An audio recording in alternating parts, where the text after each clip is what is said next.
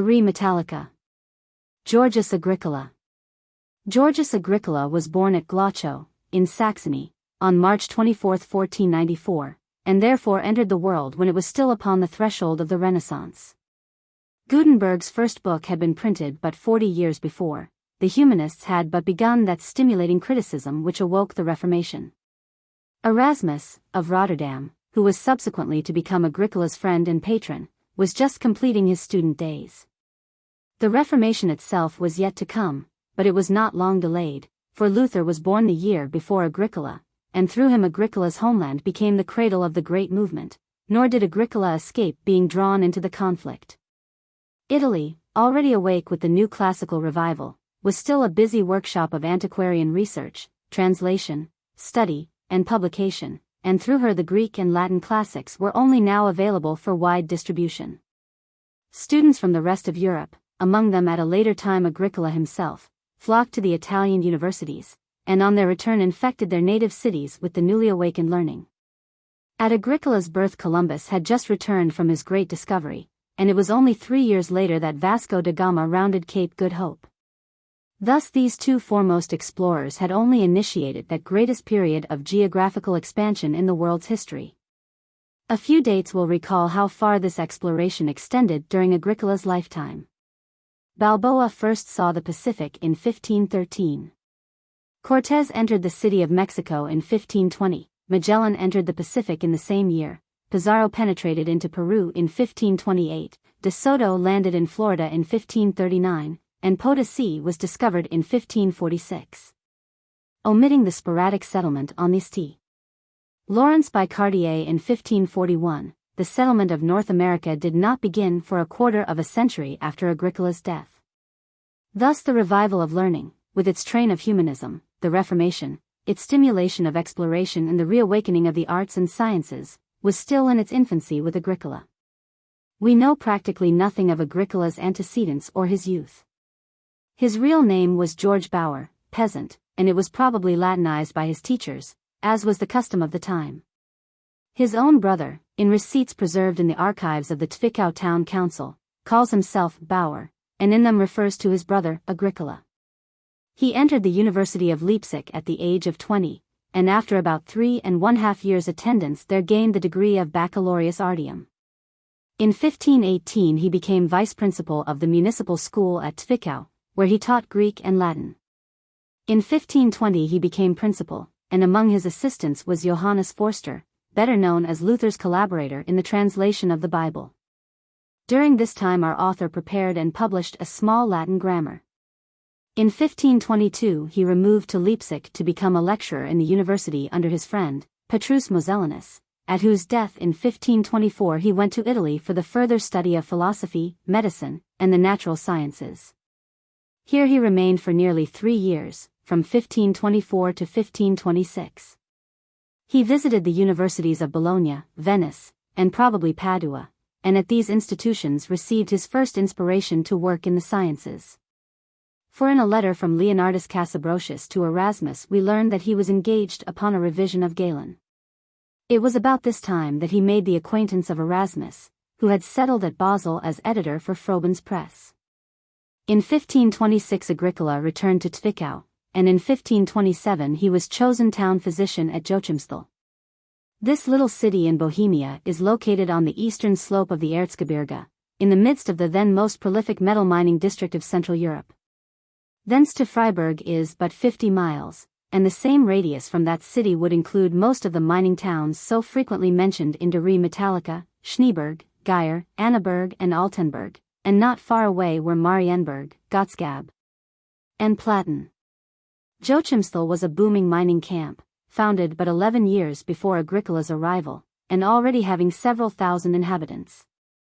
According to Agricola's own statement, he spent all the time not required for his medical duties in visiting the mines and smelters, in reading up in the Greek and Latin authors all references to mining, and in association with the most learned among the mining folk. Among these was one Lorenz Berman, whom Agricola afterward set up as the learned miner, in his Dialogue Bermanus. This book was first published by Froben at Basel in 1530, and was a sort of catechism on mineralogy, mining terms, and mining lore. The book was apparently first submitted to the great Erasmus, and the publication arranged by him, a warm letter of approval by him appearing at the beginning of the book. In 1533 he published De Mensuris et Ponderibus, through Froben, this being a discussion of Roman and Greek weights and measures. At about this time he began De Re Metallica, not to be published for 25 years. Agricola did not confine his interest entirely to medicine and mining, for during this period he composed a pamphlet upon the Turks, urging their extermination by the European powers. This work was no doubt inspired by the Turkish siege of Vienna in 1529. It appeared first in German in 1531, and in Latin, in which it was originally written, in 1538, and passed through many subsequent editions. At this time, too, he became interested in the God's gift mine at Abertham, which was discovered in 1530. Writing in 1545, he says, "We, as a shareholder, through the goodness of God, have enjoyed the proceeds of this God's gift since the very time when the mine began first to bestow such riches." Agricola seems to have resigned his position at Joachimsthal in about 1530, and to have devoted the next 2 or 3 years to travel and study among the mines. About 1533 he became city physician of Chemnitz, in Saxony, and here he resided until his death in 1555. There is but little record of his activities during the first 8 or 9 years of his residence in this city. He must have been engaged upon the study of his subjects and the preparation of his books, for they came on with great rapidity soon after. He was frequently consulted on matters of mining engineering, as, for instance, we learn, from a letter written by a certain Johannes Hordborch, that Duke Henry of Brunswick applied to him with regard to the method for working mines in the Upper Harz. In 1543 he married Anna, widow of Matthias Maynor, a petty tithe official. There is some reason to believe from a letter published by Schmid, that Anna was his second wife, and that he was married the first time at Joachimsthal. He seems to have had several children, for he commends his young children to the care of the town council during his absence at the war in 1547. In addition to these, we know that a son, Theodore, was born in 1550, a daughter, Anna, in 1552. Another daughter, Irene, was buried at Chemnitz in 1555, and in 1580 his widow and 3 children, Anna, Valerius, and Lucretia, were still living. In 1544 began the publication of the series of books to which Agricola owes his position. The first volume comprised 5 works and was finally issued in 1546. It was subsequently considerably revised, and reissued in 1558. These works were, De Ortu et Causis Subterraneorum, in 5 books, the first work on physical geology. De Natura Eorum quae effluent ex terra, in 4 books, on subterranean waters and gases, De Natura Fossilium, in 10 books, the first systematic mineralogy. De Veteribus et Novus Metallis, in 2 books, devoted largely to the history of metals and topographical mineralogy. A new edition of Bermanus was included. And finally Rerum Metallicarum Interpretatio, a glossary of Latin and German mineralogical and metallurgical terms. Another work, De Animantibus Subterraneis, usually published with De Re Metallica, is dated 1548 in the preface. It is devoted to animals which live underground, at least part of the time, but is not a very effective basis of either geologic or zoologic classification. Despite many public activities, Agricola apparently completed De Re Metallica in 1550, but did not send it to the press until 1553, nor did it appear until a year after his death in 1555. But we give further details on the preparation of this work on p. During this period he found time to prepare a small medical work, De Peste, and certain historical studies, details of which appear in the.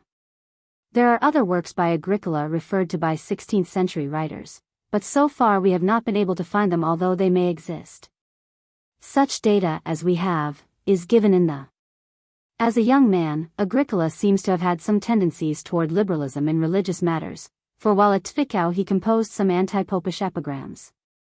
But after his return to Leipzig he apparently never wavered, and steadily refused to accept the Lutheran Reformation.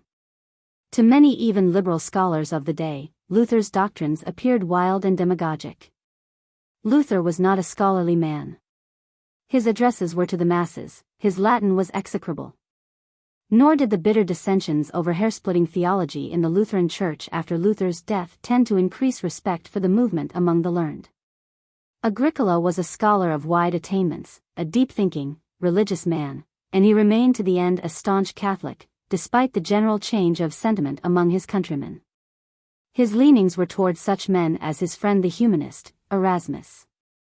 That he had the courage of his convictions is shown in the dedication of De Natura Eorum, where he addresses to his friend, Duke Maurice, the pious advice that the dissensions of the Germans should be composed, and that the Duke should return to the bosom of the Church those who had been torn from her, and adds, "Yet I do not wish to become confused by these turbulent waters, and be led to offend anyone.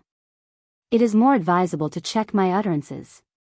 As he became older he may have become less tolerant in religious matters, for he did not seem to show as much patience in the discussion of ecclesiastical topics as he must have possessed earlier. Yet he maintained to the end the respect and friendship of such great Protestants as Melanchthon, Camerarius, Fabricius, and many others.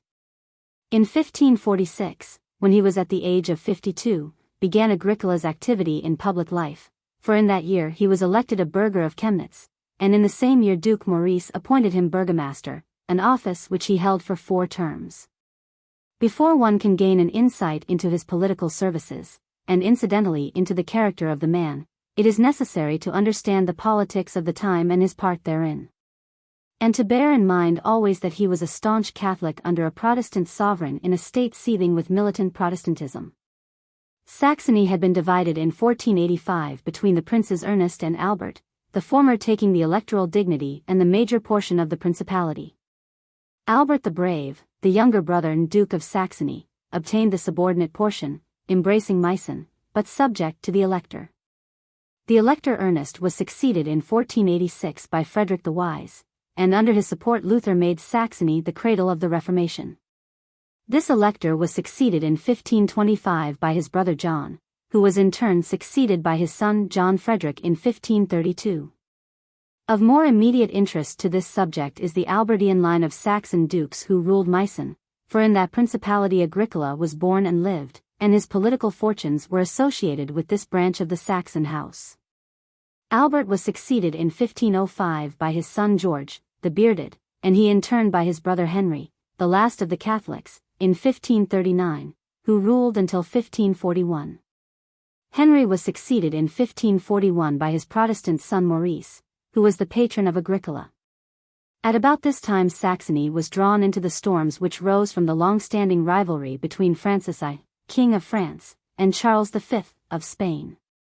These 2 potentates came to the throne in the same year, 1515, and both were candidates for emperor of that loose confederation known as the Holy Roman Empire. Charles was elected, and intermittent wars between these 2 princes arose, first in one part of Europe, and then in another. Francis finally formed an alliance with the Schmalkalden League of German Protestant princes, and with the Sultan of Turkey, against Charles. In 1546 Maurice of Meissen, although a Protestant, saw his best interest in a secret league with Charles against the other Protestant princes, and proceeded, the Schmalkalden War, to invade the domains of his superior and cousin, the Elector Frederick. The Emperor Charles proved successful in this war, and Maurice was rewarded, at the capitulation of Wittenberg in 1547, by being made Elector of Saxony in the place of his cousin. Later on, the Elector Maurice found the association with Catholic Charles unpalatable, and joined in leading the other Protestant princes in war upon him, and on the defeat of the Catholic party and the Peace of Passau. Maurice became acknowledged as the champion of German national and religious freedom. He was succeeded by his brother Augustus in 1553. Agricola was much favored by the Saxon electors, Maurice and Augustus. He dedicates most of his works to them, and shows much gratitude for many favors conferred upon him. Duke Maurice presented to him a house and plot in Chemnitz, and in a letter dated June 14, 1543 in connection therewith, says that he may enjoy his lifelong a freehold house unburdened by all burgher rights and other municipal service, to be used by him and inhabited as a free dwelling, and that he may also, for the necessities of his household and of his wife and servants, brew his own beer free, and that he may likewise purvey for himself and his household foreign beer and also wine for use, and yet he shall not sell any such beer. We have taken the said doctor under our especial protection and care for our life long, and he shall not be summoned before any court of justice, but only before us and our counselor. Agricola was made burgomaster of Chemnitz in 1546. A letter from Fabricius to Muir, dated May 19, 1546, says that Agricola had been made burgomaster by the command of the prince. This would be Maurice, and it is all the more a tribute to the high respect with which Agricola was held, for, as said before, he was a consistent Catholic, and Maurice a Protestant prince. In this same year the Schmalkalden War broke out, and Agricola was called to personal attendance upon the Duke Maurice in a diplomatic and advisory capacity. In 1546 also he was a member of the Diet of Freiburg, and was summoned to council in Dresden. The next year he continued, by the Duke's command, burgomaster at Chemnitz, although he seems to have been away upon ducal matters most of the time. The Duke addresses the Chemnitz Council in March, 1547. We hereby make known to you that we are in urgent need of your burgomaster, Dr. Georgius Agricola, with us. It is, therefore, our will that you should yield him up and forward him that he should with the utmost haste set forth to us here near Freiburg. He was sent on various missions from the Duke to the Emperor Charles, to King Ferdinand of Austria, and to other princes in matters connected with the war, the fact that he was a Catholic probably entering into his appointment to such missions. Chemnitz was occupied by the troops of first one side, then the other, despite the great efforts of Agricola to have his own town specially defended. In April, 1547, the war came to an end in the Battle of Mulberg, but Agricola was apparently not relieved of his burgomastership until the succeeding year, for he wrote his friend Wolfgang Muir, in April, 1548, that he was now relieved. His public duties did not end, however, for he attended the Diet of Leipzig in 1547 and in 1549, and was at the Diet at Torgau in 1550. In 1551 he was again installed as burgomaster. And in 1553, for the fourth time, he became head of the municipality, and during this year had again to attend the Diets at Leipzig and Dresden, representing his city. He apparently now had a short relief from public duties, for it is not until 1555, shortly before his death, that we find him again attending a Diet at Torgau. Agricola died on November 21, 1555. A letter from his lifelong friend, Fabricius, to Melanchthon, announcing this event, states, "We lost, on November 21, that distinguished ornament of our fatherland, Georgius Agricola, a man of eminent intellect, of culture and of judgment. He attained the age of 62. He who since the days of childhood had enjoyed robust health was carried off by a 4 days' fever. He had previously suffered from no disease except inflammation of the eyes, which he brought upon himself by untiring study and insatiable reading. I know that you love the soul of this man, although in many of his opinions, more especially in religious and spiritual welfare, he differed in many points from our own. For he despised our churches, and would not be with us in the communion of the blood of Christ. Therefore, after his death, at the command of the prince, which was given to the church inspectors and carried out by Tettelbach as a loyal servant, burial was refused him. And not until the 4th day was he borne away to Zeitz and interred in the cathedral. I have always admired the genius of this man, so distinguished in our sciences and in the whole realm of philosophy, yet I wonder at his religious views, which were compatible with reason, it is true, and were dazzling, but were by no means compatible with truth. He would not tolerate with patience that anyone should discuss ecclesiastical matters with him. This action of the authorities in denying burial to one of their most honored citizens, who had been ever assiduous in furthering the welfare of the community, seems strangely out of joint. Further, the Elector Augustus, although a Protestant prince, was Agricola's warm friend, as evidenced by his letter of but a few months before, cp. However, Catholics were then few in number at Chemnitz, and the feeling ran high at the time, so possibly the prince was afraid of public disturbances. Hoffmann explains this occurrence in the following words: the feelings of Chemnitz citizens, who were almost exclusively Protestant, must certainly be taken into account. They may have raised objections to the solemn interment of a Catholic in the Protestant Cathedral Church of St. Jacob, which had, perhaps, been demanded by his relatives, and to which, according to the custom of the time, he would have been entitled as burgomaster. The refusal to sanction the interment aroused, more especially in the Catholic world, a painful sensation. A brass memorial plate hung in the cathedral at Zeitz had already disappeared in 1686, nor have the cities of his birth or residence ever shown any appreciation of this man, whose work more deserves their gratitude than does that of the multitude of soldiers whose monuments decorate every village and city square. It is true that in 1822 a marble tablet was placed behind the altar in the church of St. Jacob in Chemnitz, but even this was removed to the Historical Museum later on. He left a modest estate, which was the subject of considerable litigation by his descendants, due to the mismanagement of the guardian. Hoffmann has succeeded in tracing the descendants for 2 generations, down to 1609, but the line is finally lost among the multitude of other Agricolas.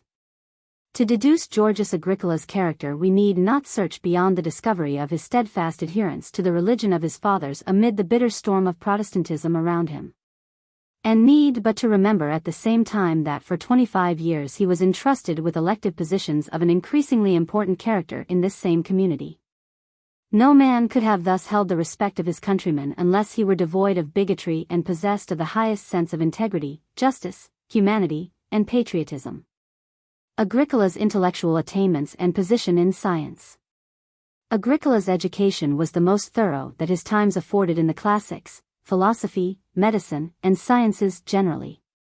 Further, his writings disclose a most exhaustive knowledge not only of an extraordinary range of classical literature, but also of obscure manuscripts buried in the public libraries of Europe. That his general learning was held to be of a high order is amply evidenced from the correspondence of the other scholars of his time, Erasmus, Melanchthon, Muir, Fabricius, and others. Our more immediate concern, however, is with the advances which were due to him in the sciences of geology, mineralogy, and mining engineering. No appreciation of these attainments can be conveyed to the reader unless he has some understanding of the dearth of knowledge in these sciences prior to Agricola's time. We have given a brief review of the literature extant at this period on these subjects. Furthermore, no appreciation of Agricola's contribution to science can be gained without a study of De Ordo et Causis and De Natura Facilium, for while De Re Metallica is of much more general interest, it contains but incidental reference to geology and mineralogy. Apart from the Book of Genesis, the only attempts at fundamental explanation of natural phenomena were those of the Greek philosophers and the alchemists. Orthodox beliefs Agricola scarcely mentions. With the alchemists he had no patience. There can be no doubt, however, that his views are greatly colored by his deep classical learning. He was in fine to a certain distance a follower of Aristotle, Theophrastus, Strato, and other leaders of the peripatetic school. For that matter, except for the muddy current which the alchemists had introduced into this already troubled stream, the whole thought of the learned world still flowed from the Greeks. Had he not, however, radically departed from the teachings of the peripatetic school, his work would have been no contribution to the development of science. Certain of their teachings he repudiated with great vigor, and his labored and detailed arguments in their refutation formed the first battle in science over the results of observation versus inductive speculation. To use his own words, those things which we see with our eyes and understand by means of our senses are more clearly to be demonstrated than if learned by means of reasoning. The bigoted scholasticism of his times necessitated as much care and detail in refutation of such deep-rooted beliefs, as would be demanded today by an attempt at a refutation of the theory of evolution. And in consequence his works are often but dry reading to any but those interested in the development of fundamental scientific theory. In giving an appreciation of Agricola's views here and throughout the footnotes, we do not wish to convey to the reader that he was in all things free from error and from the spirit of his times, or that his theories, constructed long before the atomic theory, are of the clear-cut order which that basic hypothesis has rendered possible to later scientific speculation in these branches. His statements are sometimes much confused, but we reiterate that their clarity is as crystal to mud in comparison with those of his predecessors, and of most of his successors for over 200 years. As an indication of his grasp of some of the wider aspects of geological phenomena we reproduce, in a passage from De Ordo et Causis, which we believe to be the first adequate declaration of the part played by erosion in mountain sculpture. But of all of Agricola's theoretical views those are of the greatest interest which relate to the origin of or deposits, for in these matters he had the greatest opportunities of observation and the most experience. We have on page reproduced and discussed his theory at considerable length, but we may repeat here, that in his propositions as to the circulation of ground waters, that our channels are a subsequent creation to the contained rocks, and that they were filled by deposition from circulating solutions, he enunciated the foundations of our modern theory, and in so doing took a step in advance greater than that of any single subsequent authority. In his contention that our channels were created by erosion of subterranean waters he was wrong, except for special cases. And it was not until 2 centuries later that a further step in advance was taken by the recognition by Van Oppel of the part played by fissuring in these phenomena. Nor was it until about the same time that the filling of ore channels in the main by deposition from solutions was generally accepted. While Werner, 250 years after Agricola, is generally revered as the inspirer of the modern theory by those whose reading has taken them no farther back, we have no hesitation in asserting that of the propositions of each author, Agricola's were very much more nearly in accord with modern views. Moreover, the main result of the new ideas brought forward by Werner was to stop the march of progress for half a century, instead of speeding it forward as did those of Agricola. In mineralogy, Agricola made the first attempt at systematic treatment of the subject.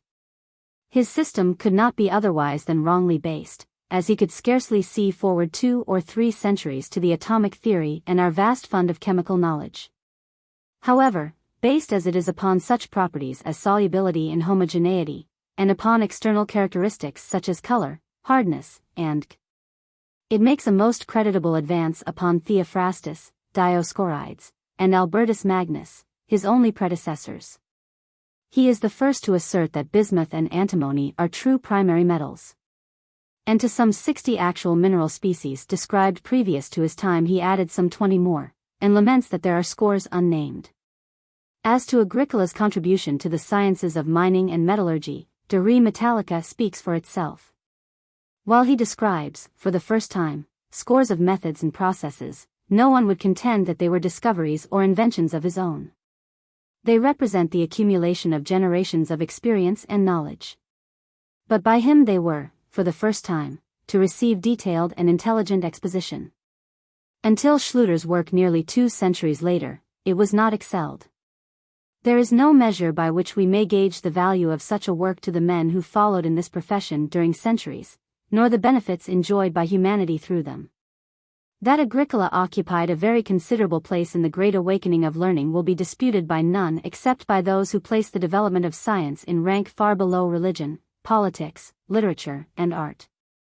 Of wider importance than the details of his achievements in the mere confines of the particular science to which he applied himself, is the fact that he was the first to found any of the natural sciences upon research and observation, as opposed to previous fruitless speculation.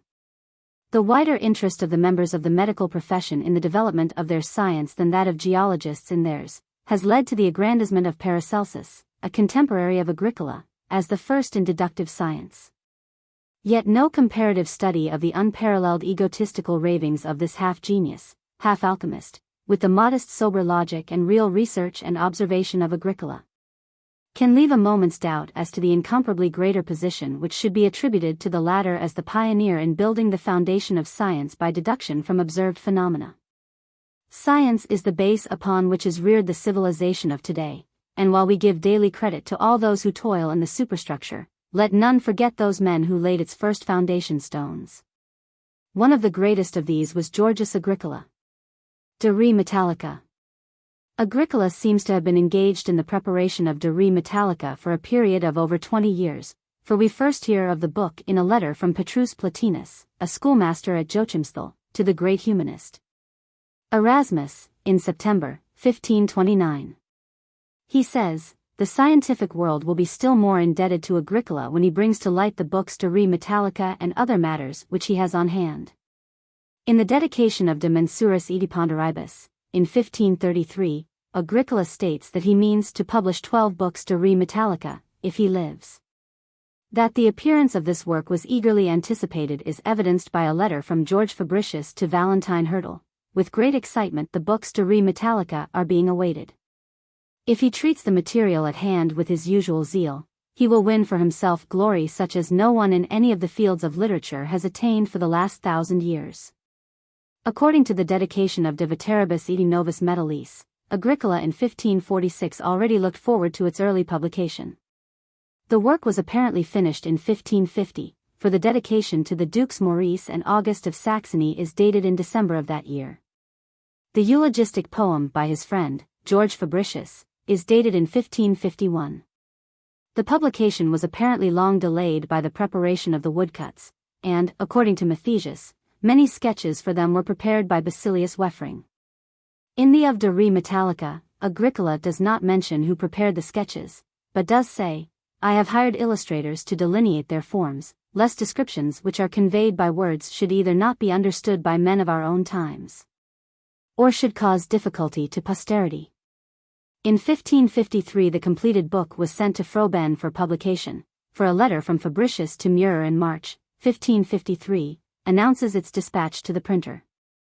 An interesting letter from the Elector Augustus to Agricola, dated January 18, 1555, reads, "Most learned, dear and faithful subject, whereas you have sent to the press a Latin book of which the title is said to be De Rebus Metallicis, which has been praised to us and we should like to know the contents, it is our gracious command that you should get the book translated when you have the opportunity into German, and not let it be copied more than once or be printed.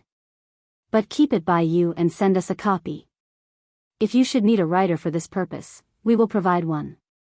Thus you will fulfill our gracious behest." The German translation was prepared by Philip Beccius, a Basel University professor of medicine and philosophy. It is a wretched work, by one who knew nothing of the science, and who more especially had no appreciation of the peculiar Latin terms coined by Agricola, most of which he rendered literally.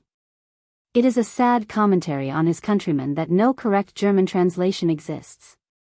The Italian translation is by Michelangelo Florio, and is by him dedicated to Elizabeth, Queen of England. The title page of the first edition is reproduced later on, and the full titles of other editions are given in the, together with the author's other works. The following are the short titles of the various editions of De Re Metallica, together with the name and place of the publisher. Latin editions. De Re Metallica, Froben Basel Folio 1556. 1561. Ludwig Koenig, 1621. Immanuel Koenig, 1657. In addition to these, Leupold, Schmid, and others mention an octavo edition, without illustrations, Schweinfurt, 1607. We have not been able to find a copy of this edition, and are not certain of its existence. The same catalogues also mention an octavo edition of De Re Metallica, Wittenberg, 1612 or 1614, with notes by Johann Sigfredo. But we believe this to be a confusion with Agricola's subsidiary works, which were published at this time and place, with such notes. German editions. Vom Bergwerk, Froben, Folio, 1557. Bergwerk Buck, Sigmundi Farabend, Frankfurt on Main, Folio, 1580. Ludwig Koenig, Basel, Folio, 1621. There are other editions than these, mentioned by bibliographers, but we have been unable to confirm them in any library. The most reliable of such bibliographies, that of John Ferguson, gives an addition to the above, Bergwerkbuch, Basel, 1657, Folio, and Schweinfurt, 1687, octavo. Italian edition. L'Arte Metalli, Froben, Basel, Folio, 1563. Other languages. So far as we know, De Re Metallica was never actually published in other than Latin, German, and Italian.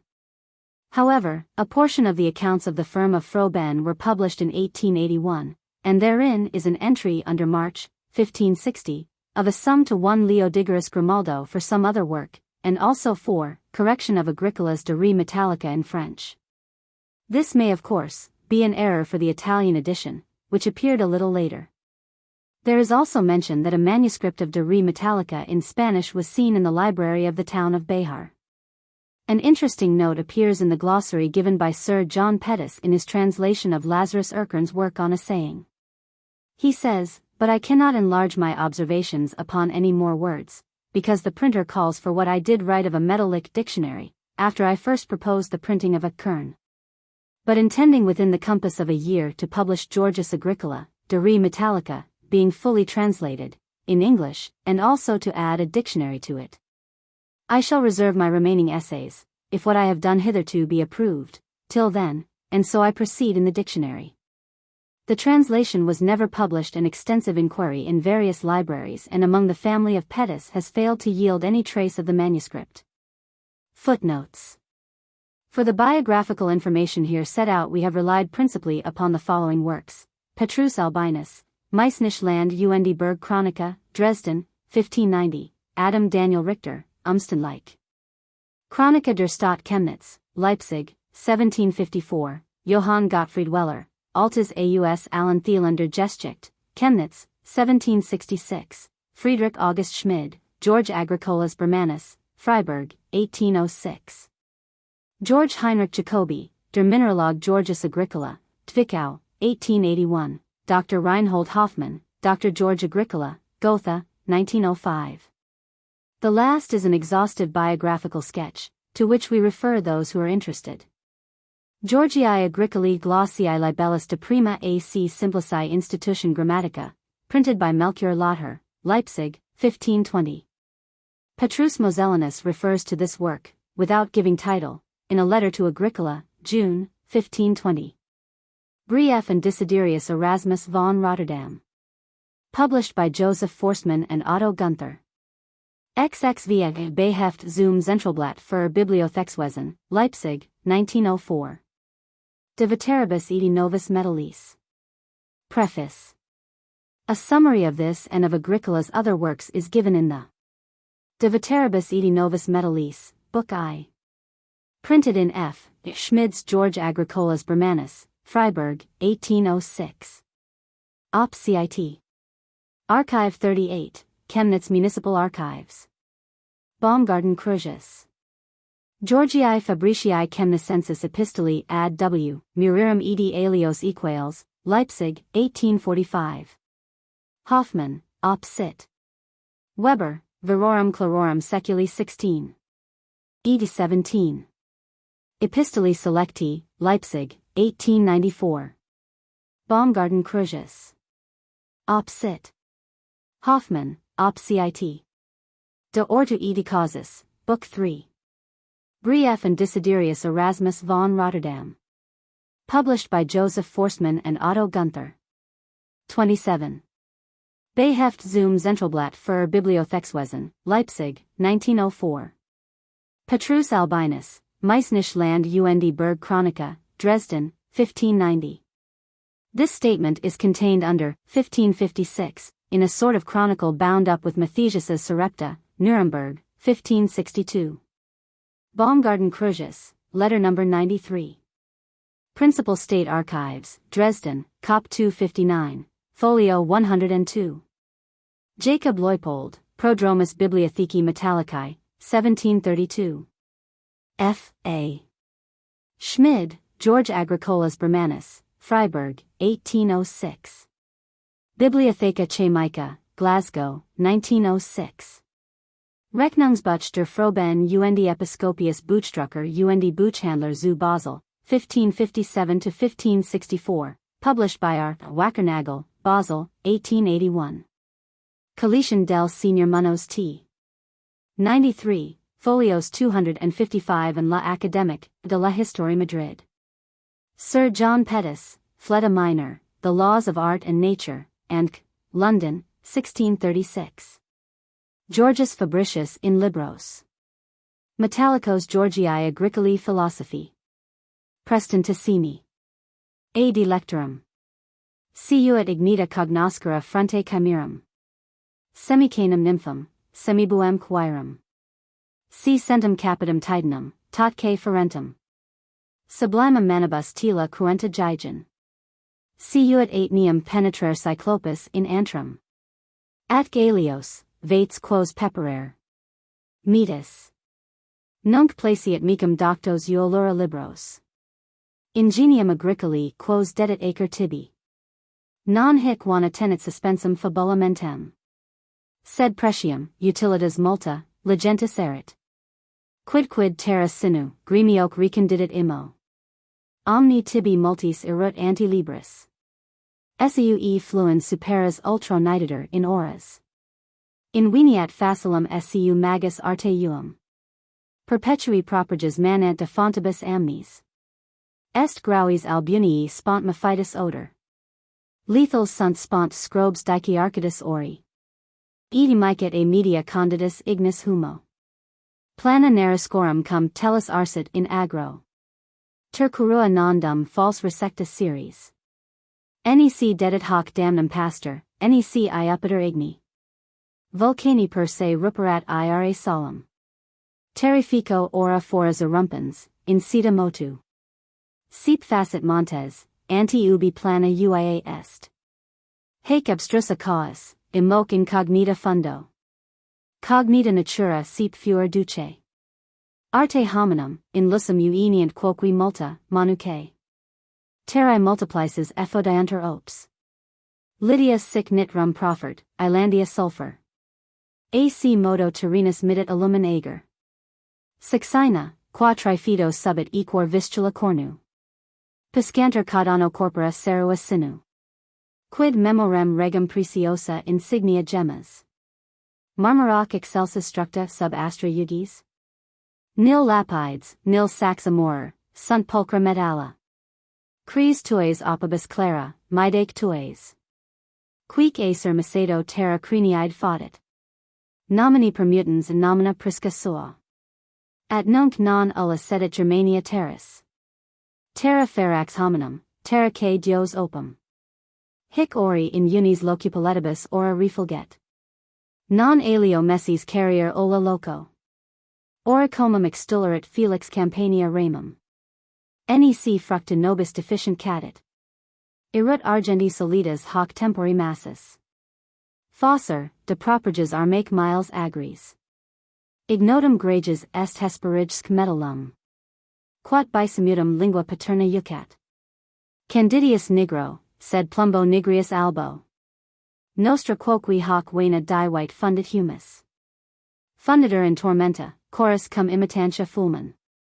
Aes, inc hostels feria massa domos. Scribunter plumbo libri, cas creditit anti. Quam mirandum artem titones ora dedit? Nec tamen hoc eliges, aut illa patunter aboris. Eruta Germano cuncta metalla solo. Sed quid ego haec rapido, monumentus tradita claris. Agricoli, quae nunc docta per ora ulant. Hic causus ordis, and formas uribus addit. Edi querenda cabus sint meliora locis. Quae si ment prius logisti candidus equa. De reliquis quoque nunc tempora pauca libris. Tilidas sequitur culturum, creed, euluptas. Non iucunda minor, rara legentis, erit. Judicioque prius anicas male damnet iniquo. Quae sunt auctoris munera miradae.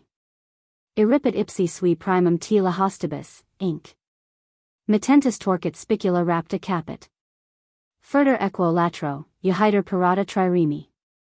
Ergo nicandus equus, nec fabricanda rithes? Viceribus terrae latant abstrusa metalla. VTI opibus nescit quat mala tuba sui? Quisquis es, aut doctis paredo menentibus, aut te. Inter habira bonos any fate ar locum. Se non in prerupta metallicus abidsit audax. Viti quandam emisso curtius acer equo. Sed prius edicit, quae sunt nascenda perito. Quod facit, multa doctus ab arte facit. Vic gubernator seruat cum sidera uentos. Sic minimi dubiges uditor alnatus. Iocides noam, curus regit arte metiscus. Fosser opus paragit nec minus arte sum. Indigat veni spatium, numerumque, medumque. Seue obliqua sum, recta tendat iter. Pastor ut explorat quae terra sit apta calenti. Quae ben illa nigeras, quae male pacat oues. En terrae intentus, quid uincula linea tendit? Fungitur officio iam Ptolemy tua. Vic sui inuinit menturum urac vini. In varios operas dividit in viros. Iam que aggressus opus, Uden ut muet omni quod obstat. Assidua ut ursat strenuus arma manu? Ne tibi surdescent feri tenitibus oras. Ad graura ideo conspicienda veni. Instrit ecce sui nunc artibus al minores. Sedulitas nulli non operosa loco. Materi docet hic veni spatium medunc. Vic regat positus finibus aero lapis. Nicas transmisso uiolentus limit purgens. Non sibi concesses, in sua uertat, ops. Hic docet instrumenta, cabus plutonia regna. Tutus addit, saxi permit acuias. Quanta, wides, solidas expugnat machina terras. Machina non ullo tempori visa prius. Sed nuus, nulla non inclida laudi utustas. Posteritas meritus est quoque grata tues. Tum quia Germanos sunt haec inuenta sub ax. Si cas es, inuitii contra vela tui. Ausones ora tumit bellus, terra attica cultu. Germanum infractus talit ad astra labor. Nec tamen ingenio solit infeliciter uti. Might gerat Phoebe, scu grau martis opus. Tempus audeist, structus unera montibus, igni. Explorer, usum quem sibi vena ferat. Non labor ingenio caret hic, non copia fructu. Est adiperta boni prima fenestra spe. Ergo instat poro grauiors fere labors. Intentas operi nec remuere manus. Vrir sue locus poscat, scu tundra veras. Sue lauar lacut praeter untis aqui. Scu flammis iterum modicis torere necess est. Excaquere aut fastis ignibus omni malum. Cum flut aes rius, ori argentique metallum. Spes animo fosser vix capit ipsi suas. Argentum cupidus fulua secernit aboro. Edi plumbi lentam demit utrique morum. Separat argentum, lucri studiosus, aber. Seruatus, linquens deteriora, bonus. Quae assae cuncta iulum tenui percurere ursu. Anti alium ruhat memnones orta diem. Postremus labor est, concretos desir sucos. Quos fert innumerus totona terra locis. Quo sal, quo nitrum, quo pacto fiat lumen. Cibus artificis cum perit illa manus. Nec non calcantum, sulfur, fluidumque bitumen. Massaque quo utri lenta delanda modo. Sicipit haec hominum mirandos cura labors. Pauperium usque adeo fere fememque graua est. Tantus amor iuctum peruus extundere natis. Edi patrii suum non dare vel malum. Nec mene in terrae fossores mersa latibris. Mens, sed fert domino iuta presesc deo. Munificae expectat, spe plenus, munera dextri. Extallens animum laetus ad astra sum. Diuitius Christus dat notitiamque fruendi. Tue memori greats pector semper agit. Hoc quoque laudati quondam facere Philippi. Caiur tutus habent cum pietate decus. Huc oculos, huc flect animum, suivis im lector. Octoremque pia nocido ment deum. Agricoli hinc optans operoso fausta labori. Laudibus eximage candidus esto viri. Alsum extollit patri cum nomini nomen. Etiur in or frequens posteritatis erit. Cuncta cadunt litho, studige monumenta iusbunt. Purpurae donec lumina solis erunt. Messini M. Dli. Illudo illustri. Footnotes. For completeness' sake we reproduce in the original Latin the laudation of Agricola by his friend, Georgius Fabricius, a leading scholar of his time. It has but little intrinsic value, for it is not poetry of a very high order, and to make it acceptable English would require certain improvements, for which only poets have license. A free translation of the last few lines indicates its complementary character. He doth raise his country's fame with his own.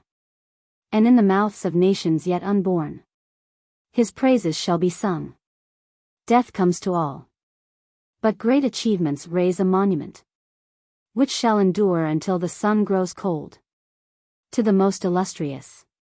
and most mighty dukes of Saxony, landgraves of Thuringia, margraves of Meissen, imperial overlords of Saxony, burgraves of Altenburg and Magdeburg, counts of Brenna, lords of Pleisnerland, to Maurice Grand Marshal and Elector of the Holy Roman Empire, and to his brother Augustus, George Agricola S.D. Most illustrious princes, often have I considered the metallic arts as a whole, as Moderatus Columella considered the agricultural arts, just as if I had been considering the whole of the human body. And when I had perceived the various parts of the subject, like so many members of the body, I became afraid that I might die before I should understand its full extent, much less before I could immortalize it in writing. This book itself indicates the length and breadth of the subject, and the number and importance of the sciences of which at least some little knowledge is necessary to miners. Indeed, the subject of mining is a very extensive one, and one very difficult to explain. No part of it is fully dealt with by the Greek and Latin authors whose works survive. And since the art is one of the most ancient, the most necessary and the most profitable to mankind, I considered that I ought not to neglect it. Without doubt, none of the arts is older than agriculture, but that of the metals is not less ancient. In fact, they are at least equal and coeval, for no mortal man ever tilled a field without implements. In truth, in all the works of agriculture, as in the other arts, implements are used which are made from metals, or which could not be made without the use of metals. For this reason the metals are of the greatest necessity to man. When an art is so poor that it lacks metals, it is not of much importance, for nothing is made without tools. Besides, of all ways whereby great wealth is acquired by good and honest means, none is more advantageous than mining. For although from fields which are well tilled, not to mention other things, we derive rich yields, yet we obtain richer products from mines. In fact, one mine is often much more beneficial to us than many fields. For this reason we learn from the history of nearly all ages that very many men have been made rich by the mines, and the fortunes of many kings have been much amplified thereby. But I will not now speak more of these matters, because I have dealt with these subjects partly in the first book of this work, and partly in the other work entitled De Veteribus et Novus Metallis, where I have refuted the charges which have been made against metals and against miners. Now, though the art of husbandry, which I willingly rank with the art of mining, appears to be divided into many branches, yet it is not separated into so many as this art of ours. Nor can I teach the principles of this as easily as Columella did of that. He had at hand many writers upon husbandry whom he could follow. In fact, there are more than 50 Greek authors whom Marcus Varro enumerates, and more than 10 Latin ones, whom Columella himself mentions. I have only one whom I can follow. That is C. Plinius Secundus, and he expounds only a very few methods of digging ores and of making metals. Far from the whole of the art having been treated by any one writer, those who have written occasionally on any one or another of its branches have not even dealt completely with a single one of them. Moreover, there is a great scarcity even of these, since alone of all the Greeks, Strato of Lampsacus, the successor of Theophrastus, wrote a book on the subject, De Machinis Metallicis. Except, perhaps, a work by the poet Philo, a small part of which embraced to some degree the occupation of mining. Phaerocrates seems to have introduced into his comedy, which was similar in title, miners as slaves or as persons condemned to serve in the mines. Of the Latin writers, Pliny, as I have already said, has described a few methods of working. Also among the authors I must include the modern writers, whosoever they are, for no one should escape just condemnation who fails to award due recognition to persons whose writings he uses, even very slightly. 2 books have been written in our tongue, the one on the assaying of mineral substances and metals, somewhat confused, whose author is unknown. The other, on veins, of which Pandulphus Anglus is also said to have written, although the German book was written by Calbus of Freiburg, a well-known doctor, but neither of them accomplished the task he had begun. Recently Vannucci Biringuccio, of Siena, a wise man experienced in many matters, wrote in vernacular Italian on the subject of the melting, separating, and alloying of metals. He touched briefly on the methods of smelting certain ores, and explained more fully the methods of making certain juices. By reading his directions, I have refreshed my memory of those things which I myself saw in Italy. As for many matters on which I write, he did not touch upon them at all, or touched but lightly. This book was given me by Franciscus Bedorius, a patrician of Venice, and a man of wisdom and of repute. This he had promised that he would do, when in the previous year he was at Marienburg, having been sent by the Venetians as an ambassador to King Ferdinand. Beyond these books I do not find any writings on the metallic arts. For that reason, even if the Book of Strato existed, from all these sources not one half of the whole body of the science of mining could be pieced together. Seeing that there have been so few who have written on the subject of the metals, it appears to me all the more wonderful that so many alchemists have arisen who would compound metals artificially, and who would change one into another. Hermolaus Barbarus, a man of high rank and station, and distinguished in all kinds of learning, has mentioned the names of many in his writings, and I will proffer more, but only famous ones, for I will limit myself to a few. Thus Osthanes has written on chi upsilon mu epsilon upsilon tau iota kappa, and there are Hermes, Chons, Zosimus, the Alexandrian, to his sister Theosebia, Olympiodorus, also an Alexandrian, Agathodemon, Democritus, not the one of Abdera, but some other whom I know not. Orus Chrysorichites, Pabicius, Camerius, Jonas, Apulegus, Patagius, Pelagius, Africanus, Theophilus, Synesius, Stephanus to Heraclius Caesar, Heliodorus to Theodosius, Geber, Calides Rhacadibus, Veradianus, Rhodianus, Canides, Merlin, Raymond Lully, Arnold de Villanova, and Augustinus Pantheus of Venice. And 3 women, Cleopatra, the maiden Tafnutia, and Maria the Jewess. All these alchemists employ obscure language, and Johannes Aurelius Augurellus of Rimini alone has used the language of poetry. There are many other books on this subject, but all are difficult to follow, because the writers upon these things use strange names, which do not properly belong to the metals, and because some of them employ now one name and now another, invented by themselves, though the thing itself changes not. These masters teach their disciples that the base metals, when smelted, are broken up. Also they teach the methods by which they reduce them to the primary parts and remove whatever is superfluous in them, and by supplying what is wanted make out of them the precious metals, that is, gold and silver. All of which they carry out in a crucible. Whether they can do these things or not I cannot decide, but, seeing that so many writers assure us with all earnestness that they have reached that goal for which they aimed, it would seem that faith might be placed in them. Yet also seeing that we do not read of any of them ever having become rich by this art, nor do we now see them growing rich, although so many nations everywhere have produced, and are producing, alchemists. And all of them are straining every nerve night and day to the end that they may heap a great quantity of gold and silver, I should say the matter is dubious. But although it may be due to the carelessness of the writers that they have not transmitted to us the names of the masters who acquired great wealth through this occupation, certainly it is clear that their disciples either do not understand their precepts or, if they do understand them, do not follow them. For if they do comprehend them, seeing that these disciples have been and are so numerous, they would have by today filled whole towns with gold and silver. Even their books proclaim their vanity, for they inscribe in them the names of Plato and Aristotle and other philosophers, in order that such high-sounding inscriptions may impose upon simple people and pass for learning. There is another class of alchemists who do not change the substance of base metals, but color them to represent gold or silver, so that they appear to be that which they are not, and when this appearance is taken from them by the fire, as if it were a garment foreign to them, they return to their own character.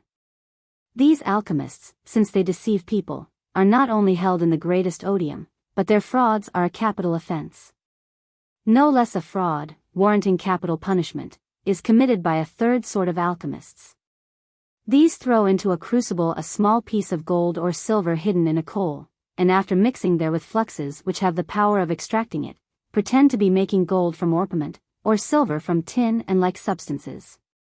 But concerning the art of alchemy, if it be an art, I will speak further elsewhere. I will now return to the art of mining.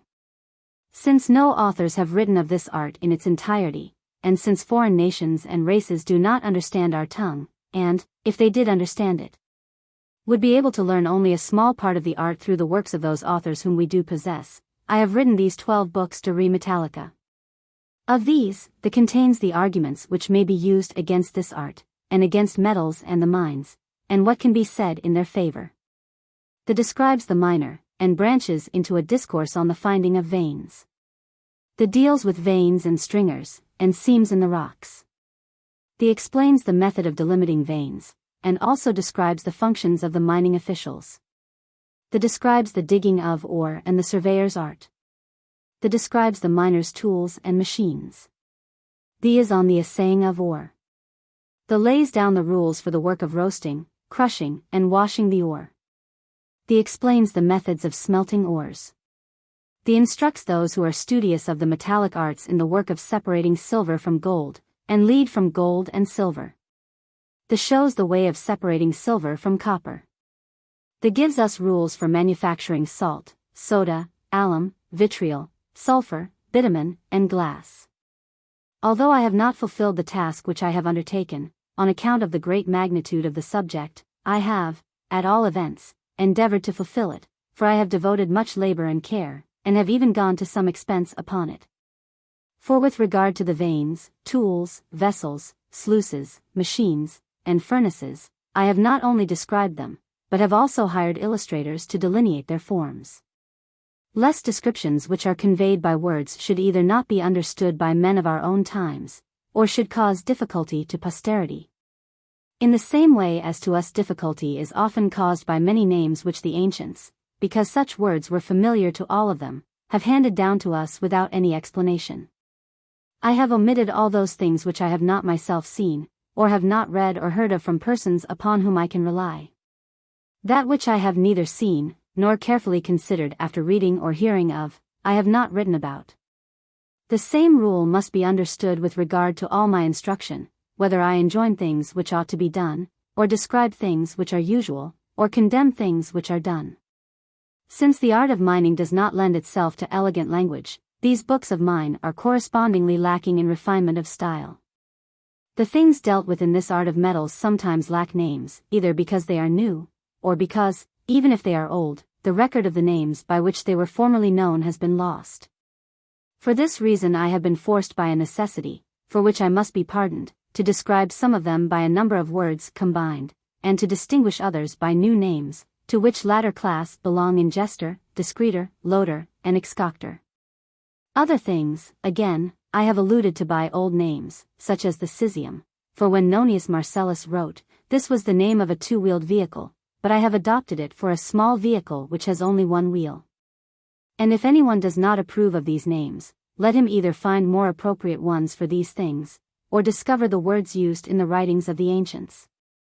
These books, most illustrious princes, are dedicated to you for many reasons, and, above all others, because metals have proved of the greatest value to you. For though your ancestors drew rich profits from the revenues of their vast and wealthy territories, and likewise from the taxes which were paid by the foreigners by way of toll and by the natives by way of tithes, yet they drew far richer profits from the mines. Because of the mines not a few towns have risen into eminence, such as Freiburg, Annaberg, Marienburg, Schneeberg, Geier, and Altenburg, not to mention others. Nay, if I understand anything, greater wealth now lies hidden beneath the ground in the mountainous parts of your territory than is visible and apparent above ground. Farewell.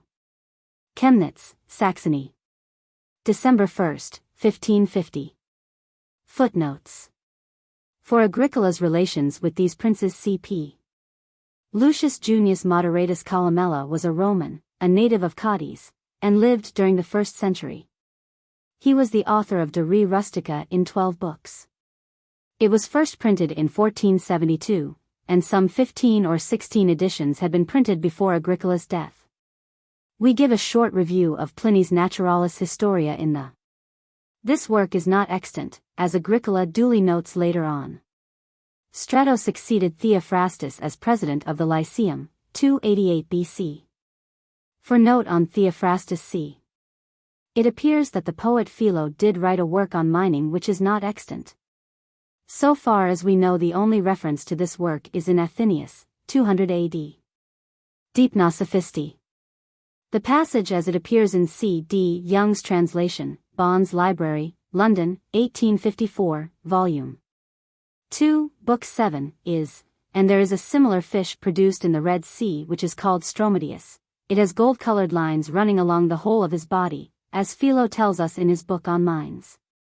There is a fragment of a poem of Pherocrates, entitled Miners, but it seems to have little to do with mining. The title given by Agricola de Materii Metallicae et Metallorum Experimento is difficult to identify. It seems likely to be the Little Probier Buchlein, numbers of which were published in German in the first half of the 16th century. We discussed this work at some length in the On Ancient Authors. Pandulphus, the Englishman, is mentioned by various 15th and 16th century writers, and in the preface of Matthias Farinator's Liber Moralitatem, Rerum Naturalium, etc. Printed in Augsburg, 1477, there is a list of books among which appears a reference to a work by Pandulphus on veins and minerals. We have not been able to find the book. Jacobi, Der Mineralog Georgius Agricola, Twickau, 1881, says, Calbus Freiburgius, so called by Agricola himself, is certainly no other than the Freiburg Dr. William von Calby. He was, according to Mahler, a doctor and burgomaster at Freiburg at the end of the 15th and the beginning of the 16th centuries. The chronicler describes him as a fine mathematician, who helped to survey and design the mining towns of Annaberg in 1497 and Marienburg in 1521. We would call attention to the statement of Calbus' views, quoted at the end of Book 3, De Re Metallica, p. which are astonishingly similar to statements in the Nützliche Bergbüchlein, and leave little doubt that this Calbus was the author of that anonymous book on veins. For further discussion see. For discussion of Byron-Guccio see. The proper title is De la Pyrotechnia, Venice, 1540. Hermolaus Barbarus, according to what, Bibliotheca Britannica, London, 1824, was a lecturer on philosophy in Padua. He was born in 1454, died in 1493, and was the author of a number of works on medicine, natural history, etc., with commentaries on the older authors. The debt which humanity does owe to these self-styled philosophers must not be overlooked, for the science of chemistry comes from three sources: alchemy, medicine, and metallurgy. However polluted the former of these may be, still the vast advance which it made by the discovery of the principal acids, alkalis, and the more common of their salts, should be constantly recognized. It is obviously impossible, within the space of a footnote, to give anything but the most casual notes as to the personages here mentioned and their writings. Aside from the classics and religious works, the libraries of the Middle Ages teemed with more material on alchemy than on any other one subject, and since that date a never-ending stream of historical, critical, and discursive volumes and tracts devoted to the old alchemists and their writings has been poured upon the world. A collection recently sold in London, relating to Paracelsus alone, embraced over 700 volumes. Of many of the alchemists mentioned by Agricola little is really known, and no two critics agree as to the commonest details regarding many of them. In fact, an endless confusion springs from the negligent habit of the lesser alchemists of attributing the authorship of their writings to more esteemed members of their own ilk, such as Hermes, Osthenes, etc. Not to mention the palpable spuriousness of works under the names of the real philosophers, such as Aristotle, Plato, or Moses, and even of Jesus Christ. Knowledge of many of the authors mentioned by Agricola does not extend beyond the fact that the names mentioned are appended to various writings, in some instances to MSS yet unpublished. They may have been actual persons, or they may not. Agricola undoubtedly had perused such manuscripts and books in some leading library, as the quotation from Boerhaave given later shows. Shaw, A New Method of Chemistry, etc., London, 1753. Volume I. Considers that the large number of such manuscripts in the European libraries at this time were composed or transcribed by monks and others living in Constantinople, Alexandria, and Athens, who fled westward before the Turkish invasion, bringing their works with them. For purposes of this summary we group the names mentioned by Agricola, the first class being of those who are known only as names appended to MSS or not identifiable at all. Possibly a more devoted student of the history of alchemy would assign fewer names to this department of oblivion. They are Maria the Jewess, Orus Chrysorikites, Chons, Patagius, Pabicius, Theophilus, Calides, Veradianus, Rhodianus, Kenides, the maiden Tafnutia, Johannes, Augustinus, and Africanus. The last three are names so common as not to be possible of identification without more particulars, though Johannes may be the Johannes Rupesisa, 1375, an alchemist of some note. Many of these names can be found among the bishops and prelates of the early Christian Church, but we doubt if their owners would ever be identified with such indiscretions as open, avowed alchemy. The Theophilus mentioned might be the metalworking monk of the 12th century, who is further discussed in On Ancient Authors. In the next group fall certain names such as Osthenes, Hermes, Zosimus, Agathodemon, and Democritus, which have been the watchwords of authority to alchemists of all ages. These certainly possessed the great secrets, either the philosopher's stone or the elixir. Hermes Trismegistos was a legendary Egyptian personage supposed to have flourished before 1500 BC, and by some considered to be a corruption of the god Thoth. He is supposed to have written a number of works, but those extant have been demonstrated to date not prior to the 2nd century. He is referred to by the later Greek alchemists, and was believed to have possessed the secret of transmutation. Osthenes was also a very shadowy personage, and was considered by some alchemists to have been an Egyptian prior to Hermes, by others to have been the teacher of Zoroaster. Pliny mentions a magician of this name who accompanied Xerxes' army. Later there are many others of this name, and the most probable explanation is that this was a favorite pseudonym for ancient magicians. There is a very old work, of no great interest, in MSS in Latin and Greek, in the Munich, Gotha, Vienna, and other libraries, by one of this name. Agathodemon was still another shadowy character referred to by the older alchemists. There are MSS in the Florence, Paris, Escurial, and Munich libraries bearing his name, but nothing tangible is known as to whether he was an actual man or if these writings are not of a much later period than claimed. To the next group belong the Greek alchemists, who flourished during the rise and decline of Alexandria, from 200 BC to 700 AD, and we give them in order of their dates. Camerius was considered by his later fellow professionals to have been the teacher of the art to Cleopatra, 1st century BC, and a MSS with a title to that effect exists in the Bibliothèque Nationale at Paris. The celebrated Cleopatra seems to have stood very high in the estimation of the alchemists. Perhaps her doubtful character found a response among them.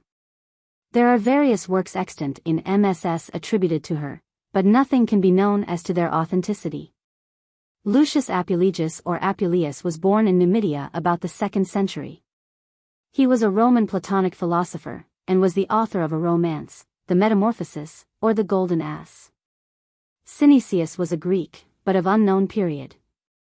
There is a MSS treatise on the philosopher's stone in the library at Leiden under his name, and various printed works are attributed to him. He mentions water of saltpetre, and has, therefore, been hazarded to be the earliest recorder of nitric acid. The work here referred to as Heliodorus to Theodosius was probably the MSS in the libraries at Paris, Vienna, Munich, etc. Under the title of Heliodorus the Philosopher's Poem to the Emperor Theodosius the Great on the Mystic Art of the Philosophers, etc. His period would, therefore, be about the 4th century. The Alexandrian Zosimus is more generally known as Zosimus the Panopolite, from Panopolis, an ancient town on the Nile. He flourished in the 5th century, and belonged to the Alexandrian school of alchemists. He should not be confused with the Roman historian of the same name and period. The following statement is by Boerhaave, Elementa Chemiae, Paris, 1724, Chapter 1. The name chemistry written in Greek, or chemia, is so ancient as perhaps to have been used in the antediluvian age. Of this opinion was Zosimus the Panopolite, whose Greek writings, though known as long as before the year 1550 to George Agricola, and afterwards perused, by Jas. Scaliger and Olaus Baricius, still remain unpublished in the King of France's library. In one of these, entitled, The Instruction of Zosimus the Panopolite and Philosopher, out of those written to Theosebia, etc. Olympiodorus was an Alexandrian of the 5th century, whose writings were largely commentaries on Plato and Aristotle. He is sometimes accredited with being the first to describe white arsenic, arsenical oxide. The full title of the work styled Stephanus to Heraclius Caesar, as published in Latin at Padua in 1573, was Stephan of Alexandria, the universal philosopher and master, his 9 processes on the great art of making gold and silver. addressed to the Emperor Heraclius. He, therefore, if authentic, dates in the 7th century. To the next class belong those of the Middle Ages, which we give in order of date. The works attributed to Geber play such an important part in the history of chemistry and metallurgy that we discuss his book at length in. Late criticism indicates that this work was not the production of an 8th century Arab, but a compilation of some Latin scholar of the 12th or 13th centuries. Arnold de Villanova, born about 1240, died in 1313, was celebrated as a physician, philosopher, and chemist. His first works were published in Lyons in 1504. Many of them have apparently never been printed, for references may be found to some 18 different works. Raymond Lully, a Spaniard, born in 1235, who was a disciple of Arnold de Villanova, was stoned to death in Africa in 1315. There are extant over 100 works attributed to this author, although again the habit of disciples of writing under the master's name may be responsible for most of these. John Aurelio Augurello was an Italian classicist, born in Rimini about 1453. The work referred to, Chrysopoeia et Gerontica, is a poem on the art of making gold, etc., published in Venice, 1515, and republished frequently thereafter. It is much quoted by alchemists. With regard to Merlin, as satisfactory an account as any of this truly English magician may be found in Mark Twain's Yankee at the Court of King Arthur. It is of some interest to note that Agricola omits from his list Avicenna, 9801037 AD. Roger Bacon, 1214–1294, Albertus Magnus, 1193–1280, Basil Valentine, end 15th century, and Paracelsus, a contemporary of his own. In De Ortu et Causis he expends much thought on refutation of theories advanced by Avicenna and Albertus, but of the others we have found no mention, although their work is, from a chemical point of view, of considerable importance. Ingester, carrier, discreter, sorter, loader, washer, excoctor, smelter. Nonius Marcellus was a Roman grammarian of the 4th century BC. His extant treatise is entitled De Compendiosa Doctrina per Litteras ad Filium. Book I. Any persons hold the opinion that the metal industries are fortuitous and that the occupation is one of sordid toil, and altogether a kind of business requiring not so much skill as labor. But as for myself, when I reflect carefully upon its special points one by one, it appears to be far otherwise. For a miner must have the greatest skill in his work, that he may know first of all what mountain or hill, what valley or plain, can be prospected most profitably, or what he should leave alone. Moreover, he must understand the veins, stringers and seams in the rocks. Then he must be thoroughly familiar with the many and varied species of earths, juices, gems, stones, marbles, rocks, metals, and compounds. He must also have a complete knowledge of the method of making all underground works. Lastly, there are the various systems of assaying substances and of preparing them for smelting, and here again there are many altogether diverse methods. For there is one method for gold and silver, another for copper, another for quicksilver, another for iron, another for lead, and even tin and bismuth are treated differently from lead. Although the evaporation of juices is an art apparently quite distinct from metallurgy, yet they ought not to be considered separately, inasmuch as these juices are also often dug out of the ground solidified. Or they are produced from certain kinds of earth and stones which the miners dig up, and some of the juices are not themselves devoid of metals. Again, their treatment is not simple, since there is one method for common salt, another for soda, another for alum, another for vitriol, another for sulfur, and another for bitumen. Furthermore, there are many arts and sciences of which a miner should not be ignorant. First there is philosophy, that he may discern the origin, cause, and nature of subterranean things. For then he will be able to dig out the veins easily and advantageously, and to obtain more abundant results from his mining. Secondly, there is medicine, that he may be able to look after his diggers and other workmen, that they do not meet with those diseases to which they are more liable than workmen in other occupations, or if they do meet with them, that he himself may be able to heal them or may see that the doctors do so. Thirdly follows astronomy, that he may know the divisions of the heavens and from them judge the direction of the veins.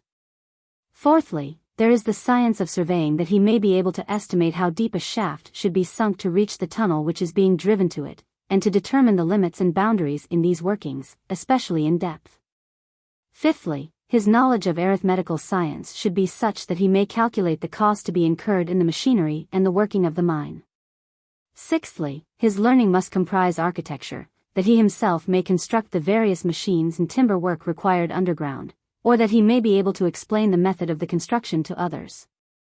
Next, he must have knowledge of drawing, that he can draw plans of his machinery. Lastly, there is the law, especially that dealing with metals, that he may claim his own rights, that he may undertake the duty of giving others his opinion on legal matters, that he may not take another man's property and so make trouble for himself, and that he may fulfill his obligations to others according to the law. It is therefore necessary that those who take an interest in the methods and precepts of mining and metallurgy should read these and others of our books studiously and diligently. Or on every point they should consult expert mining people, though they will discover few who are skilled in the whole art.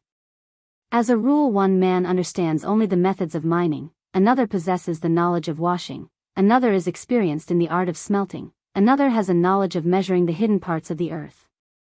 Another is skillful in the art of making machines, and finally, another is learned in mining law. But as for us, though we may not have perfected the whole art of the discovery and preparation of metals, at least we can be of great assistance to persons studious in its acquisition. But let us now approach the subject we have undertaken.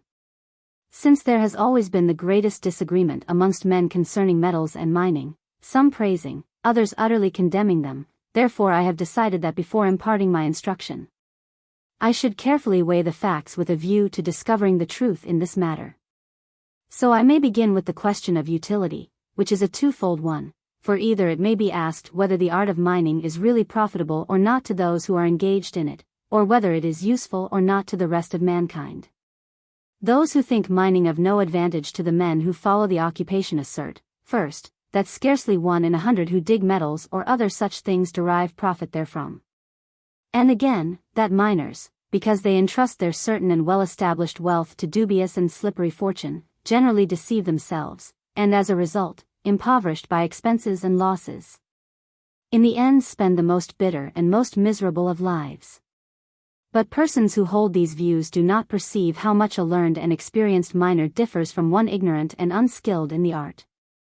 The latter digs out the ore without any careful discrimination, while the former first assays and proves it, and when he finds the veins either too narrow and hard, or too wide and soft, he infers therefrom that these cannot be mined profitably, and so works only the approved ones. What wonder then if we find the incompetent miner suffers loss, while the competent one is rewarded by an abundant return from his mining? The same thing applies to husbandmen. For those who cultivate land which is alike arid, heavy, and barren, and in which they sow seeds, do not make so great a harvest as those who cultivate a fertile and mellow soil and sow their grain in that. And since by far the greater number of miners are unskilled rather than skilled in the art, it follows that mining is a profitable occupation to very few men, and a source of loss to many more. Therefore the mass of miners who are quite unskilled and ignorant in the knowledge of veins not infrequently lose both time and trouble. Such men are accustomed for the most part to take to mining, either when through being weighted with the fetters of large and heavy debts, they have abandoned a business, or desiring to change their occupation, have left the reaping hook and plow. And so if at any time such a man discovers rich veins or other abounding mining produce, this occurs more by good luck than through any knowledge on his part. We learn from history that mining has brought wealth to many, for from old writings it is well known that prosperous republics, not a few kings, and many private persons, have made fortunes through mines and their produce. This subject, by the use of many clear and illustrious examples, I have dilated upon and explained in the first book of my work entitled De Veteribus et Novus Metallis, from which it is evident that mining is very profitable to those who give it care and attention. Again, those who condemn the mining industry say that it is not in the least stable, and they glorify agriculture beyond measure. But I do not see how they can say this with truth, for the silver mines at Freiberg in Meissen remain still unexhausted after 400 years, and the lead mines of Goslar after 600 years. The proof of this can be found in the monuments of history. The gold and silver mines belonging to the communities of Chemnitz and Kremnitz have been worked for 800 years, and these latter are said to be the most ancient privileges of the inhabitants. Some then say the profit from an individual mine is unstable, as if forsooth, the miner is, or ought to be dependent on only one mine, and as if many men do not bear in common their expenses in mining. Or as if one experienced in his art does not dig another vein, if fortune does not amply respond to his prayers in the first case. The new Schönberg at Freiburg has remained stable beyond the memory of man. It is not my intention to detract anything from the dignity of agriculture, and that the profits of mining are less stable I will always and readily admit, for the veins do in time cease to yield metals, whereas the fields bring forth fruits every year. But though the business of mining may be less reliable, it is more productive, so that in reckoning up, what is wanting in stability is found to be made up by productiveness. Indeed, the yearly profit of a lead mine in comparison with the fruitfulness of the best fields is 3 times or at least twice as great. How much does the profit from gold or silver mines exceed that earned from agriculture? Wherefore truly and shrewdly does Xenophon write about the Athenian silver mines: there is land of such a nature that if you sow, it does not yield crops, but if you dig, it nourishes many more than if it had borne fruit. So let the farmers have for themselves the fruitful fields and cultivate the fertile hills for the sake of their produce. But let them leave to miners the gloomy valleys and sterile mountains, that they may draw forth from these gems and metals which can buy, not only the crops, but all things that are sold. The critics say further that mining is a perilous occupation to pursue, because the miners are sometimes killed by the pestilential air which they breathe, sometimes their lungs rot away, sometimes the men perish by being crushed in masses of rock. Sometimes, falling from the ladders into the shafts, they break their arms, legs, or necks, and it is added there is no compensation which should be thought great enough to equalize the extreme dangers to safety and life. These occurrences, I confess, are of exceeding gravity, and moreover, fraught with terror and peril, so that I should consider that the metals should not be dug up at all, if such things were to happen very frequently to the miners. Or if they could not safely guard against such risks by any means. Who would not prefer to live rather than to possess all things, even the metals? For he who thus perishes possesses nothing, but relinquishes all to his heirs. But since things like this rarely happen, and only in so far as workmen are careless, they do not deter miners from carrying on their trade any more than it would deter a carpenter from his. Because one of his mates has acted incautiously and lost his life by falling from a high building. I have thus answered each argument which critics are wont to put before me when they assert that mining is an undesirable occupation, because it involves expense with uncertainty of return, because it is changeable, and because it is dangerous to those engaged in it. Now I come to those critics who say that mining is not useful to the rest of mankind because forsooth, gems, metals, and other mineral products are worthless in themselves. This admission they try to extort from us, partly by arguments and examples, partly by misrepresentations and abuse of us. First, they make use of this argument: the earth does not conceal and remove from our eyes those things which are useful and necessary to mankind, but on the contrary. Like a beneficent and kindly mother she yields in large abundance from her bounty and brings into the light of day the herbs, vegetables, grains, and fruits, and the trees. The minerals on the other hand she buries far beneath in the depth of the ground, therefore, they should not be sought. But they are dug out by wicked men who, as the poets say, are the products of the Iron Age. Ovid censures their audacity in the following lines. And not only was the rich soil required to furnish corn and due sustenance, but men even descended into the entrails of the earth, and they dug up riches, those incentives to vice, which the earth had hidden and had removed to the Stygian shades. Then destructive iron came forth, and gold, more destructive than iron, then war came forth. Another of their arguments is this: metals offer to men no advantages, therefore we ought not to search them out. For whereas man is composed of soul and body, neither is in want of minerals. The sweetest food of the soul is the contemplation of nature, a knowledge of the finest arts and sciences, an understanding of virtue. And if he interests his mind in excellent things, if he exercise his body, he will be satisfied with this feast of noble thoughts and knowledge, and have no desire for other things. Now although the human body may be content with necessary food and clothing, yet the fruits of the earth and the animals of different kinds supply him in wonderful abundance with food and drink, from which the body may be suitably nourished and strengthened and life prolonged to old age. Flax, wool, and the skins of many animals provide plentiful clothing low in price, while a luxurious kind, not hard to procure, that is the so-called ceric material, is furnished by the down of trees and the webs of the silkworm. So that the body has absolutely no need of the metals, so hidden in the depths of the earth and for the greater part very expensive. Wherefore it is said that this maxim of Euripides is approved in assemblies of learned men, and with good reason was always on the lips of Socrates. Works of silver and purple are of use, not for human life, but rather for tragedians. These critics praise also this saying from Timocrian of Rhodes. O unseeing Plutus, would that thou hadst never appeared in the earth or in the sea or on the land, but that thou didst have thy habitation in Tartarus and Acheron. For out of thee arise all evil things which overtake mankind. They greatly extol these lines from Phocylides. Gold and silver are injurious to mortals, gold is the source of crime, the plague of life, and the ruin of all things. Would that thou were not such an attractive scourge. Because of thee arise robberies, homicides, warfare, brothers are maddened against brothers, and children against parents. This from Namachius also pleases them. Gold and silver are but dust, like the stones that lie scattered on the pebbly beach, or on the margins of the rivers. On the other hand, they censure these verses of Euripides. Plutus is the god for wise men, all else is mere folly and at the same time a deception in words. So in like manner these lines from Theognis. O Plutus, thou most beautiful and placid god! Whilst I have thee, however bad I am, I can be regarded as good. They also blame Aristodemus, the Spartan, for these words. Money makes the man. No one who is poor is either good or honored.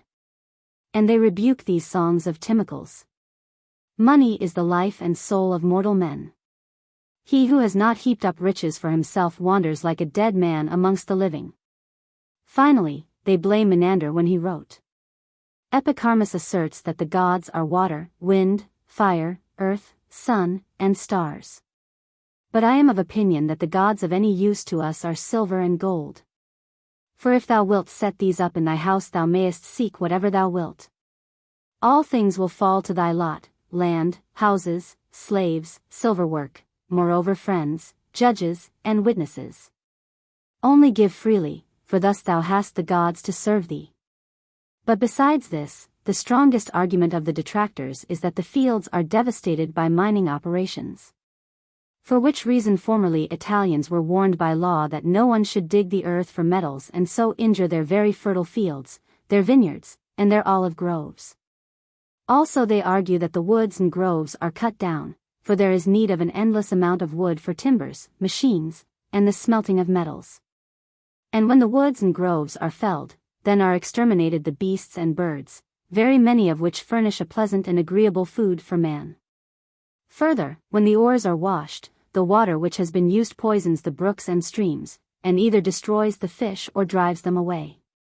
Therefore the inhabitants of these regions, on account of the devastation of their fields, woods, groves, brooks, and rivers, find great difficulty in procuring the necessaries of life. And by reason of the destruction of the timber they are forced to greater expense in erecting buildings. Thus it is said, it is clear to all that there is greater detriment from mining than the value of the metals which the mining produces. So in fierce contention they clamor, showing by such examples as follow that every great man has been content with virtue, and despised metals. They praise Bias because he esteemed the metals merely as fortune's playthings, not as his real wealth. When his enemies had captured his native Priene, and his fellow citizens laden with precious things had betaken themselves to flight, he was asked by one, why he carried away none of his goods with him, and he replied, I carry all my possessions with me. And it is said that Socrates, having received 20 minae sent to him by Aristippus, a grateful disciple, refused them and sent them back to him by the command of his conscience. Aristippus, following his example in this matter, despised gold and regarded it as of no value. And once when he was making a journey with his slaves, and they, laden with the gold, went too slowly, he ordered them to keep only as much of it as they could carry without distress and to throw away the remainder. Moreover, Anacreon of Teos, an ancient and noble poet, because he had been troubled about them for 2 nights, returned 5 talents which had been given him by Polycrates, saying that they were not worth the anxiety which he had gone through on their account. In like manner celebrated and exceedingly powerful princes have imitated the philosophers in their scorn and contempt for gold and silver.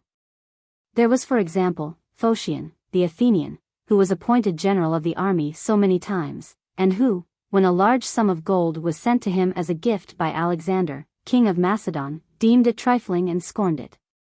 And Marcus Curius ordered the gold to be carried back to the Samnites, as did also Fabricius Luscinus with regard to the silver and copper.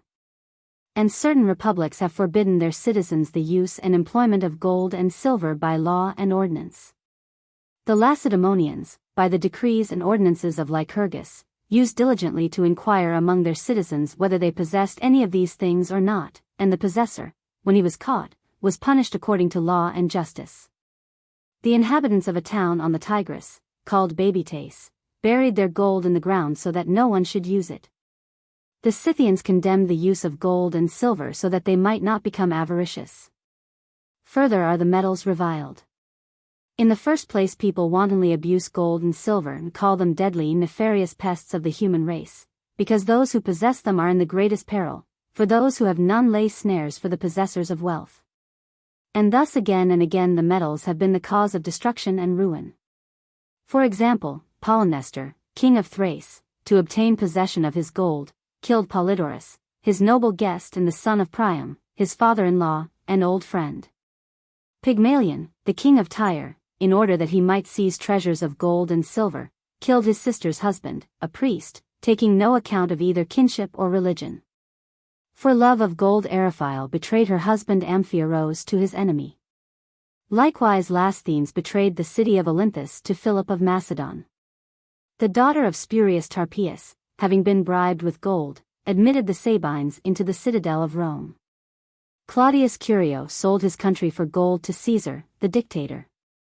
Gold, too, was the cause of the downfall of Aesculapius, the great physician, who it was believed was the son of Apollo.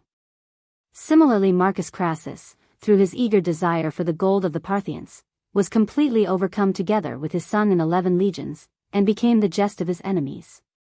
For they poured liquid gold into the gaping mouth of the slain Crassus, saying, "Thou hast thirsted for gold, therefore drink gold."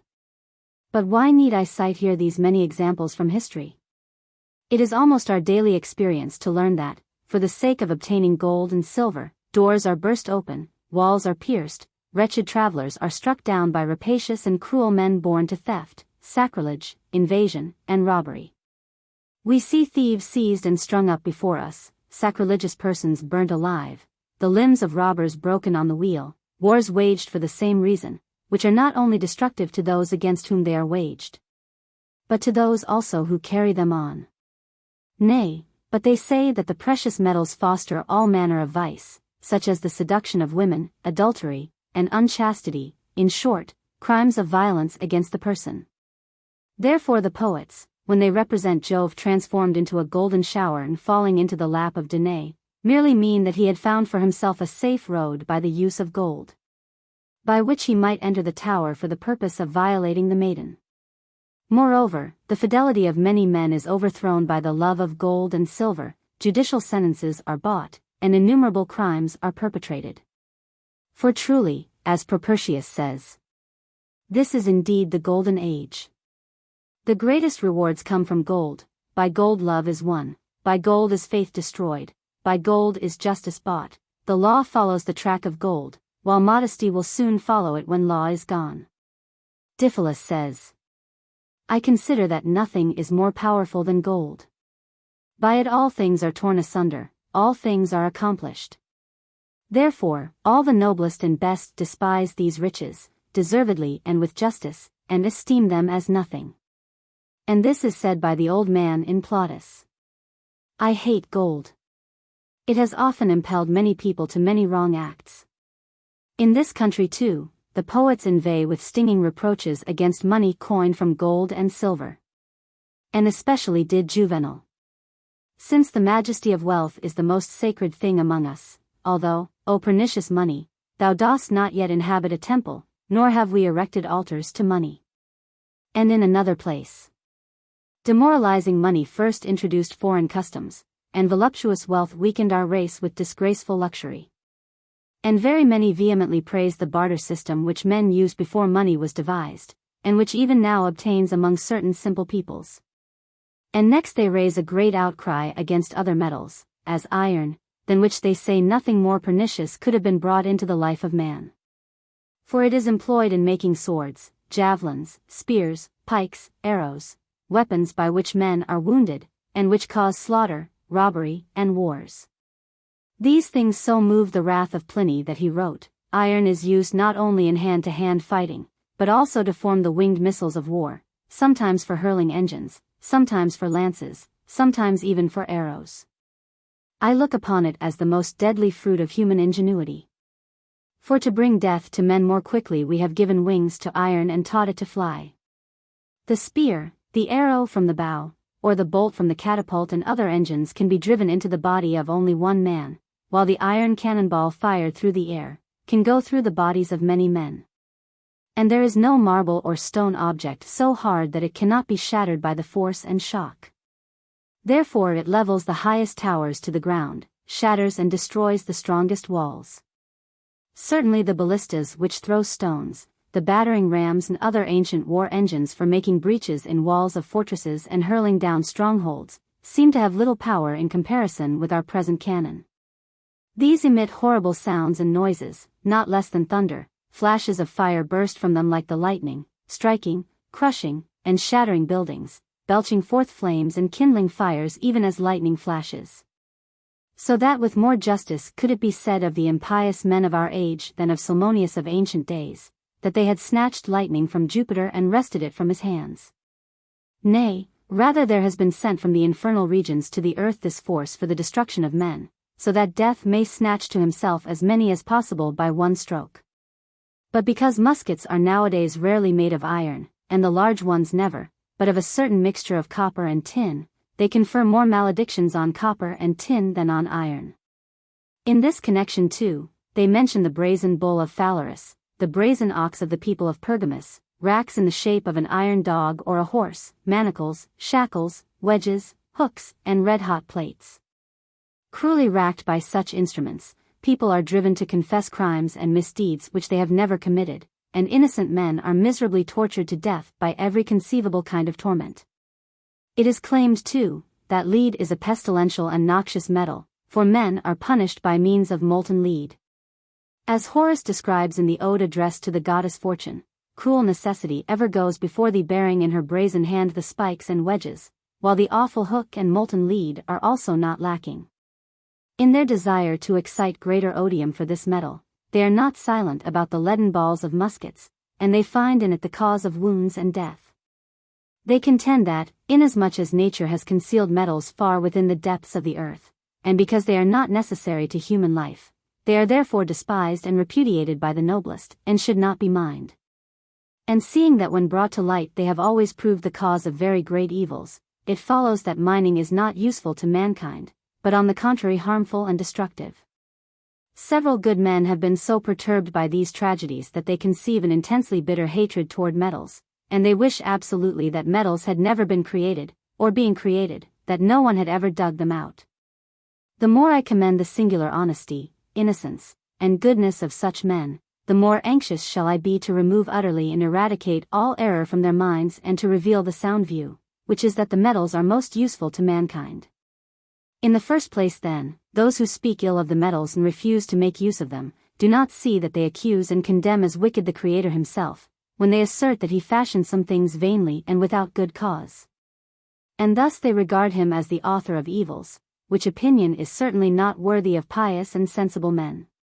In the next place, the earth does not conceal metals in her depths because she does not wish that men should dig them out, but because provident and sagacious nature has appointed for each thing its place. She generates them in the veins, stringers, and seams in the rocks, as though in special vessels and receptacles for such material. The metals cannot be produced in the other elements because the materials for their formation are wanting. For if they were generated in the air, a thing that rarely happens, they could not find a firm resting place, but by their own force and weight would settle down on to the ground. Seeing then that metals have their proper abiding place in the bowels of the earth, who does not see that these men do not reach their conclusions by good logic? They say, although metals are in the earth, each located in its own proper place where it originated, yet because they lie thus enclosed and hidden from sight, they should not be taken out. But, in refutation of these attacks, which are so annoying, I will on behalf of the metals instance the fish, which we catch, hidden and concealed though they be in the water, even in the sea. Indeed, it is far stranger that man, a terrestrial animal, should search the interior of the sea than the bowels of the earth. For as birds are born to fly freely through the air, so are fishes born to swim through the waters, while to other creatures nature has given the earth that they might live in it. And particularly to man that he might cultivate it and draw out of its caverns metals and other mineral products. On the other hand, they say that we eat fish, but neither hunger nor thirst is dispelled by minerals, nor are they useful in clothing the body, which is another argument by which these people strive to prove that metals should not be taken out. But man without metals cannot provide those things which he needs for food and clothing. For, though the produce of the land furnishes the greatest abundance of food for the nourishment of our bodies, no labor can be carried on and completed without tools. The ground itself is turned up with plowshares and harrows, tough stalks, and the tops of the roots are broken off and dug up with a mattock, the sown seed is harrowed, the corn field is hoed and weeded. The ripe grain with part of the stalk is cut down by scythes and threshed on the floor, or its ears are cut off and stored in the barn and later beaten with flails and winnowed with fans, until finally the pure grain is stored in the granary, whence it is brought forth again when occasion demands or necessity arises. Again, if we wish to procure better and more productive fruits from trees and bushes, we must resort to cultivating, pruning, and grafting, which cannot be done without tools. Even as without vessels we cannot keep or hold liquids, such as milk, honey, wine, or oil, neither could so many living things be cared for without buildings to protect them from long-continued rain and intolerable cold. Most of the rustic instruments are made of iron, as plowshares, share beams, mattocks, the prongs of harrows, hoes, planes, hay forks, straw cutters, pruning shears, pruning hooks, spades, lances, forks, and weed cutters. Vessels are also made of copper or lead. Neither are wooden instruments or vessels made without iron. Wine cellars, oil mills, stables, or any other part of a farm building could not be built without iron tools. Then if the bull, the wether, the goat, or any other domestic animal is led away from the pasture to the butcher, or if the poulterer brings from the farm a chicken, a hen, or a capon for the cook, could any of these animals be cut up and divided without axes and knives? I need say nothing here about bronze and copper pots for cooking, because for these purposes one could make use of earthen vessels, but even these in turn could not be made and fashioned by the potter without tools. For no instruments can be made out of wood alone, without the use of iron. Furthermore, hunting, fowling, and fishing supply man with food, but when the stag has been ensnared does not the hunter transfix him with his spear? As he stands or runs, does he not pierce him with an arrow? Or pierce him with a bullet? Does not the fowler in the same way kill the moorfowl or pheasant with an arrow? Or does he not discharge into its body the ball from the musket? I will not speak of the snares and other instruments with which the woodcock, woodpecker, and other wild birds are caught, lest I pursue unseasonably and too minutely single instances. Lastly, with his fish hook and net does not the fisherman catch the fish in the sea, in the lakes, in fish ponds, or in rivers? But the hook is of iron, and sometimes we see lead or iron weights attached to the net. And most fish that are caught are afterward cut up and disemboweled with knives and axes. But, more than enough has been said on the matter of food. Now I will speak of clothing, which is made out of wool, flax, feathers, hair, fur, or leather. First the sheep are sheared, then the wool is combed. Next the threads are drawn out, while later the warp is suspended in the shuttle under which passes the wool. This being struck by the comb, at length cloth is formed either from threads alone or from threads and hair. Flax, when gathered, is first pulled by hooks. Then it is dipped in water and afterward dried, beaten into tow with a heavy mallet, and carded, then drawn out into threads, and finally woven into cloth. But has the artisan or weaver of the cloth any instrument not made of iron? Can one be made of wood without the aid of iron? The cloth or web must be cut into lengths for the tailor. Can this be done without knife or scissors? Can the tailor sew together any garments without a needle? Even peoples dwelling beyond the seas cannot make a covering for their bodies, fashioned of feathers, without these same implements. Neither can the furriers do without them in sewing together the pelts of any kind of animals. The shoemaker needs a knife to cut the leather, another to scrape it, and an awl to perforate it before he can make shoes. These coverings for the body are either woven or stitched. Buildings too, which protect the same body from rain, wind, cold, and heat, are not constructed without axes, saws, and augers. But what need of more words? If we remove metals from the service of man, all methods of protecting and sustaining health and more carefully preserving the course of life are done away with. If there were no metals, men would pass a horrible and wretched existence in the midst of wild beasts. They would return to the acorns and fruits and berries of the forest. They would feed upon the herbs and roots which they plucked up with their nails. They would dig out caves in which to lie down at night, and by day they would rove in the woods and plains at random like beasts, and inasmuch as this condition is utterly unworthy of humanity, with its splendid and glorious natural endowment. Will anyone be so foolish or obstinate as not to allow that metals are necessary for food and clothing and that they tend to preserve life? Moreover, as the miners dig almost exclusively in mountains otherwise unproductive, and in valleys invested in gloom, they do either slight damage to the fields or none at all. Lastly, where woods and glades are cut down, they may be sown with grain after they have been cleared from the roots of shrubs and trees. These new fields soon produce rich crops, so that they repair the losses which the inhabitants suffer from increased cost of timber.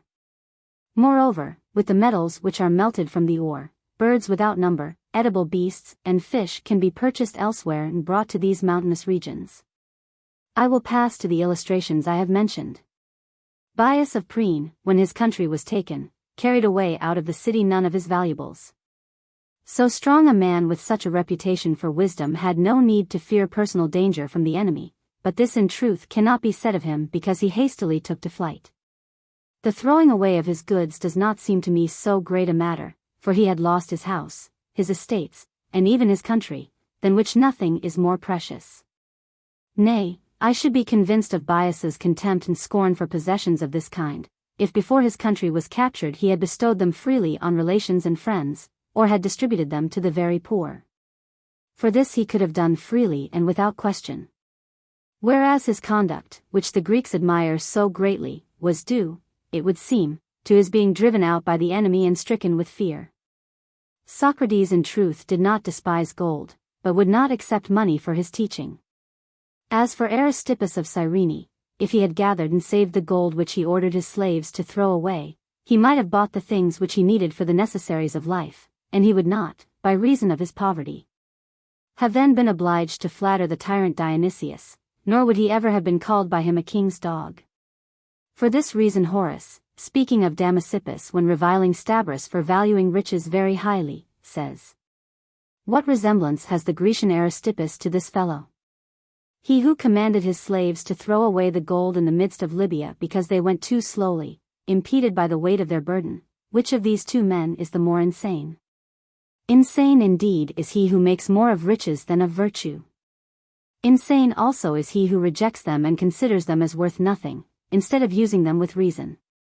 Yet as to the gold which Aristippus on another occasion flung into the sea from a boat, this he did with a wise and prudent mind. For learning that it was a pirate boat in which he was sailing, and fearing for his life, he counted his gold and then throwing it of his own will into the sea, he groaned as if he had done it unwillingly. But afterward, when he escaped the peril, he said, 'It is better that this gold itself should be lost than that I should have perished because of it.' Let it be granted that some philosophers, as well as Anacreon of Teos, despised gold and silver. Anaxagoras of Clazomenae also gave up his sheep farms and became a shepherd. Crates the Theban too, being annoyed that his estate and other kinds of wealth caused him worry, and that in his contemplations his mind was thereby distracted, resigned a property valued at 10 talents, and taking a cloak and wallet. In poverty devoted all his thought and efforts to philosophy. Is it true that because these philosophers despised money, all others declined wealth in cattle? Did they refuse to cultivate lands or to dwell in houses?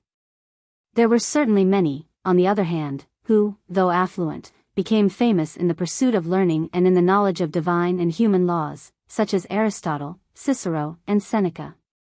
As for Phocion, he did not deem it honest to accept the gold sent to him by Alexander.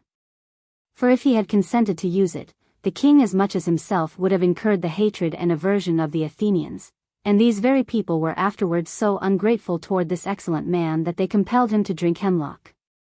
For what would have been less becoming to Marcus Curius and Fabricius Luscinus than to accept gold from their enemies, who hoped that by these means those leaders could be corrupted or would become odious to their fellow citizens? Their purpose being to cause dissensions among the Romans and destroy the Republic utterly. Lycurgus, however, ought to have given instructions to the Spartans as to the use of gold and silver, instead of abolishing things good in themselves. As to the Babatacenses, who does not see that they were senseless and envious? For with their gold they might have bought things of which they were in need, or even given it to neighboring peoples to bind them more closely to themselves with gifts and favors. Finally, the Scythians, by condemning the use of gold and silver alone, did not free themselves utterly from avarice, because although he is not enjoying them, one who can possess other forms of property may also become avaricious. Now let us reply to the attacks hurled against the products of mines. In the first place, they call gold and silver the scourge of mankind because they are the cause of destruction and ruin to their possessors. But in this manner, might not anything that we possess be called a scourge to humankind, whether it be a horse, or a garment, or anything else? For, whether one rides a splendid horse or journeys well clad, he would give occasion to a robber to kill him. Are we then not to ride on horses, but to journey on foot, because a robber has once committed a murder in order that he may steal a horse? Or are we not to possess clothing, because a vagabond with a sword has taken a traveler's life that he may rob him of his garment?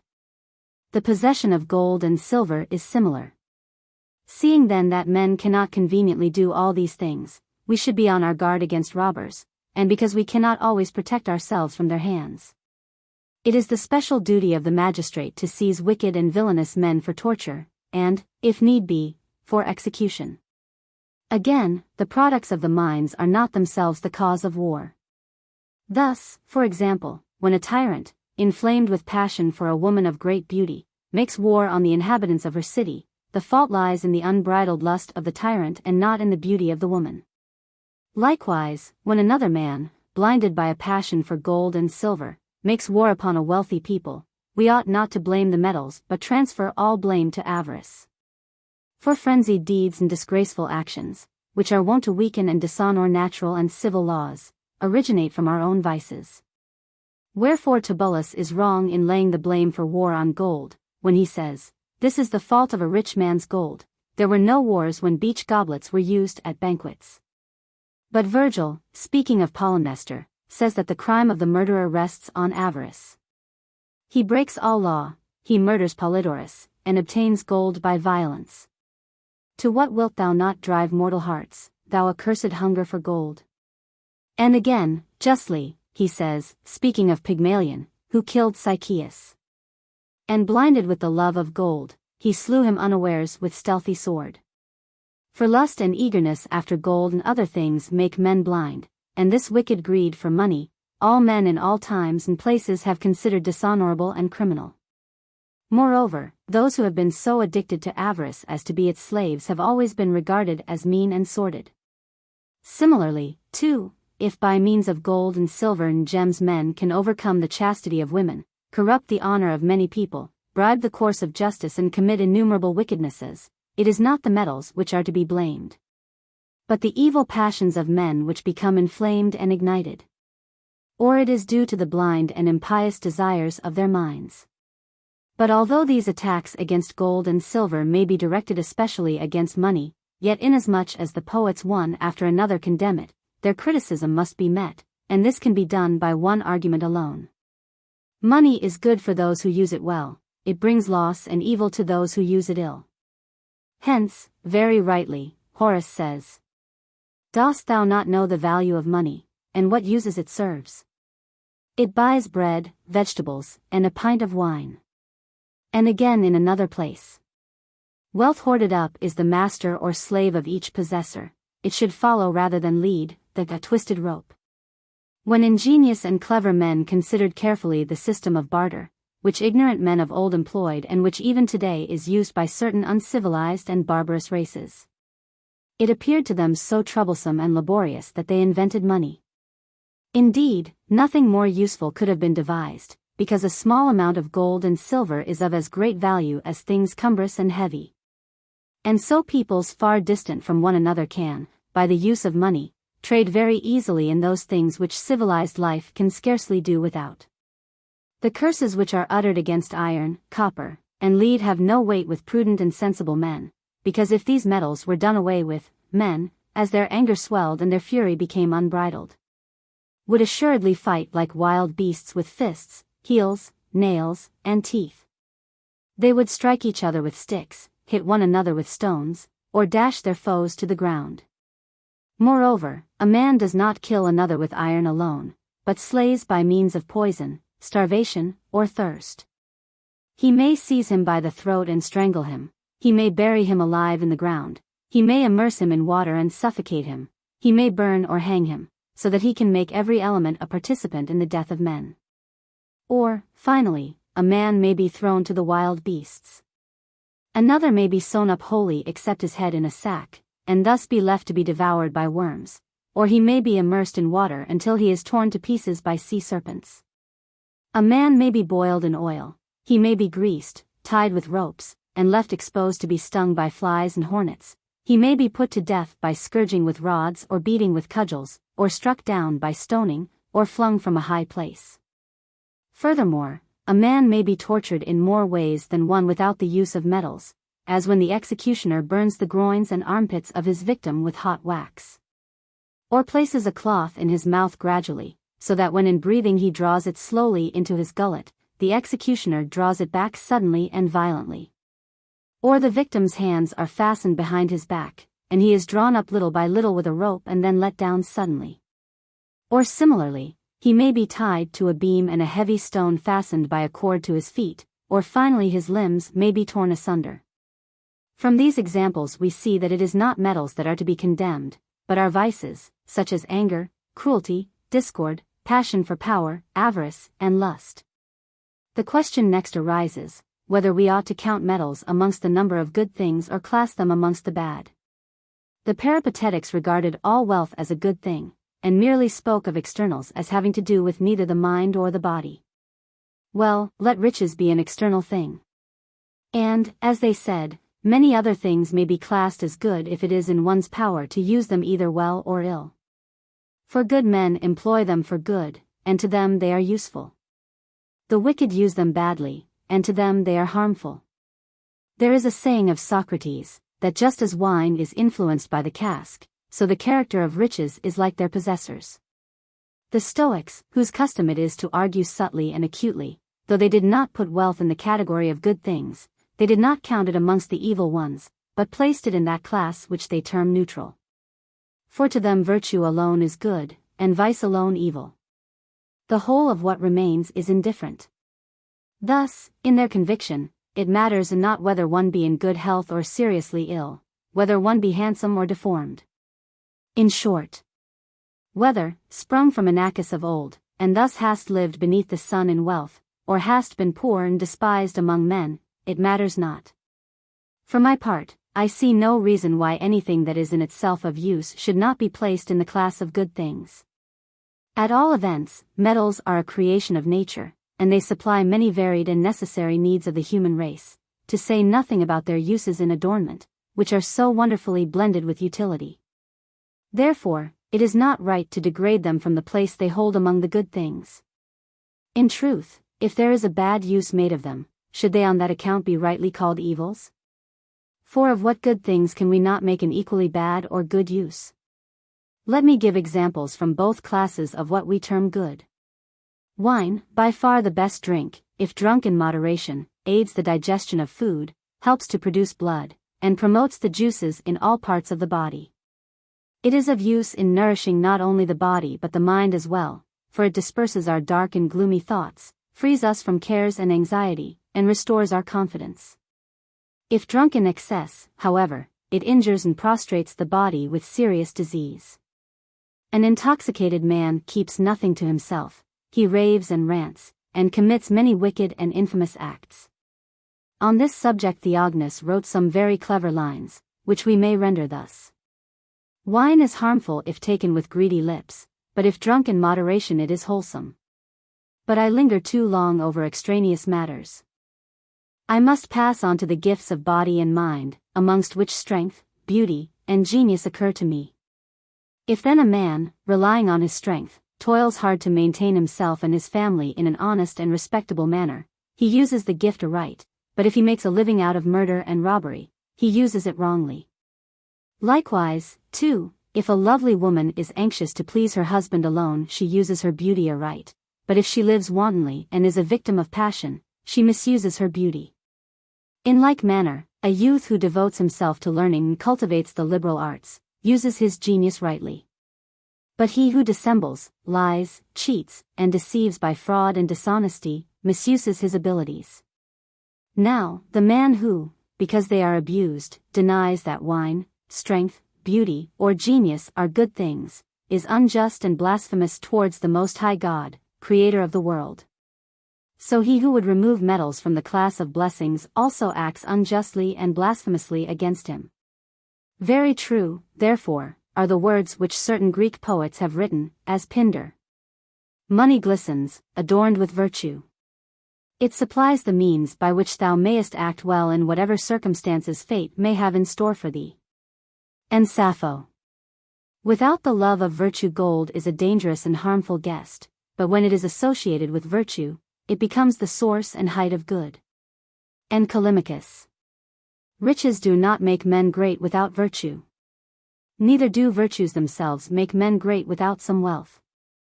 And Antiphanes. Now, by the gods, why is it necessary for a man to grow rich? Why does he desire to possess much money unless that he may, as much as possible, help his friends, and sow the seeds of a harvest of gratitude, sweetest of the goddesses? Having thus refuted the arguments and contentions of adversaries, let us sum up the advantages of the metals. In the first place, they are useful to the physician, for they furnish liberally the ingredients for medicines, by which wounds and ulcers are cured, and even plagues. So that certainly if there were no other reasons why we should explore the depths of the earth, we should for the sake of medicine alone dig in the mines. Again, the metals are of use to painters, because they yield certain pigments which, when united with the painter's slip, are injured less than others by the moisture from without. Further, mining is useful to the architects, for thus is found marble, which is suitable not only for strengthening large buildings, but also for decoration. It is, moreover, helpful to those whose ambition urges them toward immortal glory, because it yields metals from which are made coins, statues, and other monuments, which, next to literary records, give men in a sense immortality. The metals are useful to merchants with very great cause, for, as I have stated elsewhere, the use of money which is made from metals is much more convenient to mankind than the old system of exchange of commodities. In short, to whom are the metals not of use? In very truth, even the works of art, elegant, embellished, elaborate, useful, are fashioned in various shapes by the artist from the metals gold, silver, brass, lead, and iron. How few artists could make anything that is beautiful and perfect without using metals. Even if tools of iron or brass were not used, we could not make tools of wood and stone without the help of metal. From all these examples are evident the benefits and advantages derived from metals. We should not have had these at all unless the science of mining and metallurgy had been discovered and handed down to us. Who then does not understand how highly useful they are, nay rather, how necessary to the human race? In a word, man could not do without the mining industry, nor did divine providence will that he should. Further, it has been asked whether to work in metals is honorable employment for respectable people or whether it is not degrading and dishonorable. We ourselves count it amongst the honorable arts. For that art, the pursuit of which is unquestionably not impious, nor offensive, nor mean, we may esteem honorable. That this is the nature of the mining profession, inasmuch as it promotes wealth by good and honest methods, we shall show presently. With justice, therefore, we may class it amongst honorable employments. In the first place, the occupation of the miner, which I must be allowed to compare with other methods of acquiring great wealth, is just as noble as that of agriculture.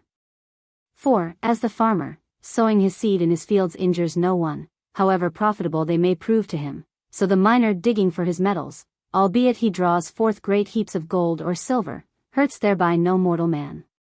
Certainly these two modes of increasing wealth are in the highest degree both noble and honorable. The booty of the soldier, however, is frequently impious, because in the fury of the fighting he seizes all goods, sacred as well as profane. The most just king may have to declare war on cruel tyrants, but in the course of it wicked men cannot lose their wealth and possessions without dragging into the same calamity innocent and poor people, old men, matrons, maidens, and orphans. But the miner is able to accumulate great riches in a short time, without using any violence, fraud, or malice.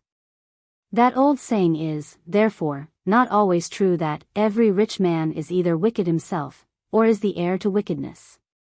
Some, however, who contend against us, censure and attack miners by saying that they and their children must needs fall into penury after a short time, because they have heaped up riches by improper means. According to them nothing is truer than the saying of the poet Naevius. Ill-gotten gains in ill fashion slip away. The following are some of the wicked and sinful methods by which they say men obtain riches from mining. When a prospect of obtaining metals shows itself in a mine, either the ruler or magistrate drives out the rightful owners of the mines from possession. Or a shrewd and cunning neighbor perhaps brings a lawsuit against the old possessors in order to rob them of some part of their property. Or the mine superintendent imposes on the owners such a heavy contribution on shares, that if they cannot pay, or will not, they lose their rights of possession. While the superintendent, contrary to all that is right, seizes upon all that they have lost. Or, finally, the mine foreman may conceal the vein by plastering over with clay that part where the metal abounds, or by covering it with earth, stones, stakes, or poles, in the hope that after several years the proprietors, thinking the mine exhausted, will abandon it, and the foreman can then excavate that remainder of the ore and keep it for himself. They even state that the scum of the miners exist wholly by fraud, deceit, and lying.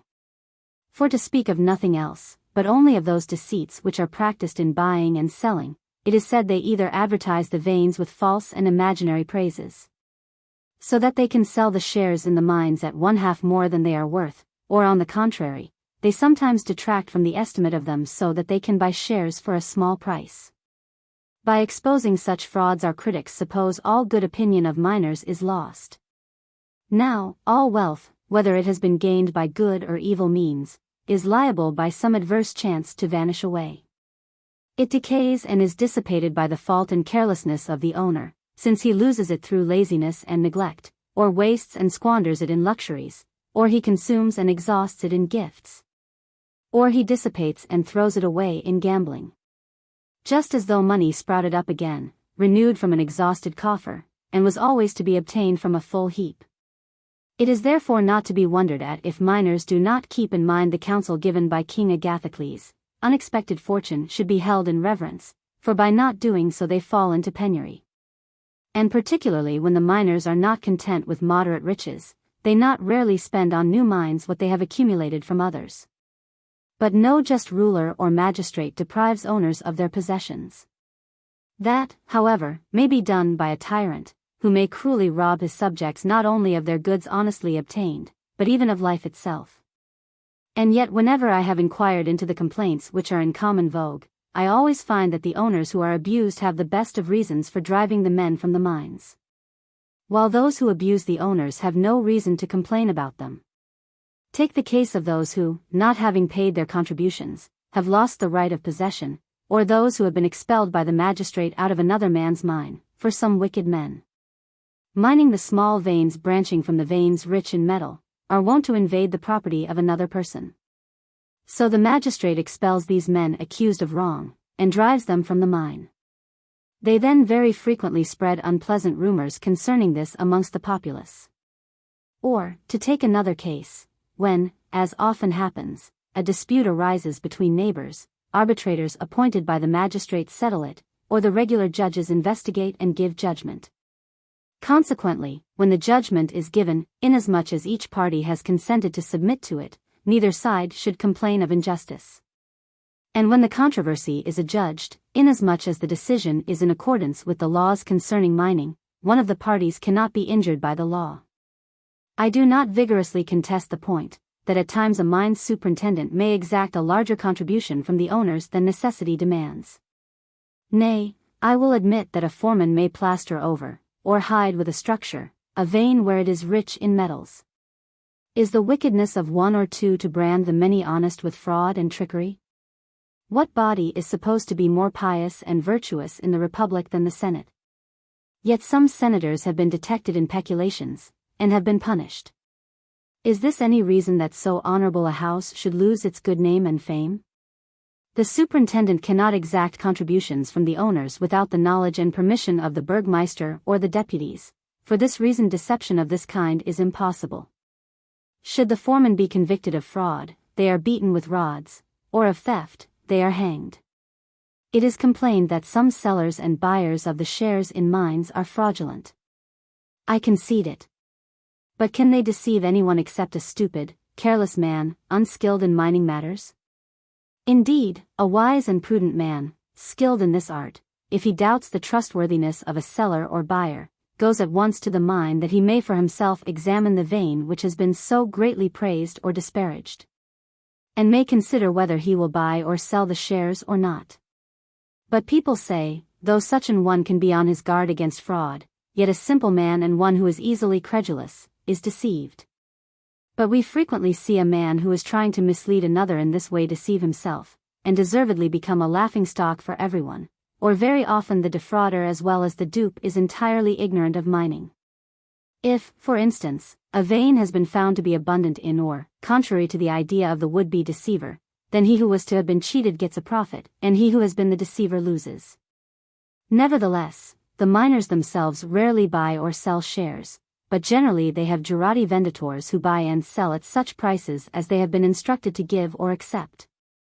Seeing therefore, that magistrates decide disputes on fair and just principles, that honest men deceive nobody, while a dishonest one cannot deceive easily, or if he does he cannot do so with impunity.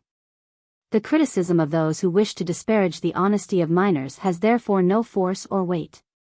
In the next place, the occupation of the miner is objectionable to nobody.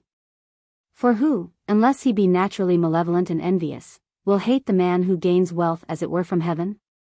Or who will hate a man who to amplify his fortune, adopts a method which is free from reproach? A moneylender, if he demands an excessive interest, incurs the hatred of men. If he demands a moderate and lawful rate, so that he is not injurious to the public generally and does not impoverish them, he fails to become very rich from his business. Further, the gain derived from mining is not sordid, for how can it be such, seeing that it is so great, so plentiful, and of so innocent a nature?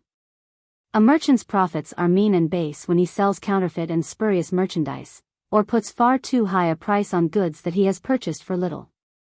For this reason the merchant would be held in no less odium amongst good men than is the usurer, did they not take account of the risk he runs to secure his merchandise. In truth, those who on this point speak abusively of mining for the sake of detracting from its merits, say that in former days men convicted of crimes and misdeeds were sentenced to the mines and were worked as slaves. But today the miners receive pay, and are engaged like other workmen in the common trades. Certainly, if mining is a shameful and discreditable employment for a gentleman because slaves once worked mines, then agriculture also will not be a very creditable employment, because slaves once cultivated the fields. And even today do so among the Turks. Nor will architecture be considered honest, because some slaves have been found skillful in that profession, nor medicine, because not a few doctors have been slaves. Nor will any other worthy craft, because men captured by force of arms have practiced it. Yet agriculture, architecture, and medicine are none the less counted amongst the number of honorable professions. Therefore, mining ought not for this reason to be excluded from them. But suppose we grant that the hired miners have a sordid employment. We do not mean by miners only the diggers and other workmen, but also those skilled in the mining arts, and those who invest money in mines. Amongst them can be counted kings, princes, republics, and from these last the most esteemed citizens. And finally, we include amongst the overseers of mines the noble Thucydides, the historian, whom the Athenians placed in charge of the mines of Thasos.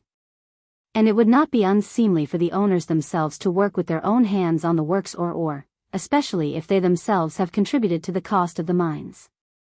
Just as it is not undignified for great men to cultivate their own land. Otherwise the Roman Senate would not have created Dictator L. Quintius Cincinnatus, as he was at work in the fields, nor would it have summoned to the Senate house the chief men of the state from their country villas. Similarly, in our day, Maximilian Caesar would not have enrolled Conrad in the ranks of the nobles known as counts. Conrad was really very poor when he served in the mines of Schneeberg, and for that reason he was nicknamed the poor man. But not many years after, he attained wealth from the mines of First, which is a city in Lorraine, and took his name from luck. Nor would King Vladislaus have restored to the assembly of barons, Tertius, a citizen of Krakow, who became rich through the mines in that part of the kingdom of Hungary which was formerly called Dacia. Nay, not even the common worker in the mines is vile and abject.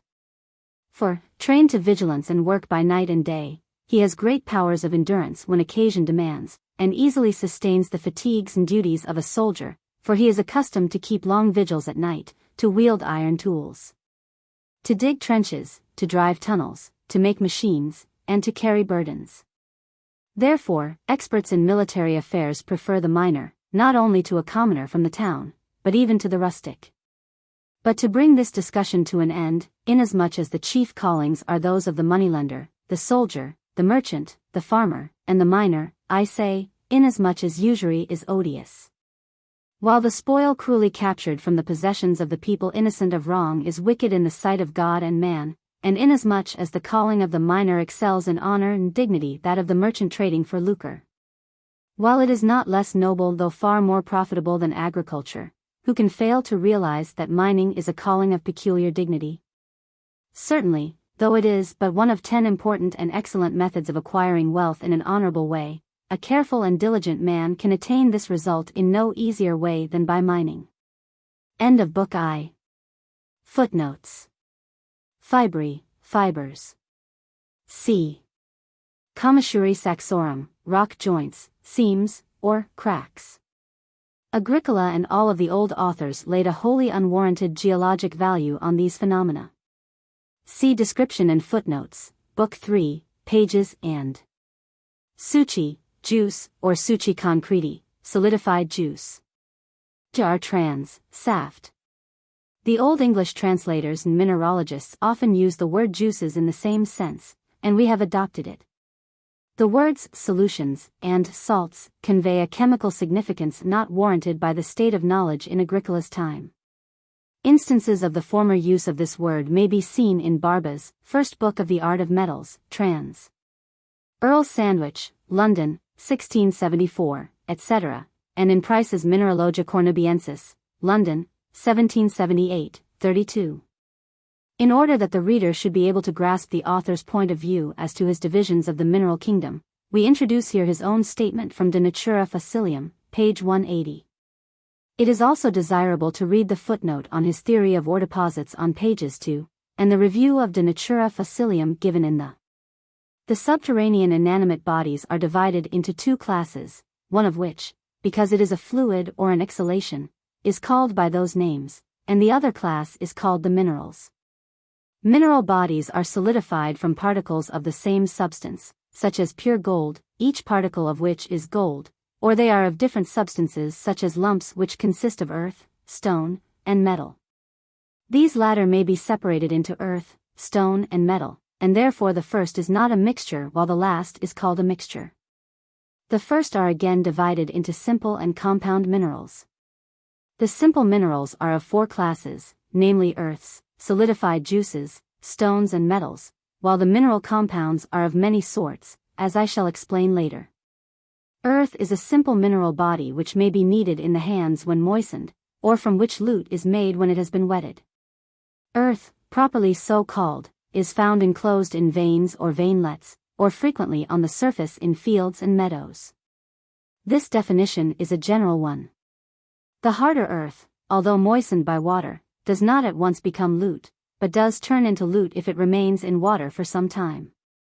There are many species of earths, some of which have names but others are unnamed. Solidified juices are dry and somewhat hard, subdurous, mineral bodies which when moistened with water do not soften but liquefy instead.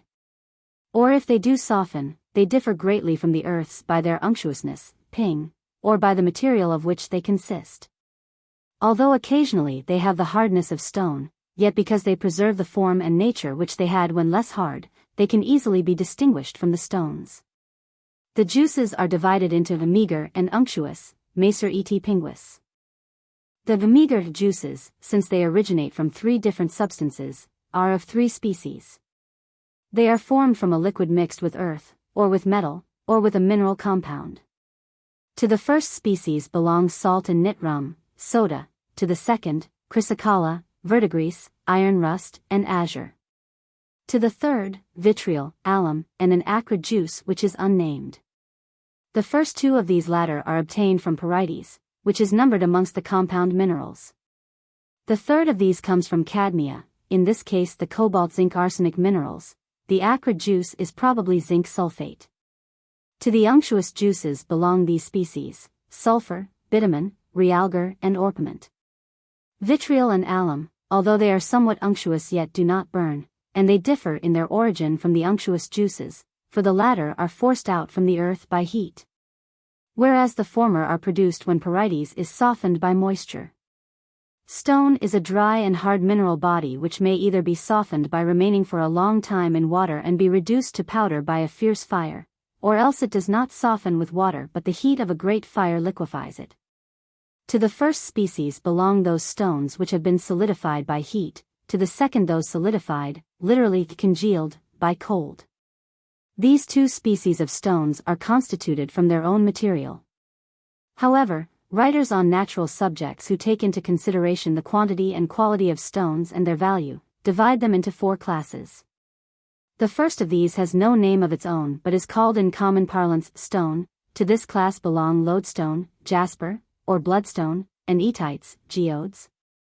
The second class comprises hard stones, either pellucid or ornamental, with very beautiful and varied colors which sparkle marvelously. They are called gems. The third comprises stones which are only brilliant after they have been polished, and are usually called marble. The fourth are called rocks.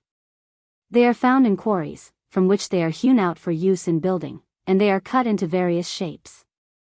None of the rocks show color or take a polish. Few of the stones sparkle, fewer still are transparent. Marble is sometimes only distinguishable from opaque gems by its volume. Rock is always distinguishable from stones properly so-called by its volume.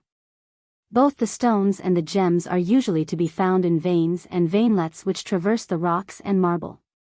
These 4 classes, as I have already stated, are divided into many species, which I will explain in their proper place. Metal is a mineral body, by nature either liquid or somewhat hard. The latter may be melted by the heat of the fire, but when it has cooled down again and lost all heat, it becomes hard again and resumes its proper form. In this respect it differs from the stone which melts in the fire, for although the latter regain its hardness, yet it loses its pristine form and properties. Traditionally there are 6 different kinds of metals, namely gold, silver, copper, iron, tin and lead. There are really others, for quicksilver is a metal, although the alchemists disagree with us on this subject, and bismuth is also. The ancient Greek writers seem to have been ignorant of bismuth, wherefore Ammonius rightly states that there are many species of metals, animals, and plants which are unknown to us. Stibium when smelted in the crucible and refined has as much right to be regarded as a proper metal as is accorded to lead by writers.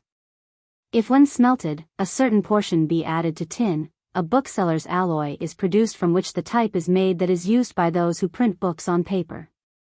Each metal has its own form which it preserves when separated from those metals which were mixed with it. Therefore neither electrum nor stannum is of itself a real metal, but rather an alloy of 2 metals. Electrum is an alloy of gold and silver, stannum of lead and silver, C. And yet if silver be parted from the electrum, then gold remains and not electrum. If silver be taken away from stannum, then lead remains and not stannum.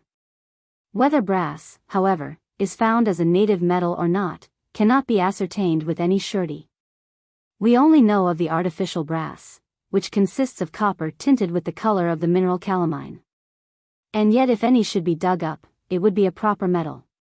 Black and white copper seem to be different from the red kind. Metal, therefore, is by nature either solid, as I have stated, or fluid, as in the unique case of quicksilver.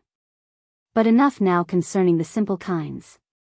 I will now speak of the compounds which are composed of the simple minerals cemented together by nature, and under the word compound, I now discuss those mineral bodies which consist of 2 or 3 simple minerals. They are likewise mineral substances, but so thoroughly mixed and alloyed that even in the smallest part there is not wanting any substance that is contained in the whole. Only by the force of the fire is it possible to separate one of the simple mineral substances from another, either the third from the other 2, or 2 from the third, if there were 3 in the same compound.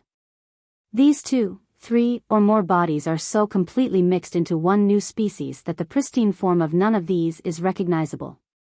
The mixed minerals, which are composed of those same simple minerals, differ from the compounds, in that the simple minerals each preserves its own form so that they can be separated one from the other not only by fire but sometimes by water and sometimes by hand.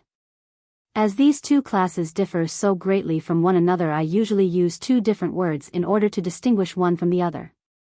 I am well aware that Galen calls the metallic earth a compound which is really a mixture, but he who wishes to instruct others should bestow upon each separate thing a definite name. For convenience of reference we may reduce the above to a diagram as follows. 1. Fluids and gases. 2. Mineral bodies. A. Homogeneous bodies. A. Simple minerals. Earths. Solidified juices. Stones. Metals. B. Compound minerals being heterogeneous mixtures of A. B. Mixtures being homogeneous mixtures of A. Experiendi, a trial. That actual assaying in its technical sense is meant, is sufficiently evident from plumbum, candidum ac cinerarium vel nigrum. Lead, white, or ash-colored, or black. Agricola himself coined the term plumbum cinerarium for bismuth, no doubt following the Roman term for tin, plumbum candidum. The following passage from Bermanus, p. 439, is of interest, for it appears to be the first description of bismuth, although mention of it occurs in the Nützliche Bergbüchlein, c. Bermanus. I will show you another kind of mineral which is numbered amongst metals, but appears to me to have been unknown to the ancients. We call it bisamutum. Naevius. Then in your opinion there are more kinds of metals than the 7 commonly believed? Bermanus. More, I consider. For this which just now I said we called bisamutum, cannot correctly be called plumbum candidum, tin, nor nigrum, lead, but is different from both and is a third one. Plumbum candidum is whiter and plumbum nigrum is darker, as you see. Naevius. We see that this is of the color of galena. Ancon. How then can bisamutum, as you call it, be distinguished from galena? Bermanus. Easily. When you take it in your hands it stains them with black, unless it is quite hard.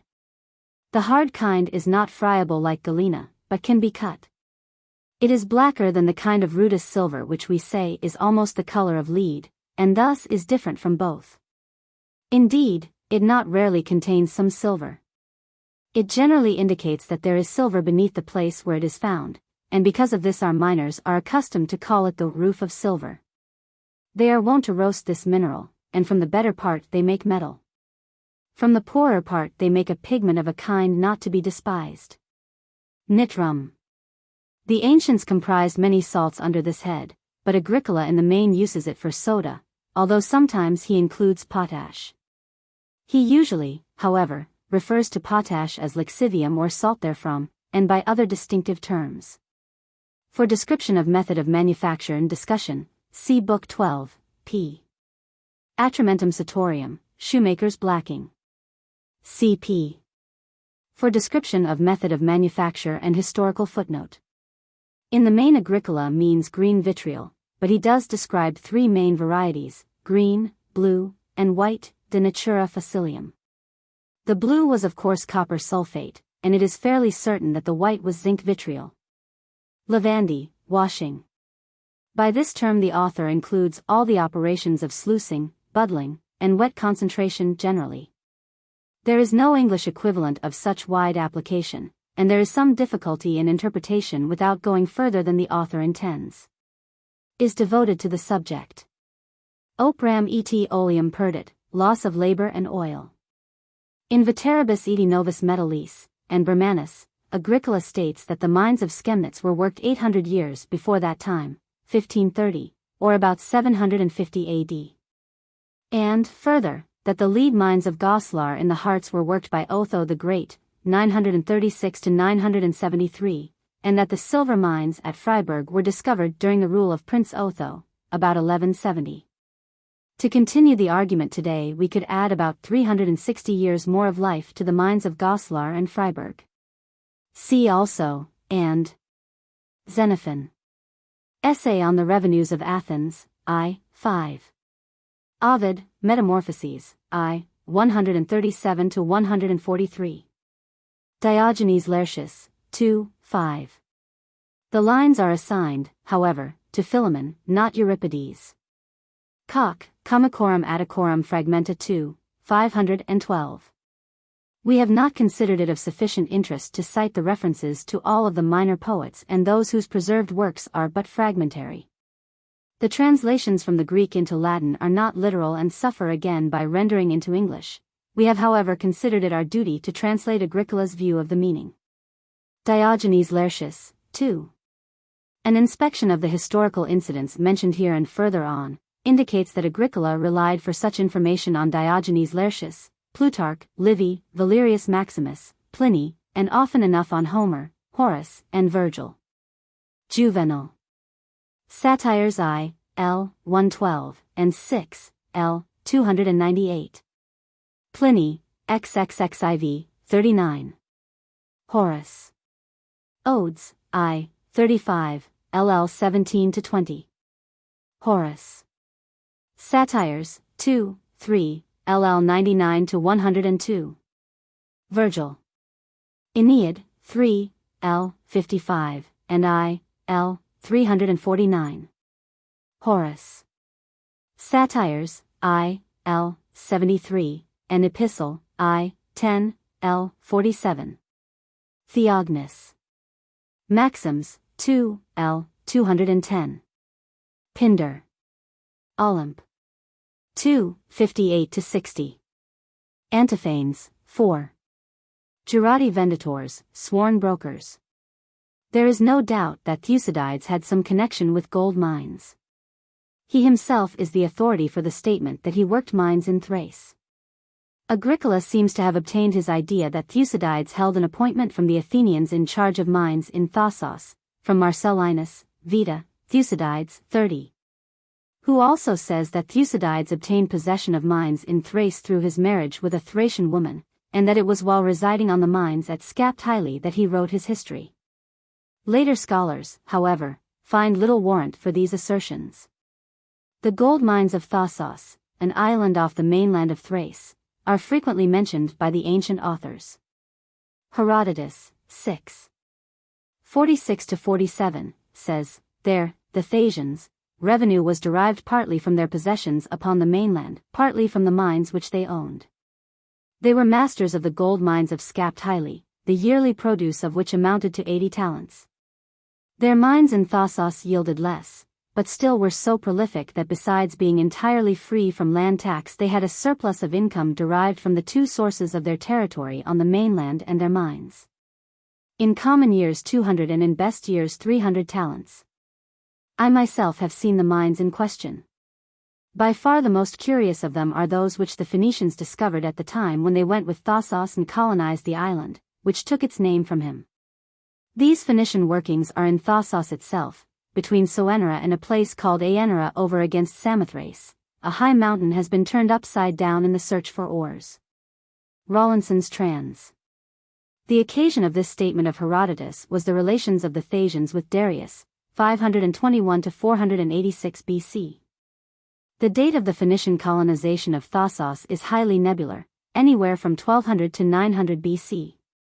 Agricola, De Veteribus Edi Novus Metallis, Book I, says, Conrad, whose nickname in former years was Pauper, suddenly became rich from the silver mines of Mount Jura, known as the Fürstum.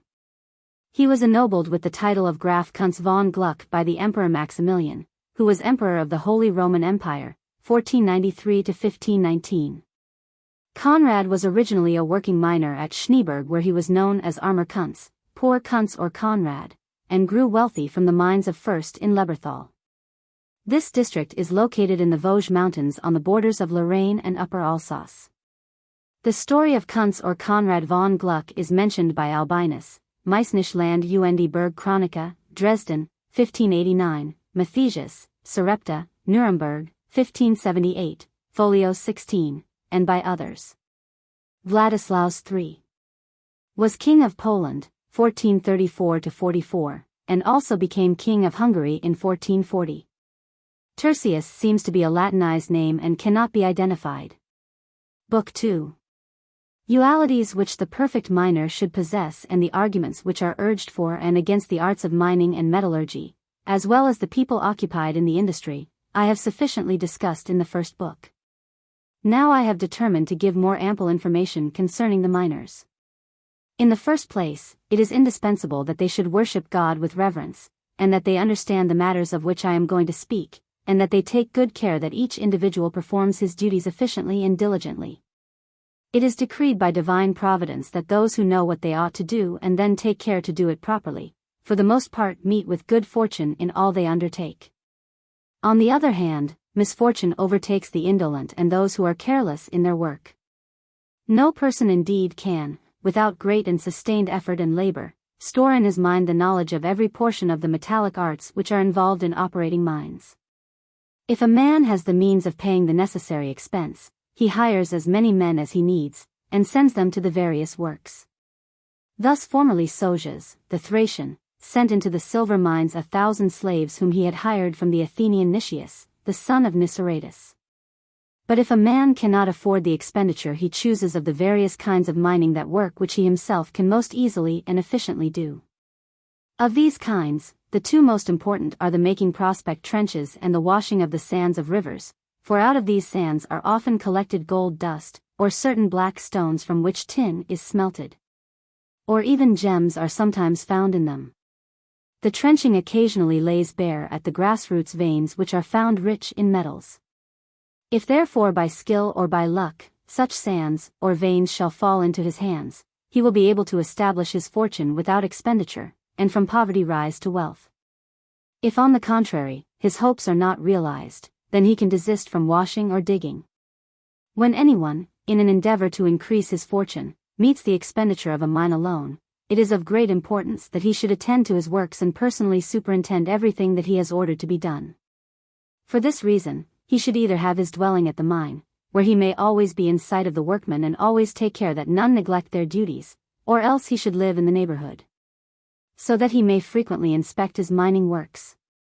Then he may send word by a messenger to the workman that he is coming more frequently than he really intends to come, and so either by his arrival or by the intimation of it, he so frightens the workmen that none of them perform their duties otherwise than diligently. When he inspects the mines he should praise the diligent workmen and occasionally give them rewards, that they and the others may become more zealous in their duties. On the other hand, he should rebuke the idle and discharge some of them from the mines and substitute industrious men in their places. Indeed, the owner should frequently remain for days and nights in the mine, which, in truth, is no habitation for the idle and luxurious. It is important that the owner who is diligent in increasing his wealth, should frequently himself descend into the mine, and devote some time to the study of the nature of the veins and stringers, and should observe and consider all the methods of working, both inside and outside the mine. Nor is this all he ought to do, for sometimes he should undertake actual labor, not thereby demeaning himself, but in order to encourage his workmen by his own diligence, and to teach them their art. For that mine is well conducted in which not only the foreman, but also the owner himself, gives instruction as to what ought to be done.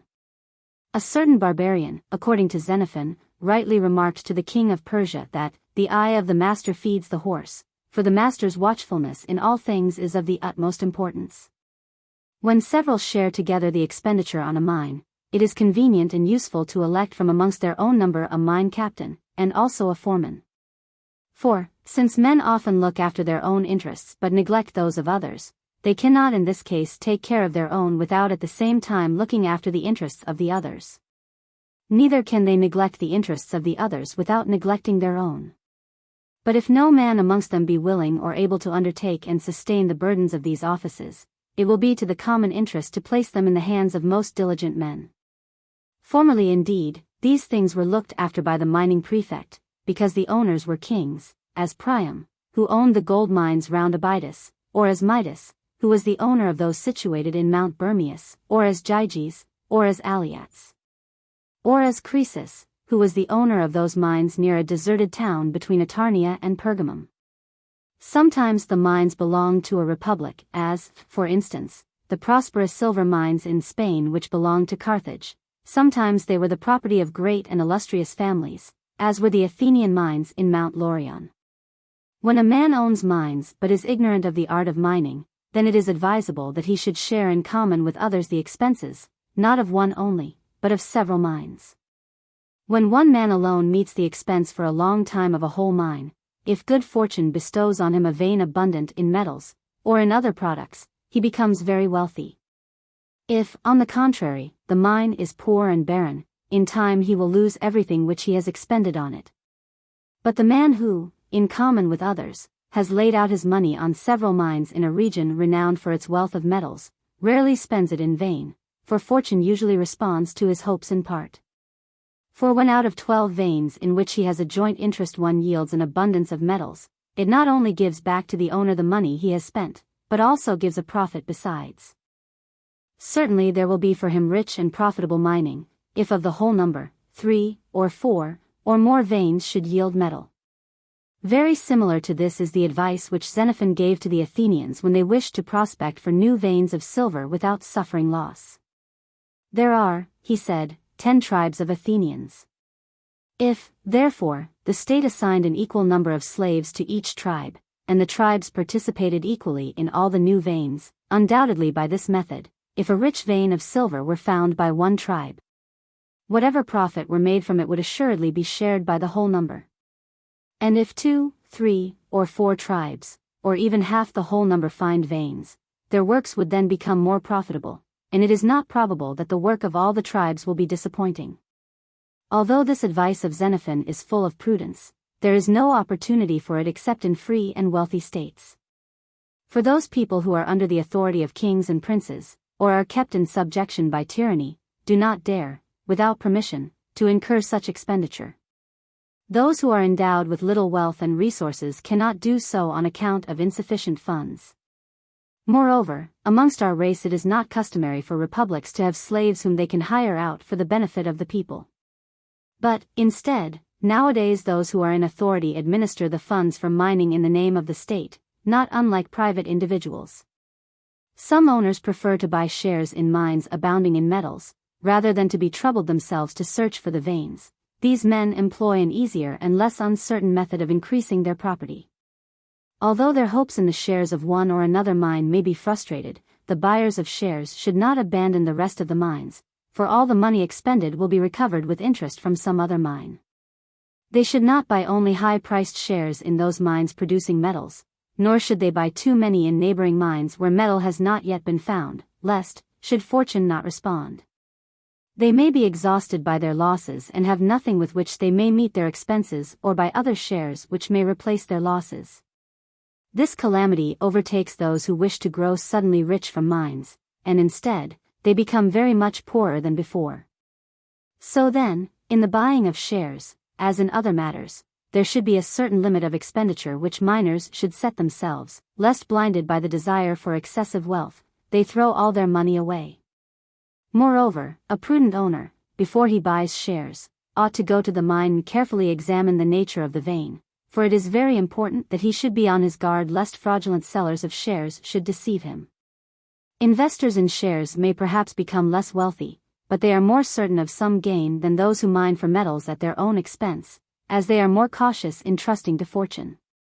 Neither ought miners to be altogether distrustful of fortune, as we see some are, who as soon as the shares of any mine begin to go up in value, sell them, on which account they seldom obtain even moderate wealth.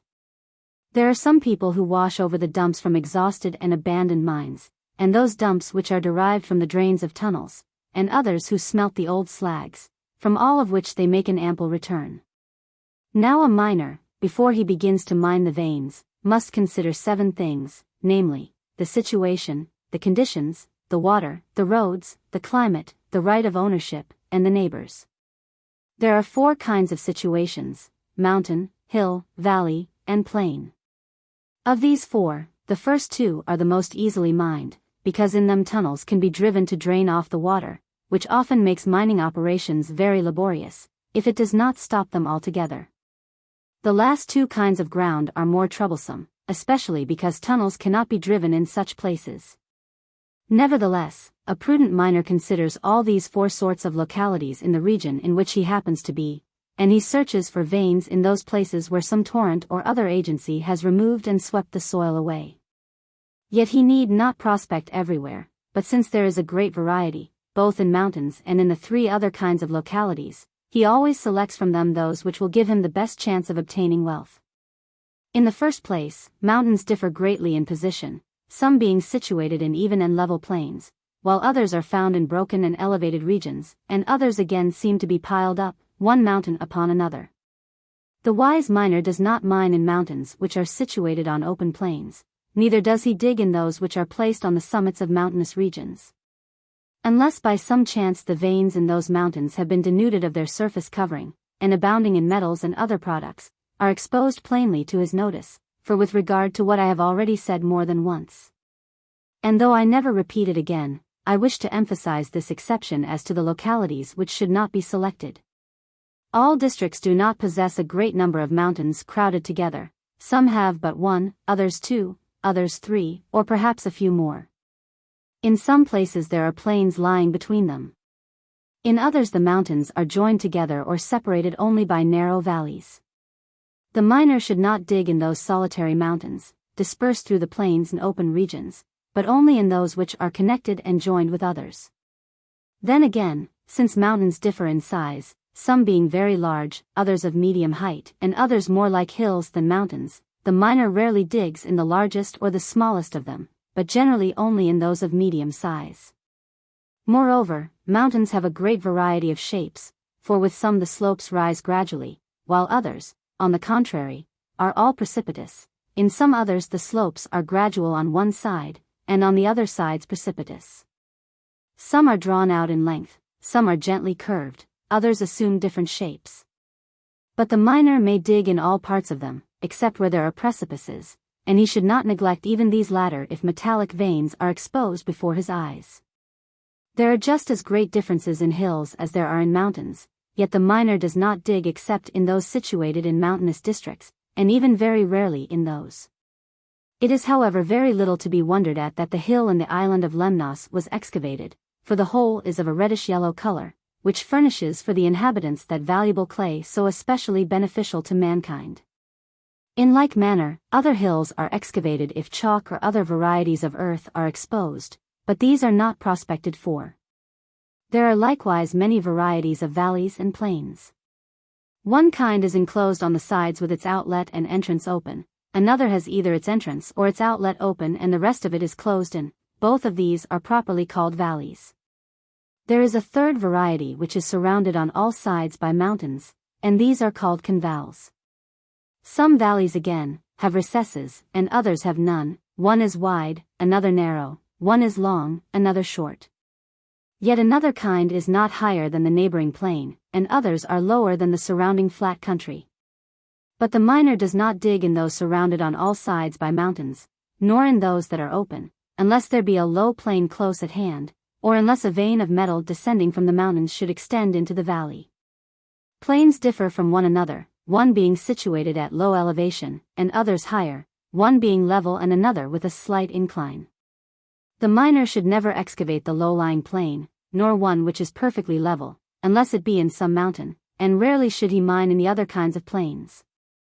With regard to the conditions of the locality, the miner should not contemplate mining without considering whether the place be covered with trees or is bare. If it be a wooded place, he who digs there has this advantage, besides others, that there will be an abundant supply of wood for his underground timbering, his machinery, buildings, smelting, and other necessities. If there is no forest, he should not mine there unless there is a river near, by which he can carry down the timber. Yet wherever there is a hope that pure gold or gems may be found, the ground can be turned up, even though there is no forest, because the gems need only to be polished and the gold to be purified. Therefore the inhabitants of hot regions obtain these substances from rough and sandy places, where sometimes there are not even shrubs, much less woods.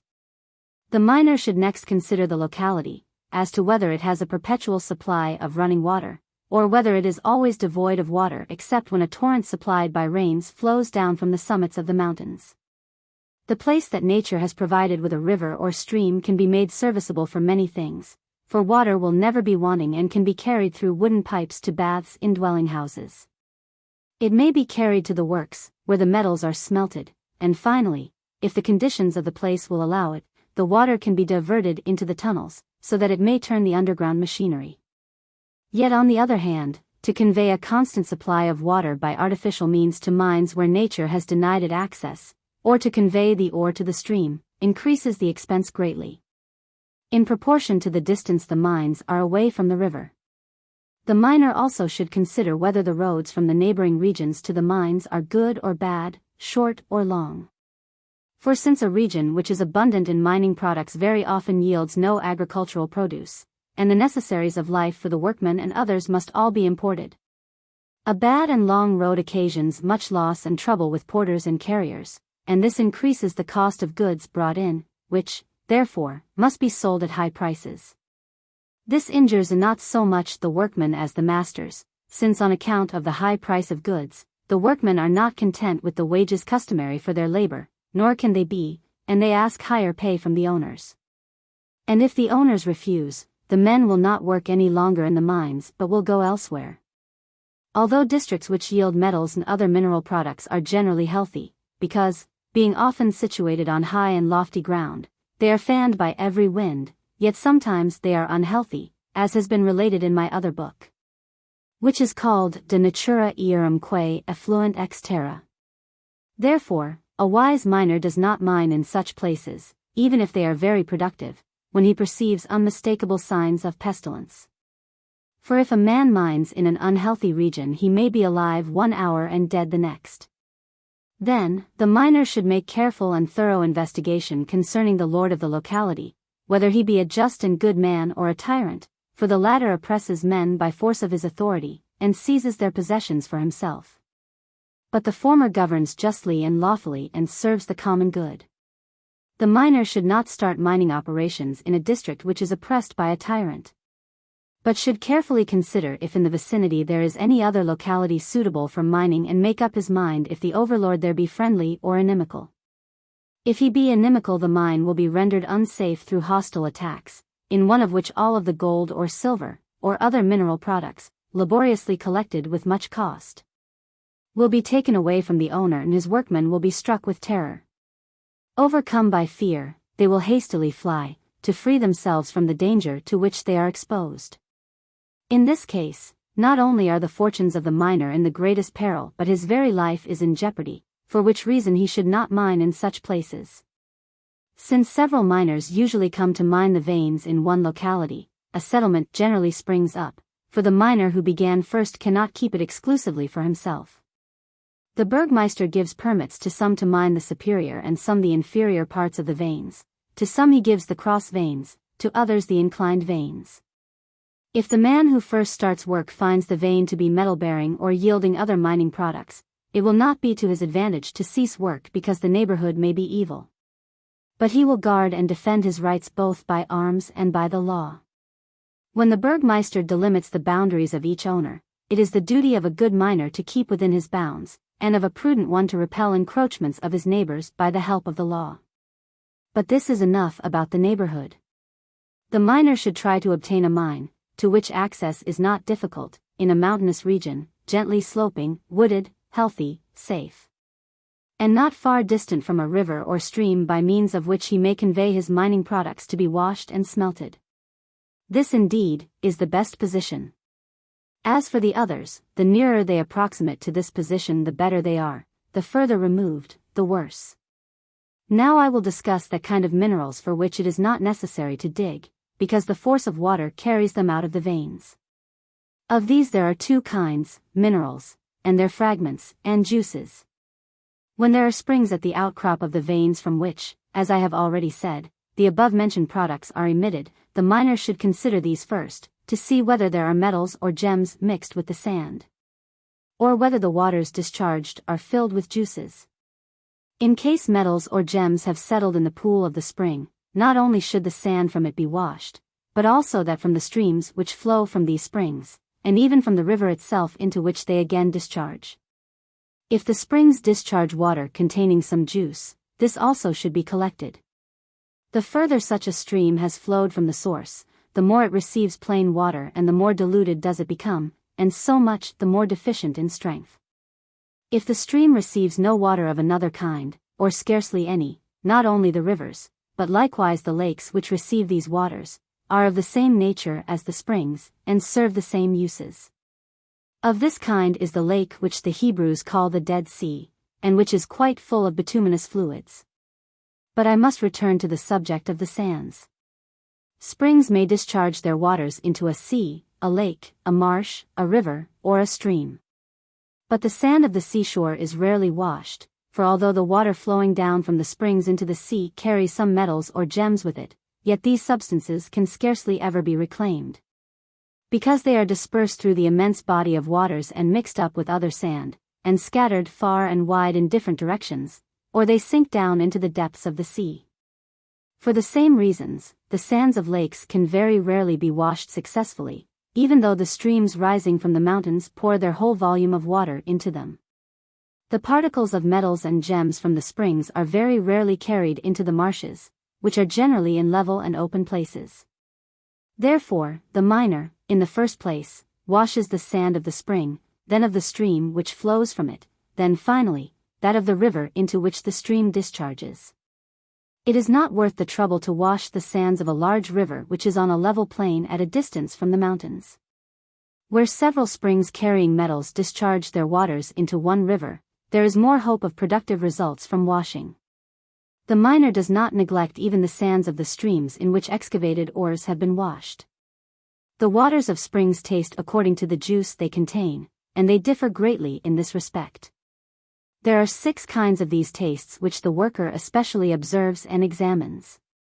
There is the salty kind, which shows that salt may be obtained by evaporation, the nitrous, which indicates soda, the aluminous kind, which indicates alum, the vitrioline, which indicates vitriol, the sulfurous kind, which indicates sulfur. And as for the bituminous juice, out of which bitumen is melted down, the color itself proclaims it to the worker who is evaporating it. The sea water, however, is similar to that of salt springs, and may be drawn into low-lying pits, and, evaporated by the heat of the sun, changes of itself into salt. Similarly, the water of some salt lakes turns to salt when dried by the heat of summer. Therefore an industrious and diligent man observes and makes use of these things and thus contributes something to the common welfare. The strength of the sea condenses the liquid bitumen which flows into it from hidden springs, into amber and jet, as I have described already in my books, De Subterraneorum Ortaeti Causis. The sea, with certain directions of the wind, throws both these substances on shore, and for this reason the search for amber demands as much care as does that for coral. Moreover, it is necessary that those who wash the sand or evaporate the water from the springs, should be careful to learn the nature of the locality, its roads, its salubrity, its overlord, and the neighbors, lest on account of difficulties in the conduct of their business they become either impoverished by exhaustive expenditure, or their goods and lives are imperiled. But enough about this. The miner, after he has selected out of many places one particular spot adapted by nature for mining, bestows much labor and attention on the veins. These have either been stripped bare of their covering by chance and thus lie exposed to our view, or lying deeply hidden and concealed they are found after close search. The latter is more usual, the former more rarely happens, and both of these occurrences must be explained. There is more than one force which can lay bare the veins unaided by the industry or toil of man. Since either a torrent might strip off the surface, which happened in the case of the silver mines of Freiburg, concerning which I have written in Book I of my work De Veteribus et Novus Metallis.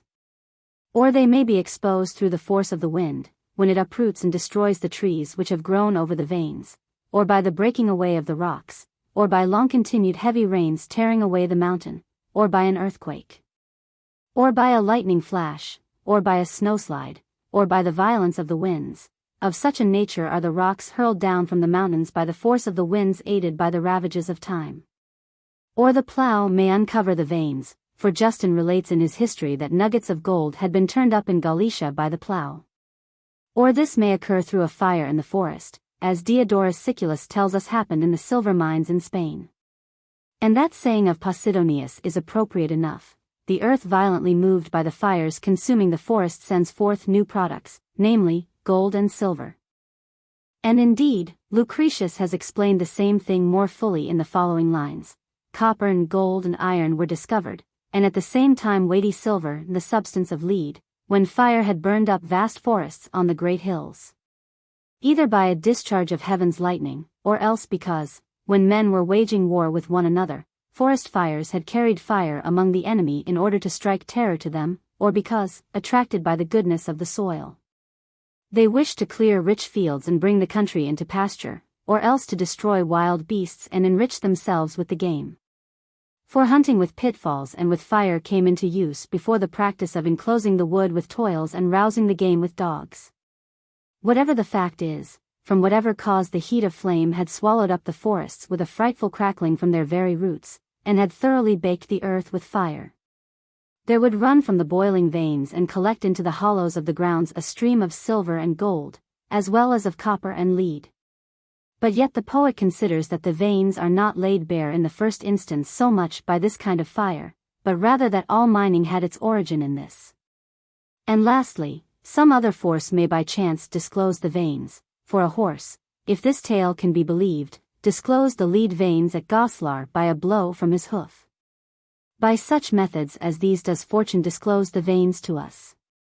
But by skill we can also investigate hidden and concealed veins, by observing in the first place the bubbling waters of springs, which cannot be very far distant from the veins because the source of the water is from them. Secondly, by examining the fragments of the veins which the torrents break off from the earth, for after a long time some of these fragments are again buried in the ground. Fragments of this kind lying about on the ground, if they are rubbed smooth, are a long distance from the veins, because the torrent, which broke them from the vein, polished them while it rolled them a long distance. But if they are fixed in the ground, or if they are rough, they are nearer to the veins. The soil also should be considered, for this is often the cause of veins being buried more or less deeply under the earth. In this case the fragments protrude more or less widely apart, and miners are wont to call the veins discovered in this manner fragmenta. Further, we search for the veins by observing the hoarfrosts, which whiten all herbage except that growing over the veins, because the veins emit a warm and dry exhalation which hinders the freezing of the moisture. For which reason such plants appear rather wet than whitened by the frost. This may be observed in all cold places before the grass has grown to its full size, as in the months of April and May, or when the late crop of hay, which is called the cordum, is cut with scythes in the month of September. Therefore in places where the grass has a dampness that is not congealed into frost, there is a vein beneath. Also if the exhalation be excessively hot, the soil will produce only small and pale-colored plants. Lastly, there are trees whose foliage in springtime has a bluish or leaden tint, the upper branches more especially being tinged with black or with any other unnatural color, the trunks cleft in two, and the branches black or discolored. These phenomena are caused by the intensely hot and dry exhalations which do not spare even the roots, but scorching them, render the trees sickly, wherefore the wind will more frequently uproot trees of this kind than any others. Verily the veins do emit this exhalation. Therefore, in a place where there is a multitude of trees, if a long row of them at an unusual time lose their verdure and become black or discolored, and frequently fall by the violence of the wind, beneath this spot there is a vein.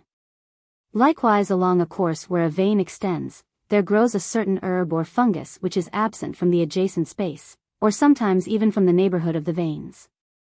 By these signs of nature a vein can be discovered. There are many great contentions between miners concerning the forked twig, for some say that it is of the greatest use in discovering veins, and others deny it.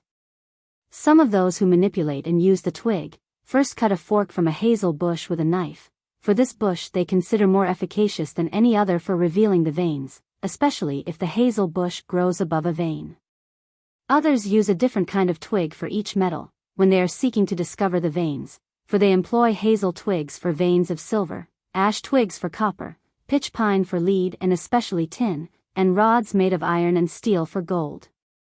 All alike grasp the forks of the twig with their hands, clenching their fists, it being necessary that the clenched fingers should be held toward the sky in order that the twig should be raised at that end where the two branches meet. Then they wander hither and thither at random through mountainous regions. It is said that the moment they place their feet on a vein the twig immediately turns and twists, and so by its action discloses the vein. When they move their feet again and go away from that spot the twig becomes once more immobile.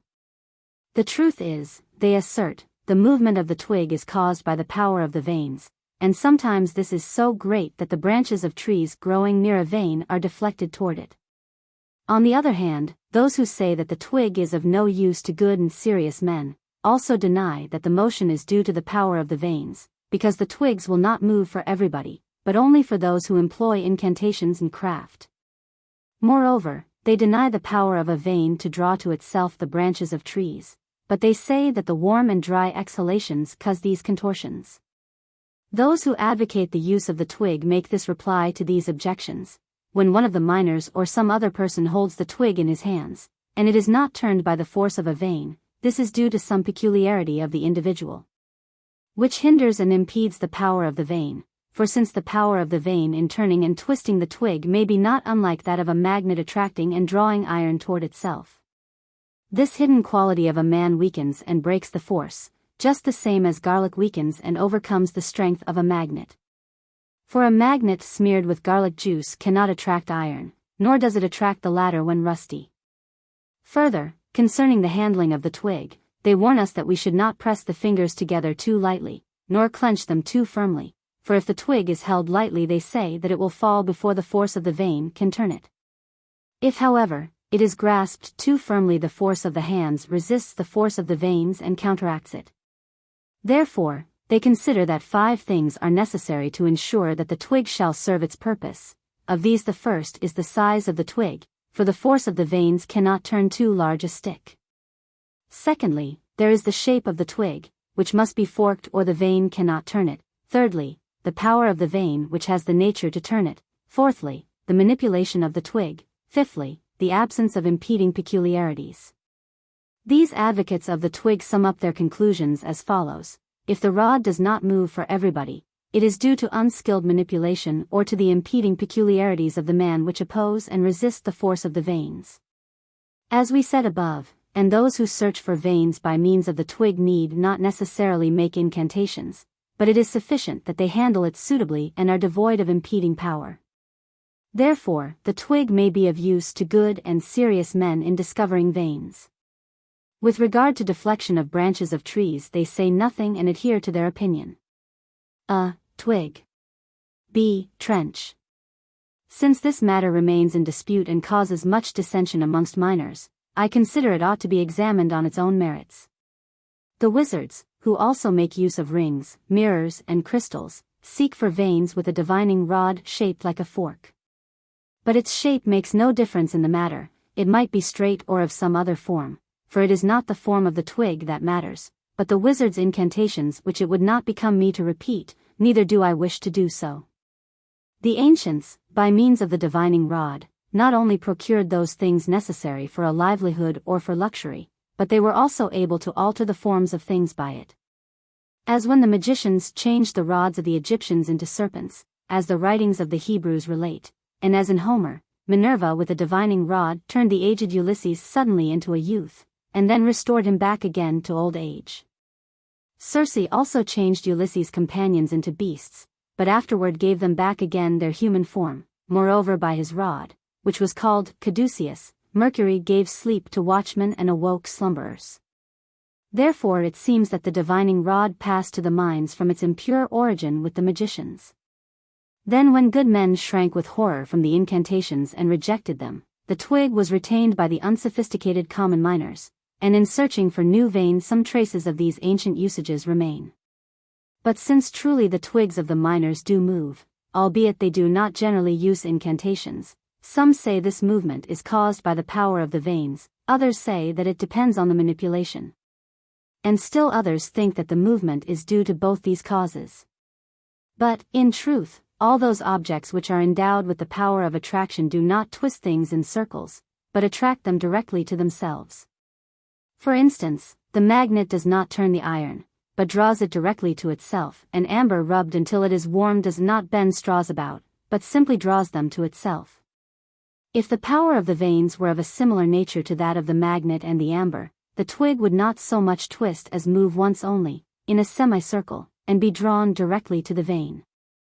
And unless the strength of the man who holds the twig were to resist and oppose the force of the vein, the twig would be brought to the ground.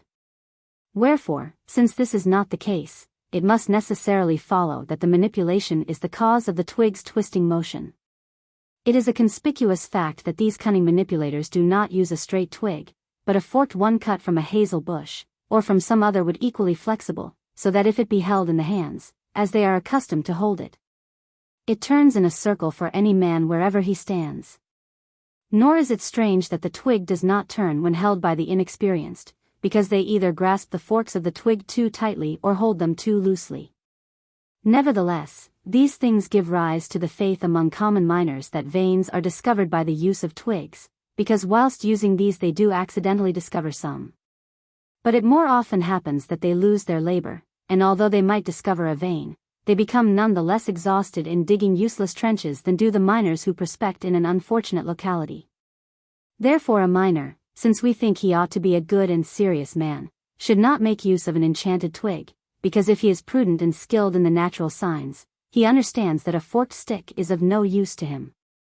For as I have said before, there are the natural indications of the veins which he can see for himself without the help of twigs. So if nature or chance should indicate a locality suitable for mining, the miner should dig his trenches there. If no vein appears he must dig numerous trenches until he discovers an outcrop of a vein. A vena dilatata is rarely discovered by men's labor, but usually some force or other reveals it, or sometimes it is discovered by a shaft or a tunnel on a vena profunda. The veins after they have been discovered, and likewise the shafts and tunnels, have names given them either from their discoverers, as in the case at Annaberg of the vein called Kohlergang, because a charcoal burner discovered it, or from their owners, as the Geyer, in Joachimsthal, because part of the same belonged to Geyer, or from their products, as the Vaplegang from Lead, or the Bismuitisch at Schneeberg from bismuth, or from some other circumstances, such as the rich alluvials from the torrent by which they were laid bare in the valley of Joachim. More often the first discoverers give the names either of persons, as those of German Kaiser, Apollo, Janus, or the name of an animal, as that of lion, bear, ram, or cow, or of things inanimate, as silver chest, or ox stalls, or of something ridiculous, as glutton's nightshade, or finally, for the sake of a good omen, they call it after the deity. In ancient times they followed the same custom and gave names to the veins, shafts and tunnels, as we read in Pliny. It is wonderful that the shafts begun by Hannibal in Spain are still worked, their names being derived from their discoverers. One of these at the present day, called Baybello, furnished Hannibal with 300 pounds weight of silver per day. End of Book 2. Footnotes. Xenophon. Essay on the Revenues of Athens, 4:14. But we cannot but feel surprised that the state, when it sees many private individuals enriching themselves from its resources, does not imitate their proceedings. For we heard long ago, indeed, at least such of us as attended to these matters, that Nicias the son of Niceratus kept 1,000 men employed in the silver mines, whom he let on hire to Sosias of Thrace on condition that he should give him for each an obolus a day, free of all charges. And this number he always supplied undiminished. See also.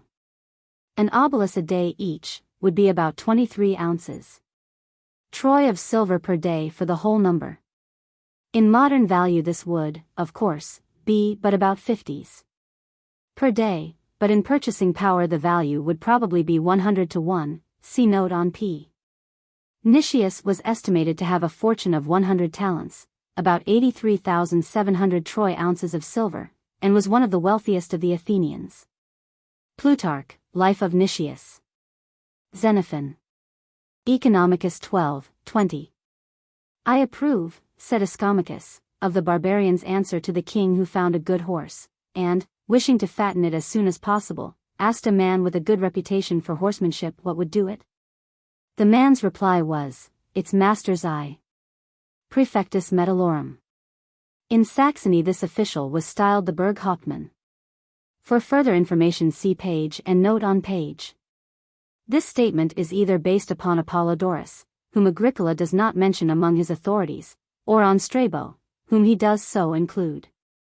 The former in his work on mythology makes such a statement, for which Strabo, 14.5.28, takes him to task as follows. With this vain intention they collected the stories related by the Septian, Demetrius, and taken from Callisthenes and other writers, who did not clear them from false notions respecting the halizones. For example, that the wealth of Tantalus and of the Pelopidi was derived, it is said, from the mines about Phrygia and Sipylus, that of Cadmus from the mines of Thrace and Mount Pangaeum. That of Priam from the gold mines of Astyra, near Abydos, of which at present there are small remains, yet there is a large quantity of matter ejected, and the excavations are proofs of former workings. That of Midas from the mines about Mount Bermium, that of Gyges, Aliats, and Croesus, from the mines in Lydia and the small deserted city between Atarneus and Pergamum, where are the sites of exhausted mines. Hamilton's Trans, Volume 3, In adopting this view, Agricola apparently applied a wonderful realism to some Greek mythology, for instance, in the legend of Midas, which tells of that king being rewarded by the god Dionysus, who granted his request that all he touched might turn to gold. But the inconvenience of the gift drove him to pray for relief, which he obtained by bathing in the Pactolus, the sands of which thereupon became highly auriferous. Priam was, of course, king of Troy, but Homer does not exhibit him as a mine owner.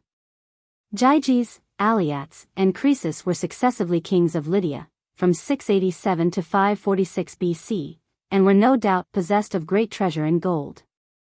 Some few years ago we had occasion to inquire into extensive old workings locally reputed to be Croesus mines, at a place some distance north of Smyrna, which would correspond very closely to the locality here mentioned.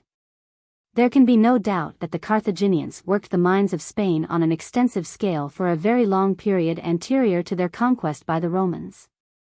But whether the mines were worked by the government or not we are unable to find any evidence. The silver mines of Laurion formed the economic mainstay of Athens for the 3 centuries during which the state had the ascendancy in Greece. And there can be no doubt that the dominance of Athens and its position as a sea power were directly due to the revenues from the mines. The first working of the mines is shrouded in mystery. The scarcity of silver in the time of Solon, 638 to 598 BC, would not indicate any very considerable output at that time. According to Xenophon, Essay on Revenue of Athens, 4.2, written about 355 BC, they were wrought in very ancient times. The first definite discussion of the mines in Greek record begins about 500 BC. For about that time the royalties began to figure in the Athenian budget, Aristotle, Constitution of Athens, 47. There can be no doubt that the mines reached great prosperity prior to the Persian invasion. In the year 484 BC, the mines returned 100 talents, about 83,700 ounces. Troy, to the treasury, and this, on the advice of Themistocles, was devoted to the construction of the fleet which conquered the Persians at Salamis, 480 BC. The mines were much interfered with by the Spartan invasions from 431 to 425 BC, and again by their occupation in 413 BC, and by 355 BC. When Xenophon wrote the Revenues, exploitation had fallen to a low ebb, for which he proposes the remedies noted by Agricola on p. By the end of the 4th century, BC, the mines had again reached considerable prosperity, as is evidenced by Demosthenes' orations against Pantanitis and against Phenippus, and by Lycurgus' prosecution of Diphilos for robbing the supporting pillars. The domination of the Macedonians under Philip and Alexander at the end of the 4th and beginning of the 3rd centuries BC. However, so flooded Greece with money from the mines of Thrace, that this probably interfered with Laurion. At this time, in any event, began the decadence of these mines. Synchronous also was the decadence of Athens, and, but for fitful displays, the state was not able to maintain even its own independence, not to mention its position as a dominant state. Finally, Strabo, writing about 30 BC, gives the epitaph of every mining district, reworking the dumps. He says, 9:1-23, the silver mines in Attica were at first of importance, but are now exhausted. The workmen, when the mines yielded a bad return to their labor, committed to the furnace the old refuse and scoria, and hence obtained very pure silver, for the former workmen had carried on the process in the furnace unskillfully. Since 1860, the mines have been worked with some success by a French company, thus carrying the mining history of this district over a period of 27 centuries. The most excellent of many memoirs upon the mines at Laurion, not only for its critical, historical, and archaeological value, but also because of its author's great insight into mining and metallurgy, is that of Edouard Ardelin, Les Mines du Laurion dans l'Antiquité, Paris, 1897. We have relied considerably upon this careful study for the following notes, and would refer others to it for a short bibliography on the subject. We would mention in passing that Augustus Becca's Silver Mines of Laurion, which is incorporated with his Public Economy of Athens, English translation by Lewis, London, 1842, has been too much relied upon by English students. It is no doubt the product of one acquainted with written history, but without any special knowledge of the industry, and it is based on no antiquarian research. The M. de Laurion mining district is located near the southern end of the Attic Peninsula. The deposits are silver lead, and they occur along the contact between approximately horizontal limestones and slates. There are 2 principal beds of each, thus forming 3 principal contacts. The most metalliferous of these contacts are those at the base of the slates, the lowest contact of the series being the richest. The ore bodies were most irregular, varying greatly in size, from a thin seam between schist planes, to very large bodies containing as much as 200,000 cubic meters. The ores are argentiferous galena, accompanied by considerable amounts of blende and pyrites, all oxidized near the surface. The ores worked by the ancients appear to have been fairly rich in lead, for the discards worked in recent years by the French company, and the pillars left behind, ran 8% to 10% lead. The ratio of silver was from 40 to 90 ounces per ton of lead. The upper contacts were exposed by erosion and could be entered by tunnels, but the lowest and most prolific contact line was only to be reached by shafts. The shafts were ordinarily from 4 to 6 feet square, and were undoubtedly cut by hammer and chisel. They were as much as 380 feet deep. In some cases long inclines for traveling roads join the vertical shafts in depth. The drives, whether tunnels or from shafts, were not level, but followed every caprice of the sinuous contact.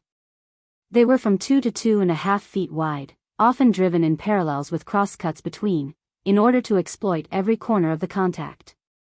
The stoping of ore bodies discovered was undertaken quite systematically, the methods depending in the main on the shape of the ore body.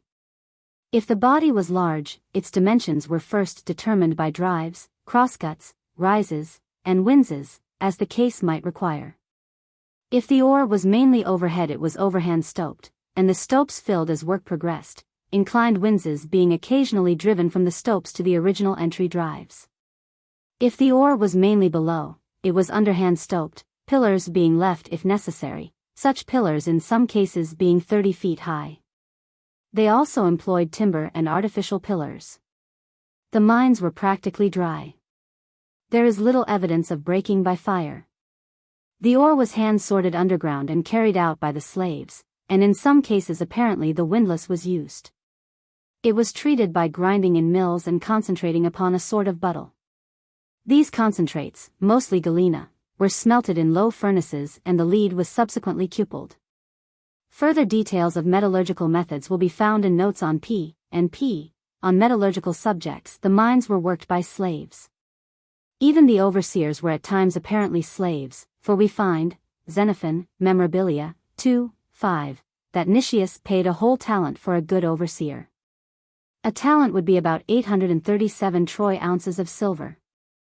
As wages of skilled labor were about 2½ pennyweights of silver per diem, and a family income of 100 ounces of silver per annum was affluence, the ratio of purchasing power of Attic coinage to modern would be about 100 to 1.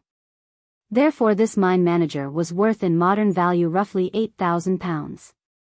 The mines were the property of the state. The areas were defined by vertical boundaries, and were let on lease for definite periods for a fixed annual rent. More ample discussion of the law will be found on p. Xenophon. Essay on the Revenues, 4:30. I think, however, that I am able to give some advice with regard to this difficulty also, the risk of opening new mines, and to show how new operations may be conducted with the greatest safety. There are 10 tribes at Athens, and if to each of these the state should assign an equal number of slaves, and the tribes should all make new cuttings, sharing their fortunes in common. Then if but one tribe should make any useful discovery it would point out something profitable to the whole. But if 2, 3, or 4, or half the number should make some discovery, it is plain that the works would be more profitable in proportion, and that they should all fail is contrary to all experience in past times. Watson's Trans. Agricola here refers to the proposal of Xenophon for the state to collect slaves and hire them to work the mines of Laurion. There is no evidence that this recommendation was ever carried out. Parties. Agricola, p. Describes in detail the organization and management of these share companies. C. This island in the northern Aegean Sea has produced this earth from before Theophrastus' time, 372 to 287 BC, down to the present day. According to Dana, System of Mineralogy 689, it is similite, a hydrous silicate of aluminium. The ancients distinguished two kinds, one sort used as a pigment, and the other for medicinal purposes. This latter was dug with great ceremony at a certain time of the year, molded into cubes, and stamped with a goat, the symbol of Diana. It thus became known as terra sigillata, and was an article of apothecary commerce down to the last century.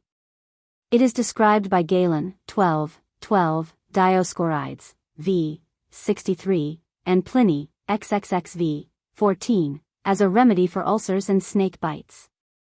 Magister Metallorum. C. For the reasons of the adoption of the term Burgmeister and page for details of his duties. Rementa. Particles. The author uses this term indifferently for fragments, particles of mineral, concentrates, gold dust, black tin, etc., in all cases the result of either natural or artificial concentration. As in technical English we have no general term for both natural and artificial concentrates, we have rendered it as the context seemed to demand. A certain amount of bitumen does float ashore in the Dead Sea. The origin of it is, however, uncertain. Strabo, 16, 42, Pliny, v. 15 and 16, and Josephus, 4:8, all mention this fact. The lake for this reason is often referred to by the ancient writers by the name asphaltites. Excoctor, literally, smelter or metallurgist. This reference should be to the De Natura Fossilium, page 230, although there is a short reference to the matter in De Ordo Edi Causis, page 59. Agricola maintained that not only were jet and amber varieties of bitumen, but also coal and camphor and obsidian. As jet, gagates, is but a compact variety of coal, the ancient knowledge of this substance has more interest than would otherwise attach to the gem, especially as some materials described in this connection were no doubt coal. The Greeks often refer to a series of substances which burned, contained earth, and which no doubt comprised coal. Such substances are mentioned by Aristotle, De Mirabilibus. 33, 41, 125, Nicander, Theriaca. 37, and others, previous to the 2nd century BC. But the most ample description is that of Theophrastus, 23 to 28, some of the more brittle stones there also are, which become as it were burning coals when put into a fire, and continue so a long time. Of this kind are those about Benna, found in mines and washed down by the torrents, for they will take fire on burning coals being thrown on them, and will continue burning as long as anyone blows them.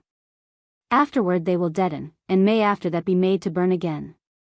They are therefore of long continuance, but their smell is troublesome and disagreeable. That also which is called the spinous, is found in mines. This stone, cut in pieces and thrown together in a heap, exposed to the sun, burns, and that the more, if it be moistened or sprinkled with water, a puriferous shale? But the lipara stone empties itself, as it were, in burning, and becomes like the pumice, changing at once both its color and density, for before burning it is black, smooth, and compact. This stone is found in the pumices, separately in different places, as it were, in cells, nowhere continuous to the matter of them. It is said that in Melos the pumice is produced in this manner in some other stone, as this is on the contrary in it. But the stone which the pumice is found in is not at all like the lipara stone which is found in it. Certain stones there are about Tetras, in Sicily, which is over against lipara, which empty themselves in the same manner in the fire. And in the promontory called Araneas, there is a great quantity of stone like that found about Benna, which, when burnt, emits a bituminous smell, and leaves a matter resembling calcined earth. Those fossil substances that are called coals, and are broken for use, are earthy. They kindle, however, and burn like wood coals. These are found in Liguria, where there also is amber, and in Elis, on the way to Olympia over the mountains. These are used by smiths. Based on Hill's trans. Dioscorides and Pliny add nothing of value to this description. Agricola, de Nat Foss, -230, not only gives various localities of jet, but also records its relation to coal. As to the latter, he describes several occurrences, and describes the deposits as vena dilatata. Coal had come into considerable use all over Europe, particularly in England, long before Agricola's time. The oft-mentioned charter to mine sea coal given to the monks of New Bottle Abbey, near Preston, was dated 1210. Amber was known to the Greeks by the name electrum, but whether the alloy of the same name took its name from the color of amber or vice versa is uncertain. The gum is supposed to be referred to by Homer, Od. 15. For 60, and Thales of Miletus, 640 to 546 BC, is supposed to have first described its power of attraction. It is mentioned by many other Greek authors, Aeschylus, Euripides, Aristotle, and others. The latter, De Mirabilibus, 81, records of the Amber Islands in the Adriatic, that the inhabitants tell the story that on these islands amber falls from poplar trees. This, they say, resembles gum and hardens like stone, the story of the poets being that after Phaeton was struck by lightning his sisters turned to poplar trees and shed tears of amber.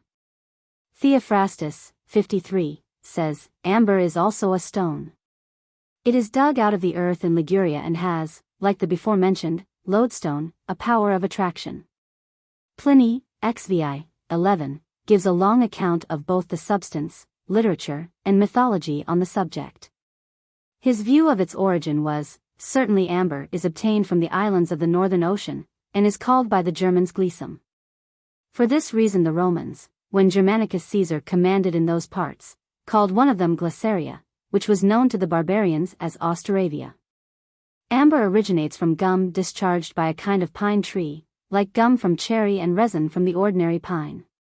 It is liquid at first, and issues abundantly and hardens in time by cold, or by the sea when the rising tides carry off the fragments from the shores of those islands. Certainly it is thrown on the coasts, and is so light that it appears to roll in the water. Our forefathers believed that it was the juice of a tree, for they called it succinum. And that it belongs to a kind of pine tree is proved by the odor of the pine tree which it gives when rubbed, and that it burns when ignited like a pitch pine torch. The term amber is of Arabic origin, from amber, and this term was adopted by the Greeks after the Christian era. Agricola uses the Latin term succinum and, de Nat Foss, -5, disputes the origin from tree gum, and contends for submarine bitumen springs. The statement in De Veteribus Edi Novus Metallis, page 394, is as follows: it came about by chance and accident that the silver mines were discovered at Freiburg in Meissen. By the river Sala, which is not unknown to Strabo, is Halle, which was once country, but is now a large town. The site, at any rate, even from Roman times was famous and renowned for its salt springs, for the possession of which the Hermunduri fought with the Chatti. When people carried the salt thence in wagons, as they now do straight through Meissen, Saxony, into Bohemia, which is lacking in that seasoning today no less than formerly, they saw galena in the wheel tracks, which had been uncovered by the torrents. This lead or, since it was similar to that of Goslar, they put into their carts and carried to Goslar, for the same carriers were accustomed to carry lead from that city. And since much more silver was smelted from this galena than from that of Goslar, certain miners betook themselves to that part of Meissen in which is now situated Freiburg, a great and wealthy town.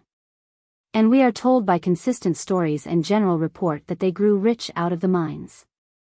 Agricola places the discovery of the mines at Freiburg at about 1170. C. Diodorus Siculus, v. 35.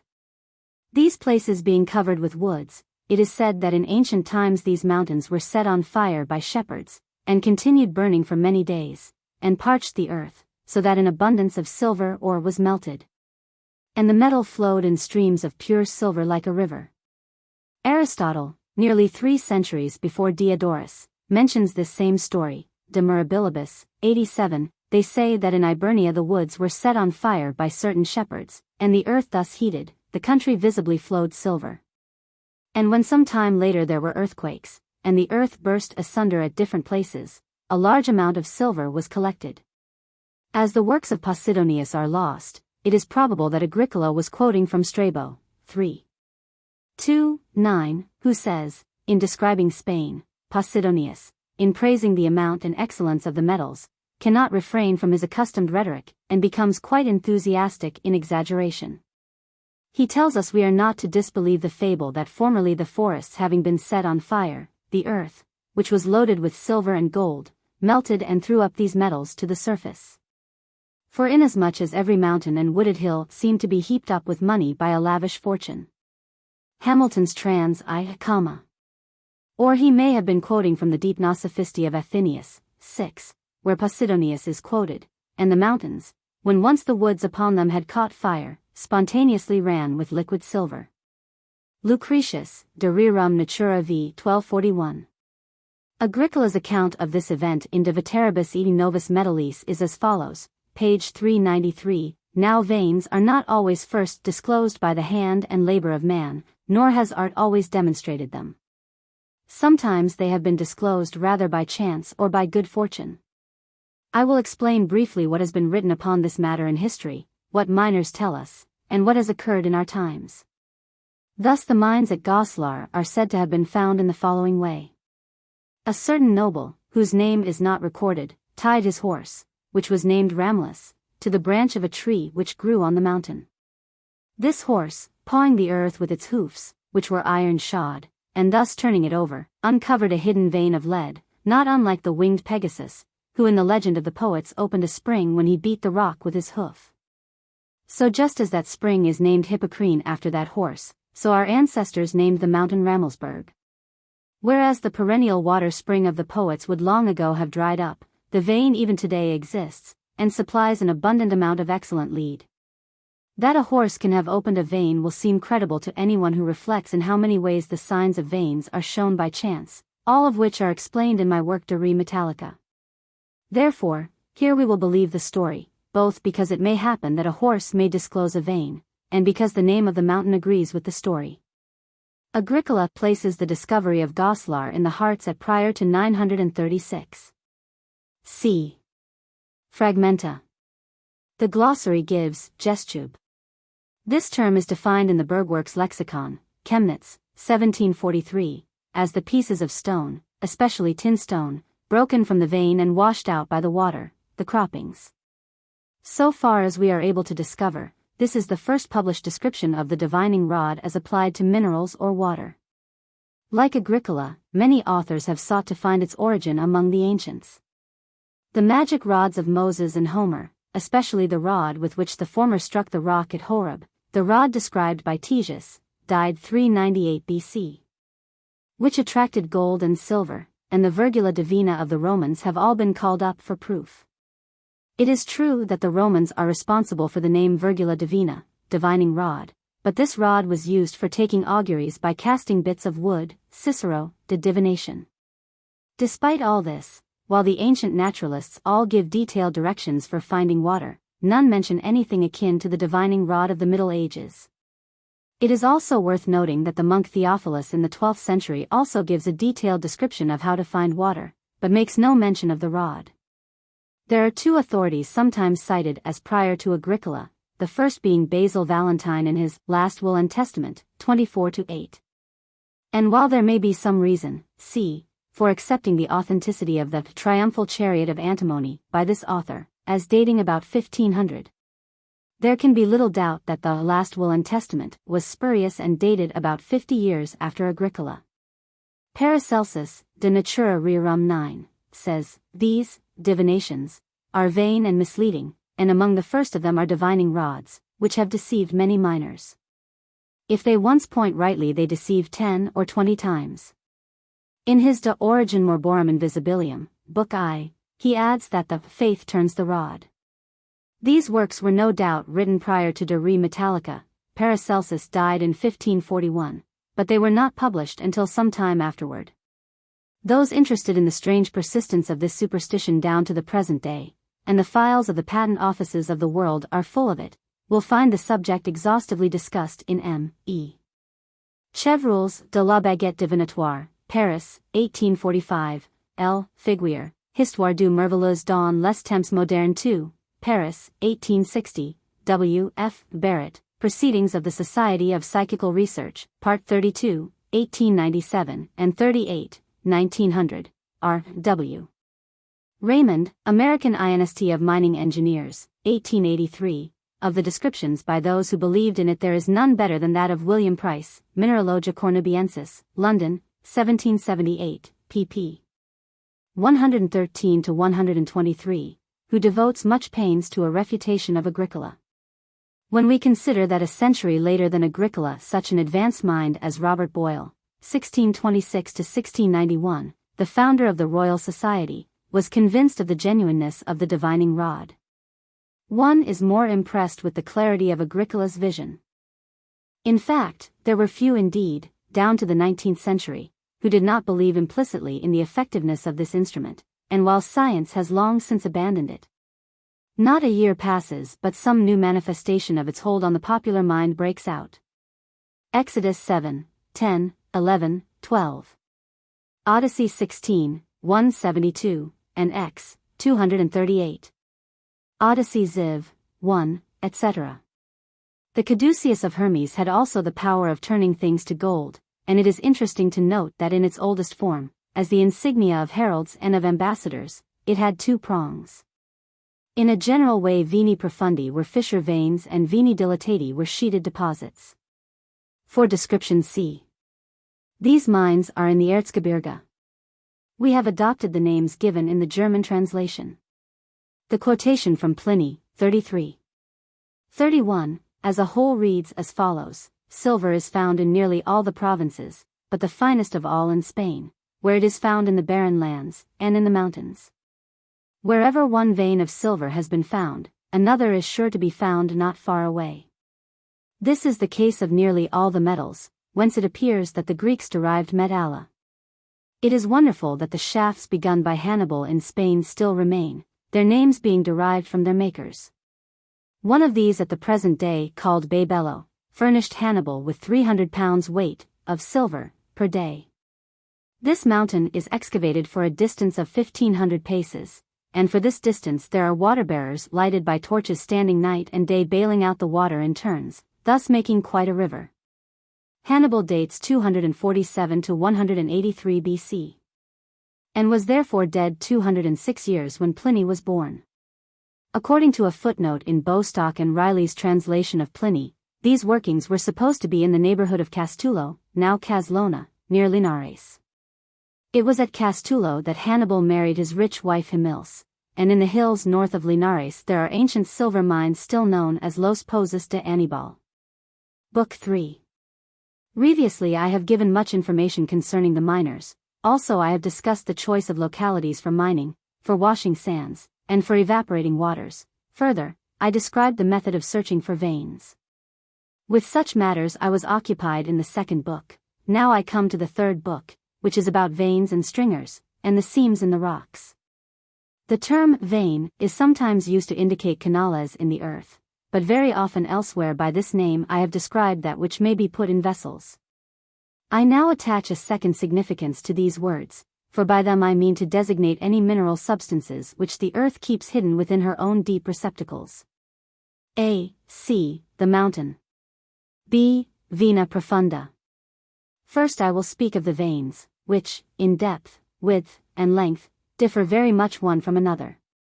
Those of one variety descend from the surface of the earth to its lowest depths, which on account of this characteristic, I am accustomed to call veni profundi. A. D. The mountain.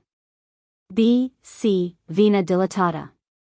Another kind, unlike the veni profundi, neither ascend to the surface of the earth nor descend, but lying under the ground, expand over a large area, and on that account I call them veni dilatati. A. B. C. D. The mountain.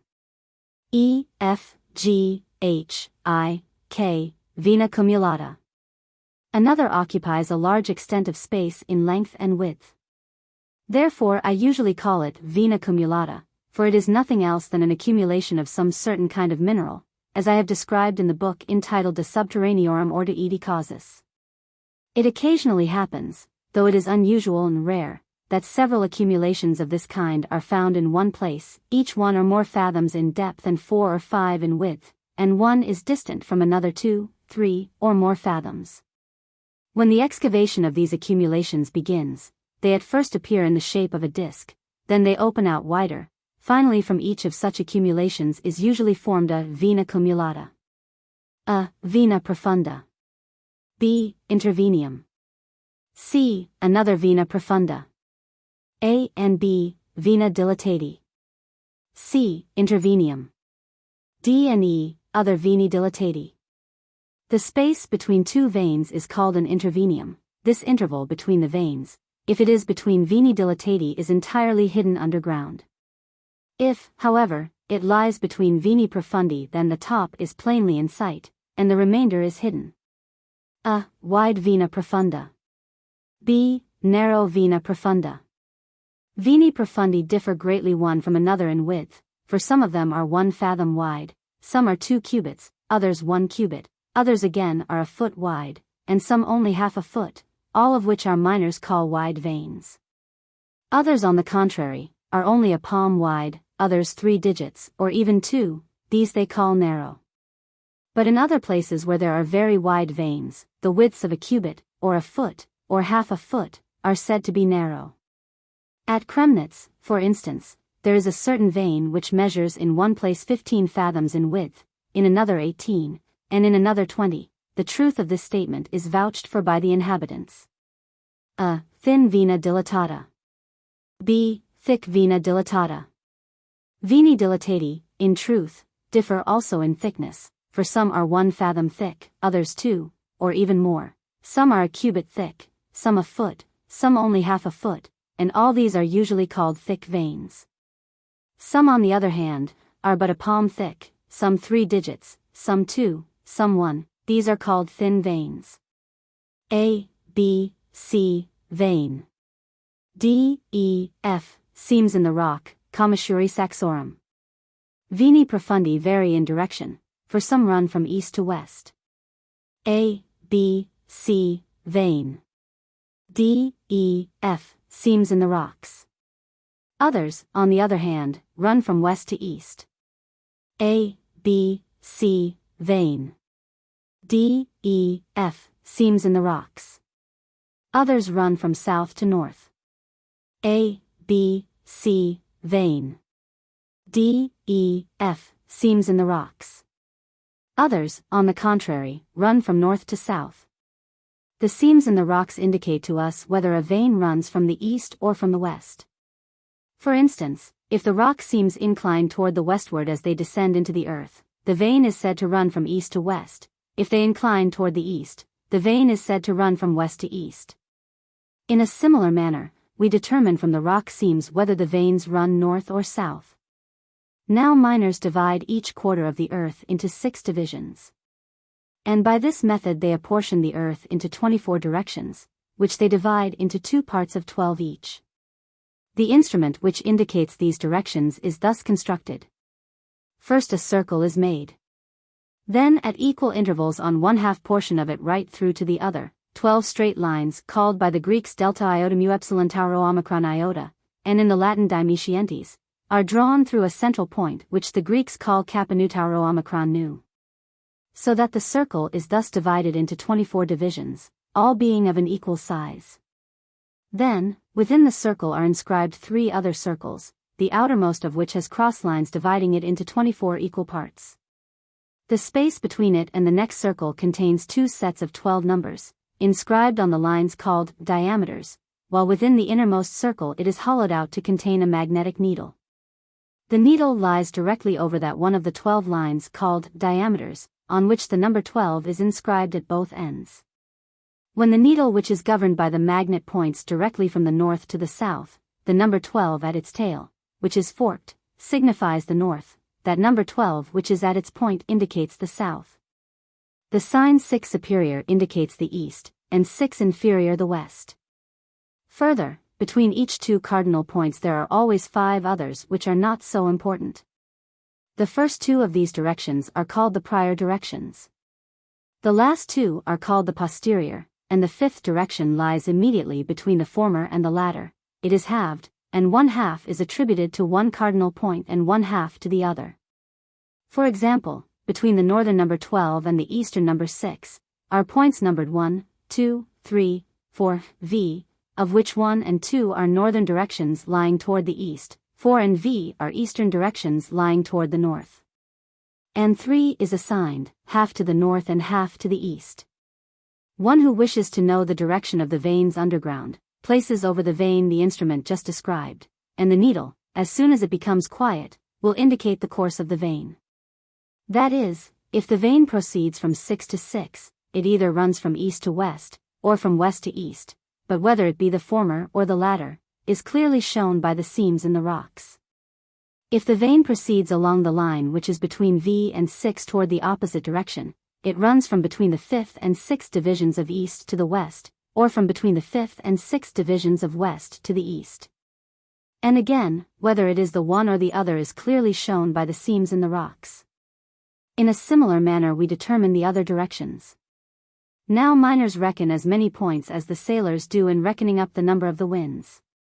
Not only is this done today in this country, but it was also done by the Romans, who in olden times gave the winds partly Latin names and partly names borrowed from the Greeks. Any miner who pleases may therefore call the directions of the veins by the names of the winds. There are 4 principal winds, as there are 4 cardinal points: the subsolanus, which blows from the east, and its opposite the favonius, which blows from the west. The latter is called by the Greeks zeta phi upsilon rho omicron, and the former alpha pi eta lambda iota tau eta. There is the auster, which blows from the south, and opposed to it is the septentrio, from the north. The former the Greeks called nu tau omicron, and the latter alpha pi alpha rho kappa tau alpha. There are also subordinate winds, to the number of 20, as there are directions, for between each 2 principal winds there are always 5 subordinate ones. Between the subsolanus, east wind, and the auster, south wind, there is the ornithii or the bird wind, which has the first place next to the subsolanus. Then comes Kishias, then Eurus, which lies in the midway of these 5, next comes Volturnus. And lastly, Euronotus, nearest the auster, south wind. The Greeks have given these names to all of these, with the exception of Volturnus, but those who do not distinguish the winds in so precise a manner say this is the same as the Greeks called epsilon rho omicron. Between the auster, south wind, and the favonius, west wind, is first Altinus, to the right of the auster, south wind, then Libanotus, then Africus, which is the middle one of these 5, after that comes Subvesperus. Next Argestis, to the left of Favonius, west wind. All these, with the exception of Libanotus and Argestis, have Latin names, but Africus also is called by the Greeks lambda psi. In a similar manner, between Favonius, west wind, and Septentrio, north wind, first to the right of Favonius, west wind, is the Etegii, then Circeus, then Chorus, which is in the middle of these 5, then Chorus. And lastly thrashes to the left of septentrio, north wind.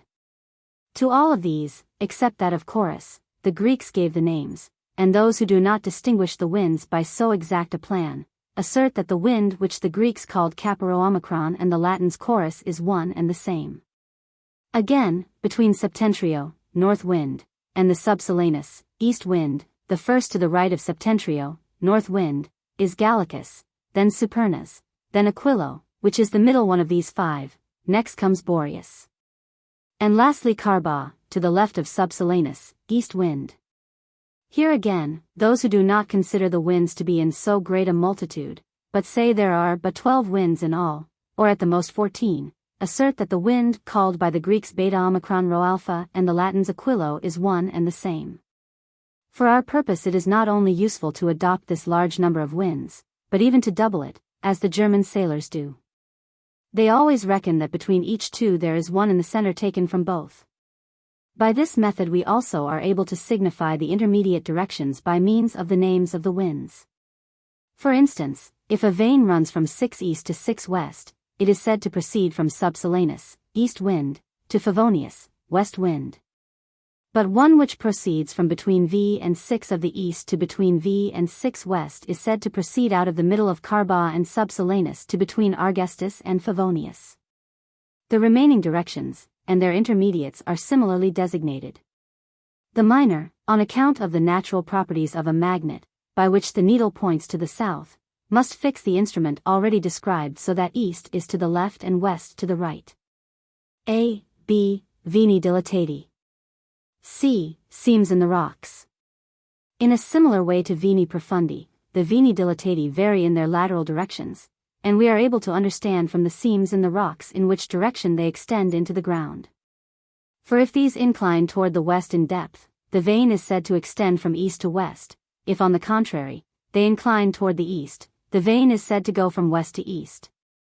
In the same way, from the rock seams we can determine veins running south and north, or the reverse, and likewise to the subordinate directions and their intermediates.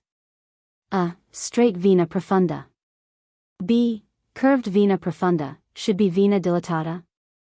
Further, as regards the question of direction of a vena profunda, one runs straight from one quarter of the earth to that quarter which is opposite, while another one runs in a curve.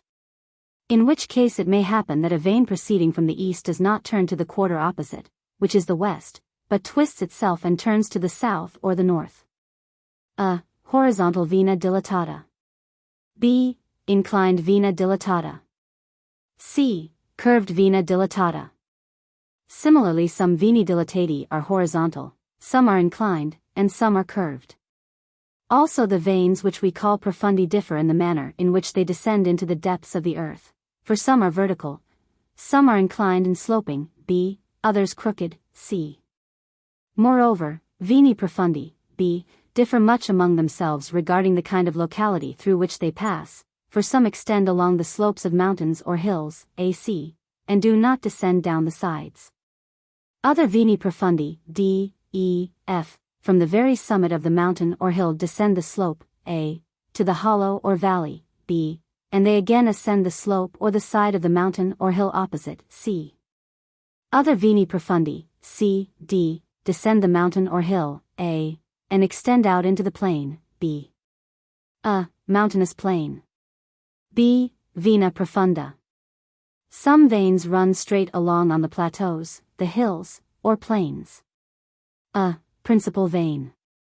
B. Transverse vein. C. Vein cutting principal one obliquely. In the next place, veni profundi differ not a little in the manner in which they intersect, since one may cross through a second transversely, or one may cross another one obliquely as if cutting it in two. A. Principal vein. B. Vein which cuts A obliquely. C. Part carried away. D. That part which has been carried forward. If a vein which cuts through another principal one obliquely be the harder of the two, it penetrates right through it, just as a wedge of beech or iron can be driven through soft wood by means of a tool. If it be softer, the principal vein either drags the soft one with it for a distance of 3 feet, or perhaps 1, 2, 3, or several fathoms, or else throws it forward along the principal vein, but this latter happens very rarely. But that the vein which cuts the principal one is the same vein on both sides, is shown by its having the same character in its footwalls and hanging walls. A, B, two veins descend inclined and dip toward each other. C, junction. Likewise two veins. D, indicates one descending vertically. E, marks the other descending inclined, which dips toward D, F, their junction. Sometimes veni profundi join one with another, and from two or more outcropping veins, one is formed. Or from two which do not outcrop one is made, if they are not far distant from each other, and the one dips into the other, or if each dips toward the other, and they thus join when they have descended in depth. In exactly the same way, out of three or more veins, one may be formed in depth. However, such a junction of veins sometimes disunites, and in this way it happens that the vein which was the right-hand vein becomes the left. And again, the one which was on the left becomes the right. A, B, veins dividing. C, the same joining. Furthermore, one vein may be split and divided into parts by some hard rock resembling a beak, or stringers in soft rock may sunder the vein and make two or more. These sometimes join together again and sometimes remain divided.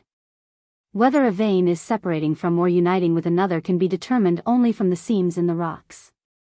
For example, if a principal vein runs from the east to the west, the rock seams descend in depth likewise from the east toward the west, and the associated vein which joins with the principal vein, whether it runs from the south or the north, has its rock seams extending in the same way as its own. And they do not conform with the seams in the rock of the principal vein, which remain the same after the junction, unless the associated vein proceeds in the same direction as the principal vein. In that case we name the broader vein the principal one, and the narrower the associated vein. But if the principal vein splits, the rock seams which belong respectively to the parts, keep the same course when descending in depth as those of the principal vein. A, C, vena dilatata crossing a vena profunda. B, vena profunda. D, E, vena dilatata which junctions with a vena profunda. F, vena profunda. G, vena dilatata. H, I, its divided parts. K, vena profunda which divides the vena dilatata. But enough of veni profundi, their junctions and divisions. Now we come to veni dilatati. A vena dilatata may either cross a vena profunda, or join with it, or it may be cut by a vena profunda, and be divided into parts. A, the beginning, origo. B, the end, finus. C, the head, caput. D, the tail, cauda. Finally, a vena profunda has a beginning, origo, an end, finus, a head, caput, and a tail, cauda. That part whence it takes its rise is said to be its beginning, that in which it terminates the end. Its head is that part which emerges into daylight, its tail that part which is hidden in the earth. But miners have no need to seek the beginning of veins, as formerly the kings of Egypt sought for the source of the Nile, but it is enough for them to discover some other part of the vein and to recognize its direction. For seldom can either the beginning or the end be found.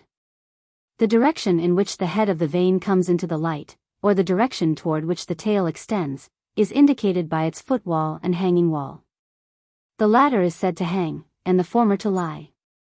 The vein rests on the footwall, and the hanging wall overhangs it. Thus, when we descend a shaft, the part to which we turn the face is the footwall and seat of the vein, that to which we turn the back is the hanging wall. Also in another way, the head accords with the footwall and the tail with the hanging wall, for if the footwall is toward the south, the vein extends its head into the light toward the south. And the hanging wall, because it is always opposite to the footwall, is then toward the north. Consequently the vein extends its tail toward the north if it is an inclined vena profunda. Similarly, we can determine with regard to east and west and the subordinate and their intermediate directions. A vena profunda which descends into the earth may be either vertical, inclined, or crooked. The footwall of an inclined vein is easily distinguished from the hanging wall, but it is not so with a vertical vein. And again, the footwall of a crooked vein is inverted and changed into the hanging wall, and contrariwise the hanging wall is twisted into the footwall, but very many of these crooked veins may be turned back to vertical or inclined ones. A. The beginning. B. The end. C. D. The sides. A vena dilatata has only a beginning and an end, and in the place of the head and tail it has two sides. A. The beginning. B. The end. C. The head. D. The tail. E. Transverse vein. A vena cumulata has a beginning, an end, a head, and a tail, just as a vena profunda. Moreover, a vena cumulata, and likewise a vena dilatata, are often cut through by a transverse vena profunda. A. B. Veins. C. Transverse stringer. D. Oblique stringer. E. Associated stringer. F. Fibra dilatata. Stringers, fibrae, which are little veins, are classified into fibrae transversi, fibrae obliqui, which cut the vein obliquely, fibrae socii, fibrae dilatati, and fibrae incumbents. The fibra transversa crosses the vein, the fibra obliqua crosses the vein obliquely, the fibra socia joins with the vein itself, the fibra dilatata, like the vena dilatata, penetrates through it. But the fibra dilatata, as well as the fibra profunda, is usually found associated with a vein. A. Vein. B. Fibra incumbens from the surface of the hanging wall. C. Same from the footwall. The fibra incumbens does not descend as deeply into the earth as the other stringers, but lies on the vein, as it were, from the surface to the hanging wall or footwall, from which it is named subdialis. In truth, as to direction, junctions, and divisions, the stringers are not different from the veins. A. Seams which proceed from the east. B. The inverse. Lastly, the seams, which are the very finest stringers, fibrae, divide the rock, and occur sometimes frequently, sometimes rarely. From whatever direction the vein comes, its seams always turn their heads toward the light in the same direction. But, while the seams usually run from one point of the compass to another immediately opposite it, as for instance, from east to west, if hard stringers divert them, it may happen that these very seams, which before were running from east to west, then contrariwise proceed from west to east, and the direction of the rocks is thus inverted. In such a case, the direction of the veins is judged, not by the direction of the seams which occur rarely, but by those which constantly recur. A. Solid vein. B. Solid stringer. C. Cavernous vein. D. Cavernous stringer. E. Barren vein. F. Barren stringer. Both veins or stringers may be solid or druzy, or barren of minerals, or pervious to water. Solid veins contain no water and very little air.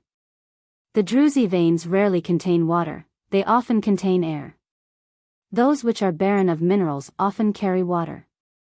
Solid veins and stringers consist sometimes of hard materials, sometimes of soft, and sometimes of a kind of medium between the two.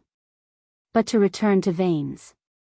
A great number of miners consider that the best veins in depth are those which run from the 6 or 7 direction of the east to the 6 or 7 direction of the west, through a mountain slope which inclines to the north, and whose hanging walls are in the south, and whose footwalls are in the north, and which have their heads rising to the north, as explained before, always like the footwall, and finally, whose rock seams turn their heads to the east. And the veins which are the next best are those which, on the contrary, extend from the 6 or 7 direction of the west to the 6 or 7 direction of the east, through the slope of a mountain which similarly inclines to the north, whose hanging walls are also in the south, whose footwalls are in the north, and whose heads rise toward the north. And lastly, whose rock seams raise their heads toward the west. In the third place, they recommend those veins which extend from 12 north to 12 south, through the slope of a mountain which faces east, whose hanging walls are in the west, whose footwalls are in the east, whose heads rise toward the east, and whose rock seams raise their heads toward the north. Therefore they devote all their energies to those veins, and give very little or nothing to those whose heads, or the heads of whose rock seams rise toward the south or west. For although they say these veins sometimes show bright specks of pure metal adhering to the stones, or they come upon lumps of metal, yet these are so few and far between that despite them it is not worth the trouble to excavate such veins. And miners who persevere in digging in the hope of coming upon a quantity of metal, always lose their time and trouble. And they say that from veins of this kind, since the sun's rays draw out the metallic material, very little metal is gained. But in this matter the actual experience of the miners who thus judge of the veins does not always agree with their opinions, nor is their reasoning sound. Since indeed the veins which run from east to west through the slope of a mountain which inclines to the south, whose heads rise likewise to the south, are not less charged with metals than those to which miners are wont to accord the first place in productiveness. As in recent years has been proved by the St. Lawrence vein at Abertham, which our countrymen call Gottsgab, for they have dug out of it a large quantity of pure silver. And lately a vein in Annaberg, called by the name of Himmelschhaus, has made it plain by the production of much silver that veins which extend from the north to the south, with their heads rising toward the west, are no less rich in metals than those whose heads rise toward the east. It may be denied that the heat of the sun draws the metallic material out of these veins, for though it draws up vapors from the surface of the ground, the rays of the sun do not penetrate right down to the depths. Because the air of a tunnel which is covered and enveloped by solid earth to the depth of only 2 fathoms is cold in summer, for the intermediate earth holds in check the force of the sun. Having observed this fact, the inhabitants and dwellers of very hot regions lie down by day in caves which protect them from the excessive ardor of the sun. Therefore it is unlikely that the sun draws out from within the earth the metallic bodies. Indeed, it cannot even dry the moisture of many places abounding in veins, because they are protected and shaded by the trees. Furthermore, certain miners, out of all the different kinds of metallic veins, choose those which I have described, and others, on the contrary, reject copper mines which are of this sort, so that there seems to be no reason in this. For what can be the reason if the sun draws no copper from copper veins, that it draws silver from silver veins, and gold from gold veins? Moreover, some miners, of whose number was Calbus, distinguish between the gold-bearing rivers and streams. A river, they say, or a stream, is most productive of fine and coarse grains of gold when it comes from the east and flows to the west, and when it washes against the foot of mountains which are situated in the north, and when it has a level plain toward the south or west. In the second place, they esteem a river or a stream which flows in the opposite course from the west toward the east, and which has the mountains to the north and the level plain to the south. In the third place, they esteem the river or the stream which flows from the north to the south and washes the base of the mountains which are situated in the east. But they say that the river or stream is least productive of gold which flows in a contrary direction from the south to the north, and washes the base of mountains which are situated in the west. Lastly, of the streams or rivers which flow from the rising sun toward the setting sun, or which flow from the northern parts to the southern parts, they favor those which approach the nearest to the lauded ones, and say they are more productive of gold, and the further they depart from them the less productive they are. Such are the opinions held about rivers and streams. Now, since gold is not generated in the rivers and streams, as we have maintained against Albertus in the book entitled De Subterraneorum Ortuiti Causis, Book V, but is torn away from the veins and stringers and settled in the sands of torrents and watercourses, in whatever direction the rivers or streams flow, therefore it is reasonable to expect to find gold therein, which is not opposed by experience. Nevertheless, we do not deny that gold is generated in veins and stringers which lie under the beds of rivers or streams, as in other places. End of Book 3. Footnotes. Modern nomenclature in the description of ore deposits is so impregnated with modern views of their origin, that we have considered it desirable in many instances to adopt the Latin terms used by the author. For we believe this method will allow the reader greater freedom of judgment as to the author's views. The Latin names retained are usually expressive even to the non-Latin student. In a general way, a vena profunda is a fissure vein, a vena dilatata is a bedded deposit, and a vena cumulata an impregnation, or a replacement or a stockwork. The canales, as will appear from the following footnote, were or channels. The seams of the rocks, commissuri saxorum, are very puzzling. The author states, as appears in the following note, that they are of 2 kinds, contemporaneous with the formation of the rocks, and also of the nature of veinlets. However, as to their supposed relation to the strike of veins, we can offer no explanation. There are passages in this chapter where if the word or shoot were introduced for seams in the rocks, the text would be intelligible. That is, it is possible to conceive the view that the determination of whether an east-west vein ran east or ran west was dependent on the dip of the ore shoot along the strike. This view, however, is utterly impossible to reconcile with the description and illustration of commissuri saxorum given on page, where they are defined as the finest stringers. The following passage from the Nutzlike Bergbüchlein, c. reads very much as though the dip of ore shoots was understood at this time in relation to the direction of veins. Every vein, gang, has two outcrops, Austgen. One of the Austgen is toward daylight along the whole length of the vein, which is called the Austgen of the whole vein.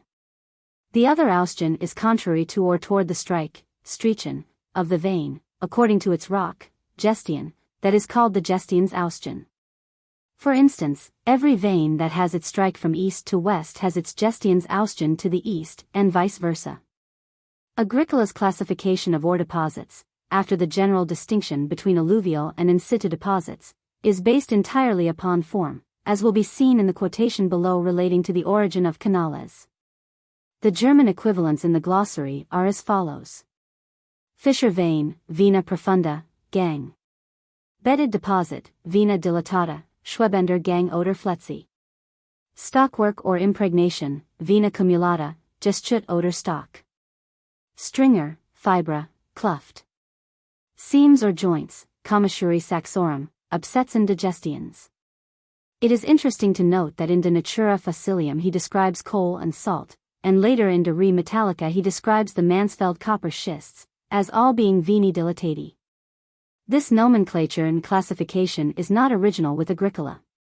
Pliny, 33:21, uses the term vena with no explanations, and while Agricola coined the Latin terms for various kinds of veins, they are his transliteration of German terms already in use. The Nutzlike Bergbüchlein gives this same classification. Historical note on the theory of ore deposits. Prior to Agricola there were three schools of explanation of the phenomena of ore deposits: the orthodox followers of the Genesis, the Greek philosophers, and the alchemists. The geology of the Genesis, the contemporaneous formation of everything, needs no comment other than that for anyone to have proposed an alternative to the dogma of the orthodox during the Middle Ages, required much independence of mind. Of the Greek views, which are meager enough, that of the Peripatetics greatly dominated thought on natural phenomena down to the 17th century. Aristotle's views may be summarized: the elements are earth, water, air, and fire. They are transmutable and never found pure, and are endowed with certain fundamental properties which acted as an efficient force upon the material cause, the elements. These properties were dryness and dampness and heat and cold, the latter being active, the former passive. Further, the elements were possessed of weight and lightness. For instance, earth was absolutely heavy, fire absolutely light. The active and passive properties existed in binary combinations, one of which is characteristic, i.e., earth is cold and dry, water damp and cold, fire hot and dry, air hot and wet. Transmutation took place, for instance, by removing the cold from water, when air resulted, really steam, and by removing the dampness from water, when earth resulted, really any dissolved substance. The transmutation of the elements in the earth, meaning the globe, produces two exhalations, the one fiery, probably meaning gases, the other damp, probably meaning steam. The former produces stones, the latter the metals. Theophrastus, on stones, I-7, elaborates the views of Aristotle on the origin of stones, metals, etc. Of things formed in the earth. Some have their origin from water, others from earth. Water is the basis of metals, silver, gold, and the rest, earth of stones, as well the more precious as the common. All these are formed by solidification of matter pure and equal in its constituent parts, which has been brought together in that state by mere afflux or by means of some kind of percolation, or separated. The solidification is in some of these substances due to heat and in others to cold. Based on Hill's trans, pages 3 to 11. That is, the metals inasmuch as they become liquid when heated must be in a large part water, and, like water, they solidify with cold. Therefore, the metals are cold and damp. Stones, on the other hand, solidify with heat and do not liquefy, therefore, they are dry and hot, and partake largely of earth. This earth was something indefinite, but purer and more pristine than common clay. In discussing the ancient beliefs with regard to the origin of deposits, we must not overlook the import of the use of the word vein, vena, by various ancient authors including Pliny, 33:21, although he offers no explanation of the term. During the Middle Ages there arose the horde of alchemists and astrologers, a review of the development of whose muddled views is but barren reading. In the main they held more or less to the peripatetic view, with additions of their own. Geber, 13th century, c. propounded the conception that all metals were composed of varying proportions of spiritual, sulfur and quicksilver, and to these Albertus Magnus added salt. The astrologers contributed the idea that the immediate cause of the metals were the various planets. The only work devoted to description of ore deposits prior to Agricola was the Bergbuchlein, about 1520 c., and this little book exhibits the absolute apogee of muddled thought derived from the peripatetics, the alchemists, and the astrologers. We believe it is of interest to reproduce the following statement, if for no other reason than to indicate the great advance in thought shown by Agricola. The first chapter or first part. On the common origin of ore, whether silver, gold, tin, copper, iron, or lead ore, in which they all appear together, and are called by the common name of metallic ore. It must be noticed that for the washing or smelting of metallic ore, there must be the one who works in the thing that is worked upon, or the material upon which the work is expended. The general worker, efficient force, on the ore and on all things that are born, is the heavens, its movement, its light and influences, as the philosophers say. The influence of the heavens is multiplied by the movement of the firmaments and the movements of the 7 planets. Therefore, every metallic ore receives a special influence from its own particular planet, due to the properties of the planet and of the ore, also due to properties of heat, cold, dampness, and dryness. Thus gold is of the sun or its influence, silver of the moon, tin of Jupiter, copper of Venus, iron of Mars, lead of Saturn, and quicksilver of Mercury. Therefore, metals are often called by these names by hermits and other philosophers. Thus gold is called the sun, in Latin sol, silver is called the moon, in Latin luna, as is clearly stated in the special chapters on each metal. Thus briefly have we spoken of the common worker of metal and ore. But the thing worked upon, or the common material of all metals, according to the opinion of the learned, is sulfur and quicksilver, which through the movement and influence of the heavens must have become united and hardened into one metallic body or one ore. Certain others hold that through the movement and the influence of the heavens, vapors or braden, called mineral exhalations, are drawn up from the depths of the earth, from sulfur and quicksilver. And the rising fumes pass into the veins and stringers and are united through the effect of the planets and made into ore. Certain others hold that metal is not formed from quicksilver, because in many places metallic ore is found and no quicksilver. But instead of quicksilver they maintain a damp and cold and slimy material is set up on all sulfur which is drawn out from the earth, like your perspiration, and from that mixed with sulfur all metals are formed. Now each of these opinions is correct according to a good understanding and right interpretation. The ore or metal is formed from the fattiness of the earth as the material of the first degree, primary element, also the vapors or braden on the one part and the materials on the other part, both of which are called quicksilver. Likewise in the mingling or union of the quicksilver and the sulfur in the ore, the sulfur is counted the male and quicksilver the female, as in the bearing or conception of a child. Also the sulfur is a special worker in ore or metal. The second chapter or part deals with the general capacity of the mountain. Although the influence of the heavens and the fitness of the material are necessary to the formation of ore or metal, yet these are not enough thereto. But there must be adaptability of the natural vessel in which the ore is formed, such are the veins, namely Steinendegange, Flachgange, Schargange, Kreutzgange, or as these may be termed in provincial names. Also the mineral force must have easy access to the natural vessel such as through the kluft, stringers, namely Henkluft, Querkluft, Flatschekluft, Kreuzkluft, and other occasional flotswork, according to their various local names. Also there must be a suitable place in the mountain which the veins and stringers can traverse. Agricola's views on the origin of ore deposits. Agricola rejected absolutely the biblical view which, he says, was the opinion of the vulgar. Further, he repudiates the alchemistic and astrological view with great vigor. There can be no doubt, however, that he was greatly influenced by the peripatetic philosophy. He accepted absolutely the four elements, earth, fire, water, and air, and their binary properties, and the theory that every substance had a material cause operated upon by an efficient force. Beyond this he did not go, and a large portion of De Ortu et Causes is devoted to disproof of the origin of metals and stones from the peripatetic exhalations. No one should conclude that Agricola's theories are set out with the clarity of Darwin or Lyell. However, the matter is of such importance in the history of the theory of ore deposits, and has been either so ignored or so colored by the preconceptions of narrators, that we consider it justifiable to devote the space necessary to a reproduction of his own statements in De Ortu et Causes and other works. Before doing so we believe it will be of service to readers to summarize these views, and in giving quotations from the author's other works, to group them under special headings, following the outline of his theory given below. His theory was, 1. Openings in the earth, canales, were formed by the erosion of subterranean waters. 2. These ground waters were due, a. to the infiltration of the surface waters, rain, river, and sea water. b. to the condensation of steam, halitus, arising from the penetration of the surface waters to greater depths, the production of this halitus being due to subterranean heat, which in his view was in turn due in the main to burning bitumen, a comprehensive genera which embraced coal.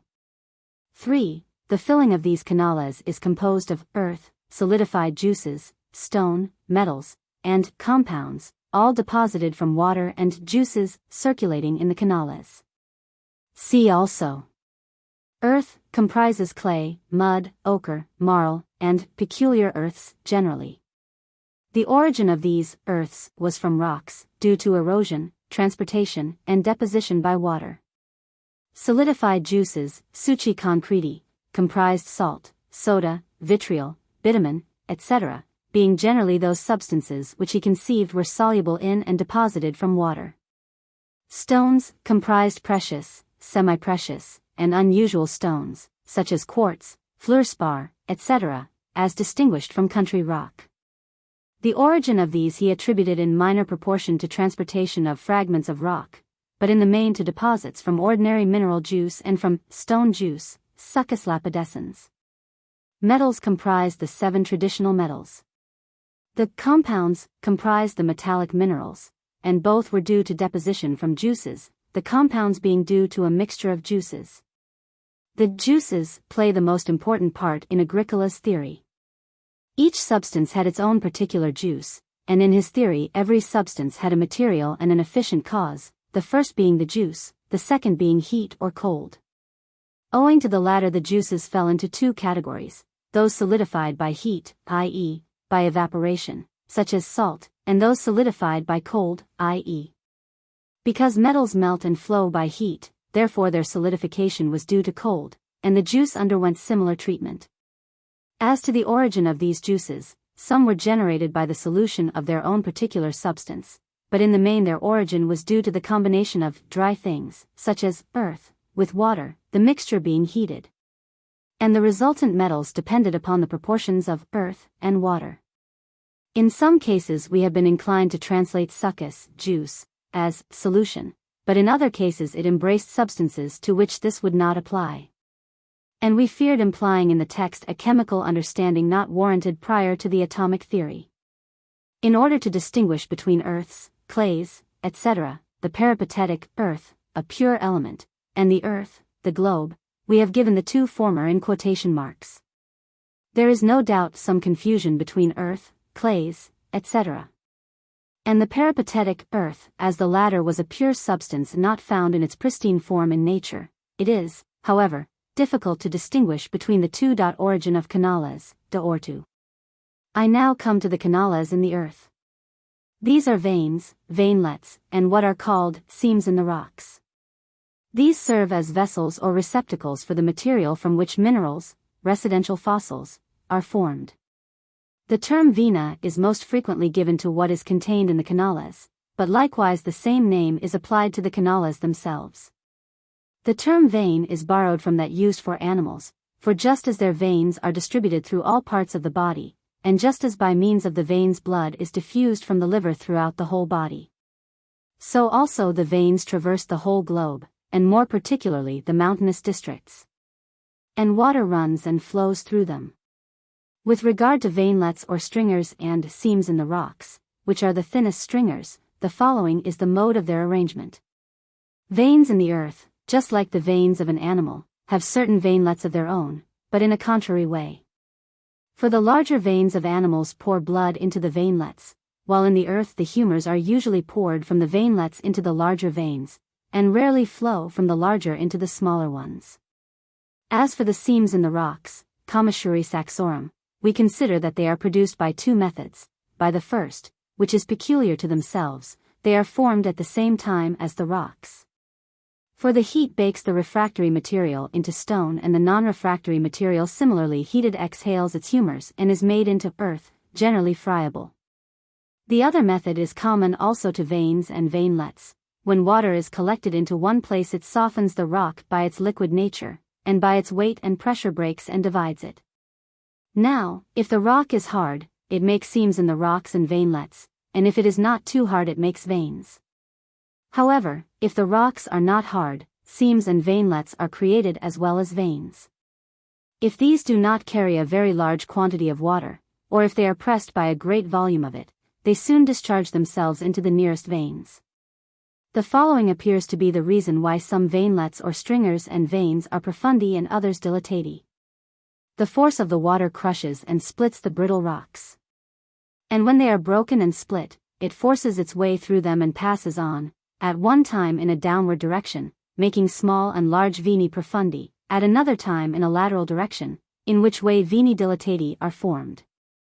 Now, since in each class there are found some which are straight, some inclined, and some crooked, it should be explained that the water makes the vena profunda straight when it runs straight downward, inclined when it runs in an inclined direction, and that it makes a vena dilatata straight when it runs horizontally to the right or left, and in a similar way inclined when it runs in a sloping direction. Stringers and large veins of the profunda sort, extending for considerable lengths, become crooked from two causes. In one case, when narrow veins are intersected by wide ones, then the latter bend or drag the former a little. In the other case, when the water runs against very hard rock, being unable to break through, it goes around the nearest way, and the stringers and veins are formed bent and crooked. This last is also the reason we sometimes see crooked small and large veni dilatati, not unlike the gentle rise and fall of flowing water. Next, veni profundi are wide, either because of abundant water or because the rock is fragile. On the other hand, they are narrow, either because but little water flows and trickles through them, or because the rock is very hard. The veni dilatati, too, for the same reasons, are either thin or thick. There are other differences, too, in stringers and veins, which I will explain in my work De Re Metallica. There is also a third kind of vein which, as it cannot be described as a wide vena profunda, nor as a thick vena dilatata, we will call a vena cumulata. These are nothing else than places where some species of mineral is accumulated, sometimes exceeding in depth and also in length and breadth 600 feet, sometimes, or rather generally, not so deep nor so long, nor so wide. These are created when water has broken away the rock for such a length, breadth, and thickness, and has flung aside and ejected the stones and sand from the great cavern which is thus made. And afterward, when the mouth is obstructed and closed up, the whole cavern is filled with material from which there is in time produced some one or more minerals. Now I have stated when discoursing on the origin of subterranean humors, that water erodes away substances inside the earth, just as it does those on the surface, and least of all does it shun minerals. For which reason we may daily see veinlets and veins sometimes filled with air and water, but void and empty of mining products, and sometimes full of these same materials. Even those which are empty of minerals become finally obstructed, and when the rock is broken through at some other point the water gushes out. It is certain that old springs are closed up in some way and new ones opened in others. In the same manner, but much more easily and quickly than in the solid rock, water produces stringers and veins in surface material, whether it be in plains, hills, or mountains. Of this kind are the stringers in the banks of rivers which produce gold, and the veins which produce peculiar earth.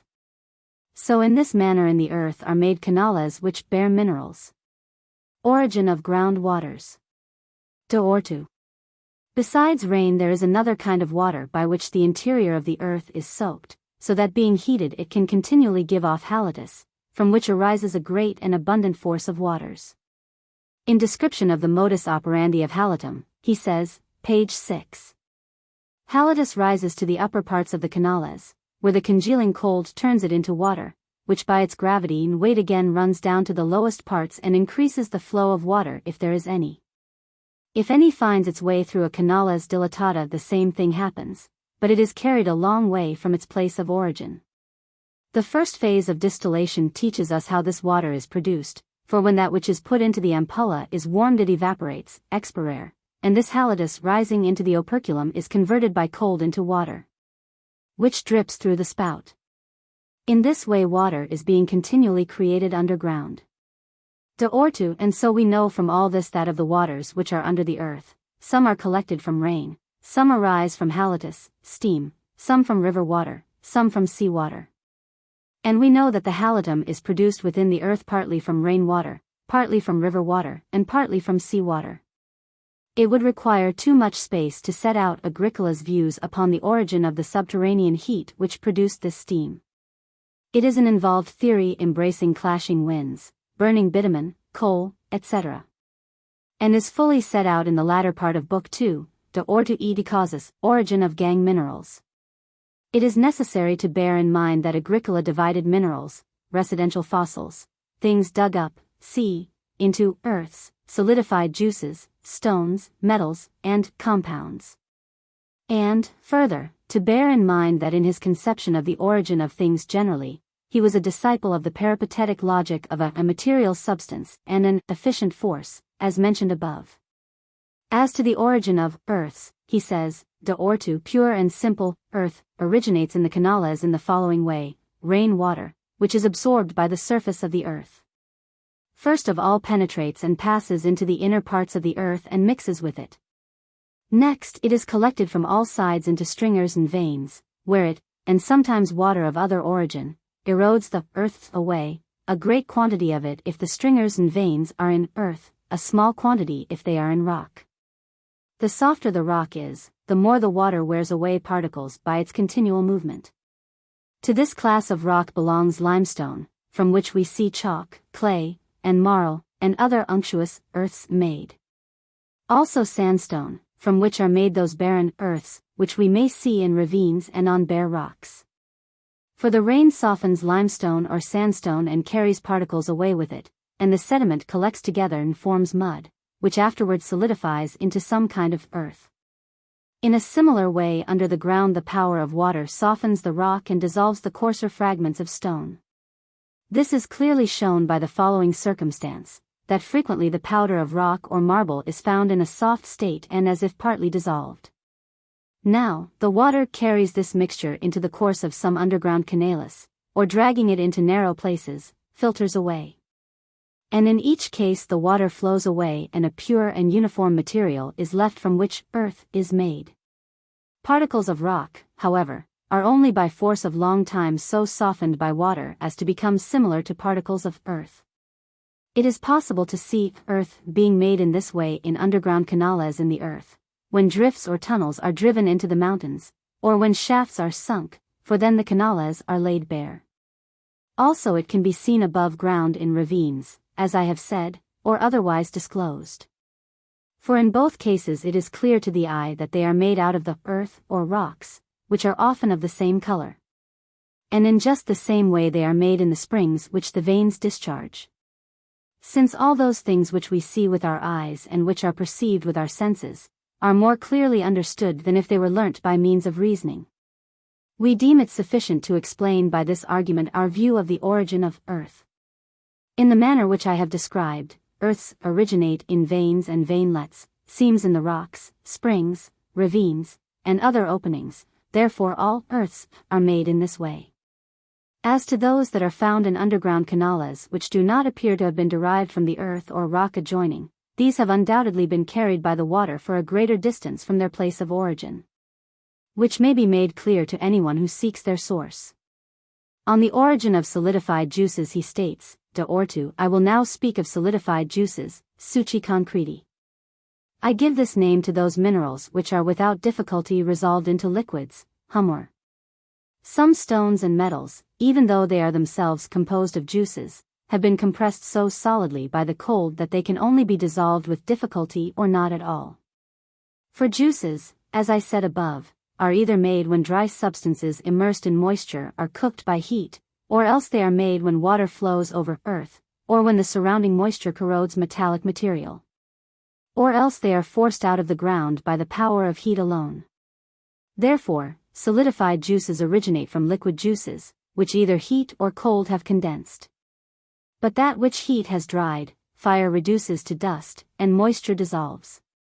Not only does warm or cold water dissolve certain solidified juices, but also humid air, and a juice which the cold has condensed is liquefied by fire and warm water.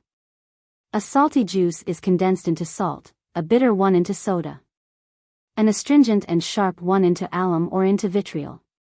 Skilled workmen in a similar way to nature, evaporate water which contains juices of this kind until it is condensed.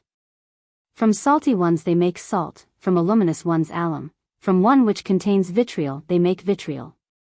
These workmen imitate nature in condensing liquid juices with heat, but they cannot imitate nature in condensing them by cold. From an astringent juice not only is alum made and vitriol, but also sari, calcitis, and myce, which appears to be the flour of vitriol, just as melanteria is of sari. See note on P for these minerals. When humor corrodes porites so that it is friable, an astringent juice of this kind is obtained. On the origin of stones, de ortu, he states, it is now necessary to review in a few words what I have said as to all of the material from which stones are made. There is first of all mud, next juice which is solidified by severe cold. Then fragments of rock, afterwards stone juice, succus lapidescens, which also turns to stone when it comes out into the air, and lastly, everything which has pores capable of receiving a stony juice. As to an efficient force, he states, p. 54, but it is now necessary that I should explain my own view, omitting the first and antecedent causes. Thus the immediate causes are heat and cold, next in some way a stony juice. For we know that stones which water has dissolved, are solidified when dried by heat, and on the contrary, we know that stones which melt by fire, such as quartz, solidify by cold. For solidification and the conditions which are opposite thereto, namely, dissolving and liquefying, spring from causes which are the opposite to each other. Heat, driving the water, humorum, out of a substance, makes it hard. And cold, by withdrawing the air, solidifies the same stone firmly. But if a stony juice, either alone or mixed with water, finds its way into the pores either of plants or animals, it creates stones. If stony juice is obtained in certain stony places and flows through the veins, for this reason certain springs, brooks, streams, and lakes, have the power of turning things to stone. On the origin of metals, he says, de ortu, having now refuted the opinions of others, I must explain what it really is from which metals are produced. The best proof that there is water in their materials is the fact that they flow when melted, whereas they are again solidified by the cold of air or water. This, however, must be understood in the sense that there is more water in them and less earth, for it is not simply water that is their substance but water mixed with earth. And such a proportion of earth is in the mixture as may obscure the transparency of the water, but not remove the brilliance which is frequently in unpolished things. Again, the purer the mixture, the more precious the metal which is made from it, and the greater its resistance to fire. But what proportion of earth is in each liquid from which a metal is made no mortal can ever ascertain, or still less explain, but the one God has known it, who has given certain sure and fixed laws to nature for mixing and blending things together. It is a juice, succus, then, from which metals are formed, and this juice is created by various operations. Of these operations, the first is a flow of water which softens the earth or carries the earth along with it. Thus there is a mixture of earth and water. Then the power of heat works upon the mixture so as to produce that kind of a juice. We have spoken of the substance of metals. We must now speak of their efficient cause. p. 75. We do not deny the statement of Albertus Magnus that the mixture of earth and water is baked by subterranean heat to a certain denseness. But it is our opinion that the juice so obtained is afterwards solidified by cold so as to become a metal. We grant, indeed, that heat is the efficient cause of a good mixture of elements, and also cooks this same mixture into a juice, but until this juice is solidified by cold it is not a metal. Page 76. This view of Aristotle is the true one. For metals melt through the heat and somehow become softened, but those which have become softened through heat are again solidified by the influence of cold, and, on the contrary, those which become softened by moisture are solidified by heat. On the origin of compounds, he states, de ortu, there now remain for our consideration the compound minerals, miste, that is to say, minerals which contain either solidified juice, succus concretus, and stone. Or else metal or metals and stone, or else metal-colored earth, of which two or more have so grown together by the action of cold that one body has been created. By this sign they are distinguished from mixed minerals, composita, for the latter have not one body. For example, pyrites, galena, and ruby silver are reckoned in the category of compound minerals, whereas we say that metallic earths or stony earths or earths mingled with juices are mixed minerals. Or similarly, stones in which metal or solidified juices adhere, or which contain earth. But of both these classes I will treat more fully in my book De Natura Facilium. I will now discuss their origin in a few words. A compound mineral is produced when either a juice from which some metal is obtained, or a humor and some other juice from which stone is obtained, are solidified by cold. Or when two or more juices of different metals mixed with the juice from which stone is made, are condensed by the same cold, or when a metallic juice is mixed with earth, whose whole mass is stained with its color. And in this way they form one body. To the first class belongs galena, composed of lead juice and of that material which forms the substance of opaque stone. Similarly, transparent ruby silver is made out of silver juice and the juice which forms the substance of transparent stone. When it is smelted into pure silver, since from it is separated the transparent juice, it is no longer transparent. Then too, there is pyrites, or lapis facialis, from which sulfur is melted. To the second kind belongs that kind of pyrites which contains not only copper and stone, but sometimes copper, silver, and stone, sometimes copper, silver, gold, and stone, sometimes silver, lead, tin, copper and silver glance. That compound minerals consist of stone and metal is sufficiently proved by their hardness. That some are made of earth and metal is proved from brass, which is composed of copper and calamine. And also proved from white brass, which is colored by artificial white arsenic. Sometimes the heat bakes some of them to such an extent that they appear to have flowed out of blazing furnaces, which we may see in the case of cadmia and pyrites. A metallic substance is produced out of earth, when a metallic juice impregnating the earth solidifies with cold, the earth not being changed. A stony substance is produced when viscous and non-viscous earth are accumulated in one place and baked by heat, for then the viscous part turns into stone and the non-viscous is only dried up. The origin of juices. The portion of Agricola's theory surrounding this subject is by no means easy to follow in detail, especially as it is difficult to adjust one's point of view to the peripatetic elements, fire, water, earth, and air, instead of to those of the atomic theory which so dominates our every modern conception. That Agricola's juice was in most cases a solution is indicated by the statement, de ortu, nor is juice anything but water, which on the other hand has absorbed earth, or has corroded or touched metal and somehow become heated.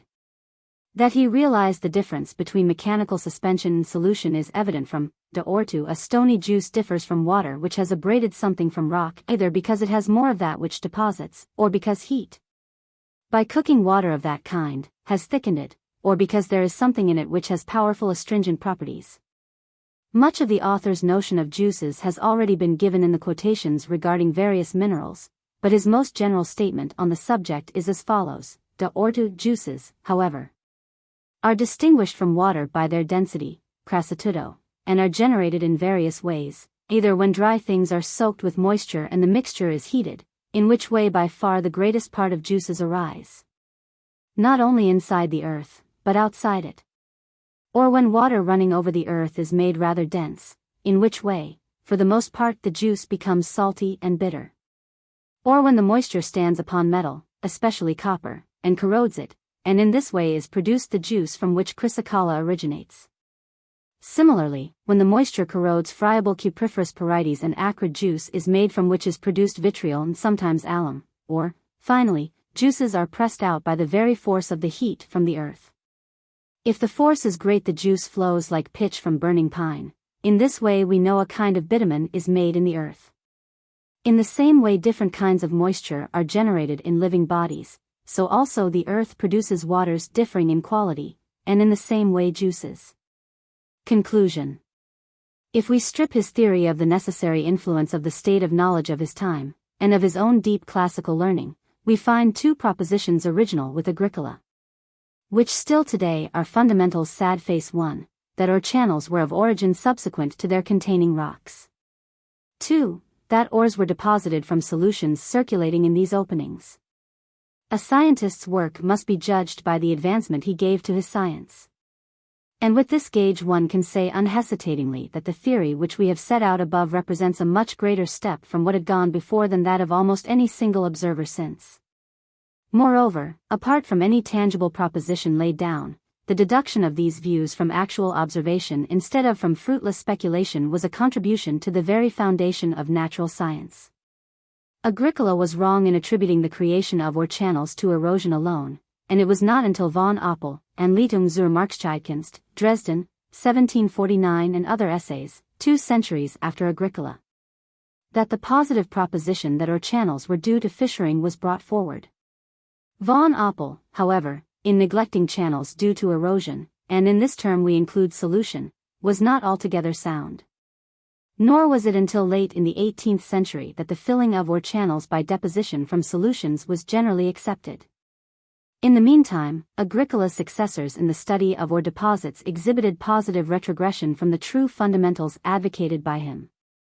Gessner, Uttmann, Meyer, Lones, Barba, Rosseler, Becher, Stahl, Henkel, and Zimmermann all failed to grasp the double essentials. Other writers of this period often enough merely quote Agricola, some not even acknowledging the source, as, for instance, Price, Mineralogia Cornubiensis, London, 1778, and Williams, Natural History of the Mineral Kingdom, London, 1789.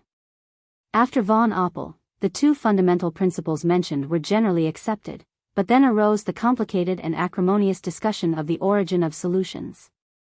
And nothing in Agricola's view was so absurd as Werner's contention, Neue Theorie von der Entstehung der Gange, Freiburg, 1791, of the universal chemical deluge which penetrated fissures open at the surface. While it is not the purpose of these notes to pursue the history of these subjects subsequent to the author's time, it is due to him and to the current beliefs as to the history of the theory of ore deposits, to call the attention of students to the perverse representation of Agricola's views by Werner, op. Cit., upon which most writers have apparently relied. Why this author should be, as, for instance, by Posepny, America Inst. Mining Engineers, 1901, so generally considered the father of our modern theory, can only be explained by a general lack of knowledge of the work of previous writers on ore deposition. Not one of the propositions original with Werner still holds good, while his rejection of the origin of solutions within the earth itself halted the march of advance in thought on these subjects for half a century. It is our hope to discuss exhaustively at some future time the development of the history of this, one of the most far-reaching of geologic hypotheses. The Latin vena, vein, is also used by the author for ore. Hence this descriptive warning as to its intended double use. The endeavor to discover the origin of the compass with the Chinese, Arabs, or other Orientals having now generally ceased, together with the idea that the knowledge of the lodestone involved any acquaintance with the compass. It is permissible to take a rational view of the subject. The lodestone was well known even before Plato and Aristotle, and is described by Theophrastus, c. The first authentic and specific mention of the compass appears to be by Alexander Neckham, an Englishman who died in 1217, in his works De Utensilibus and De Naturis Rerum. The first tangible description of the instrument was in a letter to Petrus Peregrinus de Maricourt, written in 1269, a translation of which was published by Sir Sylvanus Thompson, London, 1902. His circle was divided into 4 quadrants and these quarters divided into 90 degrees each. The first mention of a compass in connection with mines so far as we know is in the Nützliche Bergbüchlein, a review of which will be found in. This book, which dates from 1500, gives a compass much like the one described above by Agricola. It is divided in like manner into 2 halves of 12 divisions each. The 4 cardinal points being marked Mitternacht, Morgen, Mittag, and Abend.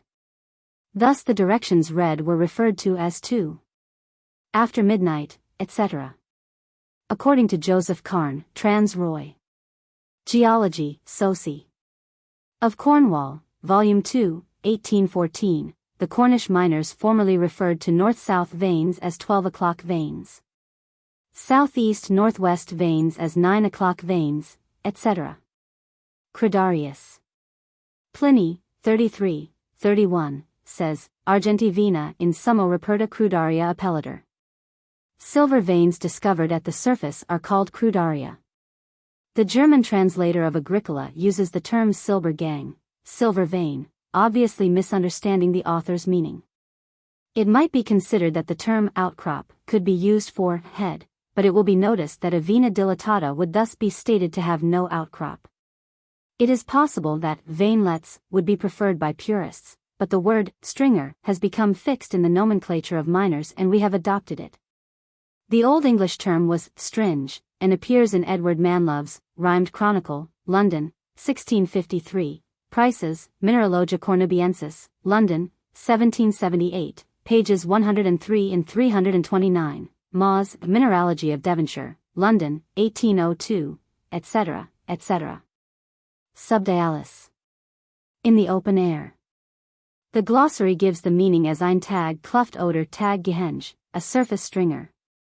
The following from Chapter 4 of the Nützliche Bergbüchlein, c. may indicate the source of the theory which Agricola here discards, as to those veins which are most profitable to work.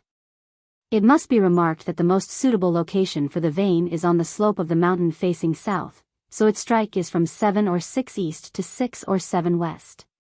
According to the above-mentioned directions, the outcrop of the whole vein should face north, its Gestiensausgang toward the east, its hanging wall toward the south, and its footwall toward the north. For in such mountains and veins the influence of the planets is conveniently received to prepare the matter out of which the silver is to be made or formed. The other strikes of veins from between east and south to the region between west and north are esteemed more or less valuable, according to whether they are nearer or further away from the above-mentioned strikes, but with the same hanging wall, footwall, and outcrops. But the veins having their strike from north to south, their hanging wall toward the west, their footwall and their outcrops toward the east, are better to work than veins which extend from south to north, whose hanging walls are toward the east, and footwalls and outcrops toward the west. Although the latter veins sometimes yield solid and good silver ore, still it is not sure and certain, because the whole mineral force is completely scattered and dispersed through the outcrop, etc. The names in the Latin are given as donum divinum, God's gift, and coelestis exercitus, heavenly host. The names given in the text are from the German translation. The former of these mines was located in the valley of Joachim, where Agricola spent many years as the town physician at Joachimsthal. It is of further interest, as Agricola obtained an income from it as a shareholder. He gives the history of the mine, De Veteribus et Novus Metallis, Book I, as follows: the mines at Abertham were discovered, partly by chance, partly by science. In the 11th year of Charles V. 1530, on the 18th of February, a poor miner, but one skilled in the art of mining, dwelt in the middle of the forest in a solitary hut, and there tended the cattle of his employer. While digging a little trench in which to store milk, he opened a vein. At once he washed some in a bowl and saw particles of the purest silver settled at the bottom. Overcome with joy, he informed his employer, and went to the burgmeister and petitioned that official to give him a head mining lease, which in the language of our people he called Gottskab. Then he proceeded to dig the vein, and found more fragments of silver, and the miners were inspired with great hopes as to the richness of the vein. Although such hopes were not frustrated, still a whole year was spent before they received any profits from the mine, whereby many became discouraged and did not persevere in paying expenses, but sold their shares in the mine. And for this reason, when at last an abundance of silver was being drawn out, a great change had taken place in the ownership of the mine. Nay, even the first finder of the vein was not in possession of any share in it, and had spent nearly all the money which he had obtained from the selling of his shares. Then this mine yielded such a quantity of pure silver as no other mine that has existed within our own or our fathers' memories, with the exception of the St. George at Schneeberg. We, as a shareholder, through the goodness of God, have enjoyed the proceeds of this God's gift since the very time when the mine began first to bestow such riches. Later on in the same book he gives the following further information with regard to these mines. Now if all the individual mines which have proved fruitful in our own times are weighed in the balance, the one at Annaberg, which is known as the Himmelshaus, surpasses all others. For the value of the silver which has been dug out has been estimated at 420,000 Rhenish gulden. Next to this comes the lead mine in Joachimsthal, whose name is the Sternen, from which as much silver has been dug as would be equivalent to 350,000 Rhenish gulden, from the Gottskab at Abertham, explained before, the equivalent of 300,000. But far before all others within our fathers' memory stands the St. George of Schneeberg, whose silver has been estimated as being equal to 2 million Rhenish gulden. A Rhenish gulden was about 6.9 shillings, or, say, $1.66. However, the ratio value of silver to gold at this period was about 11.5 to 1, or in other words an ounce of silver was worth about a gulden, so that, for purposes of rough calculation, one might say that the silver product mentioned in gulden is practically of the same number of ounces of silver. Moreover, it must be remembered that the purchasing power of money was vastly greater then. The following passage occurs in the Nützlich Bergbüchlein, chapter 5. Which is interesting on account of the great similarity to Agricola's quotation. The best position of the stream is when it has a cliff beside it on the north and level ground on the south. But its current should be from east to west, that is the most suitable. The next best after this is from west to east, with the same position of the rocks as already stated. The third in order is when the stream flows from north to south with rocks toward the east, but the worst flow of water for the preparation of gold is from south to north if a rock or hill rises toward the west.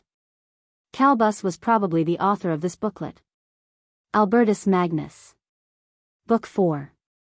He third book has explained the various and manifold varieties of veins and stringers. This fourth book will deal with mining areas and the method of delimiting them, and will then pass on to the officials who are connected with mining affairs. Now the miner, if the vein he has uncovered is to his liking, first of all goes to the burgmeister to request to be granted a right to mine, this official's special function and office being to adjudicate in respect of the mines. And so to the first man who has discovered the vein the burgmeister awards the head mere, and to others the remaining meres, in the order in which each makes his application. The size of a mere is measured by fathoms, which for miners are reckoned at 6 feet each. The length, in fact, is that of a man's extended arms and hands measured across his chest. But different peoples assign to it different lengths, for among the Greeks, who called it in Rogami iota, it was 6 feet, among the Romans 5 feet. So this measure which is used by miners seems to have come down to the Germans in accordance with the Greek mode of reckoning. A miner's foot approaches very nearly to the length of a Greek foot, for it exceeds it by only 3/4 of a Greek digit, but like that of the Romans it is divided into 12 unci. Shape of a square mere. Now square fathoms are reckoned in units of 1, 2, 3, or more measures, and a measure is 7 fathoms each way. Mining meres are for the most part either square or elongated. In square meres all the sides are of equal length, therefore the numbers of fathoms on the two sides multiplied together produce the total in square fathoms. Thus, if the shape of a measure is 7 fathoms on every side, this number multiplied by itself makes 49 square fathoms. Shape of a long mere or double measure. The sides of a long mere are of equal length, and similarly its ends are equal. Therefore, if the number of fathoms in one of the long sides be multiplied by the number of fathoms in one of the ends, the total produced by the multiplication is the total number of square fathoms in the long mere. For example, the double measure is 14 fathoms long and 7 broad, which two numbers multiplied together make 98 square fathoms. Shape of a head mere. Since meres vary in shape according to the different varieties of veins, it is necessary for me to go more into detail concerning them and their measurements. If the vein is a vena profunda, the head mere is composed of 3 double measures, therefore it is 42 fathoms in length and 7 in width, which numbers multiplied together give 294 square fathoms. And by these limits the burgmeister bounds the owner's rights in a head mere. Shape of a mere. The area of every other mere consists of 2 double measures, on whichever side of the head mere it lies, or whatever its number in order may be, that is to say, whether next to the head mere, or second, third, or any later number. Therefore, it is 28 fathoms long and 7 wide, so multiplying the length by the width we get 196 square fathoms, which is the extent of the mere. And by these boundaries the burgmeister defines the right of the owner or company over each mine. Now we call that part of the vein which is first discovered and mined, the head mere, because all the other meres run from it, just as the nerves from the head. The burgmeister begins his measurements from it, and the reason why he apportions a larger area to the head mere than to the others is that he may give a suitable reward to the one who first found the vein and may encourage others to search for veins. Since meres often reach to a torrent, or river, or stream, if the last mere cannot be completed it is called a fraction. If it is the size of a double measure, the burgmeister grants the right of mining it to him who makes the first application, but if it is the size of a single measure or a little over, he divides it between the nearest meres on either side of it. It is the custom among miners that the first mere beyond a stream on that part of the vein on the opposite side is a new head mere, and they call it the opposite, while the other meres beyond are only ordinary meres. Shape of an ancient head mere. Formerly every head mere was composed of 3 double measures and 1 single one, that is, it was 49 fathoms long and 7 wide, and so if we multiply these two together we have 343 square fathoms. Which total gives us the area of an ancient head mere. Every ancient mere was formed of a single measure, that is to say, it was 7 fathoms in length and width, and was therefore square. In memory of which miners even now call the width of every mere which is located on a vena profunda a square. The following was formerly the usual method of delimiting a vein. As soon as the miner found metal, he gave information to the burgmeister and the tithe-gatherer, who either proceeded personally from the town to the mountains, or sent thither men of good repute, at least 2 in number, to inspect the metal-bearing vein. Thereupon, if they thought it of sufficient importance to survey, the burgmeister again having gone forth on an appointed day, thus questioned him who first found the vein, concerning the vein and the diggings, which is your vein? Which digging carried metal? Then the discoverer, pointing his finger to his vein and diggings, indicated them, and next the burgmeister ordered him to approach the windlass and place 2 fingers of his right hand upon his head. And swear this oath in a clear voice, I swear by God and all the saints, and I call them all to witness, that this is my vein. And moreover if it is not mine, may neither this my head or these my hands henceforth perform their functions. Then the burgmeister, having started from the center of the windlass, proceeded to measure the vein with a cord, and to give the measured portion to the discoverer, in the first instance a half and then 3 full measures. Afterward 1 to the king or prince, another to his consort, a third to the master of the horse, a 4th to the cupbearer, a 5th to the groom of the chamber, a 6th to himself. Then, starting from the other side of the windlass, he proceeded to measure the vein in a similar manner. Thus the discoverer of the vein obtained the head mere, that is, 7 single measures. But the king or ruler, his consort, the leading dignitaries, and lastly, the burgmeister, obtained 2 measures each, or 2 ancient meres. This is the reason there are to be found at Freiburg in Meissen so many shafts with so many intercommunications on a single vein, which are to a great extent destroyed by age. If, however, the burgmeister had already fixed the boundaries of the meres on one side of the shaft for the benefit of some other discoverer, than for those dignitaries I have just mentioned. As many meres as he was unable to award on that side he duplicated on the other. But if on both sides of the shaft he had already defined the boundaries of meres, he proceeded to measure out only that part of the vein which remained free. And thus it sometimes happened that some of those persons I have mentioned obtained no mere at all. Today, though that old established custom is observed, the method of allotting the vein and granting title has been changed. As I have explained above, the head mere consists of 3 double measures, and each other mere of 2 measures, and the burgmeister grants one each of the meres to him who makes the first application. The king or prince, since all metal is taxed, is himself content with that, which is usually 1/10 of the width of every mere, whether old or new. 1/2 lies on the footwall side of a vena profunda and 1/2 on the hanging wall side. If the vein descends vertically into the earth, the boundaries similarly descend vertically, but if the vein inclines, the boundaries likewise will be inclined. The owner always holds the mining right for the width of the mere, however far the vein descends into the depth of the earth. Further, the burgmeister, on application being made to him, grants to one owner or company a right over not only the head mere, or another mere, but also the head mere, the next mere or 2 adjoining meres. So much for the shape of meres and their dimensions in the case of a vena profunda. I now come to the case of veni dilatati. The boundaries of the areas on such veins are not all measured by one method. For in some places the burgmeister gives them shapes similar to the shapes of the meres on veni profundi, in which case the head mere is composed of 3 double measures, and the area of every other mine of 2 measures. As I have explained more fully above. In this case, however, he measures the meres with a cord, not only forward and backward from the ends of the head mere, as he is wont to do in the case where the owner of a vena profunda has a mere granted him, but also from the sides. In this way meres are marked out when a torrent or some other force of nature has laid open a vena dilatata in a valley, so that it appears either on the slope of a mountain or hill or on a plain. Shape of a head mere. Elsewhere the burgmeister doubles the width of the head mere and it is made 14 fathoms wide, while the width of each of the other meres remains single, that is 7 fathoms, but the length is not defined by boundaries.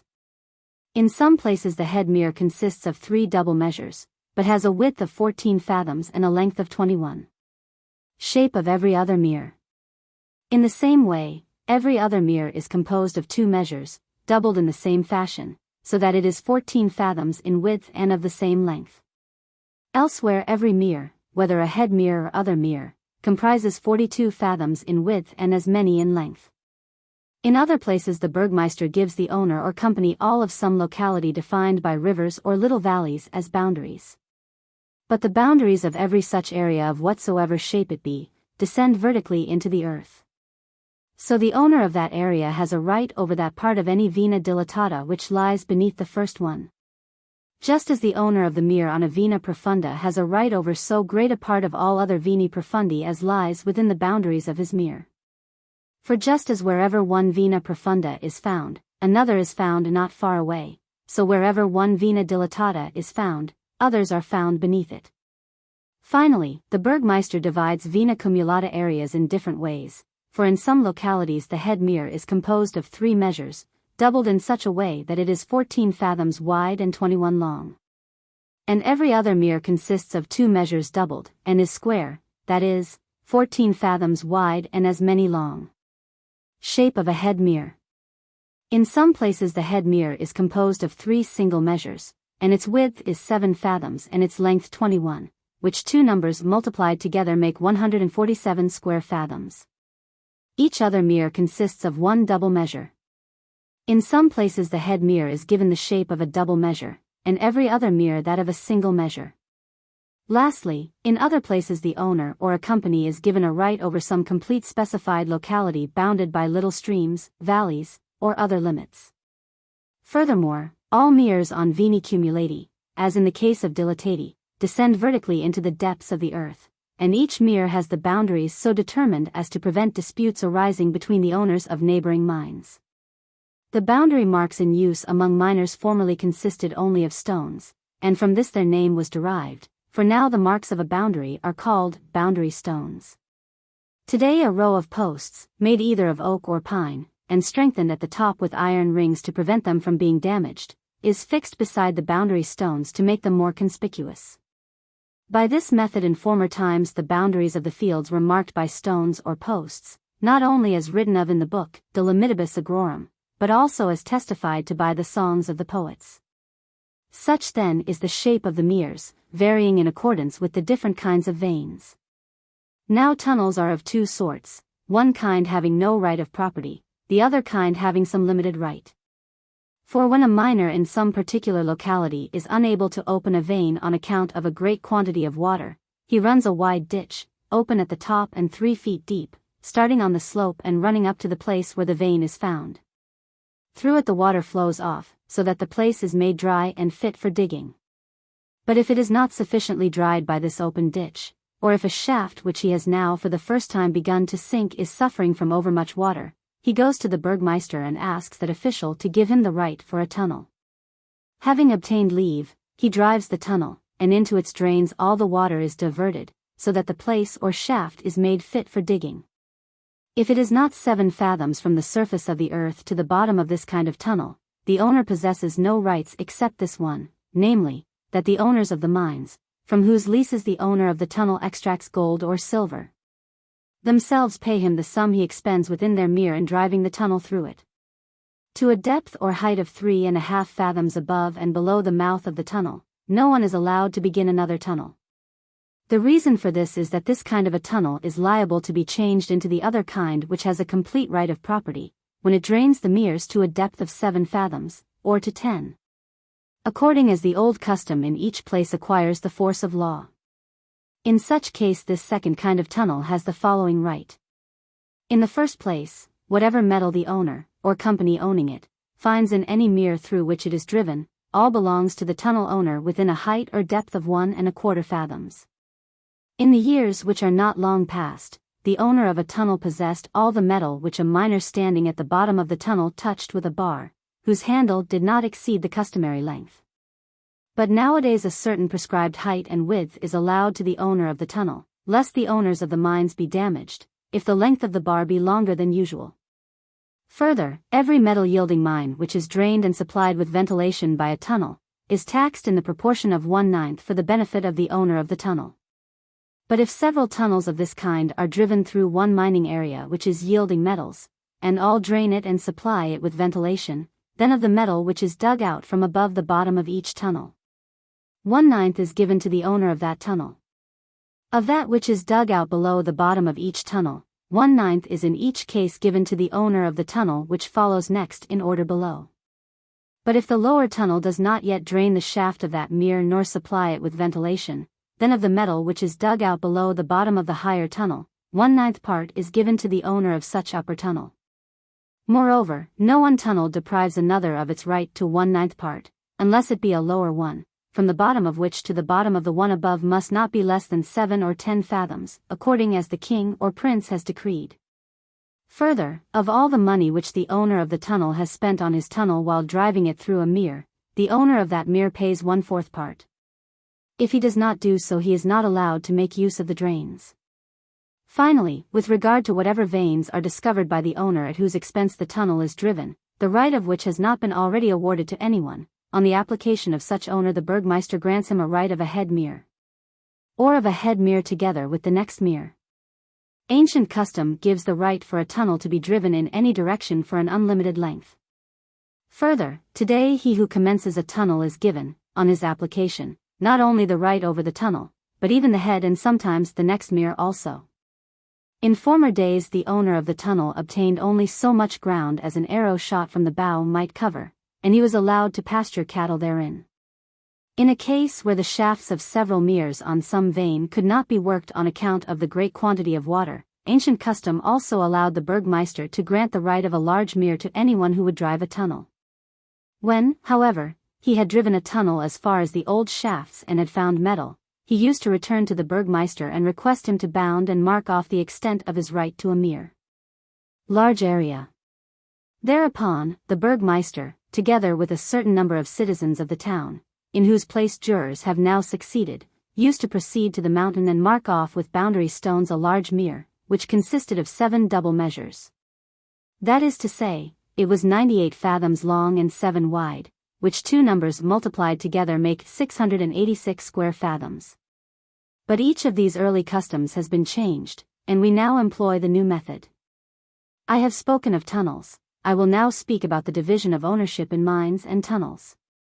One owner is allowed to possess and to work 1, 2, 3, or more whole meres, or similarly one or more separate tunnels, provided he conforms to the decrees of the laws relating to metals, and to the orders of the burgmeister. And because he alone provides the expenditure of money on the mines, if they yield metal he alone obtains the product from them. But when large and frequent expenditures are necessary in mining, he to whom the burgmeister first gave the right often admits others to share with him, and they join with him in forming a company.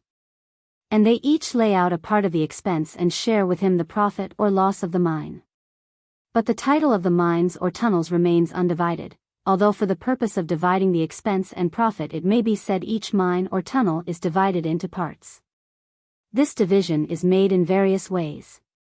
A mine, and the same thing must be understood with regard to a tunnel, may be divided into two halves, that is into two similar portions, by which method two owners spend an equal amount on it and draw an equal profit from it. For each possesses one half. Sometimes it is divided into 4 shares, by which compact 4 persons can be owners, so that each possesses 1/4, or also 2 persons, so that one possesses 3/4, and the other only 1/4. Or 3 owners, so that the first has 2/4, and the second and third 1/4 each.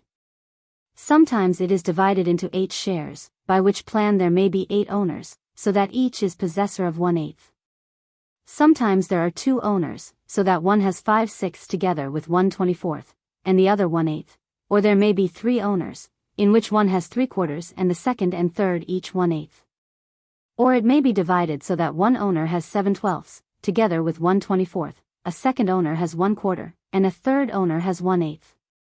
Or so that the first has 1/2, the second 1/3 and 1/24, and the third 1/8, or so that the first has 1/2, as before, and the second and third each 1/4.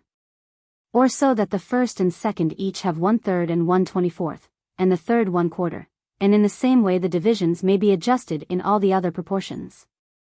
The different ways of dividing the shares originate from the different proportions of ownership. Sometimes a mine is divided into 16 parts, each of which is a 24th and a 48th. Or it may be divided into 32 parts, each of which is a 48th and half a 72nd and a 288th, or into 64 parts of which each share is 1/72nd and 1/576th. Or finally, into 128 parts, any one of which is half a 72nd and half of 1/576th. Now an iron mine either remains undivided or is divided into 2, 4, or occasionally more shares, which depends on the excellence of the veins. But a lead, bismuth, or tin mine, and likewise one of copper or even quicksilver, is also divided into 8 shares, or into 16 or 32, and less commonly into 64. The number of the divisions of the silver mines at Freiberg in Meissen did not formerly progress beyond this. But within the memory of our fathers, miners have divided a silver mine, and similarly the tunnel at Schneeberg, first of all into 128 shares, of which 126 are the property of private owners in the mines or tunnels, one belongs to the state and one to the church. While in Joachimsthal only 122 shares of the mines or tunnels are the property of private owners, 4 are proprietary shares, and the state and church each have one in the same way. To these there has lately been added in some places 1 share for the most needy of the population, which makes 129 shares. It is only the private owners of mines who pay contributions. A proprietary holder, though he holds as many as 4 shares such as I have described, does not pay contributions, but gratuitously supplies the owners of the mines with sufficient wood from his forests for timbering, machinery, buildings, and smelting. Nor do those belonging to the state, church, and the poor pay contributions, but the proceeds are used to build or repair public works and sacred buildings, and to support the most needy with the profits which they draw from the mines. Furthermore, in our state, the 128th share has begun to be divided into 2, 4, or 8 parts, or even into 3, 6, 12, or smaller parts. This is done when one mine is created out of 2, for then the owner who formerly possessed 1/2 becomes owner of 1/4. He who possessed 1/4, of 1/8, he who possessed 1/3, of 1/6. He who possessed 1/6, of 1/12. Since our countrymen call a mine a symposium, that is, a drinking bout, we are accustomed to call the money which the owners subscribe a symbolum, or a contribution. For, just as those who go to a banquet, symposium, give contributions, symbola, so those who purpose making large profits from mining are accustomed to contribute toward the expenditure. However, the manager of the mine assesses the contributions of the owners annually, or for the most part quarterly, and as often he renders an account of receipts and expenses. At Freiburg in Meissen the old practice was for the manager to exact a contribution from the owners every week, and every week to distribute among them the profits of the mines. But this practice during almost the last 15 years has been so far changed that contribution and distribution are made 4 times each year. Large or small contributions are imposed according to the number of workmen which the mine or tunnel requires. As a result, those who possess many shares provide many contributions. 4 times a year the owners contribute to the cost, and 4 times during the year the profits of the mines are distributed among them. These are sometimes large, sometimes small, according as there is more or less gold or silver or other metal dug out. Indeed, from the St. George mine in Schneeberg the miners extracted so much silver in a quarter of a year that silver cakes, which were worth 1,100 Rhenish guldens, were distributed to each 128th share. From the Annaberg mine which is known as the Himmelisch Haus, they had a dole of 800 thaler, from a mine in Joachimsthal which is named the Sternen, 300 thaler, from the head mine at Abertham, which is called St. Lawrence, 225 thaler. The more shares of which any individual is owner the more profits he takes. I will now explain how the owners may lose or obtain the right over a mine, or a tunnel, or a share. Formerly, if anyone was able to prove by witnesses that the owners had failed to send miners for 3 continuous shifts, the burgmeister deprived them of their right over the mine, and gave the right over it to the informer, if he desired it. But although miners preserve this custom today, still mining share owners who have paid their contributions do not lose their right over their mines against their will. Formerly, if water which had not been drawn off from the higher shaft of some mine percolated through a vein or stringer into the shaft of another mine and impeded their work, then the owners of the mine which suffered the damage went to the burgmeister and complained of the loss, and he sent to the shafts 2 jurors. If they found that matters were as claimed, the right over the mine which caused the injury was given to the owners who suffered the injury.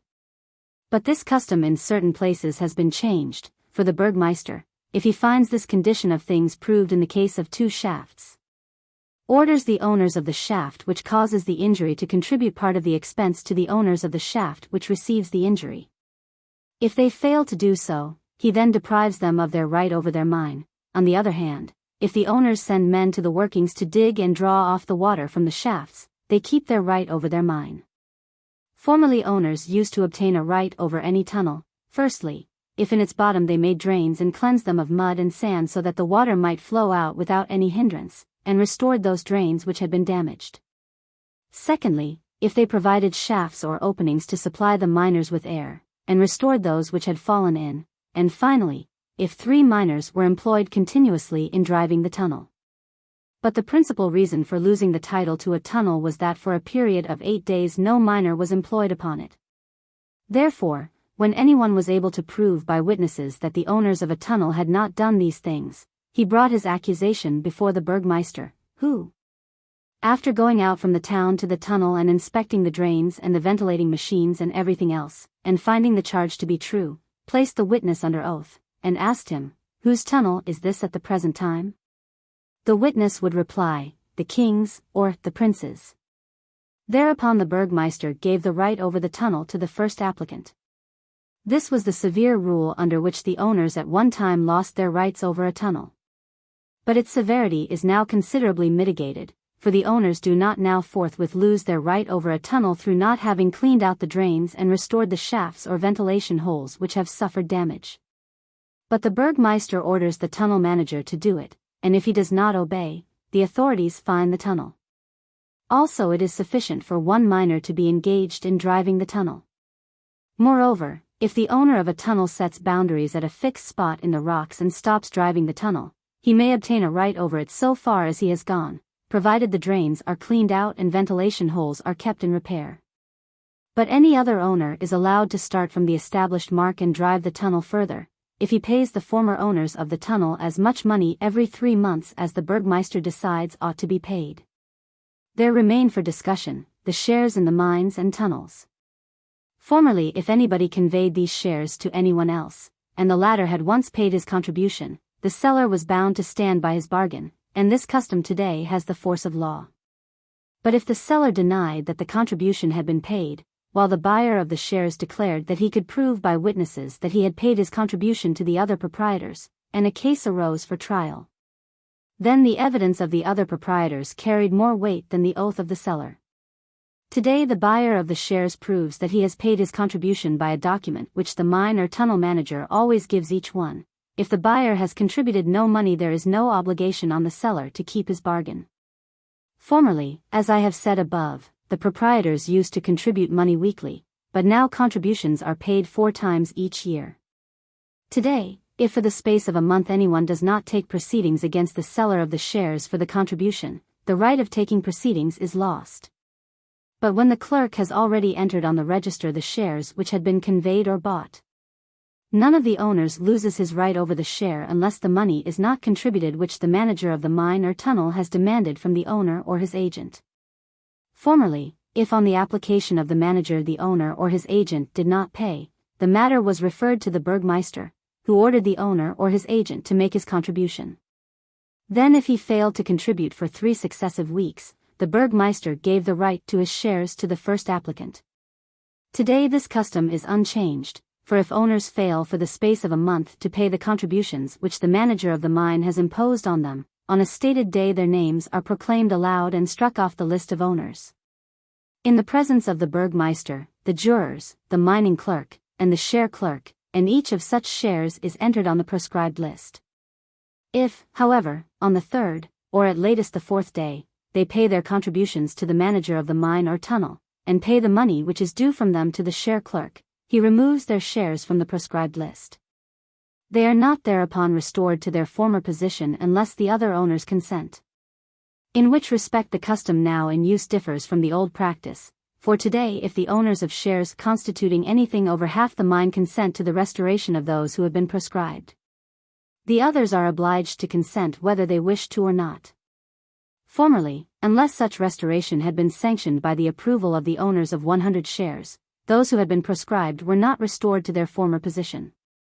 The procedure in suits relating to shares was formerly as follows: he who instituted a suit and took legal proceedings against another in respect of the shares, used to make a formal charge against the accused possessor before the Burgmeister. This was done either at his house or in some public place or at the mines, once each day for 3 days if the shares belonged to an old mine, and 3 times in 8 days if they belonged to a head mere. But if he could not find the possessor of the shares in these places, it was valid and effectual to make the accusation against him at the house of the Burgmeister. When, however, he made the charge for the 3rd time, he used to bring with him a notary, whom the Burgmeister would interrogate, "Have I earned the fee?" and who would respond, "You have earned it." Thereupon the Burgmeister would give the right over the shares to him who made the accusation, and the accuser in turn would pay down the customary fee to the Burgmeister. After these proceedings, if the man whom the Burgmeister had deprived of his shares dwelt in the city, one of the proprietors of the mine or of the head mine was sent to him to acquaint him with the facts. But if he dwelt elsewhere, proclamation was made in some public place, or at the mine, openly and in a loud voice in the hearing of numbers of miners. Nowadays a date is defined for the one who is answerable for the debt of shares or money, and information is given the accused by an official if he is near at hand, or if he is absent, a letter is sent him. Nor is the right over his shares taken from anyone for the space of 1.5 months. So much for these matters. Now, before I deal with the methods which must be employed in working, I will speak of the duties of the mining prefect, the Burgmeister, the jurors, the mining clerk, the share clerk, the manager of the mine or tunnel, the foreman of the mine or tunnel, and the workman. To the mining prefect, whom the king or prince appoints as his deputy, all men of all races, ages, and rank, give obedience and submission. He governs and regulates everything at his discretion, ordering those things which are useful and advantageous in mining operations, and prohibiting those which are to the contrary. He levies penalties and punishes offenders. He arranges disputes which the burgmeister has been unable to settle, and if even he cannot arrange them, he allows the owners who are at variance over some point to proceed to litigation. He even lays down the law, gives orders as a magistrate, or bids them leave their rights in abeyance, and he determines the pay of persons who hold any post or office. He is present in person when the mine managers present their quarterly accounts of profits and expenses, and generally represents the king or prince and upholds his dignity. The Athenians in this way set Thucydides, the famous historian, over the mines of Thasos.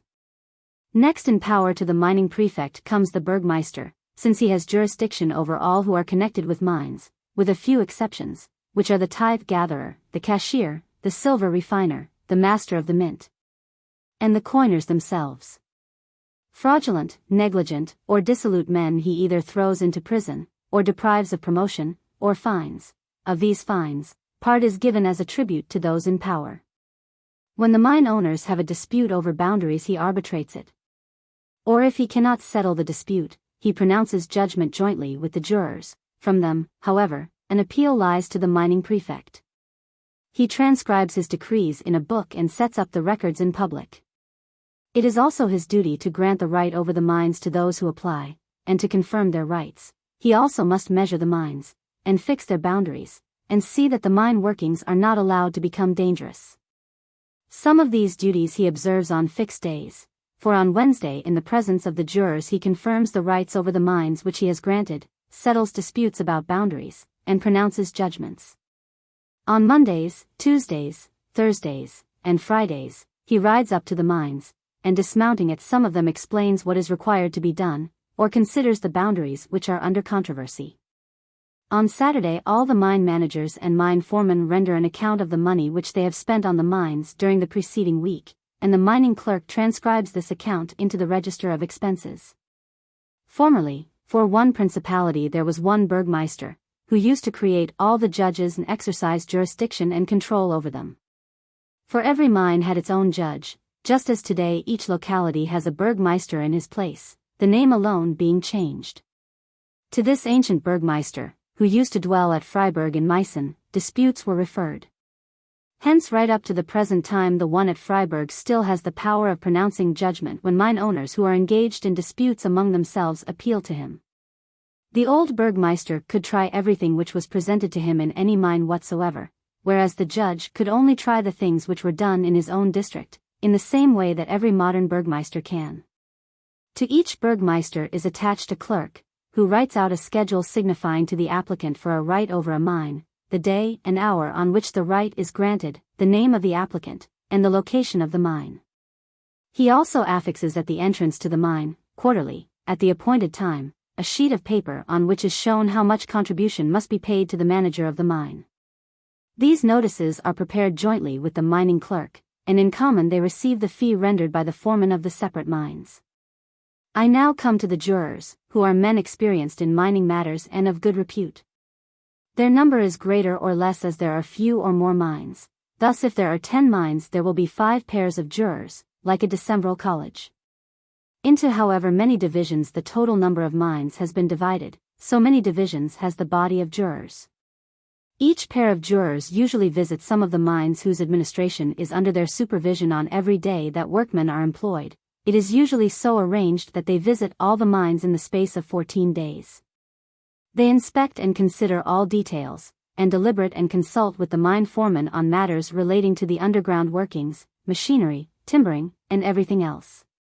They also jointly with the mine foreman from time to time make the price per fathom to the workmen from mining the ore, fixing it at a high or low price, according to whether the rock is hard or soft. If, however, the contractors find that an unforeseen and unexpected hardness occurs, and for that reason have difficulty and delay in carrying out their work, the jurors allow them something in excess of the price fixed. While if there is a softness by reason of water, and the work is done more easily and quickly, they deduct something from the price. Further, if the jurors discover manifest negligence or fraud on the part of any foreman or workman, they first admonish or reprimand him as to his duties and obligations, and if he does not become more diligent and improve. The matter is reported to the burgmeister, who by right of his authority deprives such persons of their functions in office, or, if they have committed a crime, throws them into prison. Lastly, because the jurors have been given to the burgmeister as counselors and advisers, in their absence he does not confirm the right over any mine, nor measure the mines, nor fix their boundaries, nor settle disputes about boundaries, nor pronounce judgment, nor, finally, does he without them listen to any account of profits and expenditure. Now the mining clerk enters each mine in his books, the new mines in one book, the old mines which have been reopened in another. This is done in the following way. First is written the name of the man who has applied for the right over the mine, then the day and hour on which he made his application, then the vein and the locality in which it is situated. Next the conditions on which the right has been given, and lastly, the day on which the burgmeister confirmed it. A document containing all these particulars is also given to the person whose right over a mine has been confirmed. The mining clerk also sets down in another book the names of the owners of each mine over which the right has been confirmed. In another any intermission of work permitted to any person for certain reasons by the burgmeister, in another the money which one mine supplies to another for drawing off water or making machinery, and in another the decisions of the burgmeister and the jurors, and the disputes settled by them as honorary arbitrators. All these matters he enters in the books on Wednesday of every week. If holidays fall on that day he does it on the following Thursday. Every Saturday he enters in another book the total expenses of the preceding week, the account of which the mine manager has rendered. But the total quarterly expenses of each mine manager, he enters in a special book at his own convenience. He enters similarly in another book a list of owners who have been proscribed. Lastly, that no one may be able to bring a charge of falsification against him, all these books are enclosed in a chest with 2 locks, the key of one of which is kept by the mining clerk, and of the other by the burgmeister. The share clerk enters in a book the owners of each mine whom the first finder of the vein names to him, and from time to time replaces the names of the sellers with those of the buyers of the shares.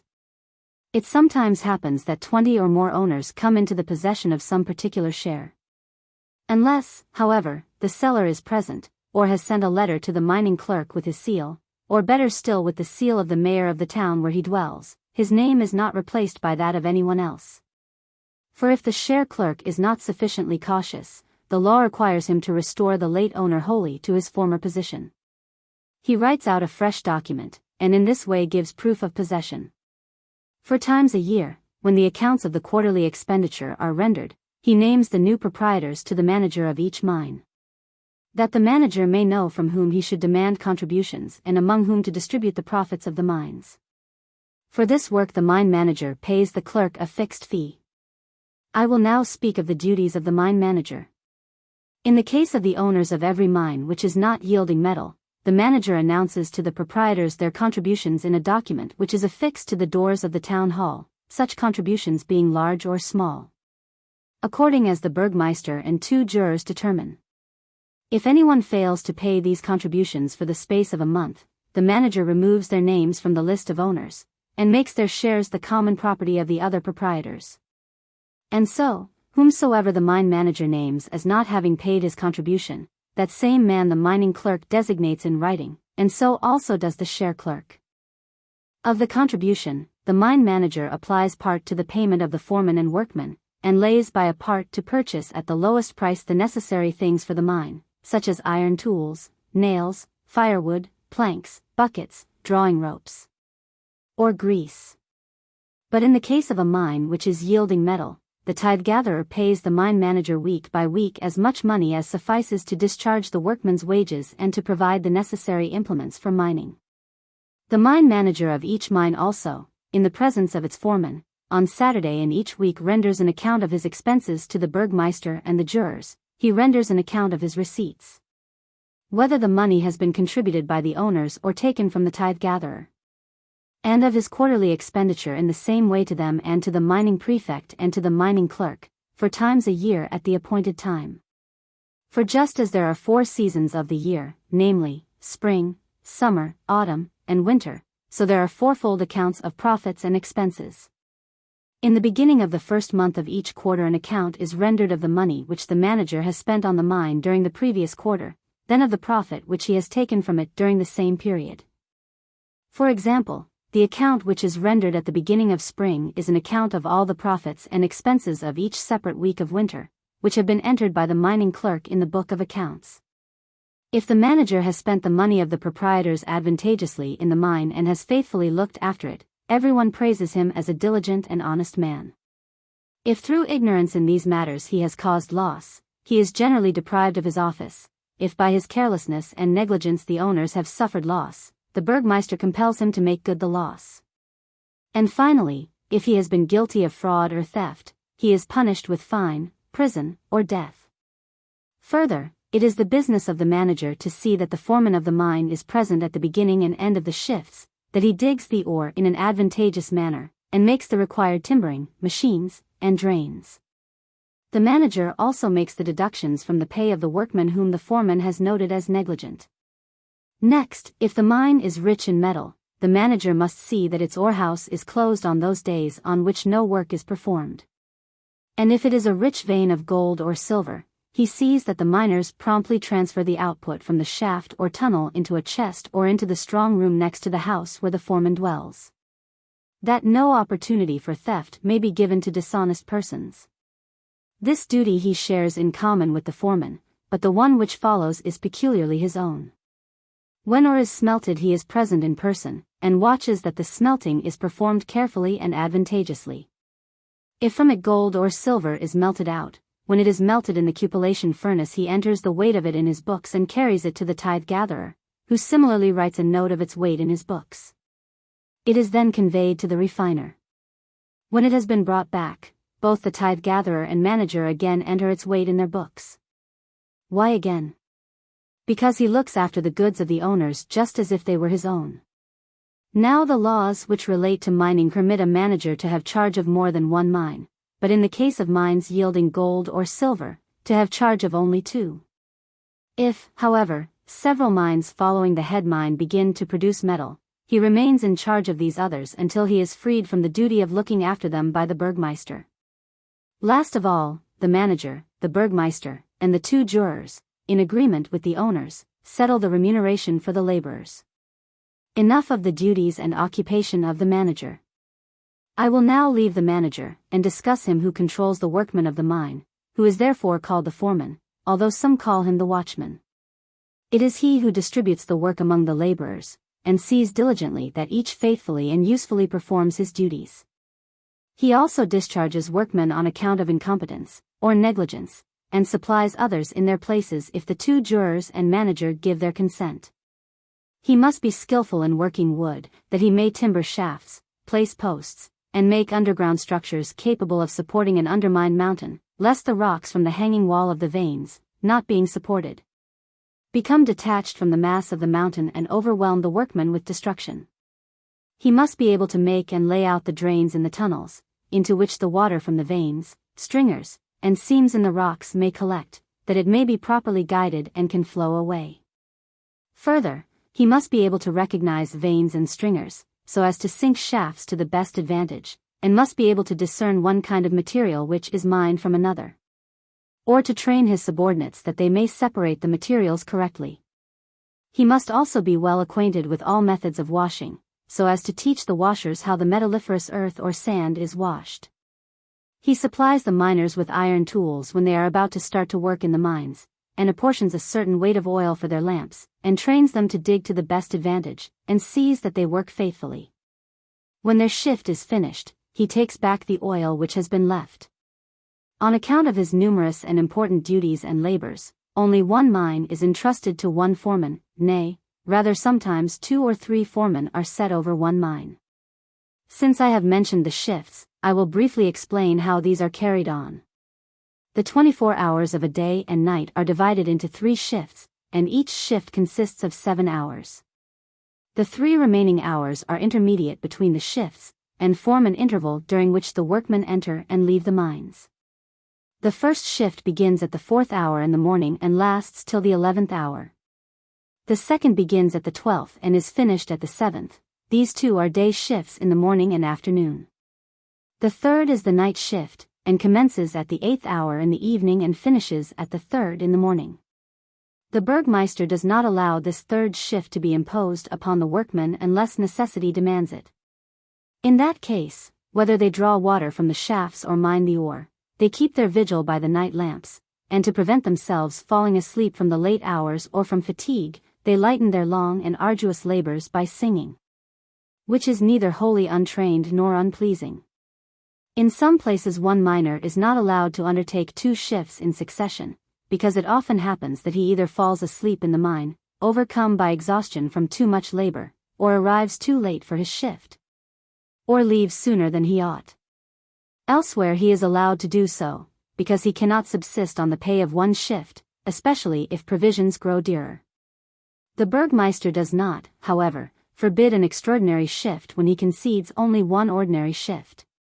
When it is time to go to work, the sound of a great bell, which the foreigners call a campana, gives the workmen warning, and when this is heard they run hither and thither through the streets toward the mines.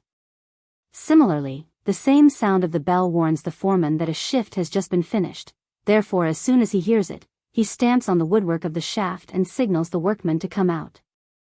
Thereupon, the nearest, as soon as they hear the signal, strike the rocks with their hammers, and the sound reaches those who are furthest away.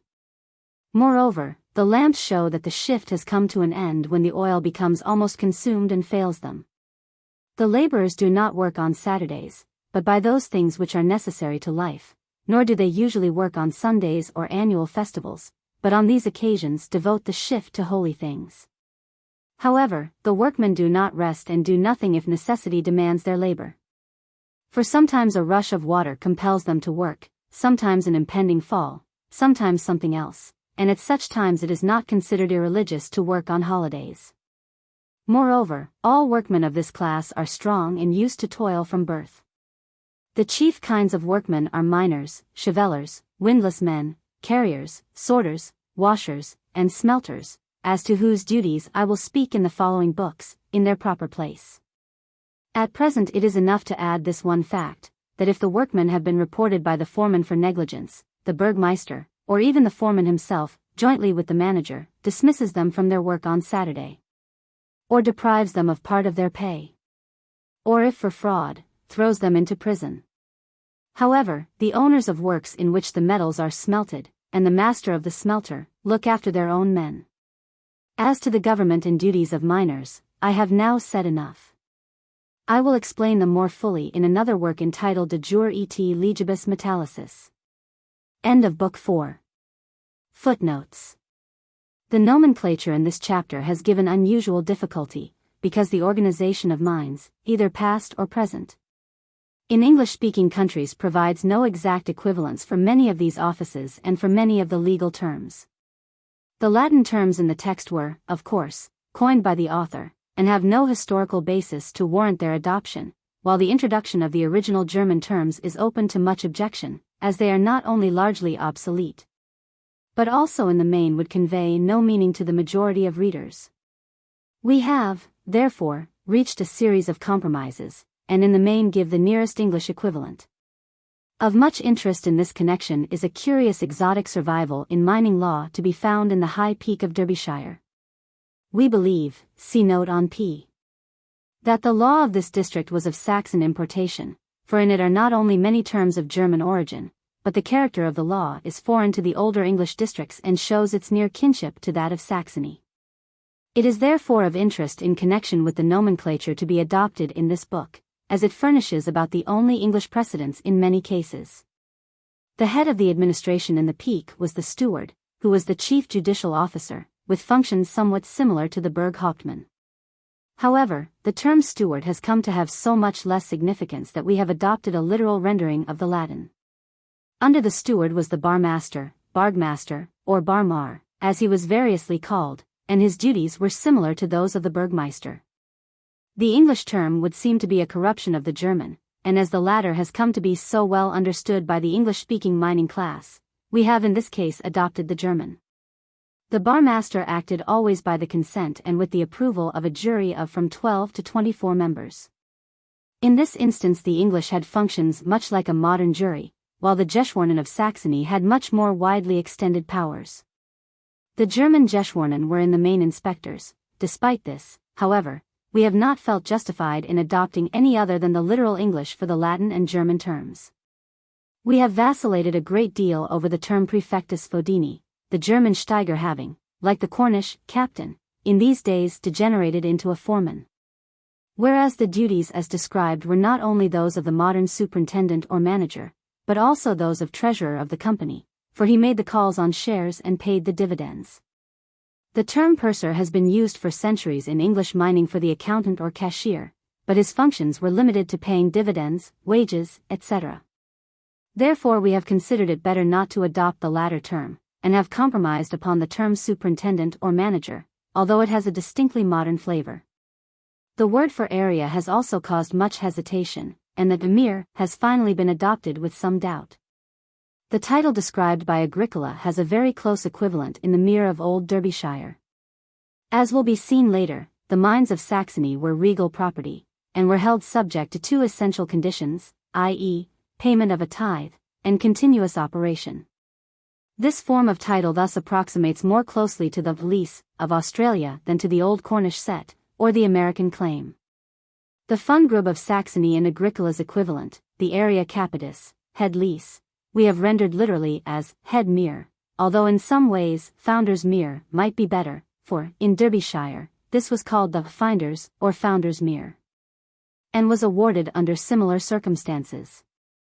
It has also an analogy in Australian law in the reward leases. The term measure has the merit of being a literal rendering of the Latin, and also of being the identical term in the same use in the High Peak. The following table of the principal terms gives the originals of the Latin text, their German equivalents according in the glossary and other sources, and those adopted in the translation. Agricola, German glossary, term adopted. Praefectus Metallorum Bergamtmann mining prefect. Magister Metallicorum Burgmeister. Scriba Magister Metallicorum Burgmeisters Schreiber Burgmeisters Clerk. Jurati Geschworenen Jurats or jurors. Publicus Signator Gemainer Sigler Notary. Decumanus Sehendertithe Gatherer. Distributor Rostyler Cashier. Scriba Partium Gegenschreiber Share Clerk. Scriba Fadenarum Bergschreiber Mining Clerk. Praefectus Foedini, Steiger, Manager of the Mine. Praefectus Cunicula Manager of the Tunnel. Praeses Foedini, Schichtmeister, Foreman of the Mine. Praeses Cuniculae Foreman of the Tunnel. Fossors Berghauer Miners or Diggers. Ingestors Bergenschlagen Chevellers. Vectaria Hespela Lever Workers, Windlass Men. Discreters Erzbutcher Sorters. Lotors Wesker und Siefner Washers, Buddlers, Sifters, etc. Excoctories Schmelzer Smelters. Purgator Argenti Silber Brenner Silver Refiner. Magister Monetarior Master of the Mint. Monetarius Munzercoiner. Area Fadenarum Massmere. Area Capitis Fadenarum Fundgrub Headmere. Dimensum Lehen Measure. The following are the equivalents of the measures mentioned in this book. It is not always certain which foot or fathom Agricola actually had in mind, although they were probably the German. Greek. Dactylos equals 0.76 inches 16 equals pose equals 12.13 inches 6 equals orguia equals 72.81 inches. Roman. Uncia equals 0.97 inch 12 equals pes equals 11.6, 5 equals passus equals 58. 1. German. Zoll equals 0.93 inch 12 equals Werkschuh equals 11.24, 6 equals Lacter equals 67.5. English. Inch equals 1.0, 12 equals foot equals 12.00, 6 equals fathom equals 72.0. The discrepancies are due to variations in authorities and to decimals dropped. The Werkschuh taken is the Chemnitz foot deduced from Agricola's statement in his De Mensuris Edi Ponderibus, Basel, 1533, for further notes see. Subcisivum, remainder. German glossary, Überschar. The term used in Mendip and Derbyshire was prim gap or prime gap. It did not, however, in this case belong to adjacent mines, but to the landlord. Adversum. Glossary, Gegendrum. The Bergwerk Lexicon, Chemnitz, 1743, gives Gegendrum or Gegentram, and defines it as the mass or lease next beyond a stream. Quadratum. Glossary, Weirung. The Weirung in Old Saxon title meant a definite zone on either side of the vein, 31 halves lacter, lacter equals 5 feet 7.5 inches, into the hanging wall and the same into the footwall, the length of one Weirung being 7 lacter along the strike. It must be borne in mind that the form of rights here referred to entitled the miner to follow his vein, carrying the side line with him in depth the same distance from the vein, in much the same way as with the apex law of the United States. From this definition as given in the Bergwerk lexicon, it would appear that the vein itself was not included in the measurements, but that they started from the walls. Historical note on the development of mining law. There is no branch of the law of property, of which the development is more interesting and illuminating from a social point of view than that relating to minerals. Unlike the land, the minerals have ever been regarded as a sort of fortuitous property, for the title of which there have been 4 principal claimants, that is, the overlord, as represented by the king, prince, bishop, or what not. The community or the state, as distinguished from the ruler, the landowner, and the mine operator, to which class belongs the discoverer. The one of these that possessed the dominant right reflects vividly the social state and sentiment of the period. The divine right of kings, the measure of freedom of their subjects, the tyranny of the landowning class. The rights of the community as opposed to its individual members, the rise of individualism, and finally, the modern return to more communal view, have all been reflected promptly in the mineral title. Of these parties the claims of the overlord have been limited only by the resistance of his subjects, those of the state limited by the landlord, those of the landlord by the sovereign or by the state. While the miner, ever in a minority in influence as well as in numbers, has been buffeted from pillar to post, his only protection being the fact that all other parties depended upon his exertion and skill. The conception as to which of these classes had a right in the title have been by no means the same in different places at the same time, and in all it varies with different periods. But the whole range of legislation indicates the encroachment of one factor in the community over another, so that their relative rights have been the cause of never-ending contention, ever since a record of civil and economic contentions began.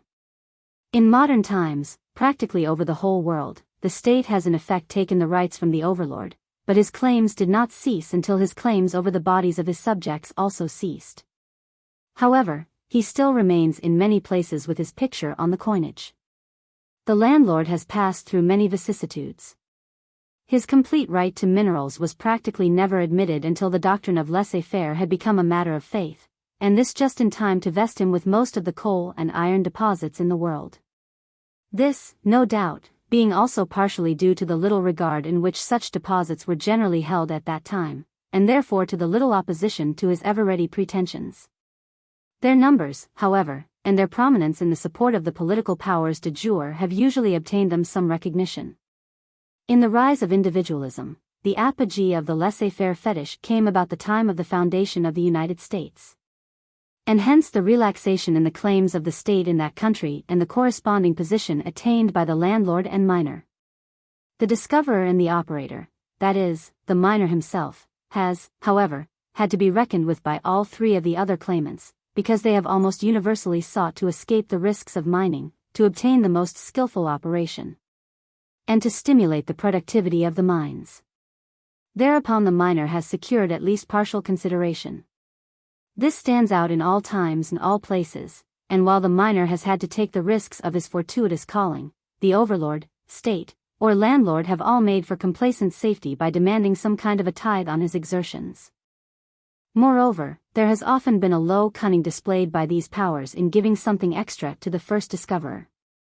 In these relations of the powers to the mine operator, from the very first we find definite records of the imposition of certain conditions with extraordinary persistence, so fixed a notion that even the United States did not quite escape it. This condition was, no doubt, designed as a stimulus to productive activity, and was the requirement that the miner should continuously employ himself digging in the piece of ground allotted to him.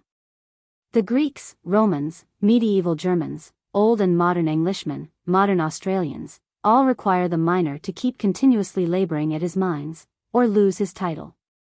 The American, as his inauguration of government happened when things were easier for individuals, allows him a vacation of 11 months in the year for a few years, and finally a holiday altogether. There are other points where the overlord, the state, or the landlord have always considered that they had a right to interfere, principally as to the way the miner does his work, lest he should miss, or cause to be missed, some of the mineral. So he has usually been under pains and penalties as to his methods, these quite apart from the very proper protection to human life, which is purely a modern invention, largely of the miner himself. Somebody has had to keep peace and settle disputes among the usually turbulent miners, for what other sort of operators would undertake the hazards and handicaps? And therefore special officials and codes, or courts, for his benefit are of the oldest and most persistent of institutions. Between the overlord and the landowner the fundamental conflict of view as to their respective rights has found its interpretation in the form of the mineral title. The overlord claimed the metals as distinguished from the land, while the landowner claimed all beneath his soil. Therefore, we find two forms of title, that in which the miner could follow the ore regardless of the surface, the apex, conception, and that in which the boundaries were vertical from the land surface. Lest the Americans think that the apex law was a sin original to themselves, we may mention that it was made use of in Europe a few centuries before Agricola, who will be found to set it out with great precision. From these points of view, more philosophical than legal, we present a few notes on various ancient laws of mines, though space forbids a discussion of a tithe of the amount it deserves at some experienced hand. Of the ancient Egyptian, Lydian, Assyrian, Persian, Indian, and Chinese laws as to mines we have no record, but they were of great simplicity, for the bodies as well as the property of subjects were at the abject disposition of the overlord. We are informed on countless occasions of emperors, kings, and princes of various degree among these races, owning and operating mines with convicts, soldiers, or other slaves, so we may take it for certain that continuous labor was enforced. And that the boundaries, inspection, and landlords did not cause much anxiety. However, herein lies the root of regalian right. Our first glimpse of a serious right of the subject to mines is among some of the Greek states, as could be expected from their form of government. With republican ideals, a rich mining district at Mount Laurion, an enterprising and contentious people, it would be surprising indeed if Athenian literature was void on the subject. While we know that the active operation of these mines extended over some 500 years, from 700 to 200 BC, the period of most literary reference was from 400 to 300 BC. Our information on the subject is from two of Demosthenes' orations, one against Pantanidas, the other against Phenippus, the first mining lawsuit in which the address of counsel is extant.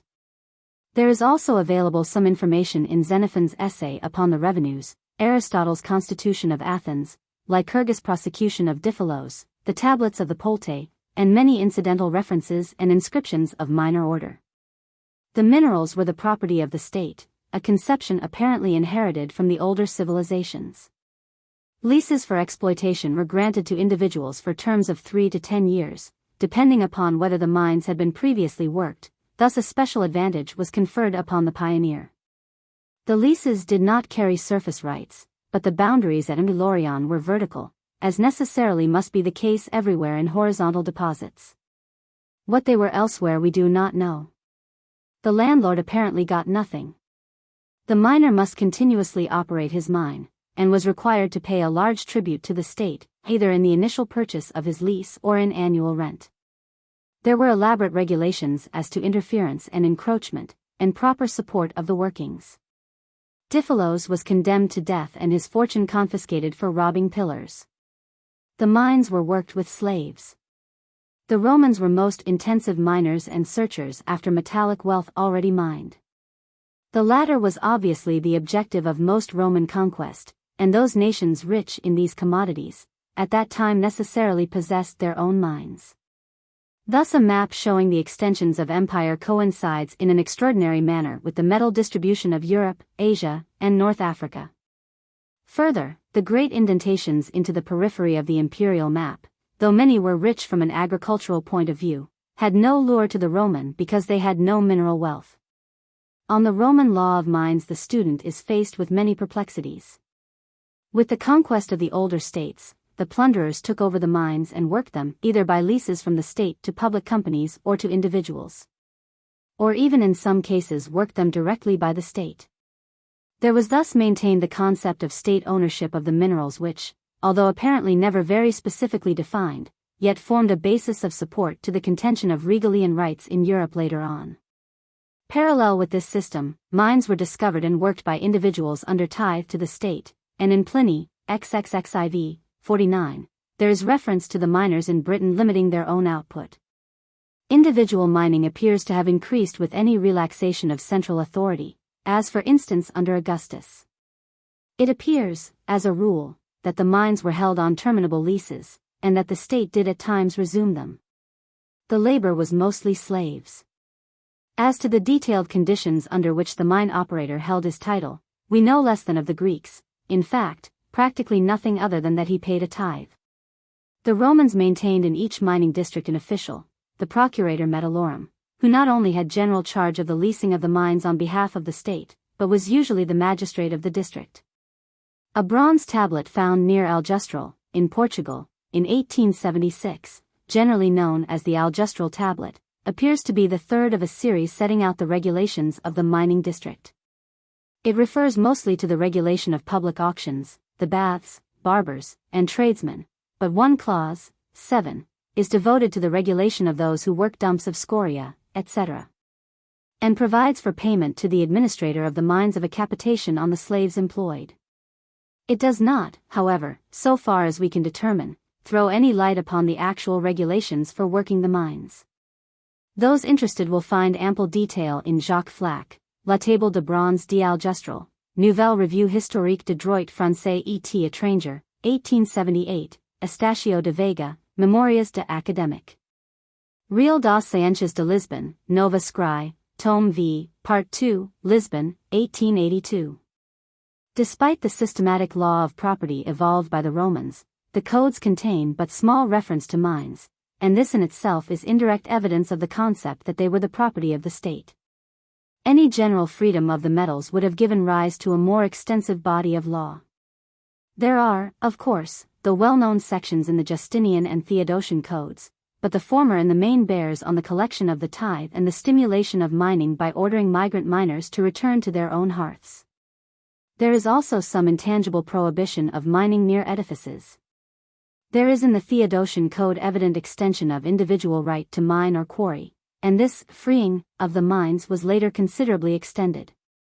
The empire was, however, then on the decline, and no doubt it was hoped to stimulate the taxable commodities. There is nothing very tangible as to the position of the landlord with regard to minerals found on his property. The metals were probably of insufficient frequency on the land of Italian landlords to matter much, and the attitude towards subject races was not usually such as to require an extensive body of law. In the chaos of the Middle Ages, Europe was governed by hundreds of potentates, great and small, who were unanimous on one point, and this that the minerals were their property. In the bickerings among themselves, the stronger did not hesitate to interpret the Roman law in affirming regalian rights as an excuse to dispossess the weaker. The rights to the mines form no small part of the differences between these potentates and the more important of their subjects.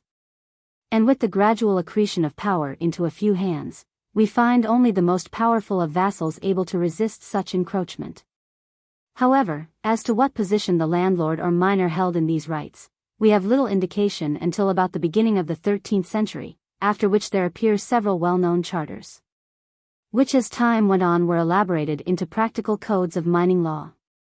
The earliest of these charters are those of the Bishop of Trent, 1185, that of the Harz miners, 1219, of the town of Igla in 1249. Many such in connection with other districts appear throughout the 13th, 14th, and 15th centuries. References to the most important of such charters may be found in Sternberg, Umrister Geschichte de Bergbau's, Prague, 1838, Eisenhardt, De Regale Metalli Fadenarium, Helmstad, 1681.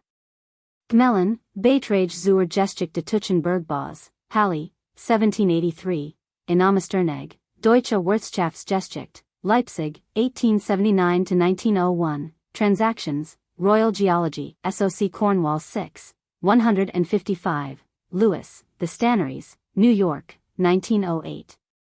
By this time a number of mining communities had grown up, and the charters in the main are a confirmation to them of certain privileges. They contain, nevertheless, rigorous reservation of the regalian right.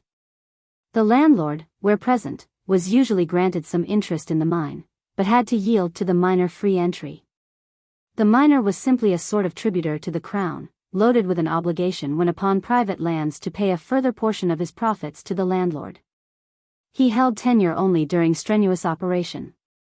However, it being necessary to attract skilled men, they were granted many civil privileges not general to the people, and from many of the principal mining towns, free cities, were created, possessing a measure of self-government. There appear in the Igla Charter of 1249 the first symptoms of the apex form of title, this being the logical development of the conception that the minerals were of quite distinct ownership from the land. The law, as outlined by Agricola, is much the same as set out in the Iglavian Charter of 3 centuries before. And we must believe that such fully developed conceptions as that charter conveys were but the confirmation of customs developed over generations. In France the landlord managed to maintain a stronger position vis-a-vis with the crown, despite much assertion of its rights. And as a result, while the landlord admitted the right to a tithe for the crown, he maintained the actual possession, and the boundaries were defined with the land. In England the law varied with special mining communities, such as Cornwall, Devon, the Forest of Dean, the Forest of Mendip, Alston Moor, and the High Peak, and they exhibit a curious complex of individual growth. Of profound interest to the student of the growth of institutions.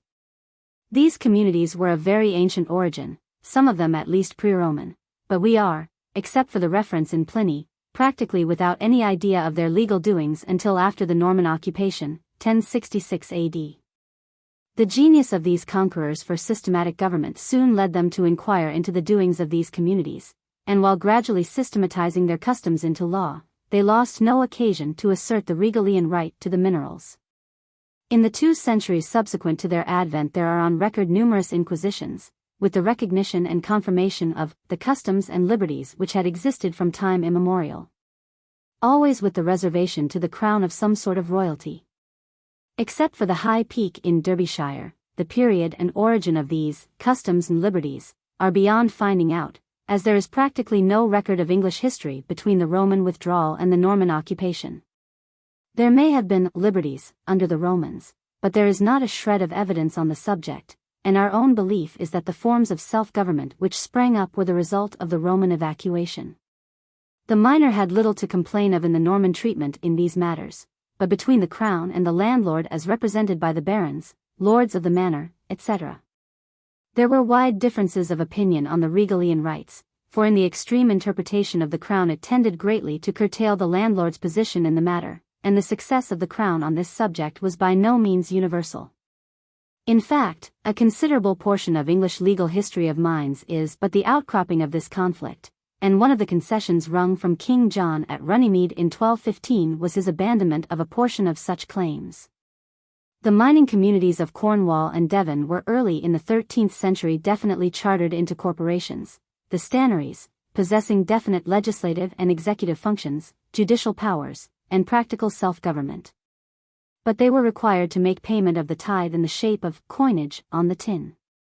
Such recognition, while but a ratification of prior custom, was not obtained without struggle, for the Norman kings early asserted wide rights over the mines. Tangible record of mining in these parts, from a legal point of view, practically begins with a report by William de Rudham in 1198 upon his arrangements regarding the coinage. A charter of King John in 1201, while granting free right of entry to the miners, thus usurped the rights of the landlords, a claim which he was compelled by the barons to moderate.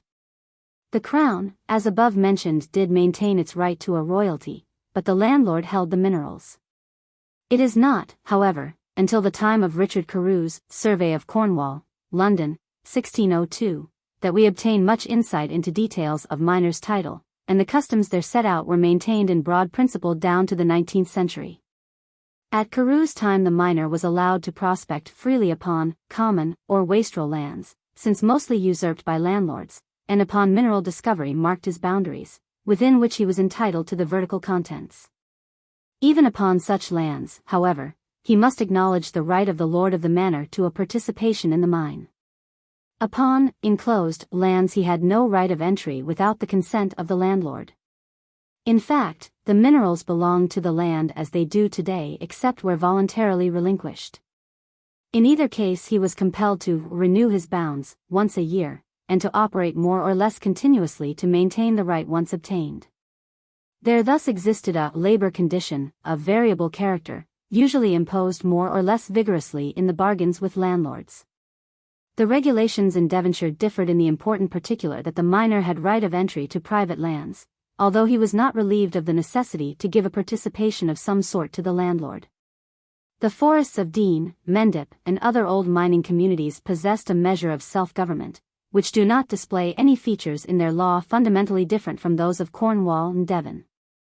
The High Peak lead mines of Derbyshire, however, exhibit one of the most profoundly interesting of these mining communities.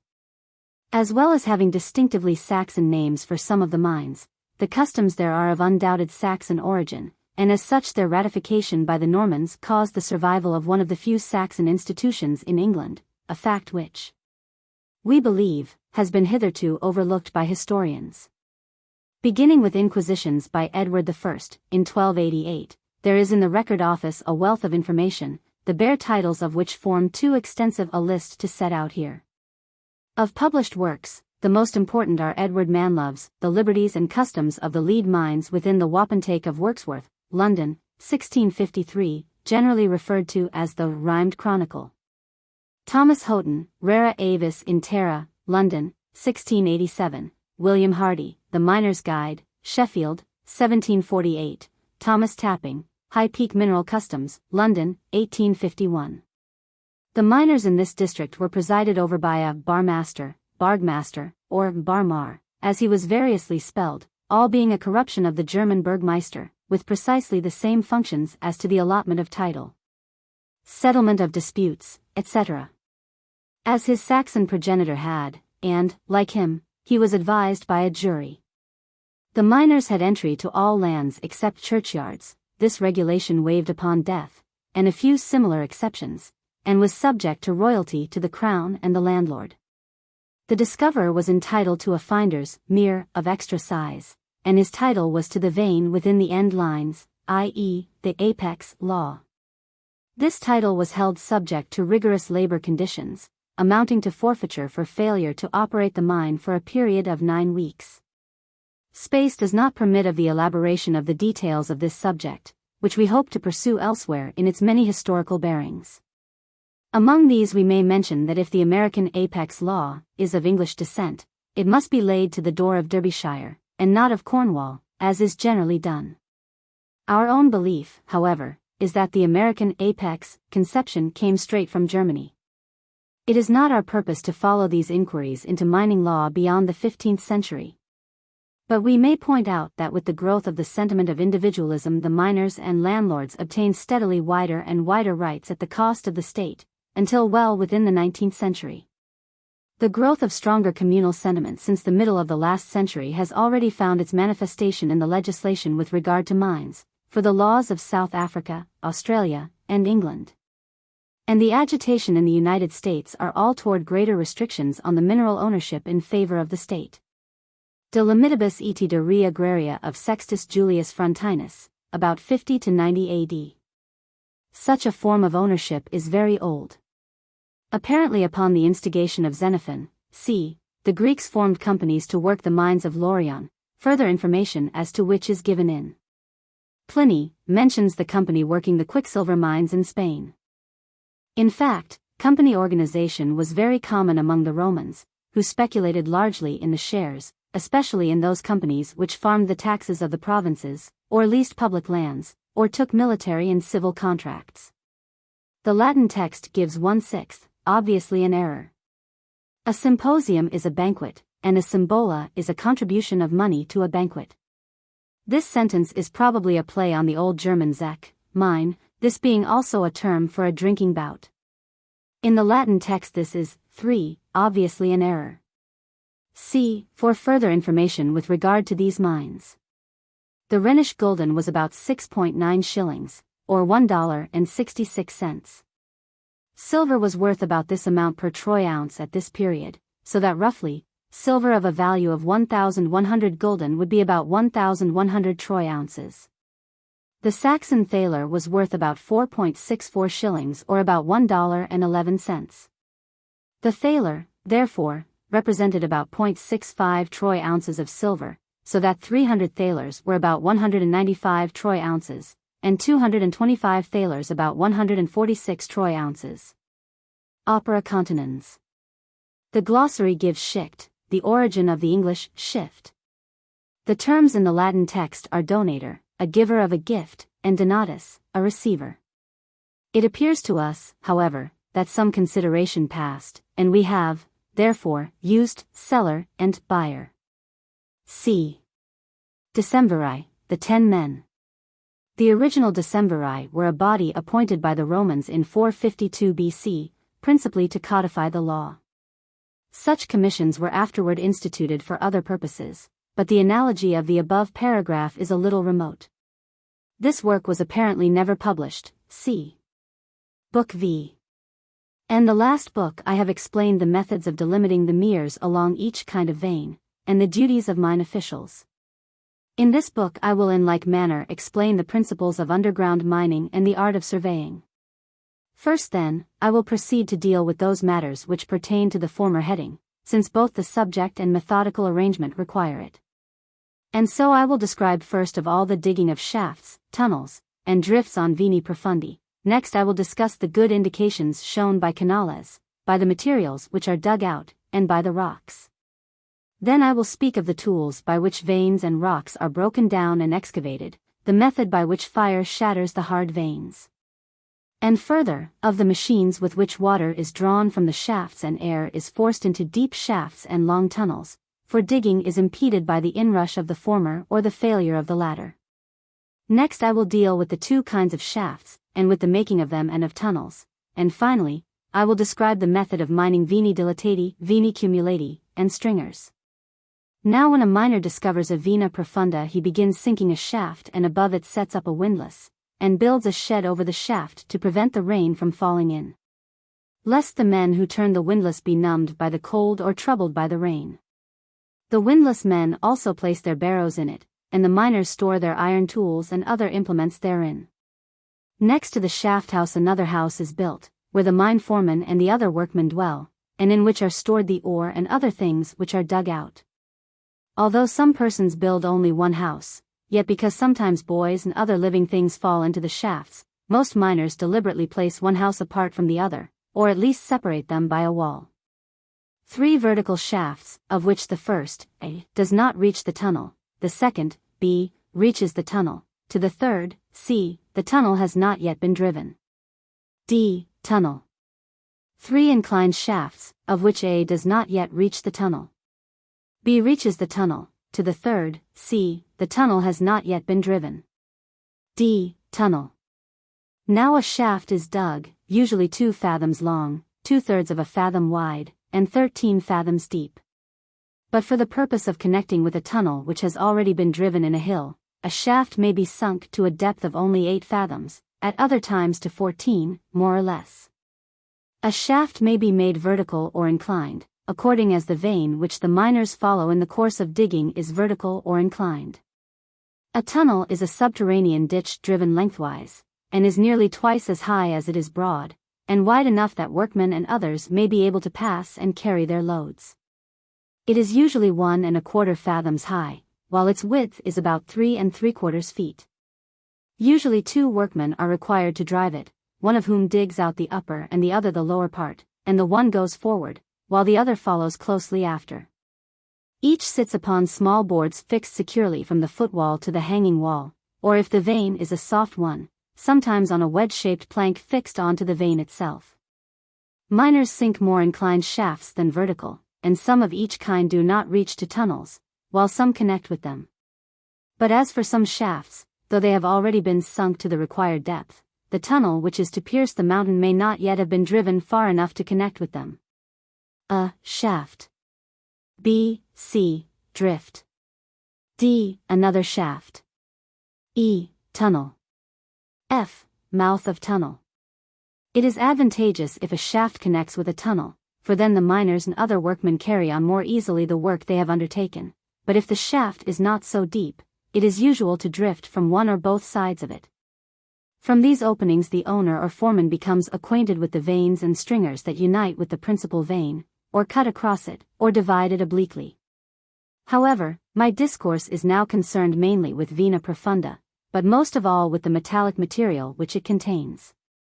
Excavations of this kind were called by the Greeks kaparo upsilon pi tau alpha iota 4, extending along after the manner of a tunnel. They are entirely hidden within the ground.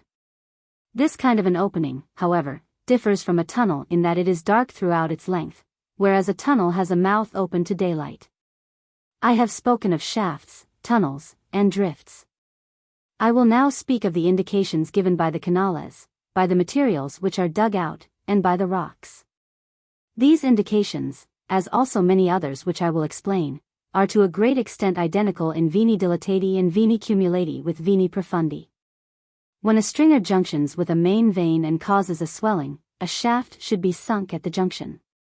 But when we find the stringer intersecting the main vein crosswise or obliquely, if it descends vertically down to the depths of the earth, a second shaft should be sunk to the point where the stringer cuts the main vein.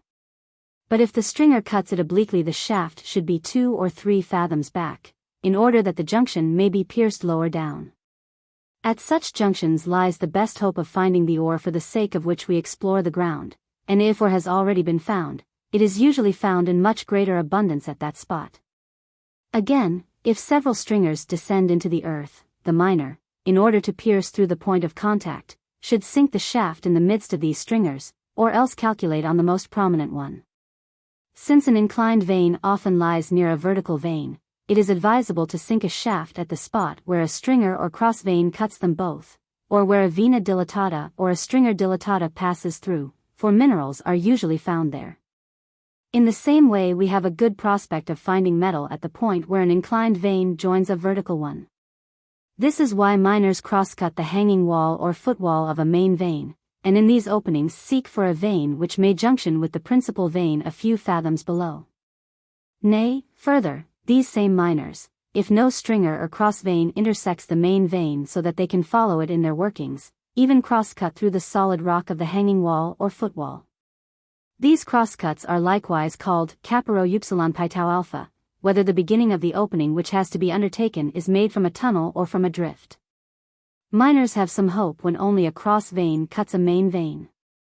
Further, if a vein which cuts the main vein obliquely does not appear anywhere beyond it, it is advisable to dig into that side of the main vein toward which the oblique vein inclines, whether the right or left side, that we may ascertain if the main vein has absorbed it.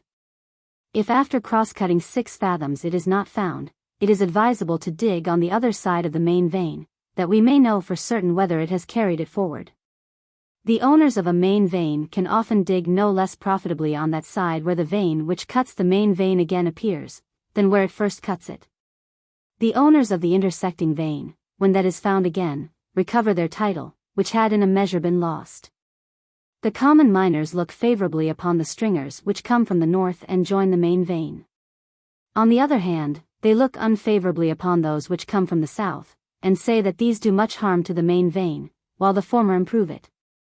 But I think that miners should not neglect either of them, as I showed in, experience does not confirm those who hold this opinion about veins. So now again I could furnish examples of each kind of stringers rejected by the common miners which have proved good, but I know this could be of little or no benefit to posterity. If the miners find no stringers or veins in the hanging wall or footwall of the main vein, and if they do not find much ore, it is not worth while to undertake the labor of sinking another shaft.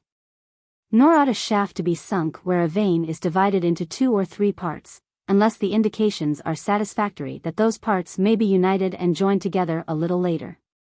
Further, it is a bad indication for a vein rich in mineral to bend and turn hither and thither, for unless it goes down again into the ground vertically or inclined, as it first began, it produces no more metal. And even though it does go down again, it often continues barren. Stringers which in their outcrops bear metals, often disappoint miners, no metal being found in depth. Further, inverted seams in the rocks are counted among the bad indications. The miners hew out the whole of solid veins when they show clear evidence of being of good quality. Similarly they hew out the druzy veins, especially if the cavities are plainly seen to have formerly borne metal, or if the cavities are few and small. They do not dig barren veins through which water flows, if there are no metallic particles showing. Occasionally, however, they dig even barren veins which are free from water, because of the perites which is devoid of all metal, or because of a fine black soft substance which is like wool. They dig stringers which are rich in metal, or sometimes, for the purpose of searching for the vein, those that are devoid of ore which lie near the hanging wall or footwall of the main vein. This then, generally speaking, is the mode of dealing with stringers and veins. Let us now consider the metallic material which is found in the canales of veni profundi, veni dilatati, and veni cumulati, being in all these either cohesive and continuous, or scattered and dispersed among them, or swelling out in bellying shapes, or found in veins or stringers which originate from the main vein and ramify like branches. But these latter veins and stringers are very short, for after a little space they do not appear again. If we come across a small quantity of metallic material, it is an indication.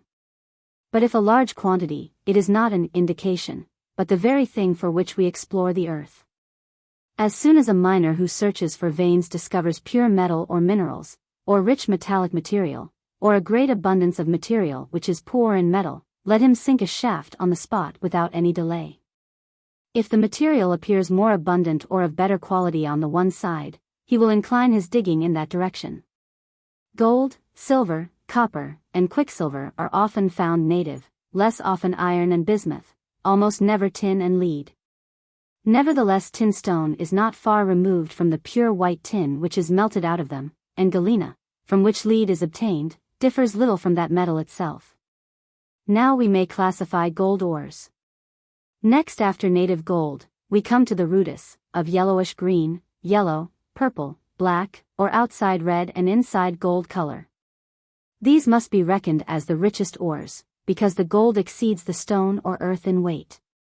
Next come all gold ores, of which each 100 librae contains more than 3 uncii of gold, for although but a small proportion of gold is found in the earth or stone, yet it equals in value other metals of greater weight. All other gold ores are considered poor, because the earth or stone too far outweighs the gold. A vein which contains a larger proportion of silver than of gold is rarely found to be a rich one. Earth, whether it be dry or wet, rarely abounds in gold. But in dry earth there is more often found a greater quantity of gold, especially if it has the appearance of having been melted in a furnace, and if it is not lacking in scales resembling mica. The solidified juices, azure, chrysocolla, orpiment, and realgar, also frequently contain gold. Likewise, native or rudis gold is found sometimes in large, and sometimes in small quantities in quartz, schist, marble, and also in stone which easily melts in fire of the second degree, and which is sometimes so porous that it seems completely decomposed. Lastly, gold is found in perites, though rarely in large quantities. When considering silver ores other than native silver, those ores are classified as rich, of which each 100 librae contains more than 3 librae of silver. This quality comprises rudis silver, whether silver glance or ruby silver, or whether white, or black, or gray, or purple, or yellow, or liver-colored, or any other. Sometimes quartz, schist, or marble is of this quality also, if much native or rudis silver adheres to it. But that ore is considered of poor quality if 3 librae of silver at the utmost are found in each 100 librae of it. Silver ore usually contains a greater quantity than this, because nature bestows quantity in place of quality. Such ore is mixed with all kinds of earth and stone compounds, except the various kinds of rudis silver. Especially with perites, cadmia metallica fossilis, galena, stibium, and others. As regards other kinds of metal, although some rich ores are found, still, unless the veins contain a large quantity of ore, it is very rarely worth while to dig them. The Indians and some other races do search for gems in veins hidden deep in the earth, but more often they are noticed from their clearness, or rather their brilliancy, when metals are mined. When they outcrop, we follow veins of marble by mining in the same way as is done with rock or building stones when we come upon them. But gems, properly so called, though they sometimes have veins of their own, are still for the most part found in mines and rock quarries, as the lodestone in iron mines, the emery in silver mines, the lapis judaicus, trochites. And the like in stone quarries where the diggers, at the bidding of the owners, usually collect them from the seams in the rocks. Nor does the miner neglect the digging of extraordinary earths, whether they are found in gold mines, silver mines, or other mines, nor do other miners neglect them if they are found in stone quarries, or in their own veins. Their value is usually indicated by their taste. Nor, lastly, does the miner fail to give attention to the solidified juices which are found in metallic veins, as well as in their own veins, from which he collects and gathers them. But I will say no more on these matters, because I have explained more fully all the metals and mineral substances in the books De Natura Fossilium. But I will return to the indications. If we come upon earth which is like lute, in which there are particles of any sort of metal, native or rudis, the best possible indication of a vein is given to miners. For the metallic material from which the particles have become detached is necessarily close by. But if this kind of earth is found absolutely devoid of all metallic material, but fatty, and of white, green, blue, and similar colors, they must not abandon the work that has been started. Miners have other indications in the veins and stringers, which I have described already, and in the rocks, about which I will speak a little later. If the miner comes across other dry earths which contain native or rudis metal, that is a good indication. If he comes across yellow, red, black, or some other extraordinary earth, though it is devoid of mineral, it is not a bad indication. Chrysocolla, or azure, or verdigris, or orpiment, or realgar, when they are found, are counted among the good indications. Further, where underground springs throw up metal, we ought to continue the digging we have begun, for this points to the particles having been detached from the main mass like a fragment from a body. In the same way, the thin scales of any metal adhering to stone or rock are counted among the good indications. Next, if the veins which are composed partly of quartz, partly of clayey or dry earth, descend one and all into the depths of the earth together, with their stringers, there is good hope of metal being found. But if the stringers afterward do not appear, or little metallic material is met with, the digging should not be given up until there is nothing remaining. Dark or black or horn or liver-colored quartz is usually a good sign. White is sometimes good, sometimes no sign at all. But calcspar, showing itself in a vena profunda, if it disappears a little lower down, is not a good indication, for it did not belong to the vein proper, but to some stringer.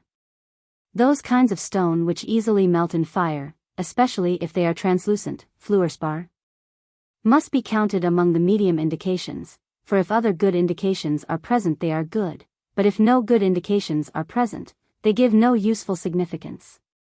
In the same way we ought to form our judgment with regard to gems. Veins which at the hanging wall and footwall have horn-colored quartz or marble, but in the middle clayey earth, give some hope. Likewise those give hope in which the hanging wall or footwall shows iron rust-colored earth, and in the middle greasy and sticky earth.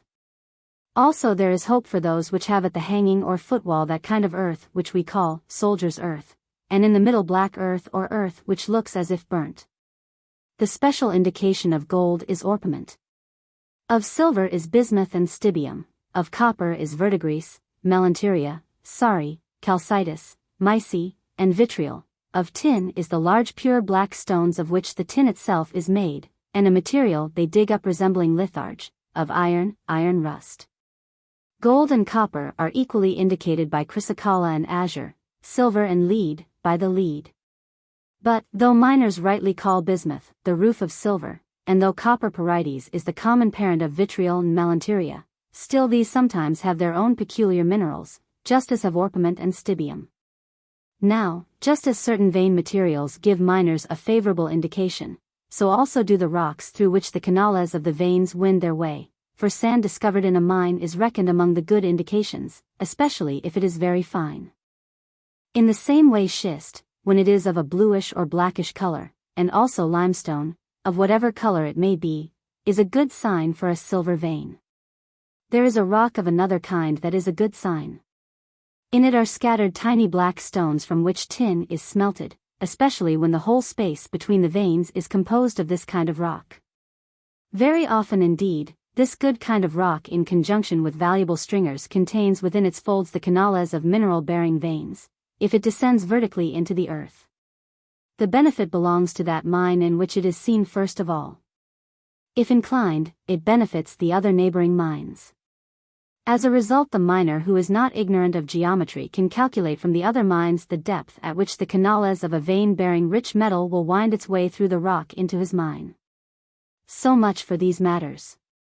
I now come to the mode of working, which is varied and complex, for in some places they dig crumbling ore, in others hard ore, in others a harder ore, and in others the hardest kind of ore. In the same way, in some places the hanging wall rock is soft and fragile, in others hard, in others harder, and in still others of the hardest sort. I call that ore crumbling, which is composed of earth and of soft solidified juices.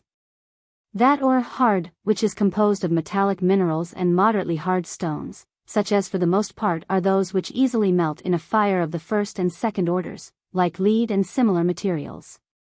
I call that ore harder, when with those I have already mentioned are combined various sorts of quartz, or stones which easily melt in fire of the third degree, or pyrites, or cadmia, or very hard marble.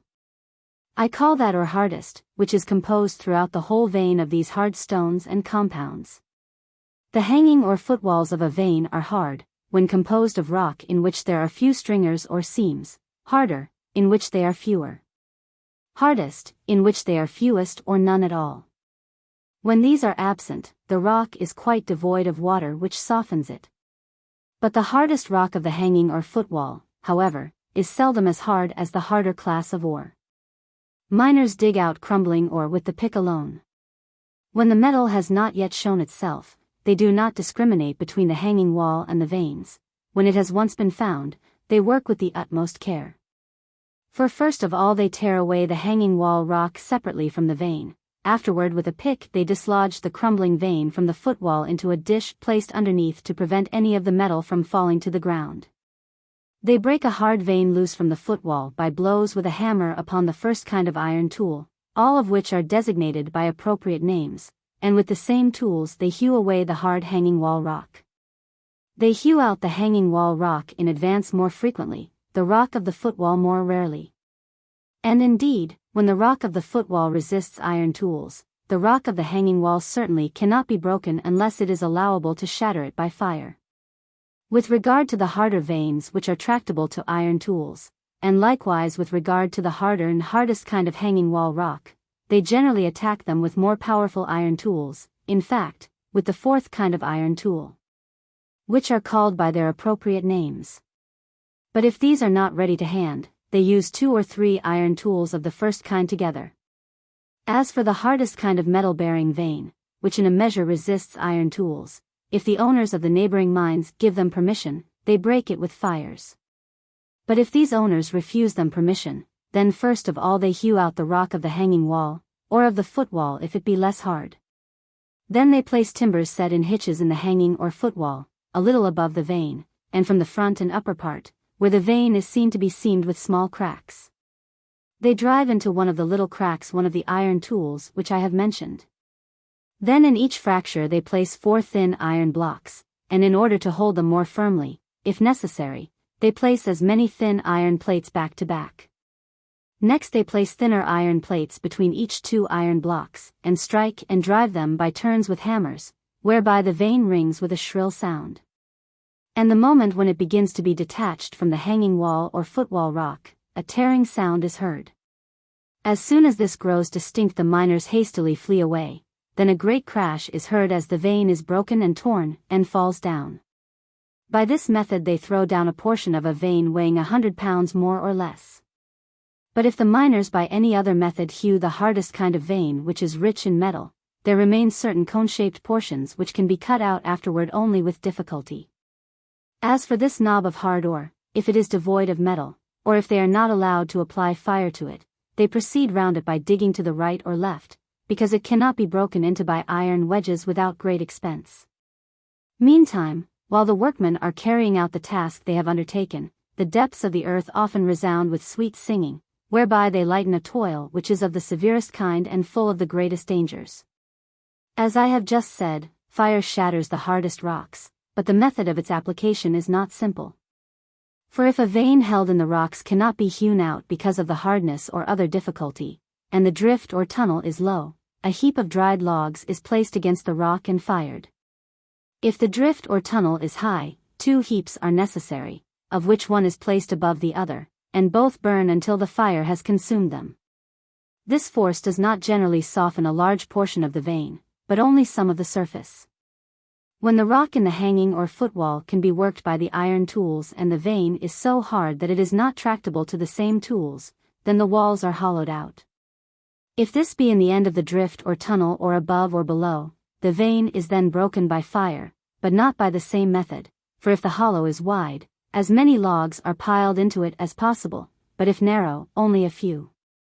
By the one method the greater fire separates the vein more completely from the footwall or sometimes from the hanging wall, and by the other, the smaller fire breaks away less of the vein from the rock. Because in that case the fire is confined and kept in check by portions of the rock which surround the wood held in such a narrow excavation. Further, if the excavation is low, only one pile of logs is placed in it; if high, there are 2, one placed above the other, by which plan the lower bundle being kindled sets alight the upper one. And the fire being driven by the draught into the vein, separates it from the rock which, however hard it may be, often becomes so softened as to be the most easily breakable of all. Applying this principle, Hannibal, the Carthaginian general, imitating the Spanish miners, overcame the hardness of the Alps by the use of vinegar and fire. A. Kindled logs. B. Sticks shaved down fan-shaped. C. Tunnel. Even if a vein is a very wide one, as tin veins usually are, miners excavate into the small streaks, and into those hollows they put dry wood and place amongst them at frequent intervals sticks, all sides of which are shaved down fan-shaped, which easily take light, and when once they have taken fire communicate it to the other bundles of wood, which easily ignite. While the heated veins and rock are giving forth a foetid vapor and the shafts or tunnels are emitting fumes, the miners and other workmen do not go down in the mines lest the stench affect their health or actually kill them, as I will explain in greater detail when I come to speak of the evils which affect miners. The Burgmeister, in order to prevent workmen from being suffocated, gives no one permission to break veins or rock by fire in shafts or tunnels where it is possible for the poisonous vapor and smoke to permeate the veins or stringers and pass through into the neighboring mines, which have no hard veins or rock.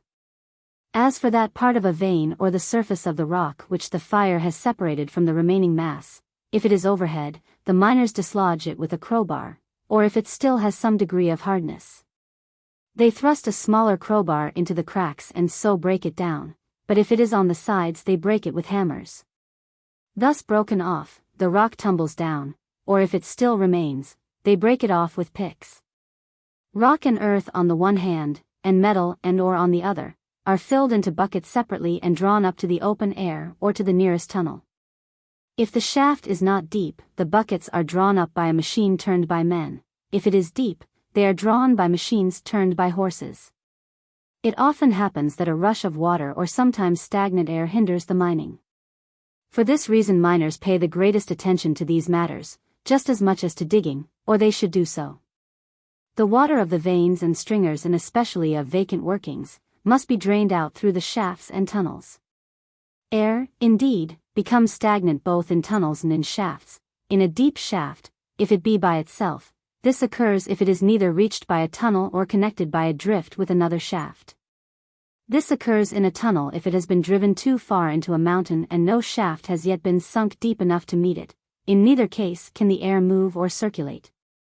For this reason the vapors become heavy and resemble mist, and they smell of moldiness, like a vault or some underground chamber which has been completely closed for many years. This suffices to prevent miners from continuing their work for long in these places, even if the mine is full of silver or gold, or if they do continue, they cannot breathe freely and they have headaches.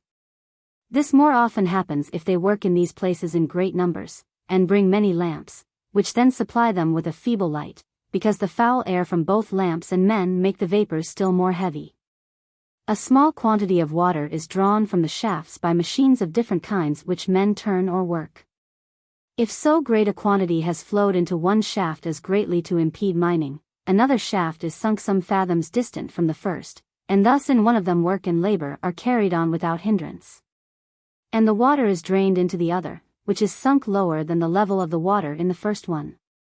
Then by these machines or by those worked by horses, the water is drawn up into the drain and flows out of the shaft house or the mouth of the nearest tunnel. But when into the shaft of one mine, which is sunk more deeply, there flows all the water of all the neighboring mines, not only from that vein in which the shaft is sunk, but also from other veins. Then it becomes necessary for a large sump to be made to collect the water. From this sump the water is drained by machines which draw it through pipes, or by ox hides, about which I will say more in the water which pours into the tunnels from the veins and stringers and seams in the rocks is carried away in the drains. Air is driven into the extremities of deep shafts and long tunnels by powerful blowing machines, as I will explain in which will deal with these machines also. The outer air flows spontaneously into the caverns of the earth, and when it can pass through them comes out again. This, however, comes about in different ways, for in spring and summer it flows into the deeper shafts, traverses the tunnels or drifts, and finds its way out of the shallower shafts. Similarly at the same season it pours into the lowest tunnel and, meeting a shaft in its course, turns aside to a higher tunnel and passes out therefrom. But in autumn and winter, on the other hand, it enters the upper tunnel or shaft and comes out at the deeper ones. This change in the flow of air currents occurs in temperate regions at the beginning of spring and the end of autumn, but in cold regions at the end of spring and the beginning of autumn. But at each period, before the air regularly assumes its own accustomed course, generally for a space of 14 days it undergoes frequent variations, now blowing into an upper shaft or tunnel, now into a lower one. But enough of this, let us now proceed to what remains.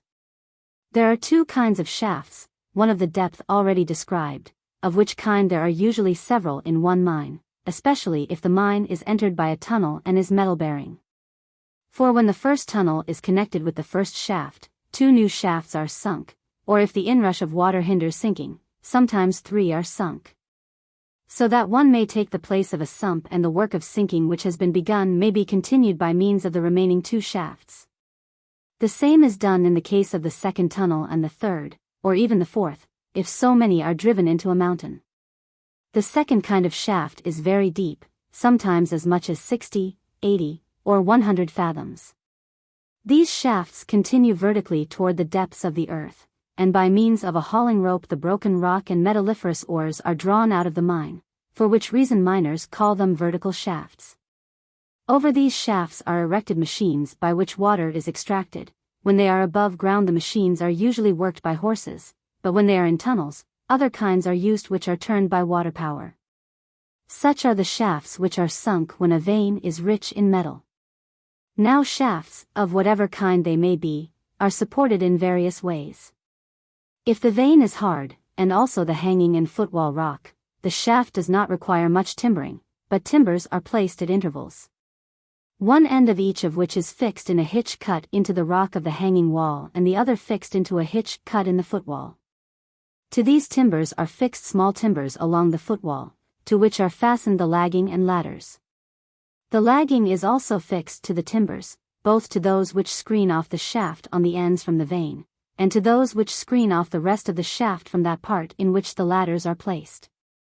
The lagging on the sides of the shaft confine the vein, so as to prevent fragments of it which have become loosened by water from dropping into the shaft and terrifying or injuring, or knocking off the miners and other workmen who are going up or down the ladders from one part of the mine to another. For the same reason, the lagging between the ladders and the haulage way on the other hand, confine and shut off from the ladders the fragments of rock which fall from the buckets or baskets while they are being drawn up. Moreover, they make the arduous and difficult descent and ascent to appear less terrible, and in fact to be less dangerous. A. Wall plates. B. Dividers. C. Long end posts. D. End plates. If a vein is soft and the rock of the hanging footwalls is weak, a closer structure is necessary. For this purpose timbers are joined together, in rectangular shapes and placed one after the other without a break. These are arranged on 2 different systems.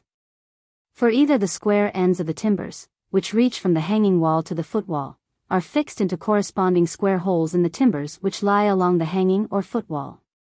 Or the upper part of the end of one and the lower part of the end of the other are cut out and one laid on the other. The great weight of these joined timbers is sustained by stout beams placed at intervals, which are deeply set into hitches in the footwall and hanging wall, but are inclined. In order that these joined timbers may remain stationary, wooden wedges or poles cut from trees are driven in between the timbers and the vane and the hanging wall and the footwall, and the space which remains empty is filled with loose dirt. If the hanging and footwall rock is sometimes hard and sometimes soft, and the vane likewise, solid joined timbers are not used, but timbers are placed at intervals. And where the rock is soft and the vane crumbling, carpenters put in lagging between them and the wall rocks, and behind these they fill with loose dirt. By this means they fill up the void. When a very deep shaft, whether vertical or inclined, is supported by joined timbers, then, since they are sometimes of bad material and a fall is threatened, for the sake of greater firmness 3 or 4 pairs of strong end posts are placed between these, one pair on the hanging wall side, the other on the footwall side. To prevent them from falling out of position and to make them firm and substantial, they are supported by frequent end plates, and in order that these may be more securely fixed they are mortised into the posts. Further, in whatever way the shaft may be timbered, dividers are placed upon the wall plates, and to these is fixed lagging, and this marks off and separates the latter way from the remaining part of the shaft.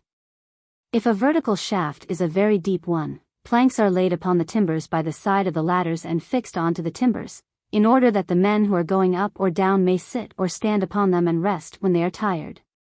To prevent danger to the chevellers from rocks which, after being drawn up from so deep a shaft fall down again, a little above the bottom of the shaft small rough sticks are placed close together on the timbers, in such a way as to cover the whole space of the shaft except the latter way. A hole, however, is left in this structure near the footwall, which is kept open so that there may be one opening to the shaft from the bottom, that the buckets full of the materials which have been dug out may be drawn from the shaft through it by machines, and may be returned to the same place again empty. And so the chevellers and other workmen, as it were hiding beneath this structure, remain perfectly safe in the shaft. In mines on one vein there are driven 1, 2, or sometimes 3 or more tunnels, always one above the other. If the vein is solid and hard, and likewise the hanging and footwall rock, no part of the tunnel needs support, beyond that which is required at the mouth, because at that spot there is not yet solid rock. If the vein is soft, and the hanging and footwall rock are likewise soft, the tunnel requires frequent strong timbering, which is provided in the following way. A. Posts. B. Caps. C. Sills. D. Doors. E. Lagging. F. Drains. First, 2 dressed posts are erected and set into the tunnel floor, which is dug out a little. These are of medium thickness, and high enough that their ends, which are cut square, almost touch the top of the tunnel. Then upon them is placed a smaller dressed cap, which is mortised into the heads of the posts. At the bottom, other small timbers, whose ends are similarly squared, are mortised into the posts. At each interval of 1½ fathoms, one of these sets is erected. Each one of these the miners call a little doorway, because it opens a certain amount of passageway. And indeed, when necessity requires it, doors are fixed to the timbers of each little doorway so that it can be closed. Then lagging of planks or of poles is placed upon the caps lengthwise, so as to reach from one set of timbers to another, and is laid along the sides, in case some portion of the body of the mountain may fall, and by its bulk impede passage or crush persons coming in or out. Moreover, to make the timbers remain stationary, wooden pegs are driven between them and the sides of the tunnel. Lastly, if rock or earth are carried out in wheelbarrows, planks joined together are laid upon the sills. If the rock is hauled out in trucks, then 2 timbers 3/4 of a foot thick and wide are laid on the sills, and, where they join, these are usually hollowed out so that in the hollow, as in a road, the iron pin of the truck may be pushed along. Indeed, because of this pin in the groove, the truck does not leave the worn track to the left or right. Beneath the sills are the drains through which the water flows away. Miners' timber drifts in the same way as tunnels. These do not, however, require sill pieces, or drains, for the broken rock is not hauled very far, nor does the water have far to flow. If the vein above is metal-bearing, as it sometimes is for a distance of several fathoms, then from the upper part of tunnels or even drifts that have already been driven, Other drifts are driven again and again until that part of the vein is reached which does not yield metal. The timbering of these openings is done as follows. Stalls are set at intervals into hitches in the hanging and footwall, and upon them smooth poles are laid continuously. And that they may be able to bear the weight, the stalls are generally 1.5 feet thick. After the ore has been taken out and the mining of the vein is being done elsewhere, the rock then broken, especially if it cannot be taken away without great difficulty, is thrown into these openings among the timber. And the carriers of the ore are saved toil, and the owners save half the expense. This then, generally speaking, is the method by which everything relating to the timbering of shafts, tunnels, and drifts is carried out. All that I have hitherto written is in part peculiar to veni profundi, and in part common to all kinds of veins. Of what follows, part is specially applicable to veni dilatati, part to veni cumulati. But first I will describe how veni dilatati should be mined. Where torrents, rivers, or streams have by inundations washed away part of the slope of a mountain or a hill, and have disclosed a vena dilatata, a tunnel should be driven first straight and narrow, and then wider. For nearly all the vein should be hewn away. And when this tunnel has been driven further, a shaft which supplies air should be sunk in the mountain or hill, and through it from time to time the ore, earth, and rock can be drawn up at less expense than if they be drawn out through the very great length of the tunnel. And even in those places to which the tunnel does not yet reach, miners dig shafts in order to open a vena dilatata which they conjecture must lie beneath the soil. In this way, when the upper layers are removed, they dig through rock sometimes of one kind and color, sometimes of one kind but different colors, sometimes of different kinds but of one color, and, lastly, of different kinds and different colors. The thickness of rock, both of each single stratum and of all combined, is uncertain, for the whole of the strata are in some places 20 fathoms deep, in others more than 50, individual strata are in some places 1/2 foot thick. In others, 1, 2, or more feet, in others, 1, 2, 3, or more fathoms. For example, in those districts which lie at the foot of the Harz Mountains, there are many different colored strata, covering a copper vena dilatata. When the soil has been stripped, first of all is disclosed a stratum which is red, but of a dull shade and of a thickness of 20, 30, or 5 and 30 fathoms. Then there is another stratum, also red, but of a light shade, which has usually a thickness of about 2 fathoms. Beneath this is a stratum of ash-colored clay nearly a fathom thick, which, although it is not metalliferous, is reckoned a vein. Then follows a third stratum, which is ashy, and about 3 fathoms thick. Beneath this lies a vein of ashes to the thickness of 5 fathoms, and these ashes are mixed with rock of the same color. Joined to the last, and underneath, comes a stratum, the 4th in number, dark in color and a foot thick. Under this comes the 5th stratum, of a pale or yellowish color, 2 feet thick. Underneath which is the 6th stratum, likewise dark, but rough and 3 feet thick. Afterward occurs the 7th stratum, likewise of dark color, but still darker than the last, and 2 feet thick. This is followed by an 8th stratum, ashy, rough, and a foot thick. This kind, as also the others, is sometimes distinguished by stringers of the stone which easily melts in fire of the 2nd order. Beneath this is another ashy rock, light in weight, and 5 feet thick. Next to this comes a lighter ash-colored one, a foot thick. Beneath this lies the 11th stratum, which is dark and very much like the 7th, and 2 feet thick. Below the last is a 12th stratum of a whitish color and soft, also 2 feet thick. The weight of this rests on a 13th stratum, ashine 1 foot thick, whose weight is in turn supported by a 14th stratum, which is blackish and 1/2 foot thick. There follows this, another stratum of black color, likewise 1/2 foot thick, which is again followed by a 16th stratum still blacker in color, whose thickness is also the same.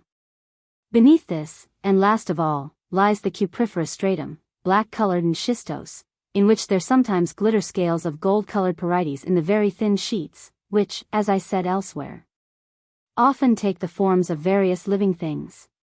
The miners mine out a vena dilatata laterally and longitudinally by driving a low tunnel in it, and if the nature of the work and place permit, they sink also a shaft in order to discover whether there is a second vein beneath the first one.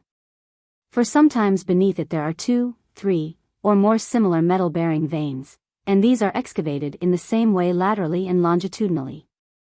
They generally mine veni dilatati lying down. And to avoid wearing away their clothes and injuring their left shoulders, they usually bind on themselves small wooden cradles. For this reason, this particular class of miners, in order to use their iron tools, are obliged to bend their necks to the left, not infrequently having them twisted. Now these veins also sometimes divide, and where these parts reunite, or of a richer and a better quality is generally found. The same thing occurs where the stringers, of which they are not altogether devoid, join with them, or cut them crosswise, or divide them obliquely. To prevent a mountain or hill, which has in this way been undermined, from subsiding by its weight, either some natural pillars and arches are left, on which the pressure rests as on a foundation, or timbering is done for support. Moreover, the materials which are dug out and which are devoid of metal are removed in bowls, and are thrown back, thus once more filling the caverns. Next, as to veni cumulati. These are dug by a somewhat different method, for when one of these shows some metal at the top of the ground, first of all one shaft is sunk, then, if it is worthwhile, around this one many shafts are sunk and tunnels are driven into the mountain. If a torrent or spring has torn fragments of metal from such a vein, a tunnel is first driven into the mountain or hill for the purpose of searching for the ore, then when it is found, a vertical shaft is sunk in it. Since the whole mountain, or more especially the whole hill, is undermined, seeing that the whole of it is composed of ore, it is necessary to leave the natural pillars and arches, or the place is timbered. But sometimes when a vein is very hard it is broken by fire, whereby it happens that the soft pillars break up, or the timbers are burned away, and the mountain by its great weight sinks into itself. And then the shaft buildings are swallowed up in the great subsidence. Therefore, about a vena cumulata it is advisable to sink some shafts which are not subject to this kind of ruin, through which the materials that are excavated may be carried out. Not only while the pillars and underpinnings still remain whole and solid, but also after the supports have been destroyed by fire and have fallen. Since ore which has thus fallen must necessarily be broken by fire, new shafts through which the smoke can escape must be sunk in the abyss. At those places where stringers intersect, richer ore is generally obtained from the mine. These stringers, in the case of tin mines, sometimes have in them black stones the size of a walnut. If such a vein is found in a plain, as not infrequently happens in the case of iron, many shafts are sunk, because they cannot be sunk very deep. The work is carried on by this method because the miners cannot drive a tunnel into a level plain of this kind. There remain the stringers in which gold alone is sometimes found, in the vicinity of rivers and streams, or in swamps. If upon the soil being removed, many of these are found, composed of earth somewhat baked and burnt, as may sometimes be seen in clay pits, there is some hope that gold may be obtained from them, especially if several join together. But the very point of junction must be pierced, and the length and width searched for ore, and in these places very deep shafts cannot be sunk. I have completed one part of this book, and now come to the other, in which I will deal with the art of surveying. Miners measure the solid mass of the mountains in order that the owners may lay out their plans, and that their workmen may not encroach on other people's possessions. The surveyor either measures the interval not yet wholly dug through, which lies between the mouth of a tunnel and a shaft to be sunk to that depth, or between the mouth of a shaft and the tunnel to be driven to that spot which lies under the shaft. Or between both, if the tunnel is neither so long as to reach to the shaft, nor the shaft so deep as to reach to the tunnel. And thus on both sides work is still to be done. Or in some cases, within the tunnels and drifts, are to be fixed the boundaries of the meres, just as the Burgmeister has determined the boundaries of the same meres above ground. Each method of surveying depends on the measuring of triangles. A small triangle should be laid out, and from it calculations must be made regarding a larger one.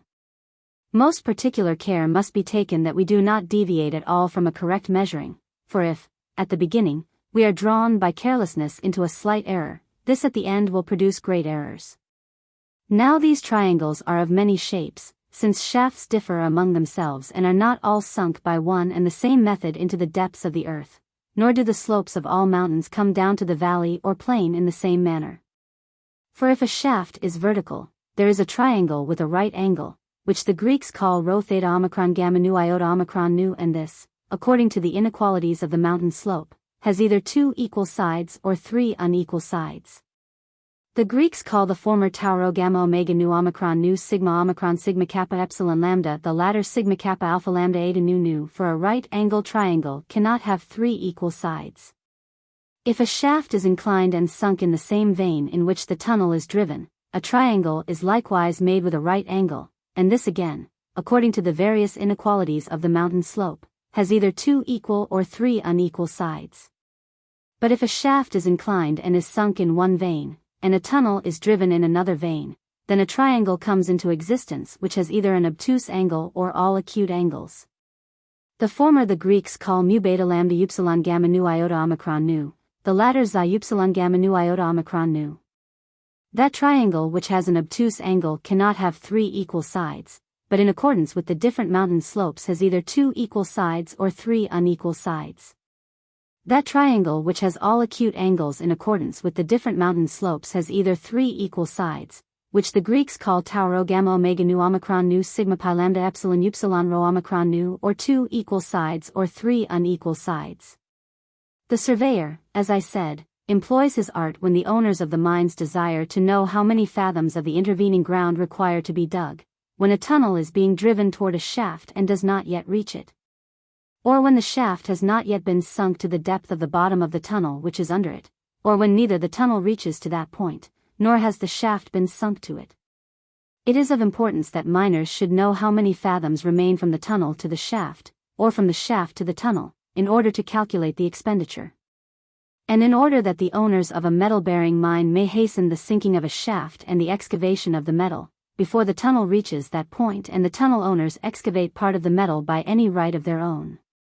And on the other hand, it is important that the owners of a tunnel may similarly hasten their driving before a shaft can be sunk to the depth of a tunnel, so that they may excavate the metal to which they will have a right. A. Upright forked posts. B. Pole over the posts. C. Shaft. D. First chord. E. Weight of first chord. F. Second chord. G. Same fixed ground. H. Head of first chord. I. Mouth of tunnel. K. Third chord. L. Weight of third chord. M. First side minor triangle. N. Second side minor triangle. O. Third side minor triangle. P. The minor triangle. The surveyor, first of all, if the beams of the shaft house do not give him the opportunity, sets a pair of forked posts by the sides of the shaft in such a manner that a pole may be laid across them. Next, from the pole he lets down into the shaft a cord with a weight attached to it. Then he stretches a second cord, attached to the upper end of the first cord, right down along the slope of the mountain to the bottom of the mouth of the tunnel, and fixes it to the ground. Next, from the same pole not far from the first cord, he lets down a third cord, similarly weighted, so that it may intersect the second cord, which descends obliquely. Then, starting from that point where the third cord cuts the second cord which descends obliquely to the mouth of the tunnel, he measures the second cord upward to where it reaches the end of the first cord, and makes a note of this first side of the minor triangle. Afterward, starting again from that point where the third cord intersects the second cord, he measures the straight space which lies between that point and the opposite point on the first cord, and in that way forms the minor triangle. And he notes this second side of the minor triangle in the same way as before. Then, if it is necessary, from the angle formed by the first cord and the second side of the minor triangle, he measures upward to the end of the first cord and also makes a note of this third side of the minor triangle. The third side of the minor triangle, if the shaft is vertical or inclined and is sunk on the same vein in which the tunnel is driven, will necessarily be the same length as the third cord above the point where it intersects the second cord. And so, as often as the first side of the minor triangle is contained in the length of the whole cord which descends obliquely, so many times the length of the second side of the minor triangle indicates the distance between the mouth of the tunnel and the point to which the shaft must be sunk. And similarly, so many times the length of the third side of the minor triangle gives the distance between the mouth of the shaft and the bottom of the tunnel. When there is a level bench on the mountain slope, the surveyor first measures across this with a measuring rod. Then at the edges of this bench he sets up forked posts, and applies the principle of the triangle to the two sloping parts of the mountain. And to the fathoms which are the length of that part of the tunnel determined by the triangles, he adds the number of fathoms which are the width of the bench. But if sometimes the mountain side stands up, so that a cord cannot run down from the shaft to the mouth of the tunnel, or, on the other hand, cannot run up from the mouth of the tunnel to the shaft, and, therefore, one cannot connect them in a straight line, the surveyor, in order to fix an accurate triangle, measures the mountain. And going downward he substitutes for the first part of the cord a pole 1 fathom long, and for the second part a pole half a fathom long. Going upward, on the contrary, for the first part of the cord he substitutes a pole half a fathom long, and for the next part, one a whole fathom long. Then where he requires to fix his triangle he adds a straight line to these angles. A triangle having a right angle and 2 equal sides. To make this system of measuring clear and more explicit, I will proceed by describing each separate kind of triangle. When a shaft is vertical or inclined, and is sunk in the same vein on which the tunnel is driven, there is created, as I said, a triangle containing a right angle. Now if the minor triangle has the two sides equal, which, in accordance with the numbering used by surveyors, are the second and third sides, then the second and third sides of the major triangle will be equal. And so also the intervening distances will be equal which lie between the mouth of the tunnel and the bottom of the shaft, and which lie between the mouth of the shaft and the bottom of the tunnel. For example, if the first side of the minor triangle is 7 feet long and the second and likewise the third sides are 5 feet, and the length shown by the cord for the side of the major triangle is 101 times 7 feet. That is 117 fathoms and 5 feet, then the intervening space, of course, whether the whole of it has been already driven through or has yet to be driven, will be 100 times 5 feet, which makes 83 fathoms and 2 feet. Anyone with this example of proportions will be able to construct the major and minor triangles in the same way as I have done, if there be the necessary upright posts and crossbeams. When a shaft is vertical the triangle is absolutely upright. When it is inclined and is sunk on the same vein in which the tunnel is driven, it is inclined toward one side. Therefore, if a tunnel has been driven into the mountain for 60 fathoms, there remains a space of ground to be penetrated 23 fathoms and 2 feet long.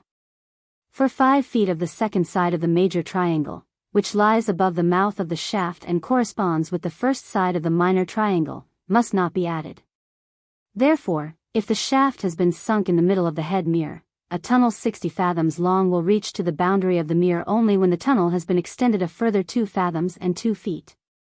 But if the shaft is located in the middle of an ordinary mere, then the boundary will be reached when the tunnel has been driven a further length of 9 fathoms and 2 feet.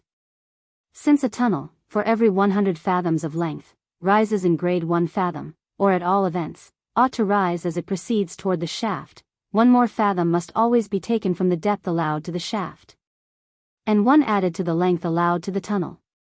Proportionately, because a tunnel 50 fathoms long is raised half a fathom, this amount must be taken from the depth of the shaft and added to the length of the tunnel. In the same way, if a tunnel is 100 or 50 fathoms shorter or longer, the same proportion also must be taken from the depth of the one and added to the length of the other. For this reason, in the case mentioned above, half a fathom and a little more must be added to the distance to be driven through, so that there remain 23 fathoms, 5 feet, 2 palms, 1½ digits and 1/5 of a digit. That is, if even the minutest proportions are carried out, and surveyors do not neglect these without good cause. Similarly, if the shaft is 70 fathoms deep, in order that it may reach to the bottom of the tunnel, it still must be sunk a further depth of 13 fathoms and 2 feet, or rather 12 fathoms and a half, 1 foot, 2 digits, and 4/5 of half a digit. And in this instance 5 feet must be deducted from the reckoning, because these 5 feet complete the third side of the minor triangle, which is above the mouth of the shaft, and from its depth there must be deducted half a fathom, 2 palms, 1½ digits and the 5th part of half a digit. But if the tunnel has been driven to a point where it is under the shaft, then to reach the roof of the tunnel the shaft must still be sunk a depth of 11 fathoms, 2½ feet, 1 palm, 2 digits, and 4/5 of half a digit. A triangle having a right angle and 3 unequal sides. If a minor triangle is produced of the kind having 3 unequal sides, then the sides of the greater triangle cannot be equal. That is, if the first side of the minor triangle is 8 feet long, the second 6 feet long, and the third 5 feet long, and the chord along the side of the greater triangle, not to go too far from the example just given, is 101 times 8 feet, that is, 134 fathoms and 4 feet, the distance which lies between the mouth of the tunnel and the bottom of the shaft will occupy 100 times 6 feet in length, that is, 100 fathoms. The distance between the mouth of the shaft and the bottom of the tunnel is 100 times 5 feet, that is, 83 fathoms and 2 feet. And so, if the tunnel is 85 fathoms long, the remainder to be driven into the mountain is 15 fathoms long, and here, too, a correction in measurement must be taken from the depth of the shaft and added to the length of the tunnel. What this is precisely, I will pursue no further, since everyone having a small knowledge of arithmetic can work it out. If the shaft is 67 fathoms deep, in order that it may reach the bottom of the tunnel, the further distance required to be sunk amounts to 16 fathoms and 2 feet. The surveyor employs this same method in measuring the mountain, whether the shaft and tunnel are on one and the same vein, whether the vein is vertical or inclined, or whether the shaft is on the principal vein and the tunnel on a transverse vein descending vertically to the depths of the earth. In the latter case, the excavation is to be made where the transverse vein cuts the vertical vein. If the principal vein descends on an incline and the cross vein descends vertically, then a minor triangle is created having one obtuse angle or all 3 angles acute. Triangle having an obtuse angle and 2 equal sides. If the minor triangle has one angle obtuse and the 2 sides which are the second and third are equal, then the second and third sides of the major triangle will be equal, so that if the first side of the minor triangle is 9 feet, the second, and likewise the third, will be 5 feet. Then the first side of the major triangle will be 101 times 9 feet, or 151 1/2 fathoms, and each of the other sides of the major triangle will be 100 times 5 feet, that is, 83 fathoms and 2 feet. But when the first shaft is inclined, generally speaking, it is not deep, but there are usually several, all inclined, and one always following the other. Therefore, if a tunnel is 77 fathoms long, it will reach to the middle of the bottom of a shaft when 6 fathoms and 2 feet further have been sunk. But if all such inclined shafts are 76 fathoms deep, in order that the last one may reach the bottom of the tunnel, a depth of 7 fathoms and 2 feet remains to be sunk. Triangle having an obtuse angle and 3 unequal sides. If a minor triangle is made which has an obtuse angle and 3 unequal sides, then again the sides of the large triangle cannot be equal. For example, if the first side of the minor triangle is 6 feet long, the second 3 feet, and the third 4 feet, and the chord along the side of the greater triangle 101 times 6 feet, that is, 101 fathoms. The distance between the mouth of the tunnel and the bottom of the last shaft will be a length 100 times 3 feet, or 50 fathoms. But the depth that lies between the mouth of the first shaft and the bottom of the tunnel is 100 times 4 feet, or 66 fathoms and 4 feet. Therefore, if a tunnel is 44 fathoms long, the remaining distance to be driven is 6 fathoms. If the shafts are 58 fathoms deep, the newest will touch the bottom of the tunnel when 8 fathoms and 4 feet have been sunk. A triangle having all its angles acute and its 3 sides equal. If a minor triangle is produced which has all its angles acute and its 3 sides equal, then necessarily the second and third sides of the minor triangle will be equal.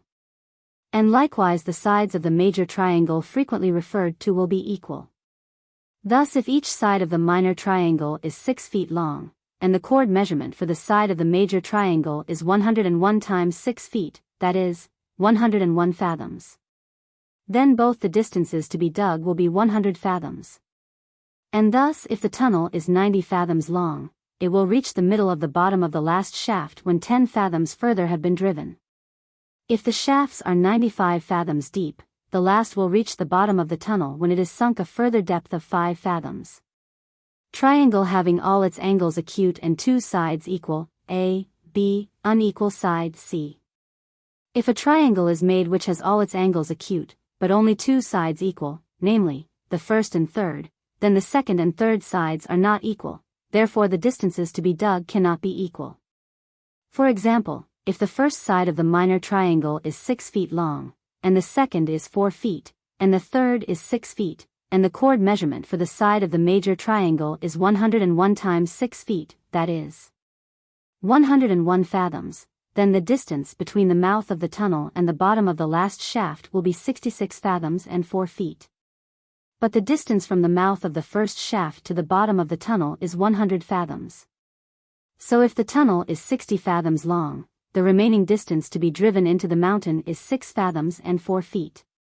If the shaft is 97 fathoms deep, the last one will reach the bottom of the tunnel when a further depth of 3 fathoms has been sunk. A triangle having all its angles acute and its 3 sides unequal. If a minor triangle is produced which has all its angles acute, but its 3 sides unequal, then again the distances to be dug cannot be equal.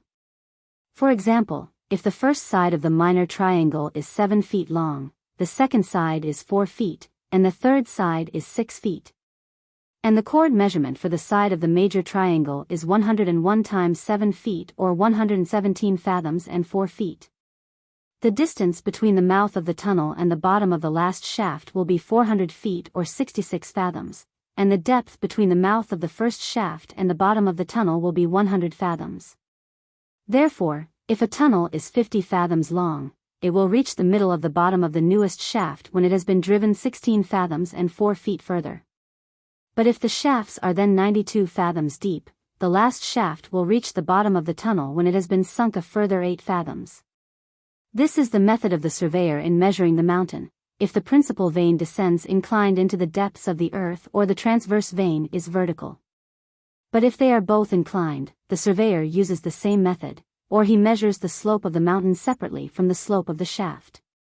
Next, if a transverse vein in which a tunnel is driven does not cut the principal vein in that spot where the shaft is sunk, then it is necessary for the starting point of the survey to be in the other shaft in which the transverse vein cuts the principal vein. But if there be no shaft on that spot where the outcrop of the transverse vein cuts the outcrop of the principal vein, then the surface of the ground which lies between the shafts must be measured. Or that between the shaft and the place where the outcrop of the one vein intersects the outcrop of the other. A. Waxed semicircle of the hemicycle. B. Semicircular lines. C. Straight lines. D. Line measuring the half. E. Line measuring the whole. F. Tongue. A. Lines of the rod which separate minor spaces. B. Lines of the rod which separate major spaces. Some surveyors, although they use 3 chords, nevertheless ascertain only the length of a tunnel by that method of measuring, and determine the depth of a shaft by another method. That is, by the method by which chords are restretched on a level part of the mountain or in a valley, or in flat fields, and are measured again. Some, however, do not employ this method in surveying the depth of a shaft and the length of a tunnel, but use only 2 chords, a graduated hemicycle and a rod half a fathom long. They suspend in the shaft 1 cord, fastened from the upper pole and weighted, just as the others do. Fastened to the upper end of this cord, they stretch another right down the slope of the mountain to the bottom of the mouth of the tunnel and fix it to the ground. Then to the upper part of this second cord they apply on its lower side the broad part of a hemicycle. This consists of half a circle, the outer margin of which is covered with wax, and within this are 6 semicircular lines. From the waxed margin through the first semicircular line, and reaching to the second, there proceed straight lines converging toward the center of the hemicycle. These mark the middles of intervening spaces lying between other straight lines which extend to the 4th semicircular line. But all lines whatsoever, from the waxed margin up to the 4th line, whether they go beyond it or not, correspond with the graduated lines which mark the minor spaces of a rod. Those which go beyond the 4th line correspond with the lines marking the major spaces on the rod, and those which proceed further, mark the middle of the intervening space which lies between the others. The straight lines, which run from the 5th to the 6th semicircular line, show nothing further. Nor does the line which measures the half show anything when it has already passed from the 6th straight line to the base of the hemicycle. When the hemicycle is applied to the cord, if its tongue indicates the sixth straight line which lies between the second and third semicircular lines, the surveyor counts on the rod 6 lines which separate the minor spaces. And if the length of this portion of the rod be taken from the second cord, as many times as the cord itself is half fathoms long, the remaining length of cord shows the distance the tunnel must be driven to reach under the shaft. But if he sees that the tongue has gone so far that it marks the 6th line between the 4th and 5th semicircular lines, he counts 6 lines which separate the major spaces on the rod. And this entire space is deducted from the length of the second cord, as many times as the number of whole fathoms which the cord contains. And then, in like manner, the remaining length of cord shows us the distance the tunnel must be driven to reach under the shaft. Stretched chords: A. First chord. B. Second chord. C. Third chord. D. Triangle. Both these surveyors, as well as the others, in the first place make use of the haulage rope. These they measure by means of others made of linden bark, because the latter do not stretch at all, while the former become very slack. These cords they stretch on the surveyor's field, the first one to represent the parts of mountain slopes which descend obliquely. Then the second cord, which represents the length of the tunnel to be driven to reach the shaft, they place straight, in such a direction that one end of it can touch the lower end of the first cord. Then they similarly lay the third cord straight, and in such a direction that its upper end may touch the upper end of the first cord, and its lower end the other extremity of the second cord, and thus a triangle is formed. This third cord is measured by the instrument with the index, to determine its relation to the perpendicular, and the length of this cord shows the depth of the shaft. Stretched chords: A. First. B. Second. B. Third. C. Fourth. C. Fifth. D. Quadrangle. Some surveyors, to make their system of measuring the depth of a shaft more certain, use 5 stretched chords, the first one descending obliquely, 2, that is to say the second and third, for ascertaining the length of the tunnel. 2 for the depth of the shaft, in which way they form a quadrangle divided into 2 equal triangles, and this tends to greater accuracy. Compass. A, B, C, D, E, F, G are the 7 waxed circles. A, B, C, D, E, 5 waxed circles of the orbis. F, opening of same. G, screw. H, perforated iron. A, standing plummet level.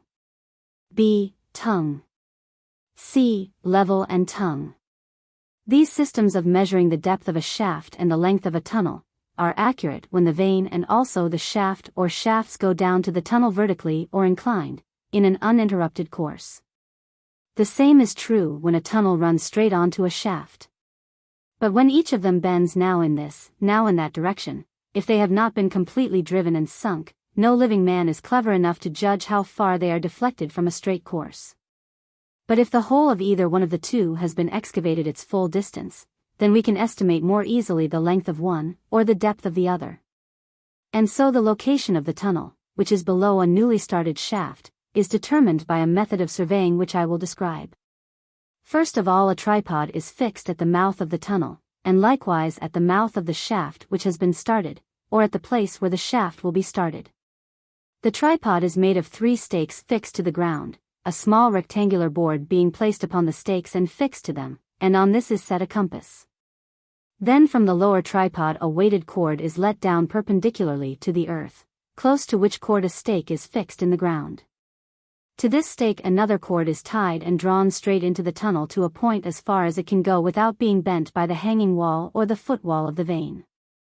Next, from the cord which hangs from the lower tripod, a third cord likewise fixed is brought straight up the sloping side of the mountain to the stake of the upper tripod, and fastened to it.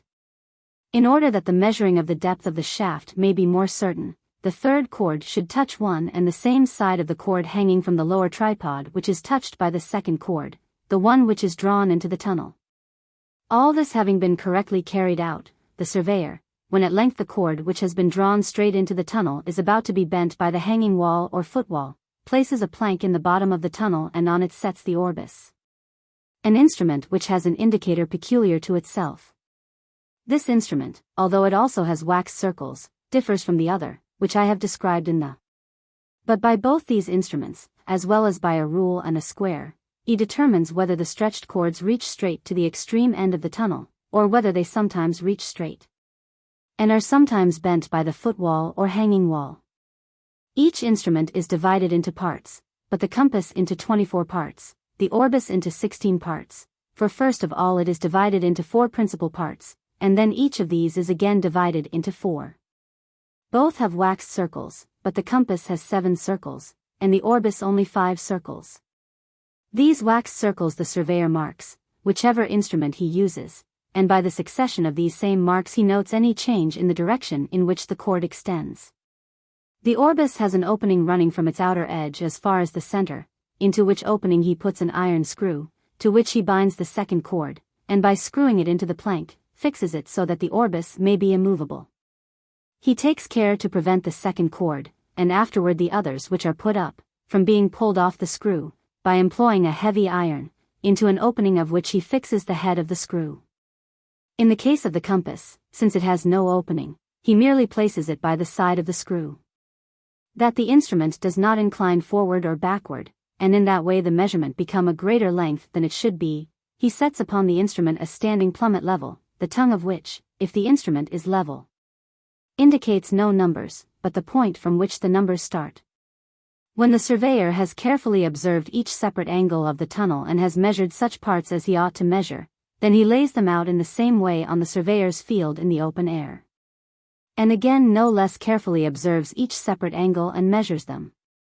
First of all, to each angle, according as the calculation of his triangle and his art require it, he lays out a straight cord as a line. Then he stretches a cord at such an angle as represents the slope of the mountain, so that its lower end may reach the end of the straight cord.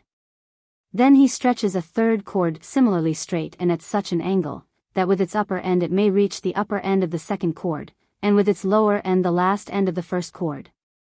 The length of the third cord shows the depth of the shaft, as I said before, and at the same time that point on the tunnel to which the shaft will reach when it has been sunk. If one or more shafts reach the tunnel through intermediate drifts and shafts, the surveyor, starting from the nearest which is open to the air, measures in a shorter time the depth of the shaft which requires to be sunk than if he starts from the mouth of the tunnel. First of all he measures that space on the surface which lies between the shaft which has been sunk and the one which requires to be sunk. Then he measures the incline of all the shafts which it is necessary to measure, and the length of all the drifts with which they are in any way connected to the tunnel. Lastly, he measures part of the tunnel. And when all this is properly done, he demonstrates the depth of the shaft and the point in the tunnel to which the shaft will reach. But sometimes a very deep straight shaft requires to be sunk at the same place where there is a previous inclined shaft, and to the same depth, in order that loads may be raised and drawn straight up by machines. Those machines on the surface are turned by horses, those inside the earth, by the same means, and also by water power. And so, if it becomes necessary to sink such a shaft, the surveyor first of all fixes an iron screw in the upper part of the old shaft, and from the screw he lets down a cord as far as the first angle, where again he fixes a screw, and again lets down the cord as far as the second angle. This he repeats again and again until the cord reaches to the bottom of the shaft. Then to each angle of the cord he applies a hemicycle, and marks the waxed semicircle according to the lines which the tongue indicates, and designates it by a number, in case it should be moved. Then he measures the separate parts of the cord with another cord made of linden bark. Afterward, when he has come back out of the shaft, he goes away and transfers the markings from the waxed semicircle of the hemicycle to an orbis similarly waxed. Lastly, the cords are stretched on the surveyor's field, and he measures the angles, as the system of measuring by triangles requires, and ascertains which part of the footwall and which part of the hanging wall rock must be cut away in order that the shaft may descend straight. But if the surveyor is required to show the owners of the mine the spot in a drift or a tunnel in which a shaft needs to be raised from the bottom upward, that it should cut through more quickly, he begins measuring from the bottom of the drift or tunnel, at a point beyond the spot at which the bottom of the shaft will arrive, when it has been sunk. When he has measured the part of the drift or tunnel up to the first shaft which connects with an upper drift, he measures the incline of this shaft by applying a hemicycle or orbis to the cord.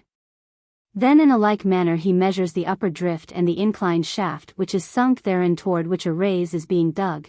Then again all the cords are stretched in the surveyor's field, the last cord in such a way that it reaches the first. And then he measures them. From this measurement is known in what part of the drift or tunnel the raise should be made, and how many fathoms of vein remain to be broken through in order that the shaft may be connected. I have described the first reason for surveying. I will now describe another. When one vein comes near another, and their owners are different persons who have late come into possession, whether they drive a tunnel or a drift, or sink a shaft, they may encroach, or seem to encroach, without any lawful right, upon the boundaries of the older owners, for which reason the latter very often seek redress, or take legal proceedings. The surveyor either himself settles the dispute between the owners, or by his art gives evidence to the judges for making their decision, that one shall not encroach on the mine of the other.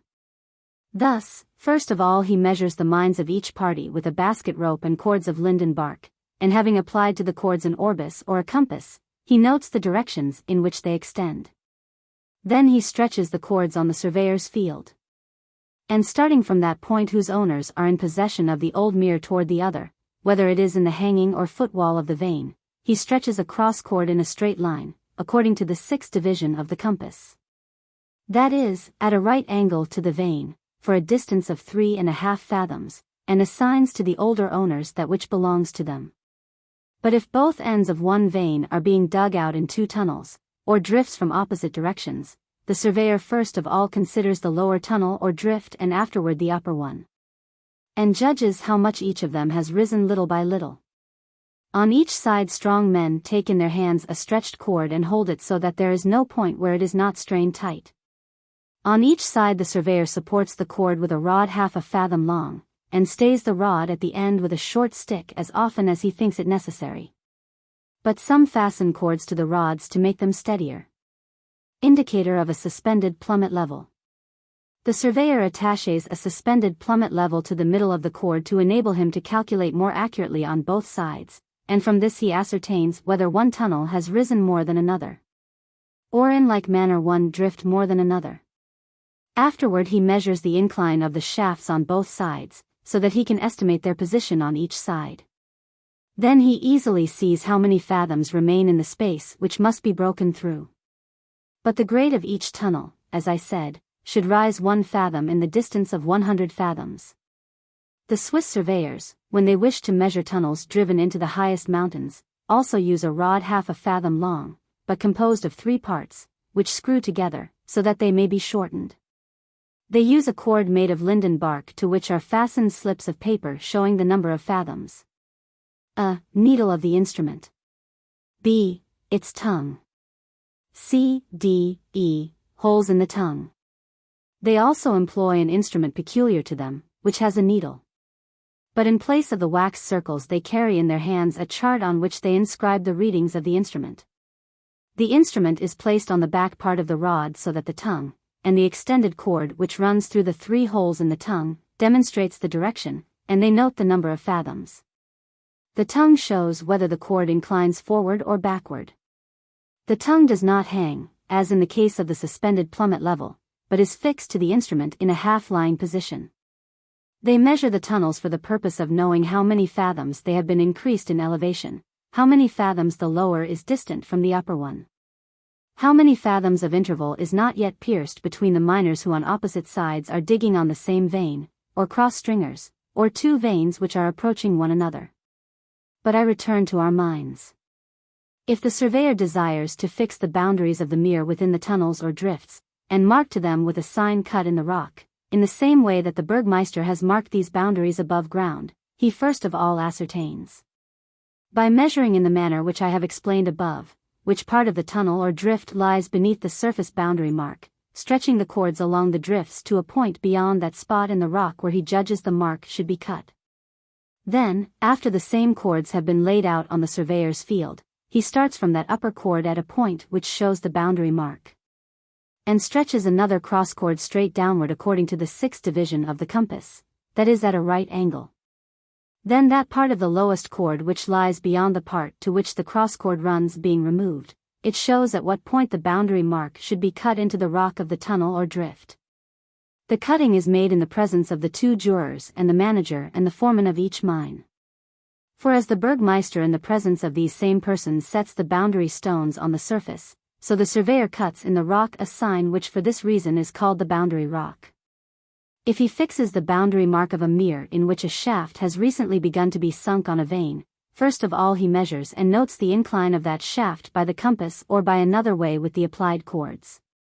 Then he measures all the drifts up to that one in whose rock the boundary mark has to be cut. Of these drifts he measures each angle.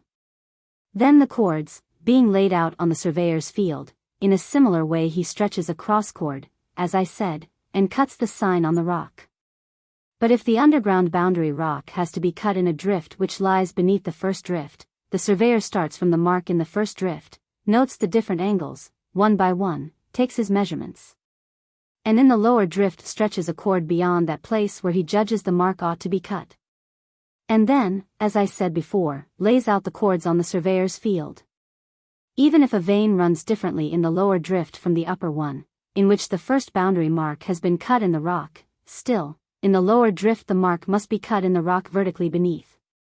For if he cuts the lower mark obliquely from the upper one, some part of the possession of one mine is taken away to its detriment, and given to the other. Moreover, if it happens that the underground boundary mark requires to be cut in an angle, the surveyor, starting from that angle, measures 1 fathom toward the front of the mine and another fathom toward the back. And from these measurements forms a triangle, and dividing its middle by a cross cord, makes his cutting for the boundary mark. Lastly, the surveyor sometimes, in order to make more certain, finds the boundary of the meres in those places where many old boundary marks are cut in the rock. Then, starting from a stake fixed on the surface, he first of all measures to the nearest mine, then he measures one shaft after another.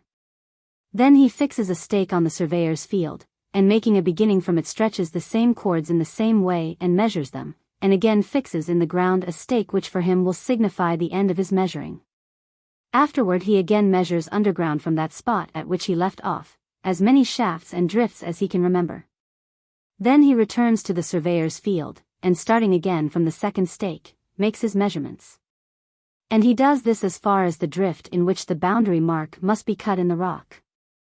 Finally, commencing from the stake first fixed in the ground, he stretches a cross cord in a straight line to the last stake, and this shows the length of the lowest drift. The point where they touch, he judges to be the place where the underground boundary mark should be cut. End of Book V. Footnotes. It has been suggested that we should adopt throughout this volume the mechanical and mining terms used in English mines at Agricola's time. We believe, however, that but a little inquiry would illustrate the undesirability of this course as a whole. Where there is choice in modern miners' nomenclature between an old and a modern term, we have leaned toward age, if it be a term generally understood. But except where the subject described has itself become obsolete, we have revived no obsolete terms. In substantiation of this view, we append a few examples of terms which served the English miner well for centuries, some of which are still extant in some local communities. Yet we believe they would carry as little meaning to the average reader as would the reproduction of the Latin terms coined by Agricola. Rake equals a perpendicular vein. Woughs equals walls of the vein. Shakes equals cracks in the walls. Fluken equals gouge. Brile equals outcrop. Hade equals incline or underlay of the vein. Dalling equals impoverishment of the vein. Rither equals a horse in a vein. Twitches equals pinching of a vein. Slough equals drainage tunnel. Sole equals lowest drift. Stool equals face of a drift or stope. Winds equals winds. Turn. Dippaw. Grove equals shaft. Diddens equals set of timber. Stemple equals post or stole. Laths equals lagging. As examples of the author's coinage and adaptations of terms in this book we may cite. Fossa latens equals drift. Fossa latens transversa equals crosscut. Tectum equals hanging wall. Fundamentum equals footwall. Tigna per intervalla passita equals wall plate. Arbors dissecti equals lagging. Ferme equals hitches. We have adopted the term tunnel for openings by way of outlet to the mine. The word in this narrow sense is as old as adit, a term less expressive and not so generally used in the English-speaking mining world. We have for the same reason adopted the word drift instead of the term level, so generally used in America, because that term always leads to confusion in discussion of mine surveys. We may mention, however, that the term level is a heritage from the Derbyshire mines, and is of an equally respectable age as drift. See note on p-. The canales, as here used, were the openings in the earth, in which minerals were deposited. This statement, as will appear by the description later on, refers to the depth of winzes or to the distance between drifts, that is, the lift. We have not, however, been justified in using the term winze, because some of these were openings to the surface. As showing the considerable depth of shafts in Agricola's time, we may quote the following from Bermanus, p.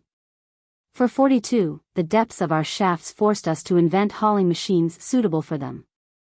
There are some of them larger and more ingenious than this one, for use in deep shafts, as, for instance, those in my native town of Geyer, but more especially at Schneeberg, where the shaft of the mine from which so much treasure was taken in our memory has reached the depth of about 200 fathoms, feet. Wherefore the necessity of this kind of machinery. Naevius, what an enormous depth! Have you reached the inferno? Bermanus, oh, at Kuttenberg there are shafts more than 500 fathoms, feet, deep. Naevius, and not yet reached the kingdom of Pluto? It is impossible to accept these as fathoms, as this would in the last case represent 3,000 feet vertically. The expression used, however, for fathoms is passus, presumably the Roman measure equal to 58.1 inches. Cavernos. The glossary gives drusen, our word druzy having had this origin. Purum, pure. Interpretatio gives the German as Getigen, native. Rudis, crude. By this expression the author really means ores very rich in any designated metal. In many cases it serves to indicate the minerals of a given metal, as distinguished from the metal itself. Our system of mineralogy obviously does not afford an acceptable equivalent. Agricola, de Nat Foss, says, I find it necessary to call each genus, of the metallic minerals, by the name of its own metal, and to this I add a word which differentiates it from the pure, puro, metal, whether the latter has been mined or smelted. So I speak of rudis gold, silver, quicksilver, copper, tin, bismuth, lead, or iron. This is not because I am unaware that Varro called silver rudis which had not yet been refined and stamped, but because a word which will distinguish the one from the other is not to be found. The reasons for retaining the Latin weights are given in the On Weights and Measures.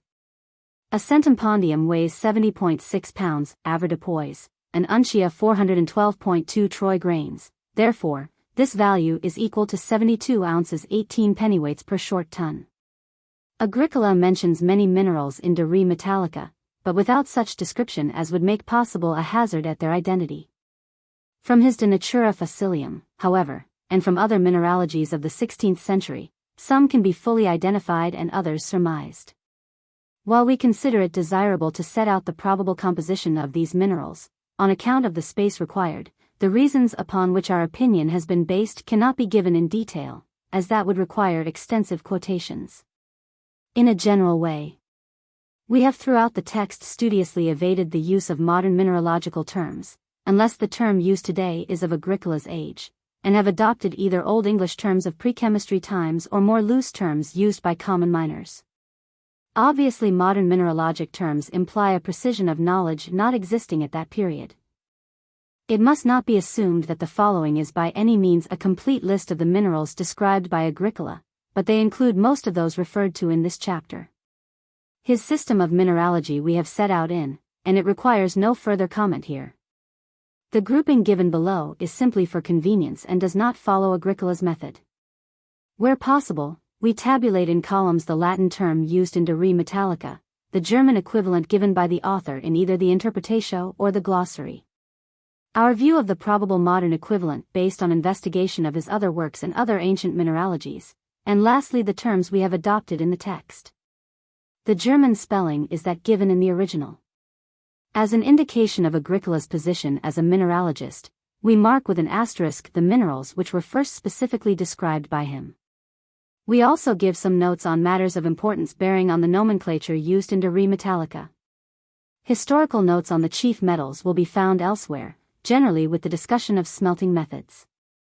We should not omit to express our indebtedness to Dana's great system of mineralogy, in the matter of correlation of many old and modern minerals, gold minerals. Agricola apparently believed that there were various gold minerals, green, yellow, purple, black, etc. There is nothing, however, in his works that permits of any attempt to identify them, and his classification seems to rest on gang colors. Silver minerals. Argentum purum in Venice reparator Getagen silver native silver.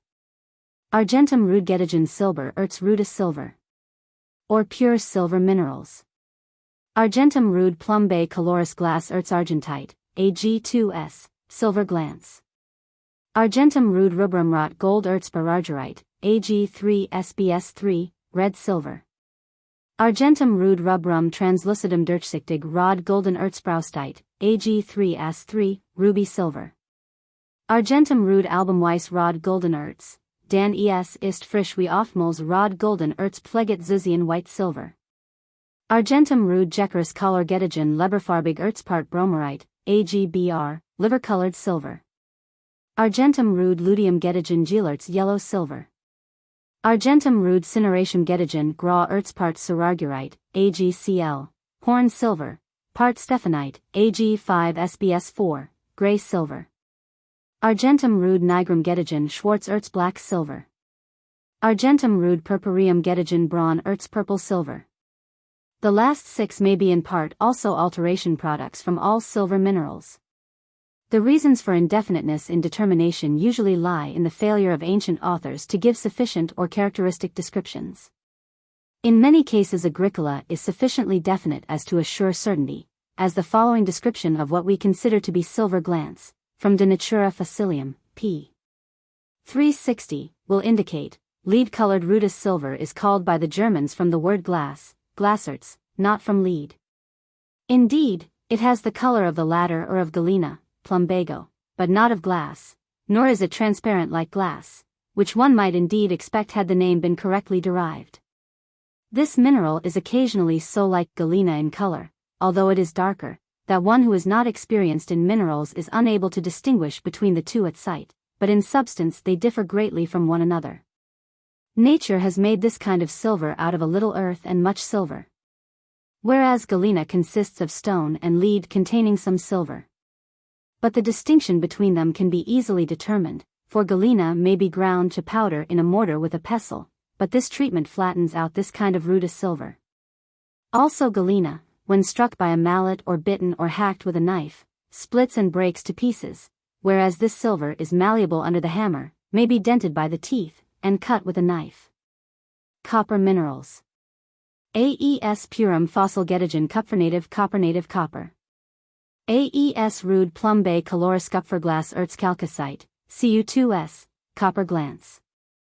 Calcitus rod attriment A decomposed copper or iron sulfide calcitus, see notes on p. Parites aurii color gilkis odor kupferkis part calcopyrite, Cu Fe S, part bornite, Cu3 FeS3, copper parites. Parites erisis. Caroleumberg laserageritage. Chrysocalabergrin UND part chrysocala, C. Schiffergrun part malachite. Malachites malachite. Lapis aerarius kupfer erz copper or. AES caldarium rubrum fuscum or AES sway coloris lebeter kupfer when used for an ore. Is probably cuprite ruby copper or. AES sway coloris rock kupfer. AES nigrum Schwarz kupfer probably CuO from oxidation of other minerals black copper. In addition to the above the author uses the following, which were in the main artificial products. Arago grunspan oder Spanschgrun verdigris. AES luteum gelfar kupfer impure blister copper unrefined copper, C. AES caldarium lebeter kupfer. Aries floss kupfer brown cupric oxide scales copper flour. Aries squamacupfer hammerschlag copper scale, C. Atramentum satorium caroleum or calcanthum blau kupfer wasserkalkanthite native blue vitriol, see note on p. Blue and green copper minerals were distinguished by all the ancient mineralogists. Theophrastus, Dioscorides, Pliny, etc. All give sufficient detail to identify their cyanus and caroleum partly with modern azurite, and their chrysocolla partly with the modern mineral of the same name. However, these terms were also used for vegetable pigments, as well as for the pigments made from the minerals. The Greek origin of chrysocolla, chrysos, gold and kala, solder, may be blamed with another and distinct line of confusion, in that this term has been applied to soldering materials, from Greek down to modern times. Some of the ancient mineralogists even asserting that the copper mineral chrysocolla was used for this purpose. Agricola uses chrysocolla for borax, but is careful to state in every case, see, chrysocolla made from nitrum, or chrysocolla which the Moors call borax. Dioscorides and Pliny mention substances which were evidently copper sulfides, but no description occurs prior to Agricola that permits a hazard as to different species, lead minerals. Plumbarius lapis glans galena galena. Galena glans und Plyerts galena galena. Plumbum nigrum ludii coloris Plyerts oder Pleischwei cerussite, PbCO3, yellow lead or Plumbago metallica. Cerussipleiwise artificial white lead, C. Ochra factitia or Ochra plumbaria plygil massicot, PbO, lead ochre, C. Molybdena herdplypart litharge hearth lead, C. Plumbago fornacis. Spuma argentiglet litharge, see note on p. Lithargerum. Minium secundarium minium, Pb304, red lead, C. So far as we can determine, all of these except the first three were believed by Agricola to be artificial products.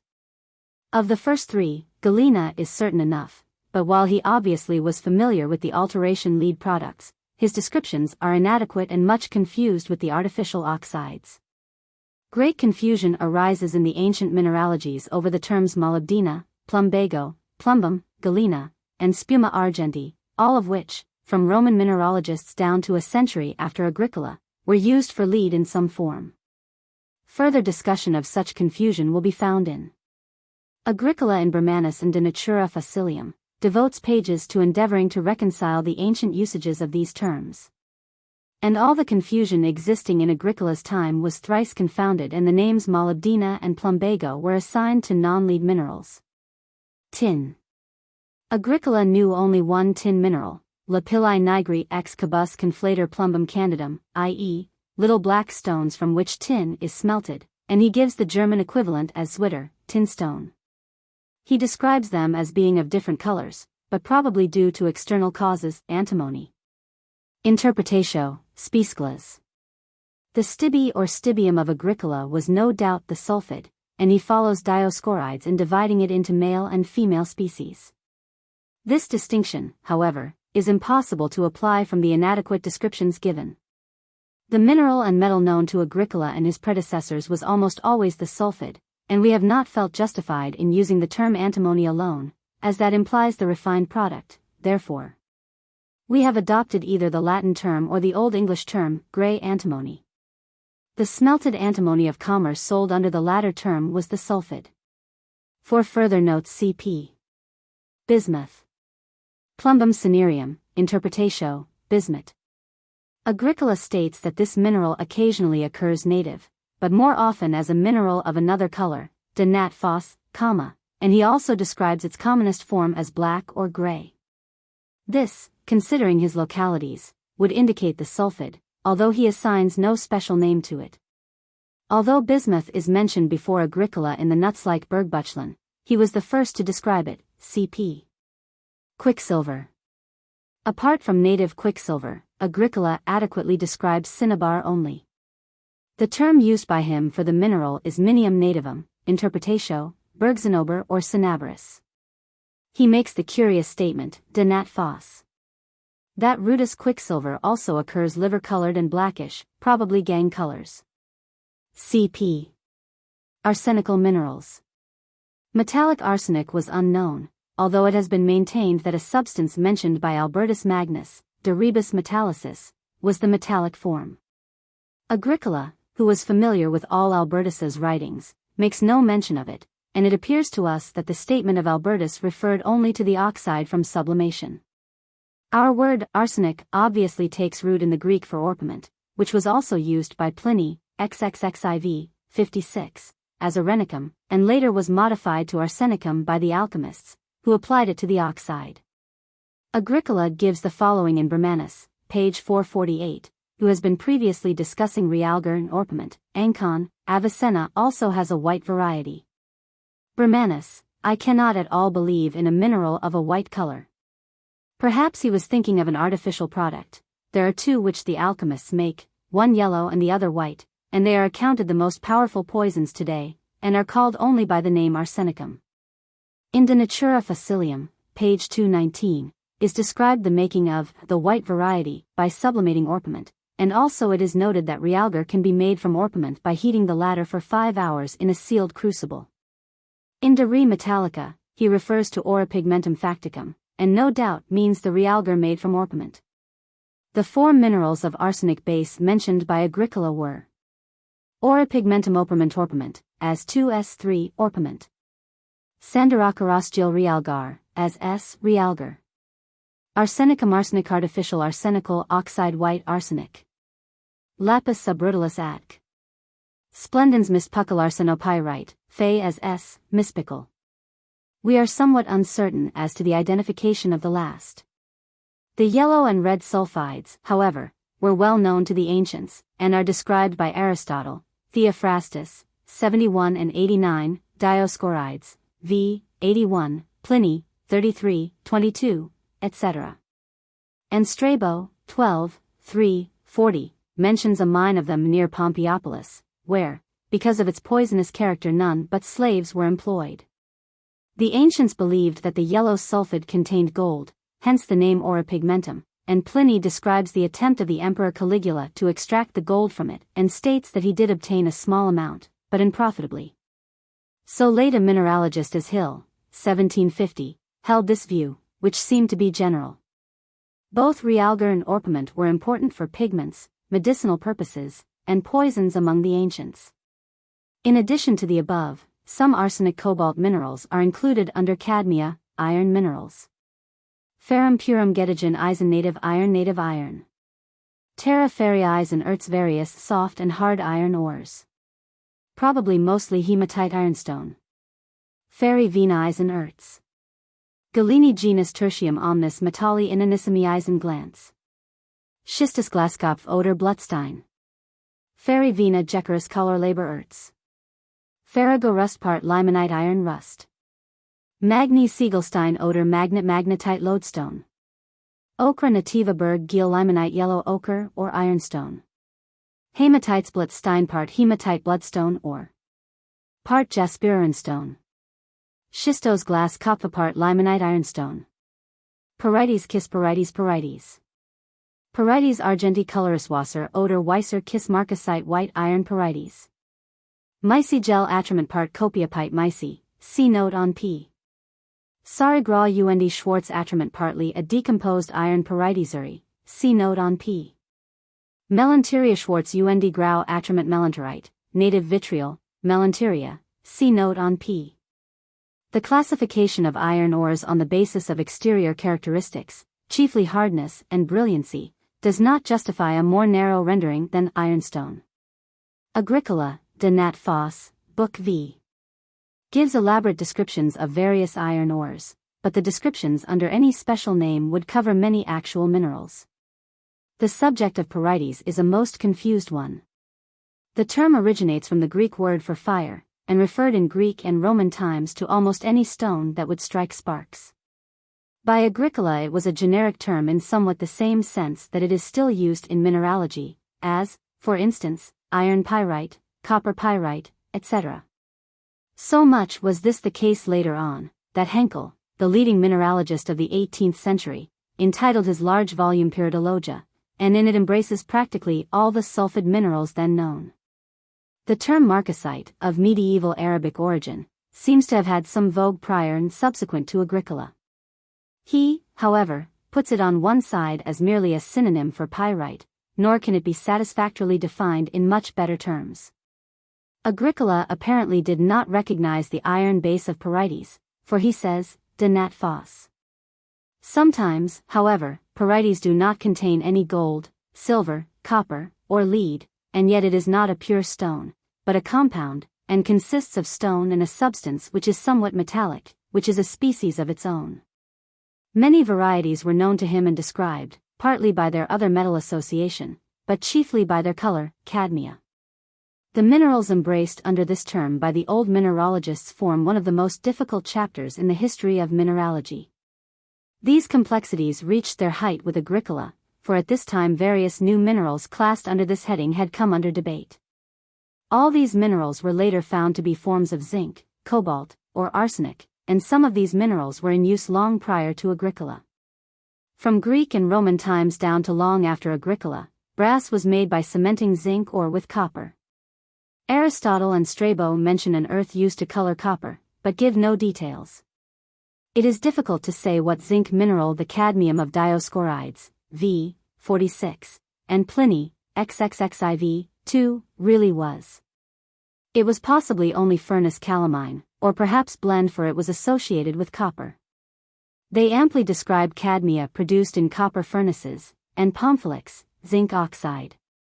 It was apparently not until Theophilus, 1150, that the term calamina appears for that mineral.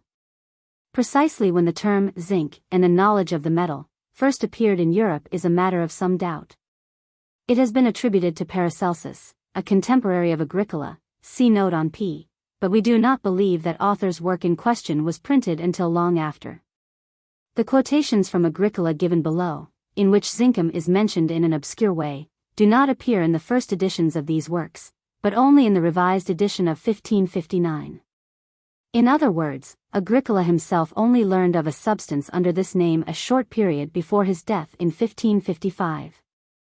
The metal was imported into Europe from China prior to this time. He, however, does describe actual metallic zinc under the term conterfei, and mentions its occurrence in the cracks of furnace walls. See also notes on p. The word cobalt, German Kobalt, is from the Greek word kobolos, mime, and its German form was the term for gnomes and goblins. It appears that the German miners, finding a material, Agricola's corrosive material, which injured their hands and feet, connected it with the goblins, or used the term as an epithet, and finally it became established for certain minerals, see. On this subject. The first written appearance of the term in connection with minerals appears in Agricola's Bermanus, 1530. The first practical use of cobalt was in the form of zafir or cobalt blue. There seems to be no mention of the substance by the Greek or Roman writers, although analyses of old colorings show some traces of cobalt, but whether accidental or not is undetermined. The first mention we know of was by Byron Guccio in 1540, De la Pyrotechnia, Book 2, Chapter 9, who did not connect it with the minerals then called cobalt or cadmia.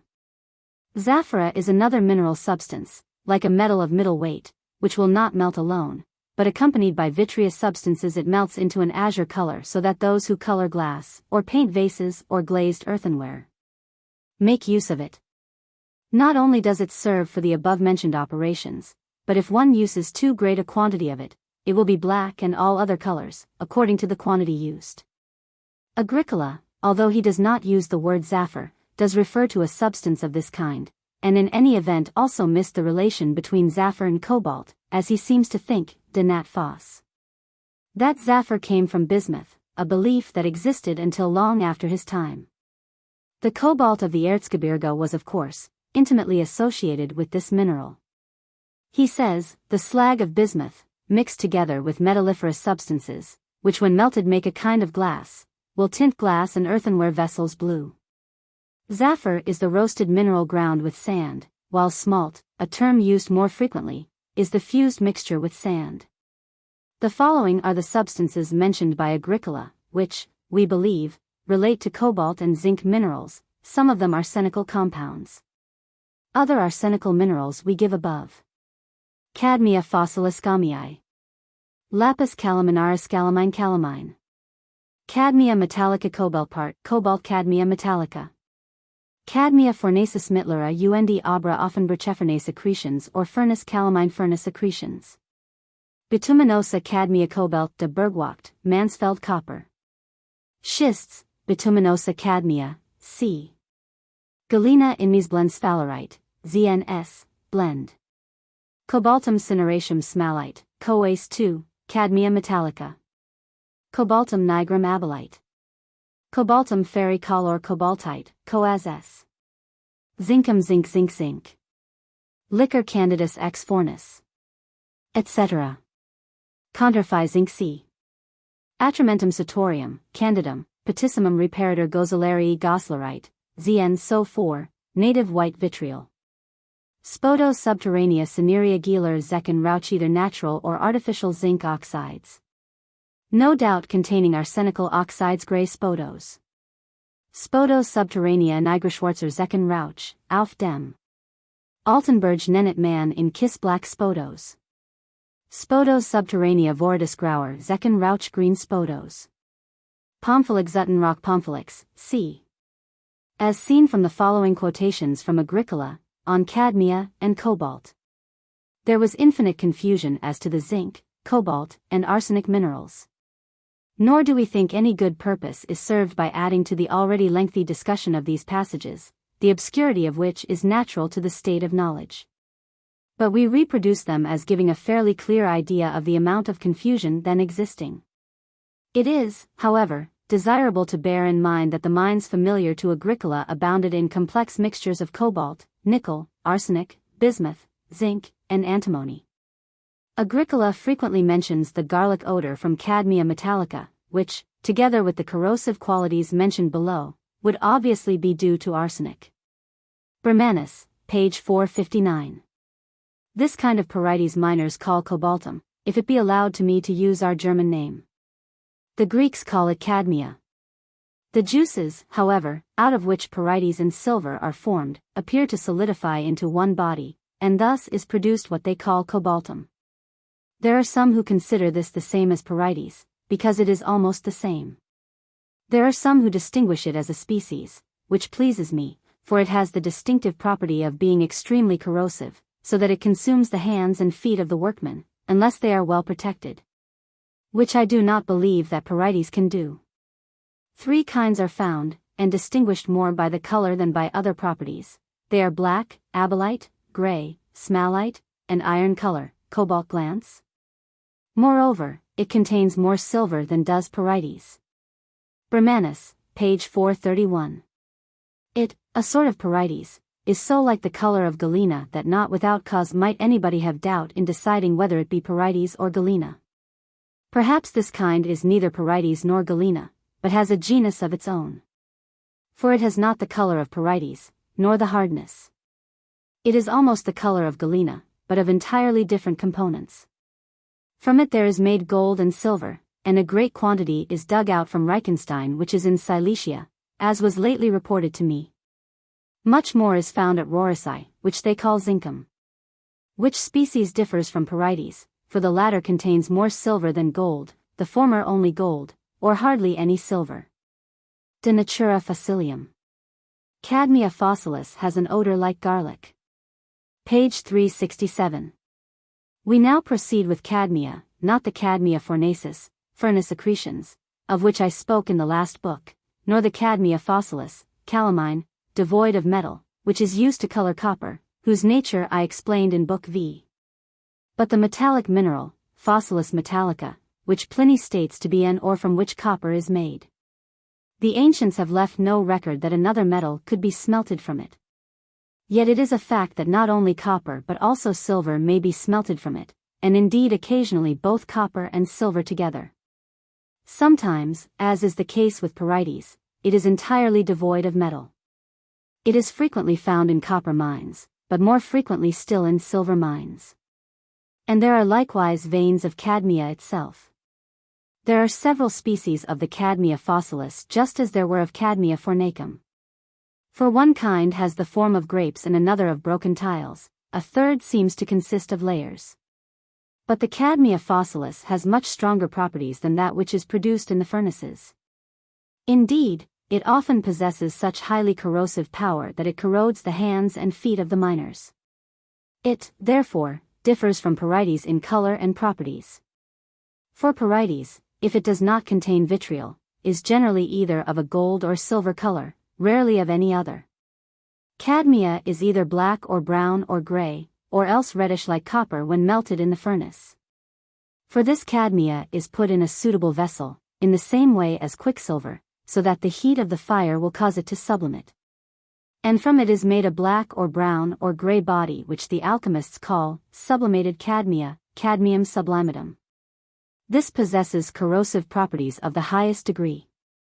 Cognate with cadmia and pyrites is a compound which the Naurusians and Rhaetians call zincum. This contains gold and silver, and is either red or white. It is likewise found in the Sidician mountains, and is devoid of those metals. With this cadmia is naturally related mineral spodos, known to the more Serapian, but unknown to the Greeks. And also pomphylix, for both are produced by fire where the miners, breaking the hard rocks in drifts, tunnels, and shafts, burn the cadmia or pyrites or galena or other similar minerals. From cadmia is made black, brown, and gray spodos. From pyrites, white pomphylix and spodos. From galena is made yellow or gray spodos. But pomphylix produced from copper stone, lapide eroso, after some time becomes green. The black spodos, similar to soot, is found at Altenburg in Meissen. The white pomphylix, like wool which floats in the air in summer, is found in Hildesheim in the seams in the rocks of almost all quarries except in the sandstone. But the gray and the brown and the yellow pomphylix are found in those silver mines where the miners break up the rocks by fire. All consist of very fine particles which are very light, but the lightest of all is white pomphylix. Quartz minerals. Quartzum, which Latins call silex, quartz oder Kieselstein quartz, c. Silex hornstein oder Fürstein flinty or jaspery quartz hornstone. Crystallum crystal clear crystals crystal. Achates agate. Sardicarneal carnelian. Jaspis part colored quartz. Part J jaspis. Marina chalcedonius chalcedony. Coticula goldstein black silicious stone touchstone, c. Amethyst. Lime minerals. Lapis specularis gypsum. Marmor marmelstein marble. Marmor alabastrates alabaster. Marmor glaria calcite. Calcspar. Saxum calcis calcstein limestone. Margamergel marl. Tophustofstein oder Topstein stalagmites, etc. Sintri limestones, tophus, c. Miscellaneous. Amiantus federwis, pliant salamanderhar usually asbestos. Magnetes silberwise oder Katzen silber mica. Bracteoli magnetiti simile. Mica Katzen silber oder glimmer.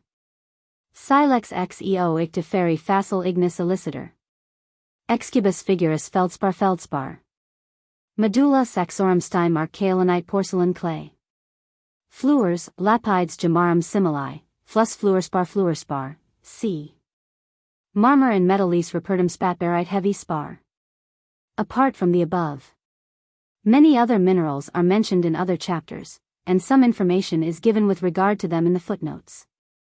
3 librae of silver per centimpondium would be equal to 875 ounces per short ton. As stated in note on P, Agricola divided stones so called into 4 kinds. The first, common stones, in which he included lodestone and jasper or bloodstone. The second embraced gems. The third were decorative stones, such as marble, porphyry, etc. The fourth were rocks, such as sandstone and limestone, lodestone. Magnus, Interpretatio gives Siegelstein oder Magnet. The lodestone was well known to the ancients under various names, Magnus, Magnetes, Heraclean, and Sideritis. A review of the ancient opinions as to its miraculous properties would require more space than can be afforded. It is mentioned by many Greek writers, including Hippocrates, 460 to 372 BC, and Aristotle, while Theophrastus, 53, Dioscorides, v. 105, and Pliny, XXXIV, 42, XXXVI, 25, describe it at length. The ancients also maintained the existence of a stone, Thiomedes, having repellent properties, and the two were supposed to exist at times in the same stone, emery. Smieres, Interpretatio gives Smergel. Agricola, de Natura Facilium, says, the ringmakers polish and clean their hard gems with smieres. The glaziers use it to cut their glass into sheets. It is found in the silver mines of Annaberg in Meissen and elsewhere. Stones used for polishing gems are noted by the ancient authors, and Dana, Swst. Of Mineralogy, considers the stone of Armenia, of Theophrastus, 77, to be emery, although it could quite well be any hard stone, such as novaculite, which is found in Armenia. Dioscorides, v. 166, describes a stone with which the engravers polished gems, lapis judaicus. Interpretatio gives Judenstein. This was undoubtedly a fossil, possibly a pentramites. Agricola, de Natura Facilium, says, it is shaped like an acorn, from the obtuse end to the point proceed raised lines, all equidistant, etc. Many fossils were included among the semi-precious stones by the ancients. Pliny, XVI, 55, 66, 73, describes many such stones, among them the balanites, phenicitis, and the pyrene, which resemble the above, trochitis. Interpretatio gives Spangen oder Riederstein. This was also a fossil, probably crinoid stems. Agricola, de Natura Facilium, describes it, trochites is so called from a wheel, and is related to lapis judaicus. Nature has indeed given it the shape of a drum, tympanum. The round part is smooth, but on both ends as it were there is a module from which on all sides there extend radii to the outer edge, which corresponds with the radii. These radii are so much raised that it is fluted. The size of these trochites varies greatly, for the smallest is so little that the largest is 10 times as big, and the largest are a digit in length by a third of a digit in thickness. When immersed in vinegar they make bubbles. The extraordinary earths of Agricola were such substances as ochres, tripoli, fuller's earth, potter's clay, clay used for medicinal purposes, etc., etc. Presumably the ore body dips into a neighboring property. The various kinds of iron tools are described in great detail in Fire setting as an aid to breaking rock is of very ancient origin, and moreover it persisted in certain German and Norwegian mines down to the end of the 19th century, 270 years after the first application of explosives to mining. The first specific reference to fire setting in mining is by Agatharchides, 2nd century BC, whose works are not extant, but who is quoted by both Diodorus Siculus and Photius, for which statement see. Pliny, 33, 21, says, occasionally a kind of silex is met with, which must be broken with fire and vinegar, or as the tunnels are filled with suffocating fumes and smoke, they frequently use bruising machines, carrying 150 librae of iron. This combination of fire and vinegar he again refers to, XCI, 27, where he dilates in the same sentence on the usefulness of vinegar for breaking rock and for salad dressing. This myth about breaking rocks with fire and vinegar is of more than usual interest, and its origin seems to be in the legend that Hannibal thus broke through the Alps. Livy, 59 BC, 17 AD, seems to be the first to produce this myth in writing. And, in any event, by Pliny's time, 23 to 79 AD, it had become an established method, in literature. Livy, XXI, 37, says, in connection with Hannibal's crossing of the Alps, they set fire to it, the timber, when a wind had arisen suitable to excite the fire, then when the rock was hot it was crumbled by pouring on vinegar, infuso aceto. In this manner the cliff heated by the fire was broken by iron tools, and the declivities eased by turnings, so that not only the beasts of burden but also the elephants could be led down. Hannibal crossed the Alps in 218 BC. And Livy's account was written 200 years later, by which time Hannibal's memory among the Romans was generally surrounded by Herculean fables. Be this as it may, by Pliny's time the vinegar was generally accepted, and has been ceaselessly debated ever since. Nor has the myth ceased to grow, despite the remarks of Gibbon, Lavalette, and others. A recent historian, Hennebert, Histoire d'Annibal II, of that famous engineer and soldier, soberly sets out to prove that inasmuch as literal acceptance of ordinary vinegar is impossible, the Phoenicians must have possessed some mysterious high explosive. A still more recent biographer swallows this argument in toto. Morris, Hannibal, London, 1903. A study of the commentators of this passage, although it would fill a volume with sterile words, would disclose one generalization, that the real scholars have passed over the passage with the comment that it is either a corruption or an old woman's tale, but that hosts of soldiers who set about the biography of famous generals and campaigns, almost to a man, take the passage seriously, and seriously explain it by way of the rock being limestone, or snow, or by the use of explosives, or other foolishness. It has been proposed, although there are grammatical objections, that the text is slightly corrupt and read in faso acudo, instead of infuso acido, in which case all becomes easy from a mining point of view. If so, however, it must be assumed that the corruption occurred during the 20 years between Livy and Pliny. By the use of fire setting in recent times at Königsberg, Arthur L. Collins, Fire Setting, Federated Anstey of Mining Engineers, Vol. V. An advance of from 5 to 20 feet per month in headings was accomplished, and on the score of economy survived the use of gunpowder, but has now been abandoned in favor of dynamite. We may mention that the use of gunpowder for blasting was first introduced at Chemnitz by Caspar Weindel, in 1627, but apparently was not introduced into English mines for nearly 75 years afterward. As the late 17th century English writers continue to describe fire setting, the strata here enumerated are given in the glossary of De Re Metallica as follows.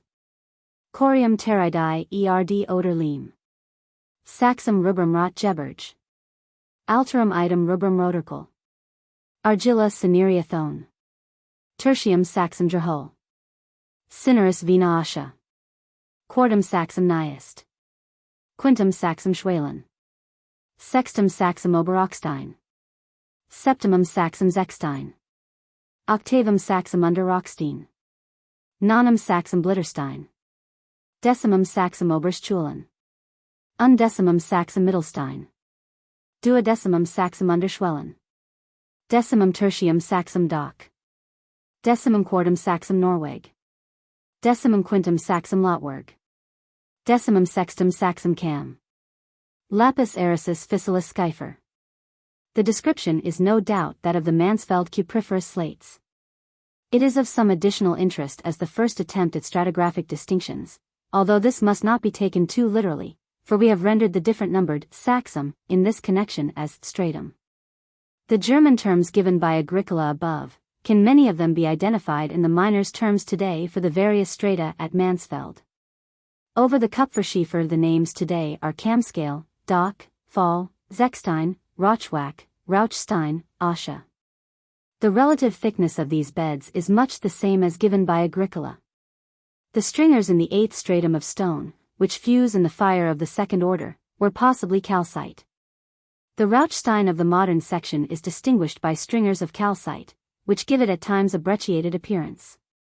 The history of surveying and surveying instruments, and in a subsidiary way their application to mine work, is a subject upon which there exists a most extensive literature. However, that portion of such history which relates to the period prior to Agricola represents a much less proportion of the whole than do the citations to this chapter in De Re Metallica, which is the first comprehensive discussion of the mining application. The history of such instruments is too extensive to be entered upon in a footnote, but there are some fundamental considerations which, if they had been present in the minds of historical students of this subject, would have considerably abridged the literature on it. First, there can be no doubt that measuring cords or rods and boundary stones existed almost from the first division of land. There is, therefore, no need to try to discover their origins. Second, the history of surveying and surveying instruments really begins with the invention of instruments for taking levels, or for the determination of angles with a view to geometrical calculation. The meager facts bearing upon this subject do not warrant the endless expansion they have received by argument as to what was probable, in order to accomplish assumed methods of construction among the ancients. For instance, the argument that in carrying the Grand Canal over watersheds with necessary reservoir supply, the Chinese must have had accurate leveling and surveying instruments before the Christian era, and must have conceived in advance a completed work, does not hold water when any investigation will demonstrate that the canal grew by slow accretion from the lateral river systems, until it joined almost by accident. Much the same may be said about the preconception of engineering results in several other ancient works. There can be no certainty as to who first invented instruments of the order mentioned above. For instance, the invention of the dioptra has been ascribed to Hero, vide his work on the dioptra. He has been assumed to have lived in the 1st or 2nd century BC. Recent investigations, however, have shown that he lived about 100 AD. Sir Thomas Heath, in Sic, Brit. 11th ed., 13, 378. As this instrument is mentioned by Vitruvius, 50–0 BC, the myth that Hero was the inventor must also disappear. Incidentally, Vitruvius, 8–5, describes a leveling instrument called a corybates, which was a frame leveled either by a groove of water or by plumb strings. Be the inventor of the dioptra who he may, Hero's work on that subject contains the first suggestion of mine surveys in the problems, 13, 14, 15, 16. Where geometrical methods are elucidated for determining the depths required for the connection of shafts and tunnels. On the compass we give further notes on p. It was probably an evolution of the 13th century. As to the application of angle and level determining instruments to underground surveys, so far as we know there is no reference prior to Agricola, except that of Hero. Mr. Bennett Brough, Cantor Lecture, London, 1892, points out that the nuts-like Bergbuchlen, c. describes a mine compass, but there is not the slightest reference to its use for anything but surface direction of veins. Although map-making of a primitive sort requires no instruments, except legs, the oldest map in the world possesses unusual interest because it happens to be a map of a mining region. This well-known Turin papyrus dates from Seti I, about 1300 BC. And it represents certain gold mines between the Nile and the Red Sea. The best discussion is by Chabas, Inscriptions de Mines d'Or, Chalon-sur-Saône, Paris, 1862–36. Fragments of another papyrus, in the Turin Museum, are considered by Lieblein, Du Papyrus Hieratique, Christiania, 1868, also to represent a mine of the time of Ramesses I. If so, this one dates from about 1400 BC. As to an actual map of underground workings, disregarding illustrations, we know of none until after Agricola's time. At his time maps were not made, as will be gathered from the text. For greater clarity we have in a few places interpolated the terms major and minor triangles. The names of the instruments here described in the original text, their German equivalents in the glossary, and the terms adopted in translation are given below. Latin text, glossary, terms adopted. Funiculus cord. Perdicasstab rod. Hemicyclium Donlage Bretline hemicycle. Tripus stole tripod. Instrumentum cui index compass. Orbis shaborbis. Libra stativa aufsaf standing plummet level. Libra pensilis wage suspended plummet level. Instrumentum cui index alpinander shiner compass Swiss compass. It is interesting to note that the ratio of any length so obtained to the whole length of the staff is practically equal to the cosine of the angle represented by the corresponding gradation on the hemicycle. The gradations on the rod forming a fairly accurate table of cosines. It must be understood that instead of plotting a survey on a reduced scale on paper, as modern surveyors do, the whole survey was reproduced in full scale on the surveyor's field. Book 6. Igging of veins I have written of, and the timbering of shafts, tunnels, drifts, and other excavations, and the art of surveying. I will now speak first of all, of the iron tools with which veins and rocks are broken, then of the buckets into which the lumps of earth, rock, metal, and other excavated materials are thrown, in order that they may be drawn, conveyed, or carried out. Also, I will speak of the water vessels and drains, then of the machines of different kinds, and lastly of the maladies of miners. And while all these matters are being described accurately, many methods of work will be explained. First, iron tool. B. Second. C. Third. D. Fourth. E. Wedge. F. Iron block. G. Iron plate. H. Wooden handle. I. Handle inserted in first tool. There are certain iron tools which the miners designate by names of their own, and besides these, there are wedges, iron blocks, iron plates, hammers, crowbars, pikes, picks, hoes, and shovels. Of those which are especially referred to as iron tools, there are 4 varieties, which are different from one another in length or thickness, but not in shape, for the upper end of all of them is broad and square, so that it can be struck by the hammer.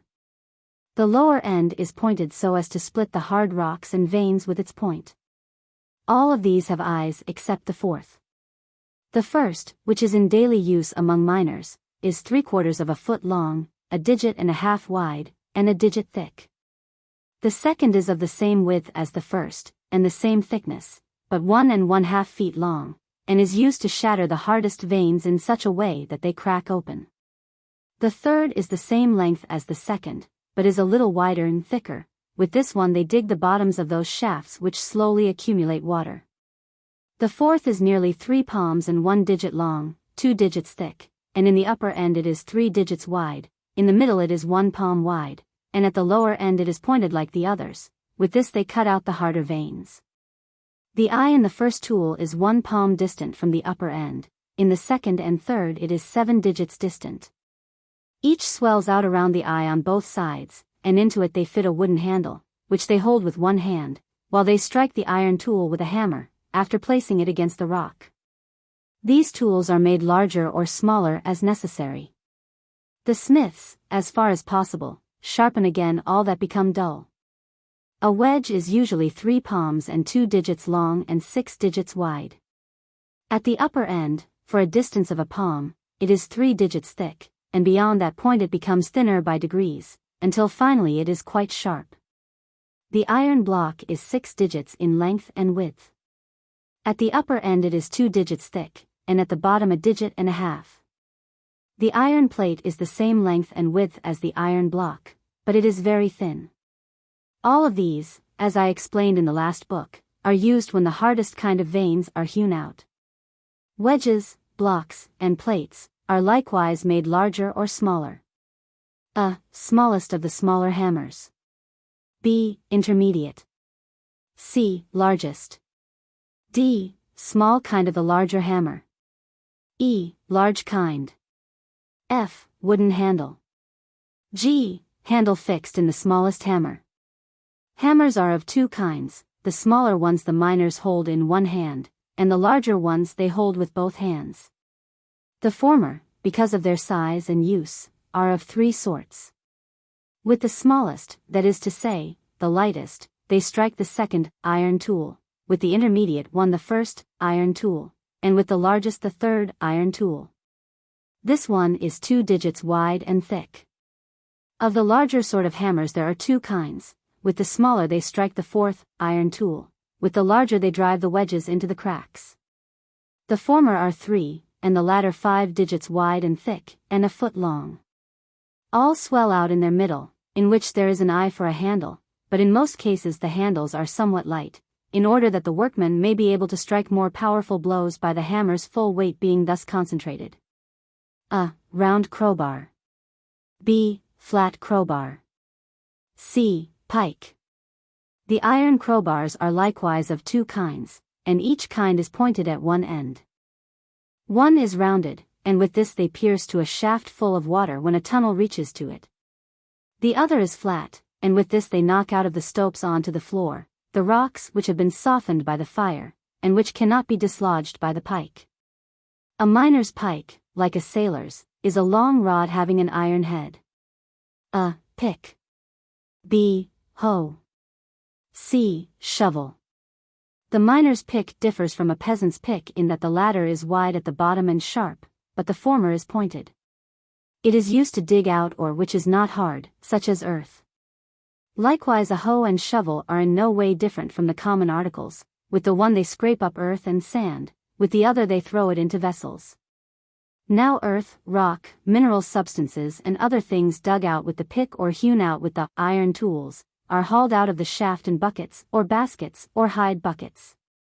They are drawn out of tunnels in wheelbarrows or open trucks, and from both they are sometimes carried in trays. A. Small bucket. B. Large bucket. C. Staves. D. Iron hoops. E. Iron straps. F. Iron straps on the bottom. G. Hafts. H. Iron bale. I. Hook of drawing rope. K. Basket. L. Hide bucket or sack.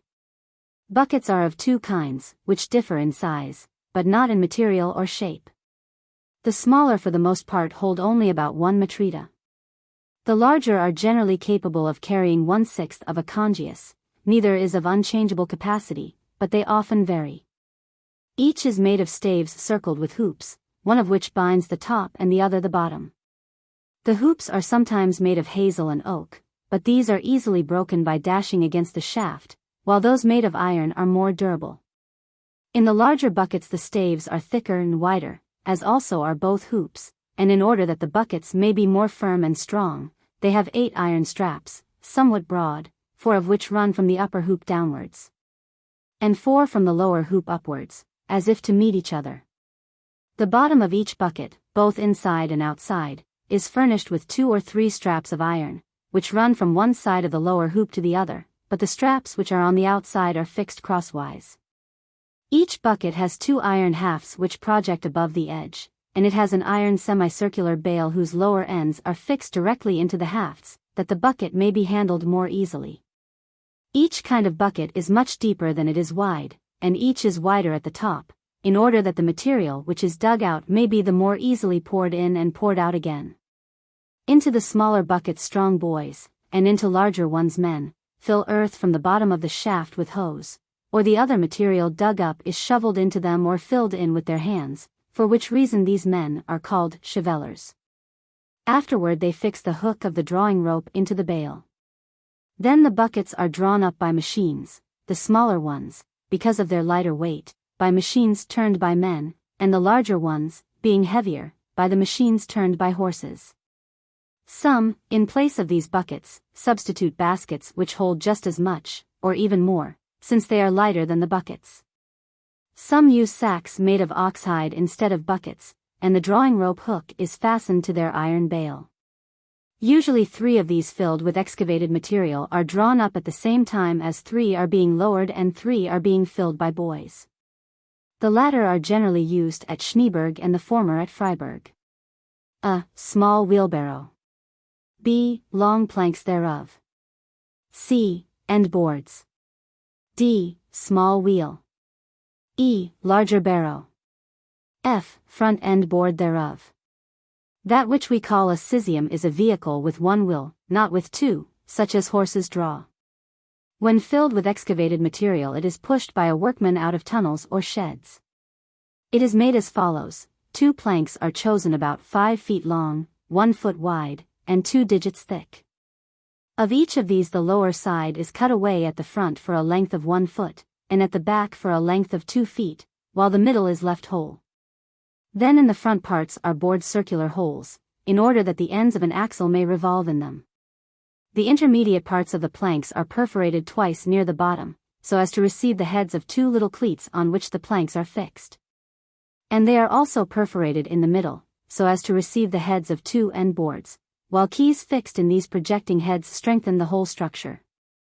The handles are made out of the extreme ends of the long planks, and they turn downward at the ends that they may be grasped more firmly in the hands. The small wheel, of which there is only 1, neither has a nave nor does it revolve around the axle, but turns around with it.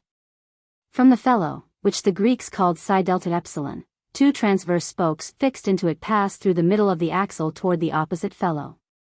The axle is square, with the exception of the ends, each of which is rounded so as to turn in the opening. A workman draws out this barrow full of earth and rock and draws it back empty. Miners also have another wheelbarrow, larger than this one, which they use when they wash earth mixed with tin stone onto which a stream has been turned. The front end board of this one is deeper, in order that the earth which has been thrown into it may not fall out. A. Rectangular iron bands on truck. B. Its iron straps. C. Iron axle. D. Wooden rollers. E. Small iron keys. F. Large blunt iron pin. G. Same truck upside down. The open truck has a capacity half as large again as a wheelbarrow. It is about 4 feet long and about 2.5 feet wide and deep. And since its shape is rectangular, it is bound together with 3 rectangular iron bands, and besides these there are iron straps on all sides. 2 small iron axles are fixed to the bottom, around the ends of which wooden rollers revolve on either side. In order that the rollers shall not fall off the immovable axles, there are small iron keys. A large blunt pin fixed to the bottom of the truck runs in a groove of a plank in such a way that the truck does not leave the beaten track. Holding the back part with his hands, the carrier pushes out the truck laden with excavated material, and pushes it back again empty. Some people call it a dog, because when it moves it makes a noise which seems to them not unlike the bark of a dog. This truck is used when they draw loads out of the longest tunnels, both because it is moved more easily and because a heavier load can be placed in it. A. Small batia. B. Rope. C. Large batia. Batias are hollowed out of a single block of wood. The smaller kind are generally 2 feet long and 1 foot wide. When they have been filled with ore, especially when but little is dug from the shafts and tunnels, men either carry them out on their shoulders, or bear them away hung from their necks. Pliny is our authority that among the ancients everything which was mined was carried out on men's shoulders, but in truth this method of carrying forth burdens is onerous, since it causes great fatigue to a great number of men, and involves a large expenditure for labor. For this reason it has been rejected and abandoned in our day. The length of the larger batia is as much as 3 feet, the width up to a foot and a palm. In these batias the metallic earth is washed for the purpose of testing it. A. Smaller water bucket. B. Larger water bucket. C. Dipper. Water vessels differ both in the use to which they are put and in the material of which they are made. Some draw the water from the shafts and pour it into other things, as dippers. While some of the vessels filled with water are drawn out by machines, as buckets and bags, some are made of wood, as the dippers and buckets, and others of hides, as the bags. The water buckets, just like the buckets which are filled with dry material, are of 2 kinds, the smaller and the larger, but these are unlike the other buckets at the top, as in this case they are narrower. In order that the water may not be spilled by being bumped against the timbers when they are being drawn out of the shafts, especially those considerably inclined.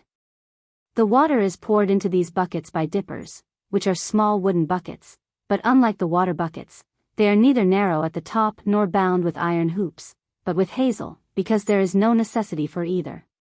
The smaller buckets are drawn up by machines turned by men, the larger ones by those turned by horses. A. Water bag which takes in water by itself. B. Water bag into which water pours when it is pushed with a shovel. Our people give the name of water bags to those very large skins for carrying water which are made of 2 or 2.5 ox hides. When these water bags have undergone much wear and use, first the hair comes off them and they become bald and shining, after this they become torn. If the tear is but a small one, a piece of smooth notched stick is put into the broken part, and the broken bag is bound into its notches on either side and sewn together, but if it is a large one, they mend it with a piece of ox hide. The water bags are fixed to the hook of a drawing chain and let down and dipped into the water, and as soon as they are filled they are drawn up by the largest machine. They are of 2 kinds, the one kind take in the water by themselves. The water pours into the other kind when it is pushed in a certain way by a wooden shovel. A. Trough.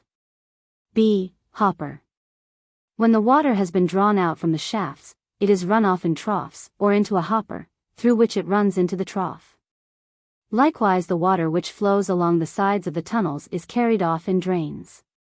These are composed of 2 hollowed beams joined firmly together, so as to hold the water which flows through them, and they are covered by planks all along their course, from the mouth of the tunnel right up to the extreme end of it, to prevent earth or rock falling into them and obstructing the flow of the water. If much mud gradually settles in them, the planks are raised and the drains are cleaned out, for they would otherwise become stopped up and obstructed by this accident. With regard to the trough lying above ground, which miners place under the hoppers which are close by the shaft houses, these are usually hollowed out of single trees. Hoppers are generally made of 4 planks, so cut on the lower side and joined together that the top part of the hopper is broader and the bottom part narrower. I have sufficiently indicated the nature of the miners' iron tools and their vessels. I will now explain their machines, which are of 3 kinds, that is, hauling machines, ventilating machines, and ladders. By means of the hauling machines, loads are drawn out of the shafts. The ventilating machines receive the air through their mouths and blow it into shafts or tunnels, for if this is not done, diggers cannot carry on their labor without great difficulty in breathing. By the steps of the ladders the miners go down into the shafts and come up again. Hauling machines are of varied and diverse forms, some of them being made with great skill, and if I am not mistaken, they were unknown to the ancients. They have been invented in order that water may be drawn from the depths of the earth to which no tunnels reach, and also the excavated material from shafts which are likewise not connected with a tunnel, or if so, only with very long ones. Since shafts are not all of the same depth, there is a great variety among these hauling machines. Of those by which dry loads are drawn out of the shafts, 5 sorts are in the most common use, of which I will now describe the first. A. Timber placed in front of the shaft. B. Timber placed at the back of the shaft. C. Pointed stakes. D. Cross timbers. E. Posts or thick planks. F. Iron sockets. G. Barrel. H. Ends of barrel. I. Pieces of wood. K. Handle. L. Drawing rope. M. Its hook. N. Bucket. O. Bale of the bucket. 2 timbers a little longer than the shaft are placed beside it, the one in the front of the shaft, the other at the back. Their extreme ends have holes through which stakes, pointed at the bottom like wedges, are driven deeply into the ground, so that the timbers may remain stationary. Into these timbers are mortised the ends of 2 cross timbers, one laid on the right end of the shaft, while the other is far enough from the left end that between it and that end there remains suitable space for placing the ladders. In the middle of the cross timbers, posts are fixed and secured with iron keys. In hollows at the top of these posts thick iron sockets hold the ends of the barrel, of which each end projects beyond the hollow of the post, and is mortised into the end of another piece of wood 1.5 feet long, a palm wide and 3 digits thick. The other end of these pieces of wood is 7 digits wide, and into each of them is fixed a round handle, likewise 1.5 feet long. A winding rope is wound around the barrel and fastened to it at the middle part. The loop at each end of the rope has an iron hook which is engaged in the bale of a bucket, and so when the windlass revolves by being turned by the cranks. A loaded bucket is always being drawn out of the shaft and an empty one is being sent down into it. 2 robust men turn the windlass, each having a wheelbarrow near him, into which he unloads the bucket which is drawn up nearest to him. 2 buckets generally fill a wheelbarrow. Therefore when 4 buckets have been drawn up, each man runs his own wheelbarrow out of the shed and empties it. Thus it happens that if shafts are dug deep, a hillock rises around the shed of the windlass. If a vein is not metal-bearing, they pour out the earth and rock without discriminating, whereas if it is metal-bearing, they preserve these materials, which they unload separately and crush and wash. When they draw up buckets of water they empty the water through the hopper into a trough, through which it flows away. A. Barrel. B. Straight levers. C. Usual crank. D. Spokes of wheel.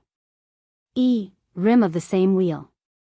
The next kind of machine, which miners employ when the shaft is deeper, differs from the first in that it possesses a wheel as well as cranks. This windlass, if the load is not being drawn up from a great depth, is turned by one windlass man, the wheel taking the place of the other man. But if the depth is greater, then the windlass is turned by 3 men, the wheel being substituted for a 4th, because the barrel having been once set in motion, the rapid revolutions of the wheel help, and it can be turned more easily. Sometimes masses of lead are hung on to this wheel, or are fastened to the spokes, in order that when it is turned they depress the spokes by their weight and increase the motion.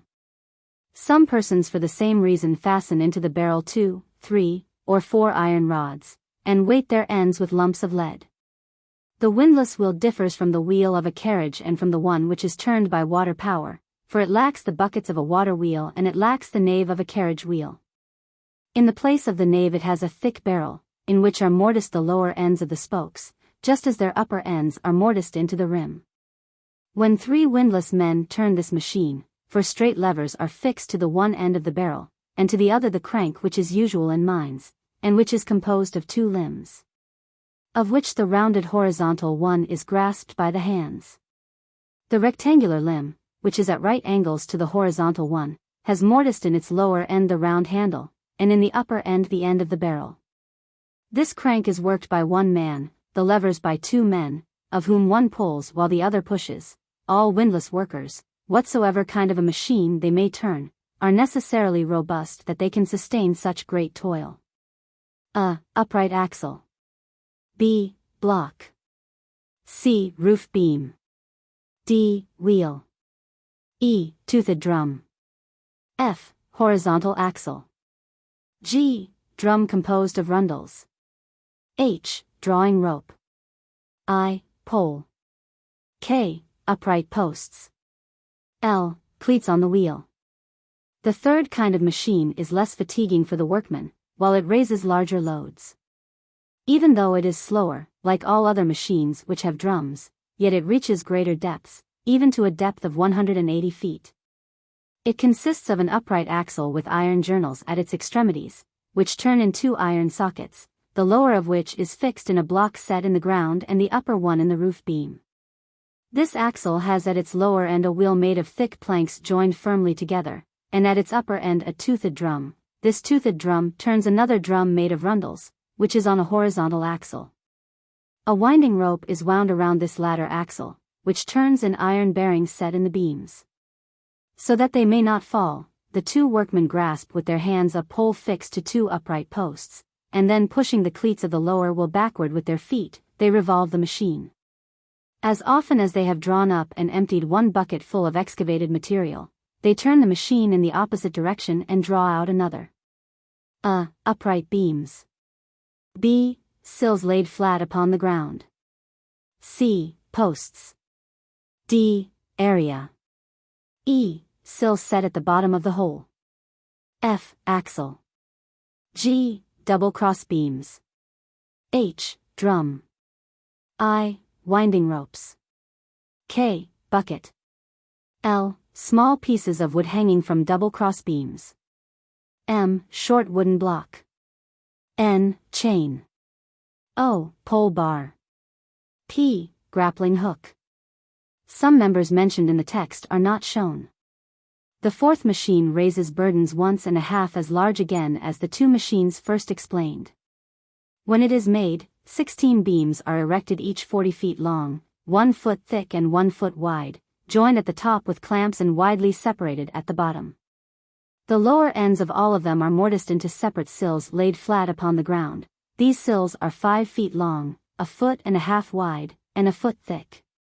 Each beam is also connected with its sill by a post, whose upper end is mortised into the beam and its lower end mortised into the sill.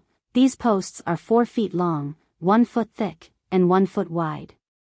Thus a circular area is made, the diameter of which is 50 feet.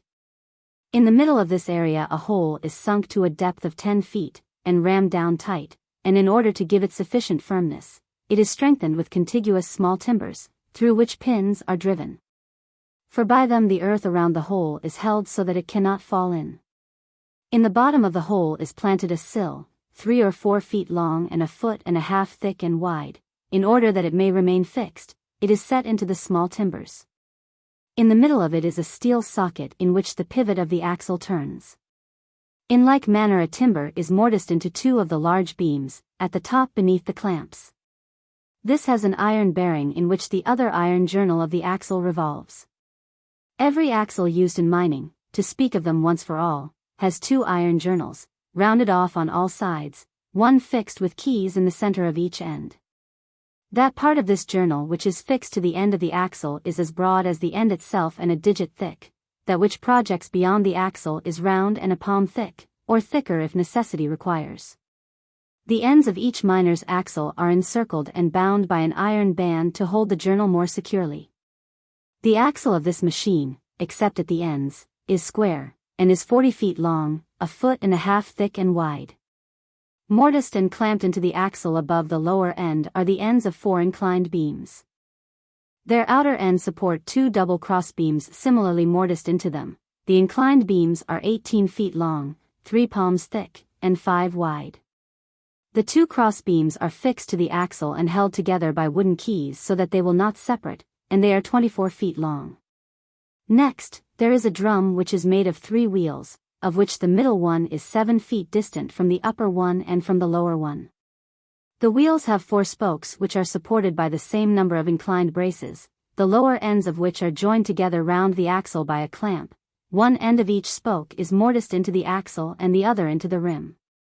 There are rundles all round the wheels, reaching from the rim of the lowest one to the rim of the middle one, and likewise from the rim of the middle wheel to the rim of the top one. Around these rundles are wound the drawing ropes, one between the lowest wheel and the middle one, the other between the middle and top wheels. The whole of this construction is shaped like a cone, and is covered with a shingle roof, with the exception of that square part which faces the shaft. Then cross beams, mortised at both ends, connect a double row of upright posts.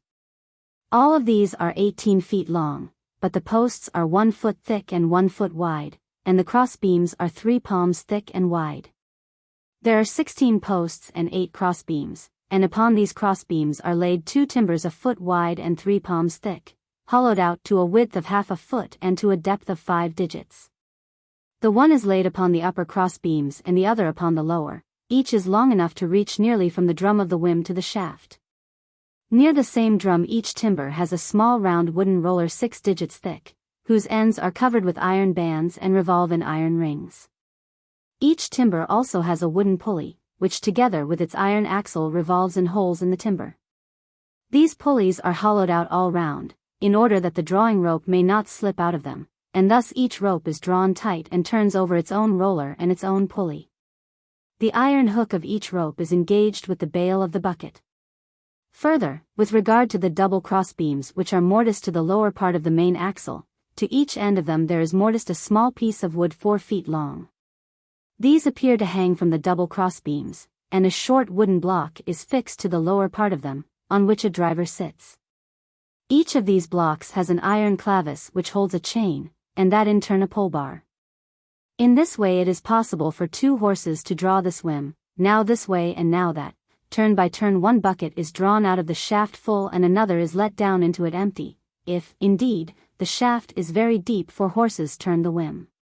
When a bucket has been drawn up, whether filled with dry or wet materials, it must be emptied, and a workman inserts a grappling hook and overturns it. This hook hangs on a chain made of 3 or 4 links, fixed to a timber. A. Toothed drum which is on the upright axle. B. Horizontal axle. C. Drum which is made of rundles. D. Wheel near it. E. Drum made of hubs. F. Brake. G. Oscillating beam.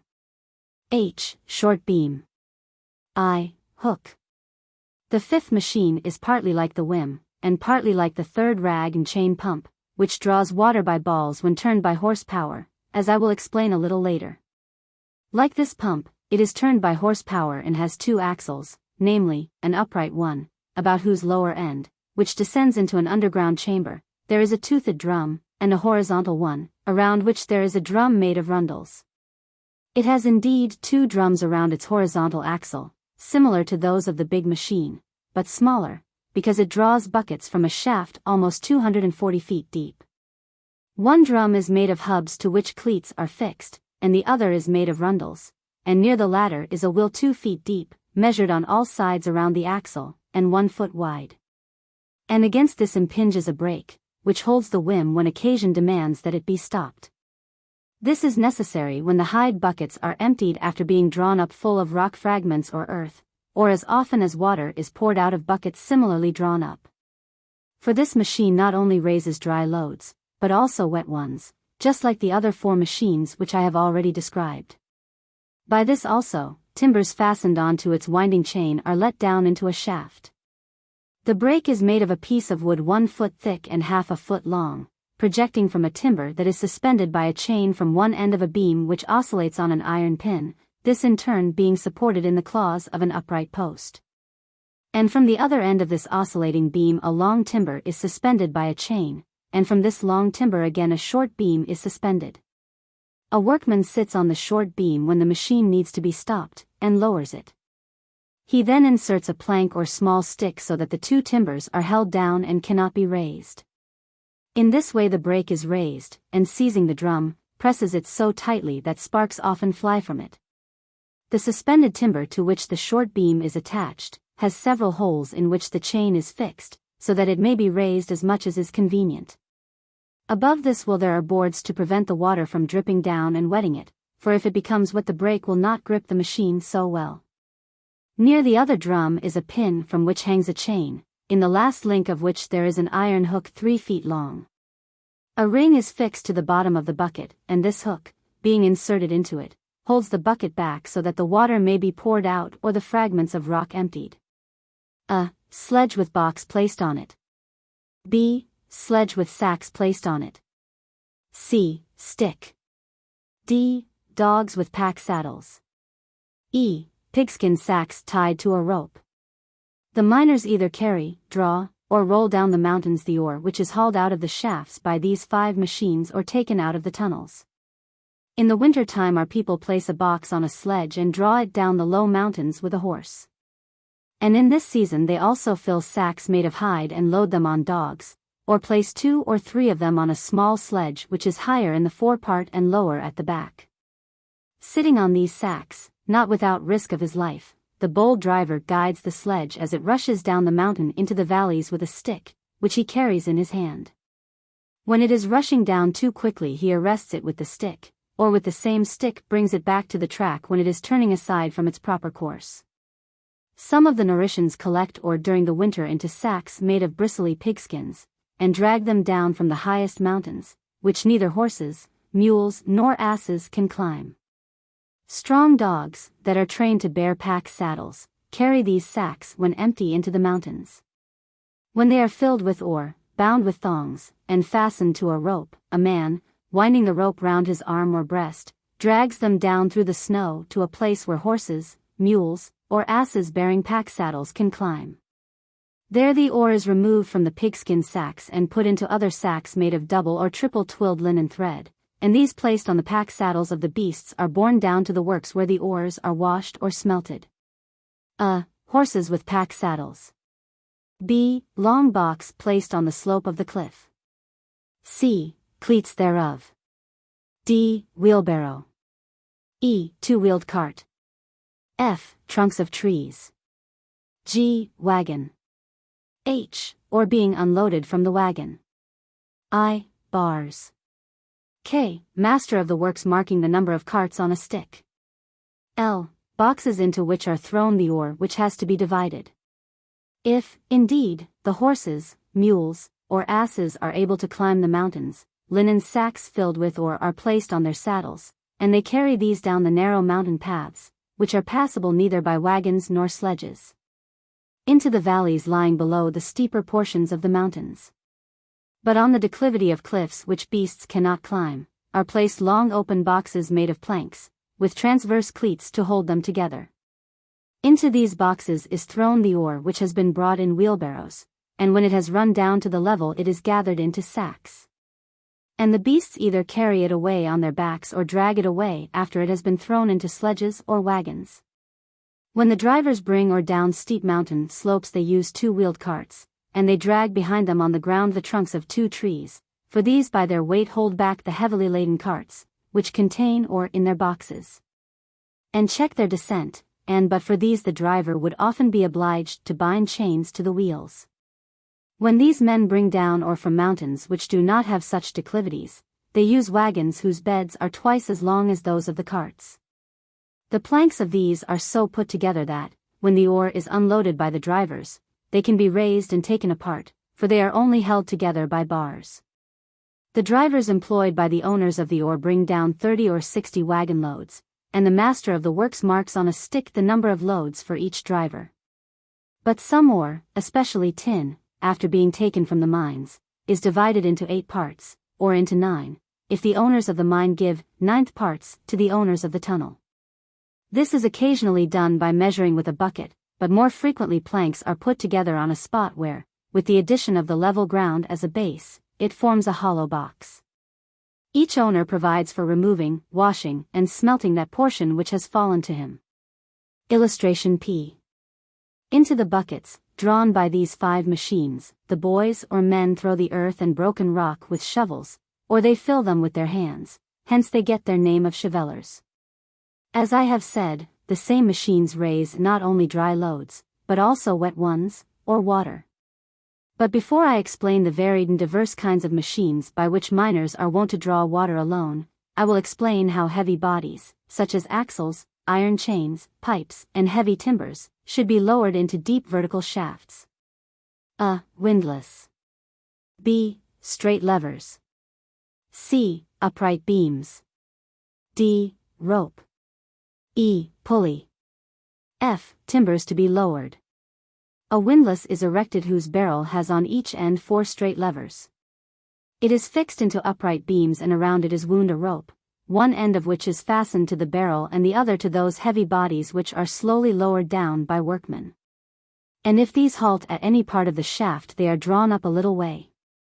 When these bodies are very heavy, then behind this windlass another is erected just like it, that their combined strength may be equal to the load, and that it may be lowered slowly.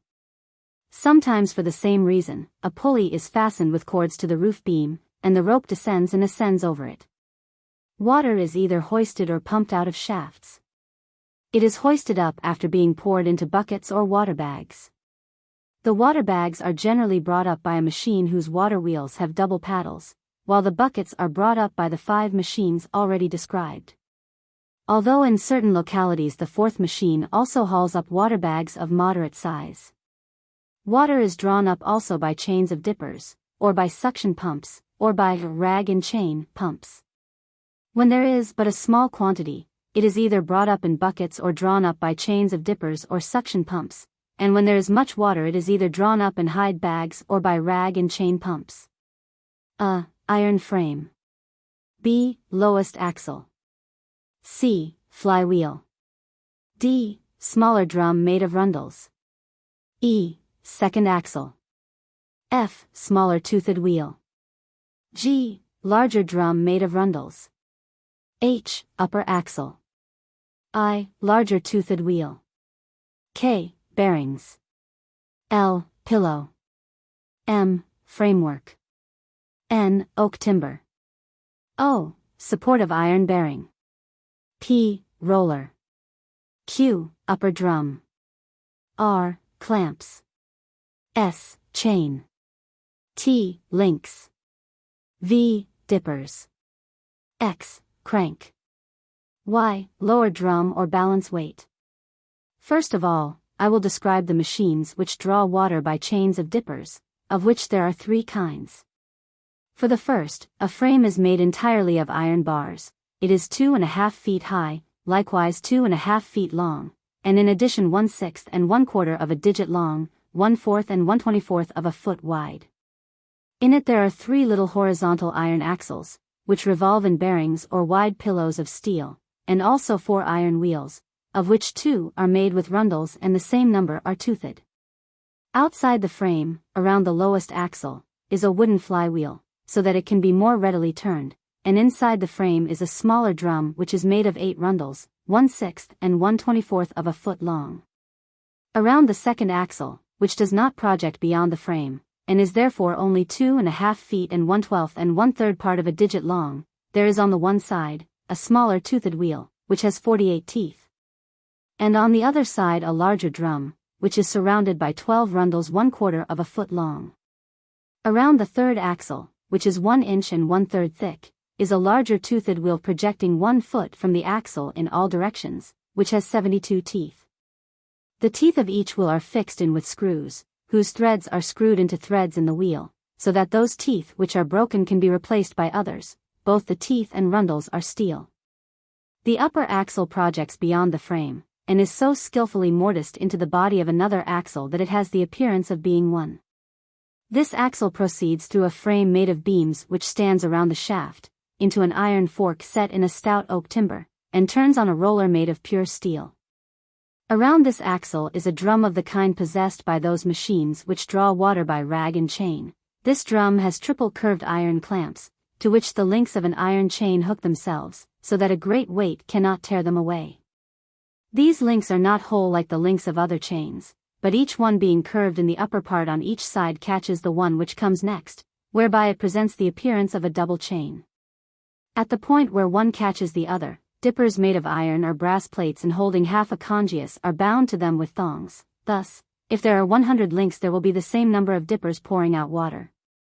When the shafts are inclined, the mouths of the dippers project and are covered on the top that they may not spill out the water, but when the shafts are vertical the dippers do not require a cover.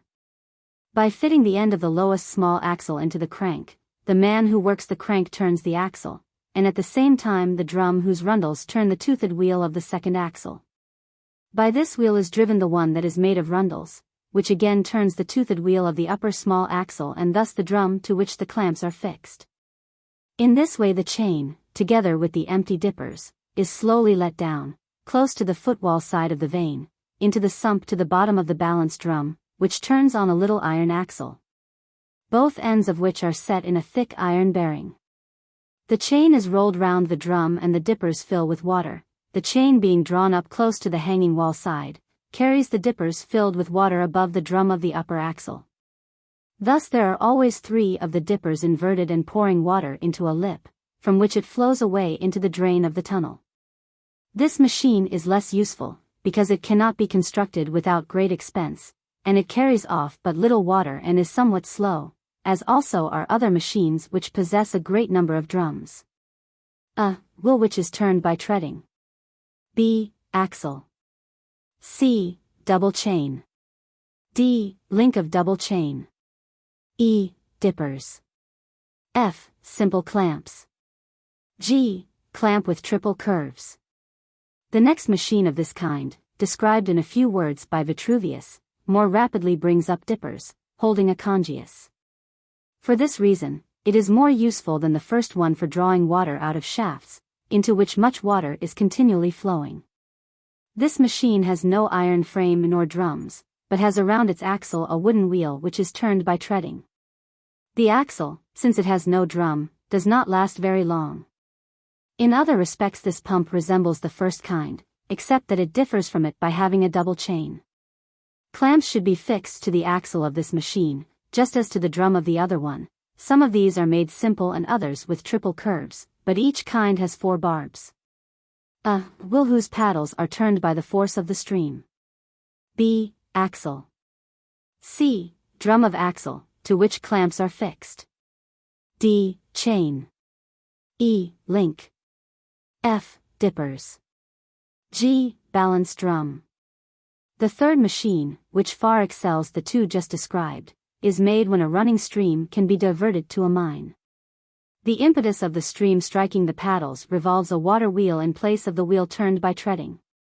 With regard to the axle, it is like the second machine, but the drum which is round the axle, the chain, and the balance drum, are like the first machine. It has much more capacious dippers than even the second machine, but since the dippers are frequently broken, miners rarely use these machines. For they prefer to lift out small quantities of water by the first 5 machines or to draw it up by suction pumps, or, if there is much water, to drain it by the rag and chain pump or to bring it up in water bags. A. Sump. B. Pipes. C. Flooring. D. Trunk. E. Perforations of trunk. F. Valve. G. Spout. H. Piston rod. I. Handbar of piston. K. Shoe. L. Disc with round openings. M. Disc with oval openings. N. Cover. O. This man is boring logs and making them into pipes. P. Borer with auger. Q. Wider borer. Enough, then, of the first sort of pumps. I will now explain the other, that is the pump which draws, by means of pistons, water which has been raised by suction. Of these there are 7 varieties, which though they differ from one another in structure, nevertheless confer the same benefits upon miners, though some to a greater degree than others. The first pump is made as follows. Over the sump is placed a flooring, through which a pipe, or 2 lengths of pipe, one of which is joined into the other, are let down to the bottom of the sump. They are fastened with pointed iron clamps driven in straight on both sides, so that the pipes may remain fixed. The lower end of the lower pipe is enclosed in a trunk 2 feet deep. This trunk, hollow like the pipe, stands at the bottom of the sump, but the lower opening of it is blocked with a round piece of wood. The trunk has perforations round about, through which water flows into it. If there is 1 length of pipe, then in the upper part of the trunk which has been hollowed out there is enclosed a box of iron, copper, or brass, 1 palm deep, but without a bottom, and a rounded valve so tightly closes it that the water, which has been drawn up by suction, cannot run back. But if there are 2 lengths of pipe, the box is enclosed in the lower pipe at the point of junction. An opening or a spout in the upper pipe reaches to the drain of the tunnel. Thus the workman, eager at his labor, standing on the flooring boards, pushes the piston down into the pipe and draws it out again. At the top of the piston rod is a handbar and the bottom is fixed in a shoe. This is the name given to the leather covering, which is almost cone-shaped, for it is so stitched that it is tight at the lower end, where it is fixed to the piston rod which it surrounds. But in the upper end where it draws the water it is wide open. Or else an iron disc 1 digit thick is used, or one of wood 6 digits thick, each of which is far superior to the shoe. The disc is fixed by an iron key which penetrates through the bottom of the piston rod, or it is screwed onto the rod.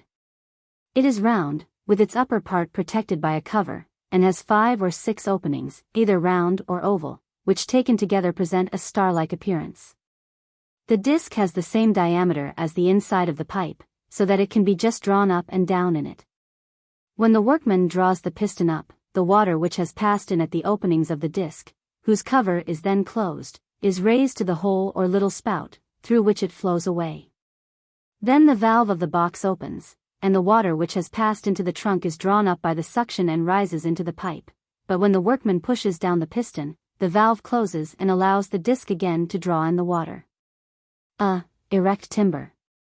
B. Axle. C. Sweep which turns about the axle. D. Piston rod. E. Crossbar. F. Ring with which 2 pipes are generally joined. The piston of the second pump is more easily moved up and down.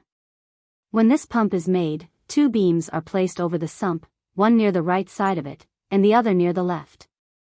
To one beam a pipe is fixed with iron clamps. To the other is fixed either the forked branch of a tree or a timber cut out at the top in the shape of a fork, and through the prongs of the fork a round hole is bored. Through a wide round hole in the middle of a sweep passes an iron axle, so fastened in the holes in the fork that it remains fixed, and the sweep turns on this axle. In one end of the sweep the upper end of a piston rod is fastened with an iron key. At the other end a crossbar is also fixed, to the extreme ends of which are handles to enable it to be held more firmly in the hands. And so when the workman pulls the crossbar upward, he forces the piston into the pipe. When he pushes it down again he draws the piston out of the pipe, and thus the piston carries up the water which has been drawn in at the openings of the disc, and the water flows away through the spout into the drains. This pump, like the next one, is identical with the first in all that relates to the piston, disc, trunk, box, and valve. A. Posts. B. Axle. C. Wooden bars. D. Piston rod. E. Short piece of wood. F. Drain. G. This man is diverting the water which is flowing out of the drain, to prevent it from flowing into the trenches which are being dug. The third pump is not unlike the one just described, but in place of one upright, posts are erected with holes at the top, and in these holes the ends of an axle revolve. To the middle of this axle are fixed 2 wooden bars, to the end of one of which is fixed the piston, and to the end of the other a heavy piece of wood, but short, so that it can pass between the 2 posts and may move backward and forward. When the workman pushes this piece of wood, the piston is drawn out of the pipe.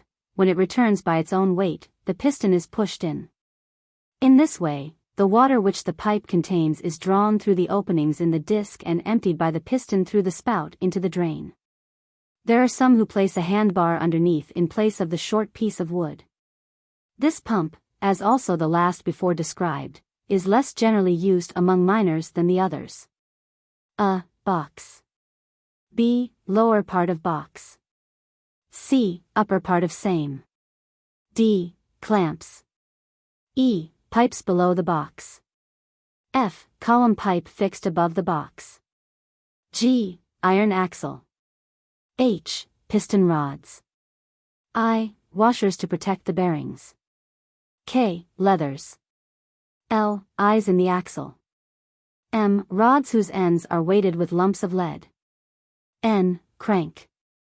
This plate is unlettered in the first edition but corrected in those later. The fourth kind is not a simple pump but a duplex one. It is made as follows. A rectangular block of beechwood, 5 feet long, 2.5 feet wide, and 1.5 feet thick, is cut in two and hollowed out wide and deep enough so that an iron axle with cranks can revolve in it.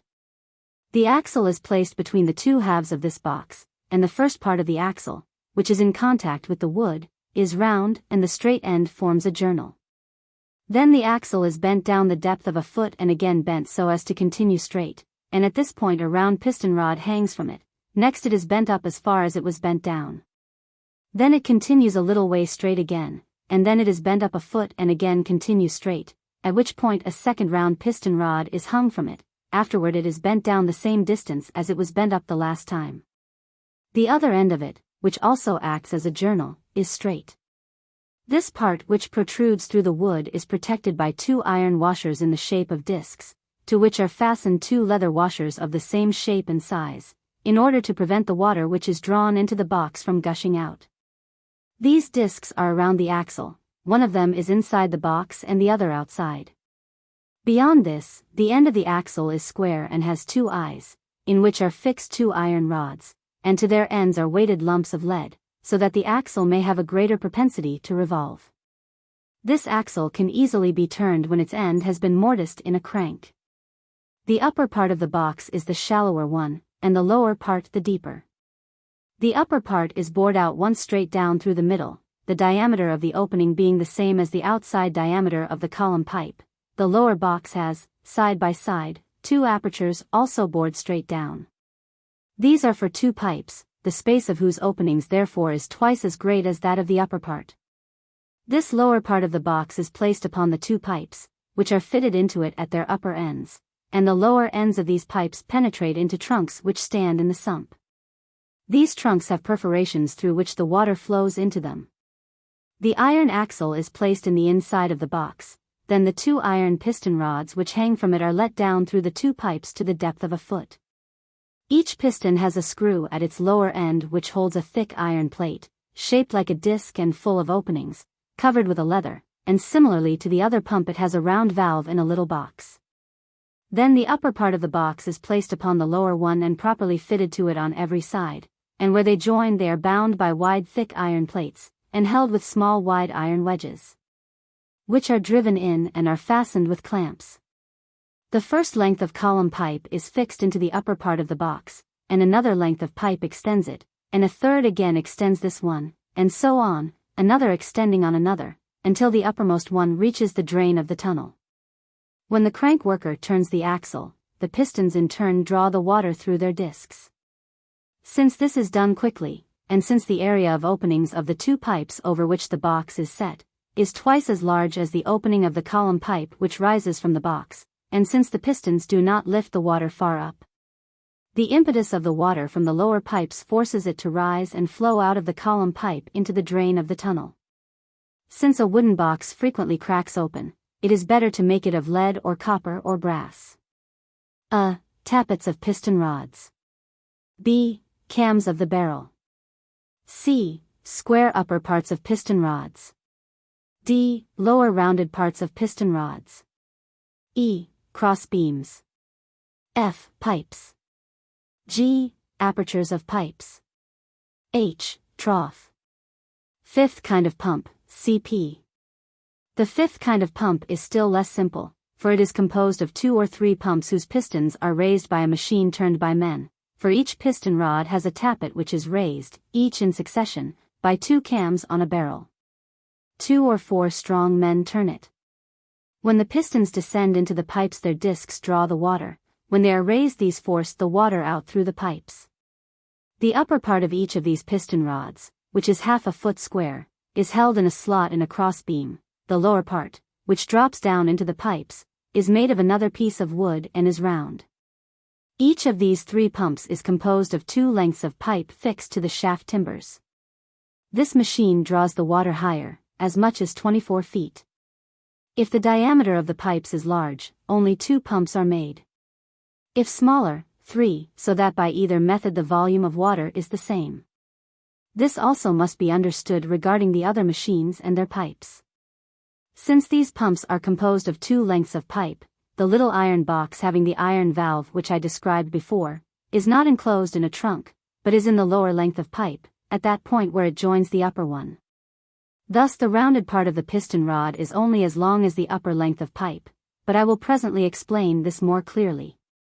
A. Water wheel. B. Axle. C. Trunk on which the lowest pipe stands. D. Basket surrounding trunk. 6th kind of pump, CP.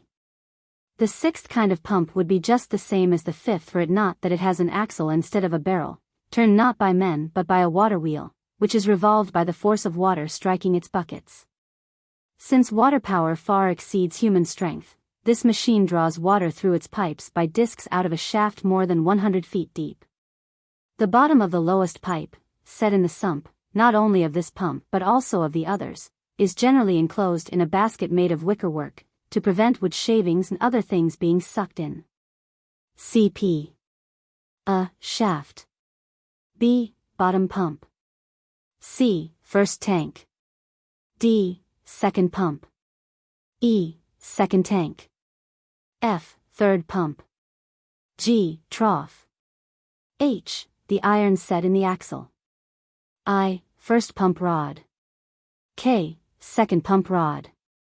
L. Third pump rod. M. First piston rod. N. Second piston rod. O. Third piston rod. P. Little axles. Q. Claws.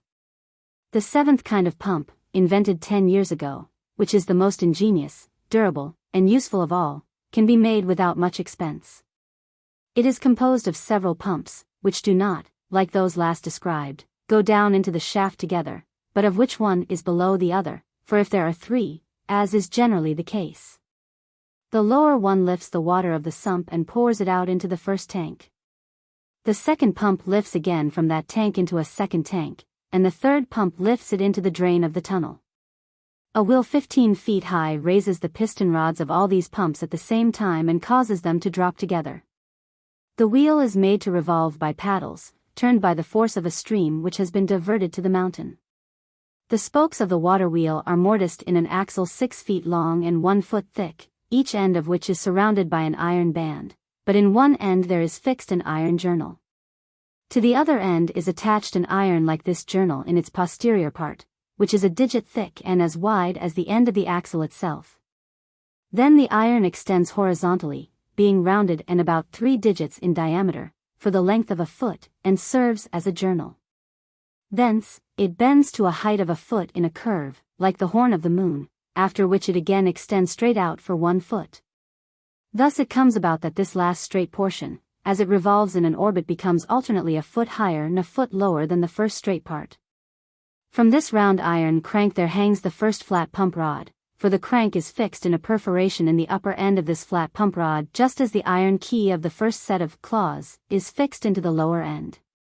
In order to prevent the pump rod from slipping off it, as it could easily do, and that it may be taken off when necessary, its opening is wider than the corresponding part of the crank, and it is fastened on both sides by iron keys. To prevent friction, the ends of the pump rods are protected by iron plates or intervening leathers. This first pump rod is about 12 feet long, the other 2 are 26 feet, and each is a palm wide and 3 digits thick. The sides of each pump rod are covered and protected by iron plates, which are held on by iron screws, so that a part which has received damage can be repaired. In the claws is set a small round axle, 1.5 feet long and 2 palms thick. The ends are encircled by iron bands to prevent the iron journals which revolve in the iron bearings of the wood from slipping out of it. From this little axle the wooden claws extend 2 feet, with a width and thickness of 6 digits. They are 3 palms distant from each other, and both the inner and outer sides are covered with iron plates. 2 rounded iron keys 2 digits thick are immovably fixed into the claws. The one of these keys perforates the lower end of the first pump rod, and the upper end of the second pump rod which is held fast. The other key, which is likewise immovable, perforates the iron end of the first piston rod, which is bent in a curve and is immovable. Each such piston rod is 13 feet long and 3 digits thick, and descends into the first pipe of each pump to such depth that its disc nearly reaches the valve box. When it descends into the pipe, the water, penetrating through the openings of the disc, raises the leather, and when the piston rod is raised the water presses down the leather, and this supports its weight. Then the valve closes the box as a door closes an entrance. The pipes are joined by 2 iron bands, 1 palm wide, one outside the other, but the inner one is sharp all round that it may fit into each pipe and hold them together. Although at the present time pipes lack the inner band, still they have nipples by which they are joined together, for the lower end of the upper one holds the upper end of the lower one, each being hewn away for a length of 7 digits. The former inside, the latter outside, so that the one can fit into the other. When the piston rod descends into the first pipe, that valve which I have described is closed. When the piston rod is raised, the valve is opened so that the water can run in through the perforations. Each one of such pumps is composed of 2 lengths of pipe, each of which is 12 feet long, and the inside diameter is 7 digits. The lower one is placed in the sump of the shaft, or in a tank, and its lower end is blocked by a round piece of wood, above which there are 6 perforations around the pipe through which the water flows into it. The upper part of the upper pipe has a notch 1 foot deep and a palm wide, through which the water flows away into a tank or trough. Each tank is 2 feet long and 1 foot wide and deep. There is the same number of axles, claws, and rods of each kind as there are pumps. If there are 3 pumps, there are only 2 tanks, because the sump of the shaft and the drain of the tunnel take the place of 2. The following is the way this machine draws water from a shaft. The wheel being turned raises the first pump rod, and the pump rod raises the first claw, and thus also the second pump rod, and the first piston rod. Then the second pump rod raises the second claw, and thus the third pump rod and the second piston rod. Then the third pump rod raises the third claw, and the third piston rod, for there hangs no pump rod from the iron key of these claws, for it can be of no use in the last pump. In turn, when the first pump rod descends, each set of claws is lowered, each pump rod and each piston rod. And by this system, at the same time the water is lifted into the tanks and drained out of them.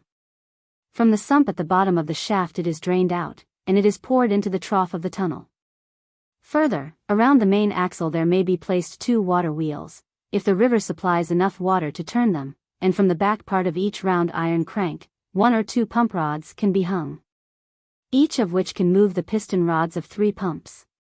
Lastly, it is necessary that the shafts from which the water is pumped out in pipes should be vertical, for as in the case of the hauling machines, all pumps which have pipes do not draw the water so high if the pipes are inclined in inclined shafts, as if they are placed vertically in vertical shafts. A. Water wheel of upper machine. B. Its pump. C. Its trough. D. Wheel of lower machine. E. Its pump. F. Race. If the river does not supply enough water power to turn the last described pump, which happens because of the nature of the locality or occurs during the summer season when there are daily droughts, a machine is built with a wheel so low and light that the water of ever so little a stream can turn it.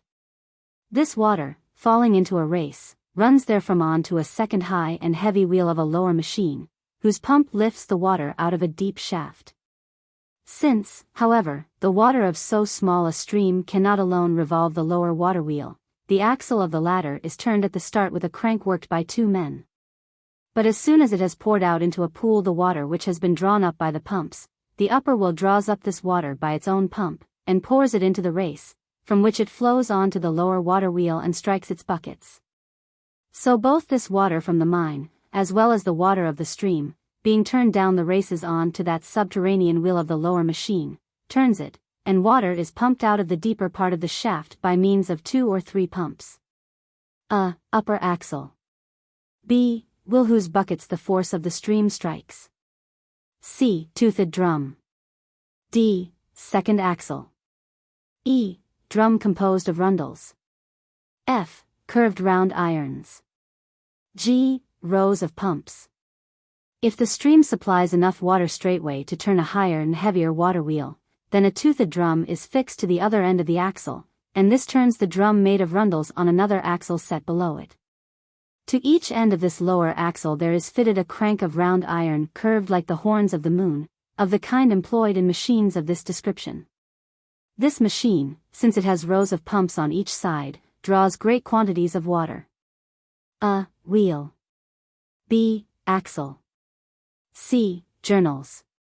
D. Pillows. E. Drum. F. Clamps. G. Drawing chain. H. Timbers. I. Balls. K. Pipe. L. Race of stream. Of the rag and chain pumps there are 6 kinds known to us, of which the first is made as follows. A cave is dug under the surface of earth or in a tunnel, and timbered on all sides by stout posts and planks, to prevent either the men from being crushed or the machine from being broken by its collapse. In this cave, thus timbered, is placed a water wheel fitted to an angular axle. The iron journals of the axle revolve in iron pillows, which are held in timbers of sufficient strength. The wheel is generally 24 feet high, occasionally 30, and in no way different from those which are made for grinding corn, except that it is a little narrower. The axle has on one side a drum with a groove in the middle of its circumference, to which are fixed many 4 curved iron clamps. In these clamps catch the links of the chain, which is drawn through the pipes out of the sump, and which again falls, through a timbered opening, right down to the bottom into the sump to a balancing drum. There is an iron band around the small axle of the balancing drum, each journal of which revolves in an iron bearing fixed to a timber. The chain turning about this drum brings up the water by the balls through the pipes. Each length of pipe is encircled and protected by 5 iron bands, a palm wide and a digit thick, placed at equal distances from each other. The first band on the pipe is shared in common with the preceding length of pipe into which it is fitted, the last band with the succeeding length of pipe which is fitted into it.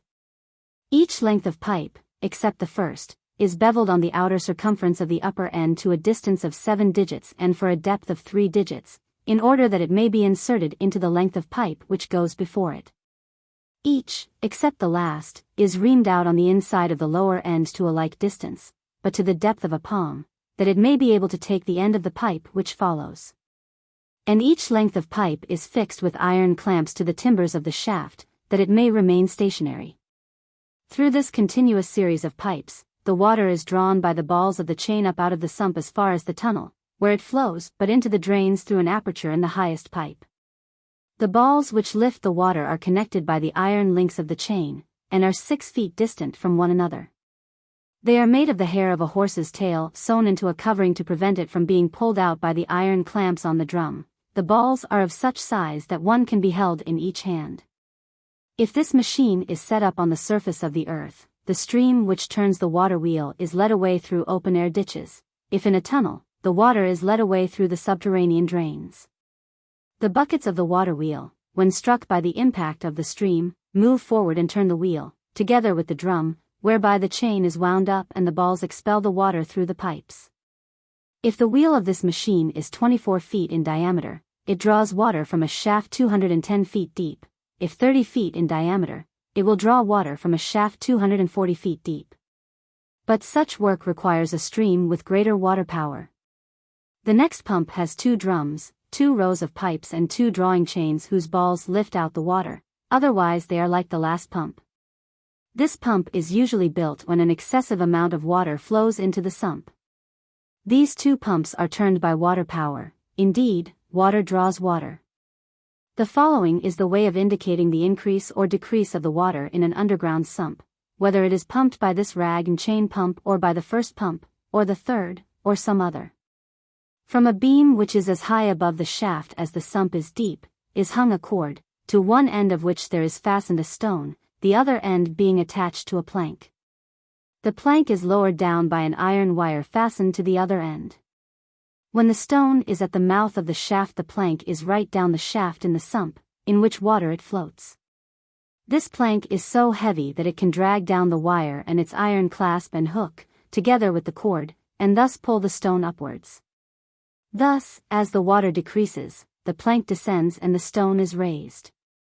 On the contrary, when the water increases, the plank rises and the stone is lowered. When the stone nearly touches the beam, since this indicates that the water has been exhausted from the sump by the pump, the overseer in charge of the machine closes the water race and stops the water wheel. When the stone nearly touches the ground at the side of the shaft, this indicates that the sump is full of water which has again collected in it, because the water raises the plank and thus the stone drags back both the rope and the iron wire. Then the overseer opens the water race, whereupon the water of the stream again strikes the buckets of the water wheel and turns the pump. As workmen generally cease from their labors on the yearly holidays, and sometimes on working days, and are thus not always near the pump, and as the pump, if necessary, must continue to draw water all the time, a bell rings aloud continuously, indicating that this pump, or any other kind, is uninjured and nothing is preventing its turning. The bell is hung by a cord from a small wooden axle held in the timbers which stand over the shaft, and a second long cord whose upper end is fastened to the small axle is lowered into the shaft. To the lower end of this cord is fastened a piece of wood, and as often as a cam on the main axle strikes it, so often does the bell ring and give forth a sound. A. Upright axle. B. Toothed wheel. C. Teeth. D. Horizontal axle. E. Drum which is made of rundles. F. Second drum. G. Drawing chain. H. The balls. The third pump of this kind is employed by miners when no river capable of turning a water wheel can be diverted, and it is made as follows. They first dig a chamber and erect strong timbers and planks to prevent the sides from falling in, which would overwhelm the pump and kill the men. The roof of the chamber is protected with contiguous timbers, so arranged that the horses which pull the machine can travel over it. Next they again set up 16 beams 40 feet long and 1 foot wide and thick, joined by clamps at the top and spreading apart at the bottom, and they fit the lower end of each beam into a separate sill laid flat on the ground, and join these by a post. Thus there is created a circular area of which the diameter is 50 feet. Through an opening in the center of this area there descends an upright square axle, 45 feet long and 1.5 feet wide and thick. Its lower pivot revolves in a socket in a block laid flat on the ground in the chamber, and the upper pivot revolves in a bearing in a beam which is mortised into 2 beams at the summit beneath the clamps. The lower pivot is 17 feet distant from either side of the chamber, i.e., from its front and rear. At the height of 1 foot above its lower end, the axle has a toothed wheel, the diameter of which is 22 feet. This wheel is composed of 4 spokes and 8 rim pieces. The spokes are 15 feet long and 3/4 foot wide and thick. One end of them is mortised in the axle, the other in the 2 rims where they are joined together. These rims are 3/4 foot thick and 1 foot wide, and from them there rise and project upright teeth 3/4 foot high, 1/2 foot wide, and 6 digits thick. These teeth turn a second horizontal axle by means of a drum composed of 12 rundles, each 3 feet long and 6 digits wide and thick. This drum, being turned, causes the axle to revolve, and around this axle there is a drum having iron clamps with 4-fold curves in which catch the links of a chain, which draws water through pipes by means of balls. The iron journals of this horizontal axle revolve on pillows which are set in the center of timbers. Above the roof of the chamber there are mortised into the upright axle the ends of 2 beams which rise obliquely. The upper ends of these beams support double cross beams, likewise mortised to the axle. In the outer end of each crossbeam there is mortised a small wooden piece which appears to hang down. In this wooden piece there is similarly mortised at the lower end a short board, this has an iron key which engages a chain, and this chain again a pole bar. This machine, which draws water from a shaft 240 feet deep, is worked by 32 horses. 8 of them work for 4 hours, and then these rest for 12 hours, and the same number take their place. This kind of machine is employed at the foot of the Harz Mountains and in the neighborhood. Further, if necessity arises, several pumps of this kind are often built for the purpose of mining one vein, but arranged differently in different localities varying according to the depth. At Chemnitz, in the Carpathian Mountains, there are 3 pumps, of which the lowest lifts water from the lowest sump to the first drains, through which it flows into the second sump. The intermediate one lifts from the second sump to the second drain, from which it flows into the third sump, and the upper one lifts it to the drains of the tunnel, through which it flows away. This system of 3 machines of this kind is turned by 96 horses. These horses go down to the machines by an inclined shaft, which slopes and twists like a screw and gradually descends. The lowest of these machines is set in a deep place, which is distant from the surface of the ground 660 feet. A. Axle. B. Drum. C. Drawing chain. D. Balls. E. Clamps. The 4th species of pump belongs to the same genera, and is made as follows. 2 timbers are erected, and in openings in them, the ends of a barrel revolve. 2 or 4 strong men turn the barrel, that is to say, 1 or 2 pull the cranks, and 1 or 2 push them, and in this way help the others. Alternately another 2 or 4 men take their place. The barrel of this machine, just like the horizontal axle of the other machines, has a drum whose iron clamps catch the links of a drawing chain. Thus water is drawn through the pipes by the balls from a depth of 48 feet. Human strength cannot draw water higher than this, because such very heavy labor exhausts not only men, but even horses. Only water power can drive continuously a drum of this kind. Several pumps of this kind, as of the last, are often built for the purpose of mining on a single vein, but they are arranged differently for different positions and depths. A. Axles. B. Levers. C. Toothed drum. D. Drum made of rundles. E. Drum in which iron clamps are fixed. The 5th pump of this kind is partly like the 3rd and partly like the 4th, because it is turned by strong men like the last, and like the 3rd it has 2 axles and 3 drums, though each axle is horizontal. The journals of each axle are so fitted in the pillows of the beams that they cannot fly out. The lower axle has a crank at one end and a toothed drum at the other end. The upper axle has at one end a drum made of rundles, and at the other end, a drum to which are fixed iron clamps, in which the links of a chain catch in the same way as before, and from the same depth, draw water through pipes by means of balls. This revolving machine is turned by 2 pairs of men alternately, for one pair stands working while the other sits taking a rest. While they are engaged upon the task of turning, one pulls the crank and the other pushes, and the drums help to make the pump turn more easily. A. Axles. B. Wheel which is turned by treading. C. Toothed wheel. D. Drum made of rundles. E. Drum to which are fixed iron clamps. F. Second wheel. G. Balls. The 6th pump of this kind likewise has 2 axles. At one end of the lower axle is a wheel which is turned by 2 men treading. This is 23 feet high and 4 feet wide, so that one man may stand alongside the other. At the other end of this axle is a toothed wheel. The upper axle has 2 drums and 1 wheel. The first drum is made of rundles, and to the other there are fixed the iron clamps. The wheel is like the one on the second machine, which is chiefly used for drawing earth and broken rock out of shafts. The treaders, to prevent themselves from falling, grasp in their hands poles which are fixed to the inner sides of the wheel. When they turn this wheel, the toothed drum being made to revolve, sets in motion the other drum which is made of rundles. By which means again the links of the chain catch to the cleats of the third drum and draw water through pipes by means of balls, from a depth of 66 feet. A. Reservoir. B. Race. C. D. Levers. E. F. Troughs under the water gates. G. H. Double rows of buckets. I. Axle. K. Larger drum. L. Drawing chain. M. Bag. N. Hanging cage. O. Man who directs the machine. P. Q. Men emptying bags.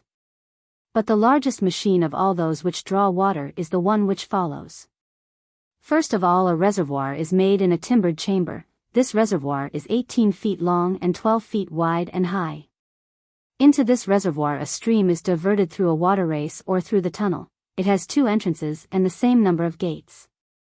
Levers are fixed to the upper part of these gates, by which they can be raised and let down again, so that by one way the gates are opened and in the other way closed. Beneath the openings are 2 plank troughs which carry the water flowing from the reservoir, and pour it on to the buckets of the water wheel, the impact of which turns the wheel.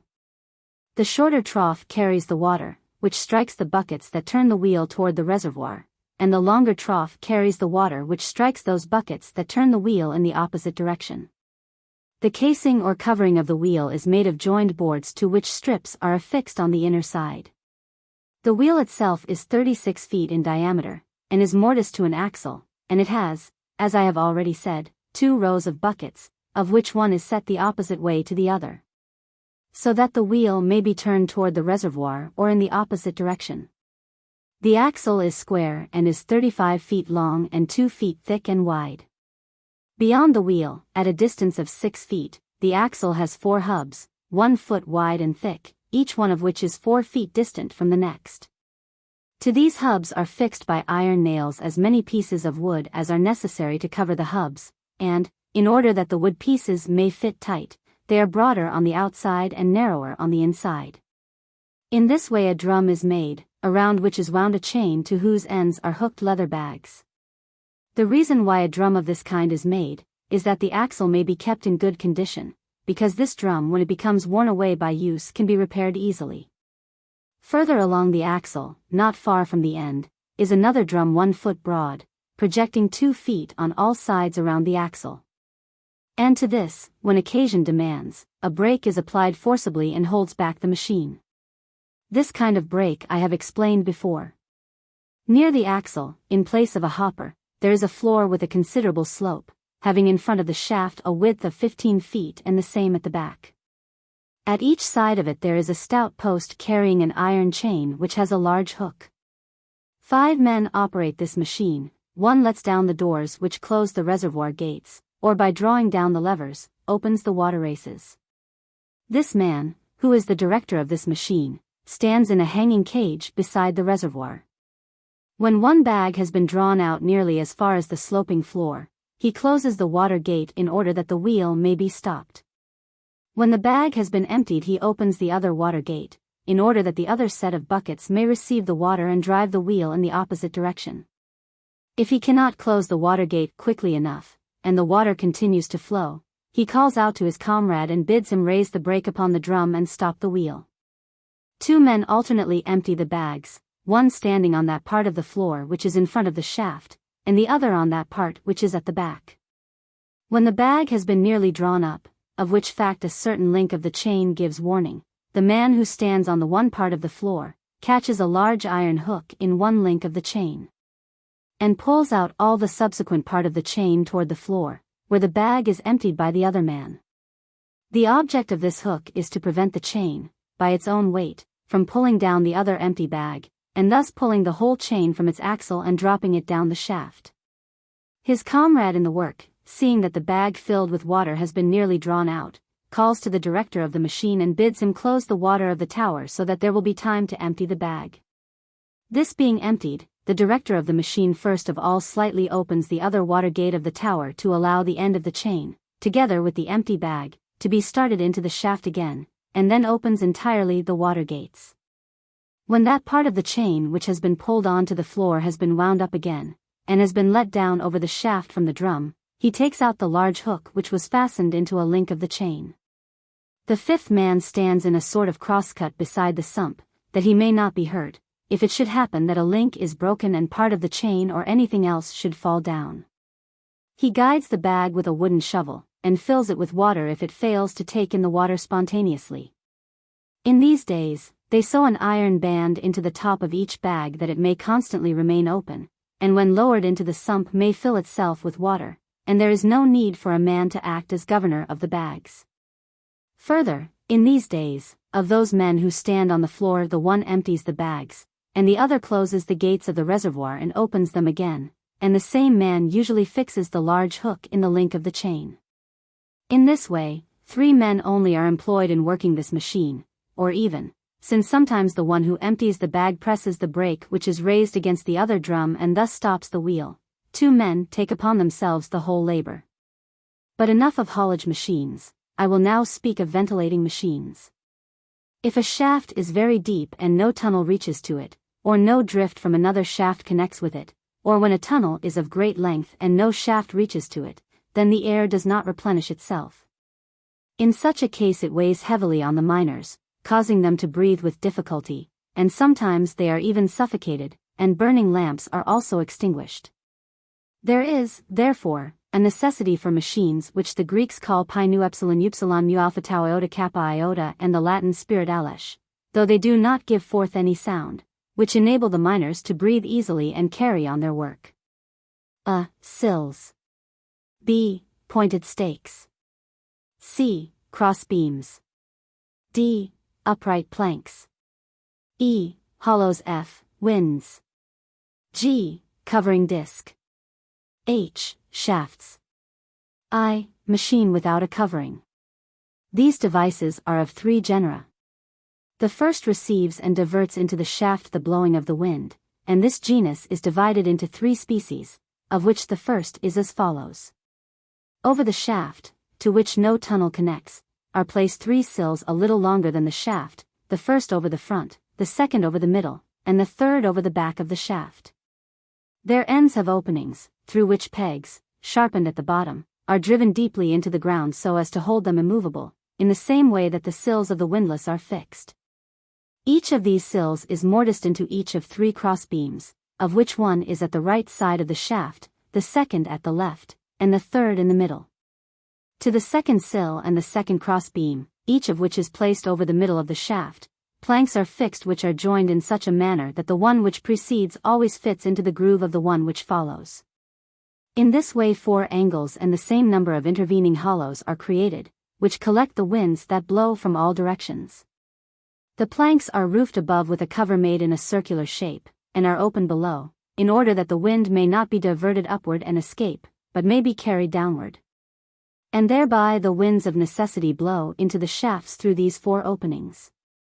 However, there is no need to roof this kind of machine in those localities in which it can be so placed that the wind can blow down through its topmost part. A. Projecting mouth of conduit. B. Planks fixed to the mouth of the conduit which does not project. The second machine of this genus turns the blowing wind into a shaft through a long box-shaped conduit, which is made of as many lengths of planks, joined together, as the depth of the shaft requires. The joints are smeared with fat, glutinous clay moistened with water. The mouth of this conduit either projects out of the shaft to a height of 3 or 4 feet, or it does not project. If it projects, it is shaped like a rectangular funnel, broader and wider at the top than the conduit itself, that it may the more easily gather the wind. If it does not project, it is not broader than the conduit, but planks are fixed to it away from the direction in which the wind is blowing, which catch the wind and force it into the conduit. A. Wooden barrels. B. Hoops. C. Blowholes. D. Pipe. E. Table. F. Axle. G. Opening in the bottom of the barrel. H. Wing. The third of this genus of machine is made of a pipe or pipes and a barrel. Above the uppermost pipe there is erected a wooden barrel, 4 feet high and 3 feet in diameter, bound with wooden hoops. It has a square blowhole always open, which catches the breezes and guides them down either by a pipe into a conduit or by many pipes into the shaft. To the top of the upper pipe is attached a circular table as thick as the bottom of the barrel, but of a little less diameter, so that the barrel may be turned around on it. The pipe projects out of the table and is fixed in a round opening in the center of the bottom of the barrel. To the end of the pipe a perpendicular axle is fixed which runs through the center of the barrel into a hole in the cover, in which it is fastened, in the same way as at the bottom. Around this fixed axle on the table on the pipe, the movable barrel is easily turned by a zephyr, or much more by a wind, which govern the wing on it. This wing is made of thin boards and fixed to the upper part of the barrel on the side furthest away from the blowhole. This, as I have said, is square and always open. The wind, from whatever quarter of the world it blows, drives the wing straight toward the opposite direction, in which way the barrel turns the blowhole towards the wind itself. The blowhole receives the wind, and it is guided down into the shaft by means of the conduit or pipes. A. Drum. B. Box-shaped casing. C. Blowhole. D. Second hole. E. Conduit. F. Axle. G. Lever of axle. H. Rods. The second genus of blowing machine is made with fans, and is likewise varied and of many forms, for the fans are either fitted to a windlass barrel or to an axle. If to an axle, they are either contained in a hollow drum, which is made of 2 wheels and a number of boards joining them together, or else in a box-shaped casing. The drum is stationary and closed on the sides, except for round holes of such size that the axle may turn in them. It has 2 square blowholes, of which the upper one receives the air, while the lower one empties into the conduit through which the air is led down the shaft. The ends of the axle, which project on each side of the drum, are supported by forked posts or hollowed beams plated with thick iron. One end of the axle has a crank, while in the other end are fixed 4 rods with thick heavy ends, so that they weight the axle, and when turned, make it prone to motion as it revolves. And so, when the workman turns the axle by the crank, the fans, the description of which I will give a little later, draw in the air by the blowhole, and force it through the other blowhole which leads to the conduit. And through this conduit the air penetrates into the shaft. A. Box-shaped casing placed on the ground. B. Its blowhole. C. Its axle with fans. D. Crank of the axle. E. Rods of same. F. Casing set on timbers. G. Sails which the axle has outside the casing. The one with the box-shaped casing is furnished with just the same things as the drum, but the drum is far superior to the box. For the fans so fill the drum that they almost touch it on every side, and drive into the conduit all the air that has been accumulated, but they cannot thus fill the box-shaped casing, on account of its angles, into which the air partly retreats. Therefore it cannot be as useful as the drum. The kind with a box-shaped casing is not only placed on the ground, but is also set up on timbers like a windmill, and its axle, in place of a crank, has 4 sails outside, like the sails of a windmill. When these are struck by the wind they turn the axle, and in this way its fans, which are placed within the casing, drive the air through the blowhole and the conduit into the shaft. Although this machine has no need of men whom it is necessary to pay to work the crank, still when the sky is devoid of wind, as it often is, the machine does not turn, and it is therefore less suitable than the others for ventilating a shaft. A. Hollow drum. B. Its blowhole. C. Axle with fans. D. Drum which is made of rundles. E. Lower axle. F. Its toothed wheel. G. Water wheel. In the kind where the fans are fixed to an axle, there is generally a hollow stationary drum at one end of the axle, and on the other end is fixed a drum made of rundles.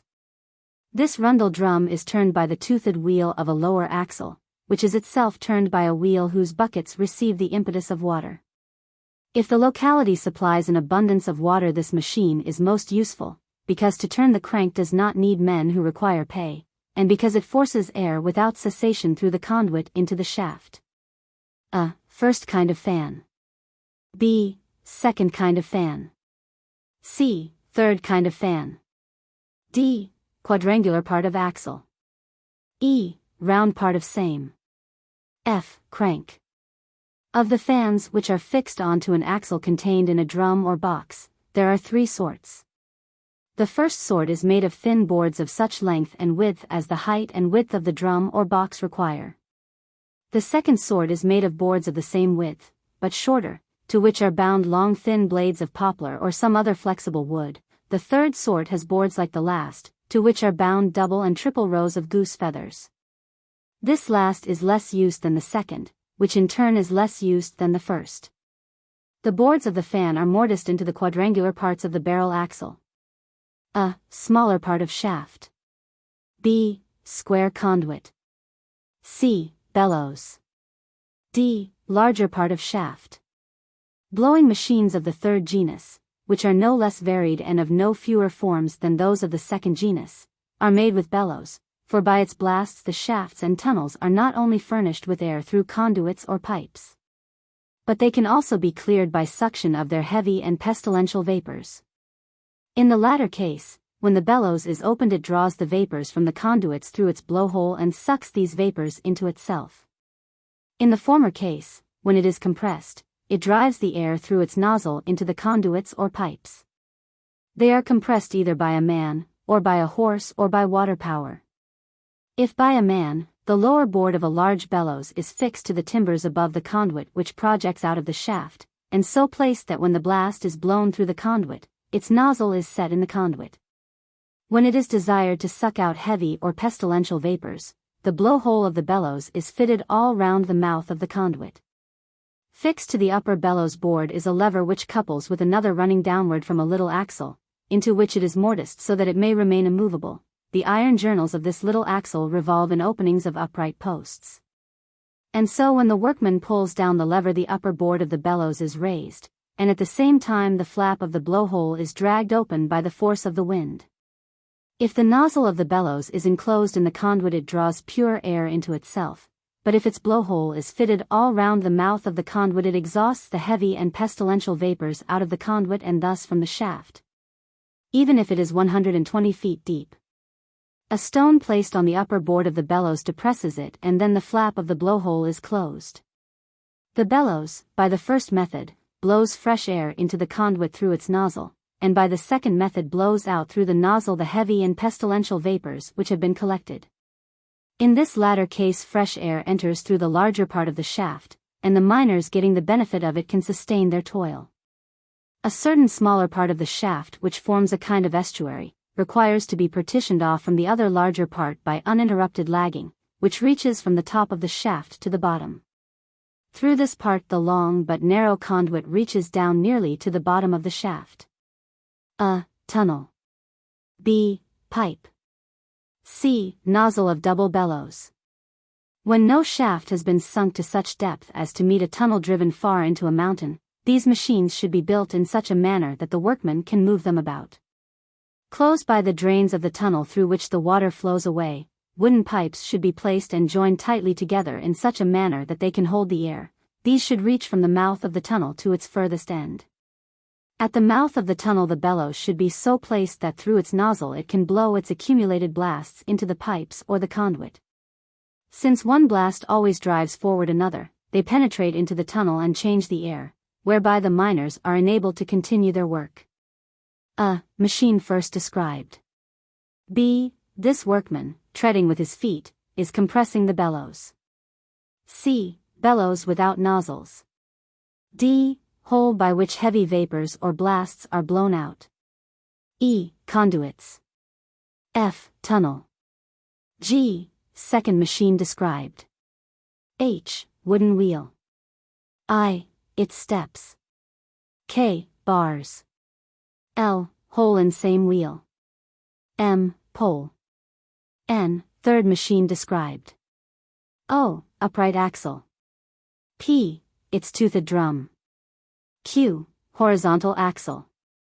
R. Its drum which is made of rundles. If heavy vapors need to be drawn off from the tunnels, generally 3 double or triple bellows, without nozzles and closed in the forepart, are placed upon benches. A workman compresses them by treading with his feet, just as persons compress those bellows of the organs which give out varied and sweet sounds in churches. These heavy vapors are thus drawn along the air pipes and through the blowhole of the lower bellows board, and are expelled through the blowhole of the upper bellows board into the open air, or into some shaft or drift. This blowhole has a flap valve, which the noxious blast opens, as often as it passes out. Since one volume of air constantly rushes in to take the place of another which has been drawn out by the bellows, not only is the heavy air drawn out of a tunnel as great as 1,200 feet long, or even longer, But also the wholesome air is naturally drawn in through that part of the tunnel which is open outside the conduits. In this way the air is changed, and the miners are enabled to carry on the work they have begun. If machines of this kind had not been invented, it would be necessary for miners to drive 2 tunnels into a mountain, and continually, at every 200 feet at most, to sink a shaft from the upper tunnel to the lower one. That the air passing into the one, and descending by the shafts into the other, would be kept fresh for the miners.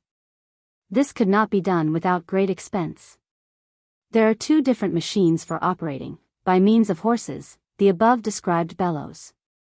The first of these machines has on its axle a wooden wheel, the rim of which is covered all the way round by steps. A horse is kept continually within bars, like those within which horses are held to be shod with iron, and by treading these steps with its feet it turns the wheel, together with the axle. The cams on the axle press down the sweeps which compress the bellows.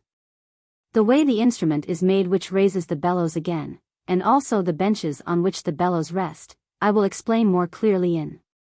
Each bellows, if it draws heavy vapors out of a tunnel, blows them out of the hole in the upper board. If they are drawn out of a shaft, it blows them out through its nozzle. The wheel has a round hole, which is transfixed with a pole when the machine needs to be stopped. The second machine has 2 axles, the upright one is turned by a horse, and its toothed drum turns a drum made of rundles on a horizontal axle. In other respects this machine is like the last. Here, also, the nozzles of the bellows placed in the conduits blow a blast into the shaft or tunnel. A. Tunnel. B. Linen cloth. In the same way that this last machine can refresh the heavy air of a shaft or tunnel, so also could the old system of ventilating by the constant shaking of linen cloths, which Pliny has explained. The air not only grows heavier with the depth of a shaft, of which fact he has made mention, but also with the length of a tunnel. A. Descending into the shaft by ladders. B. By sitting on a stick. C. By sitting on the dirt. D. Descending by steps cut in the rock. The climbing machines of miners are ladders, fixed to one side of the shaft, and these reach either to the tunnel or to the bottom of the shaft.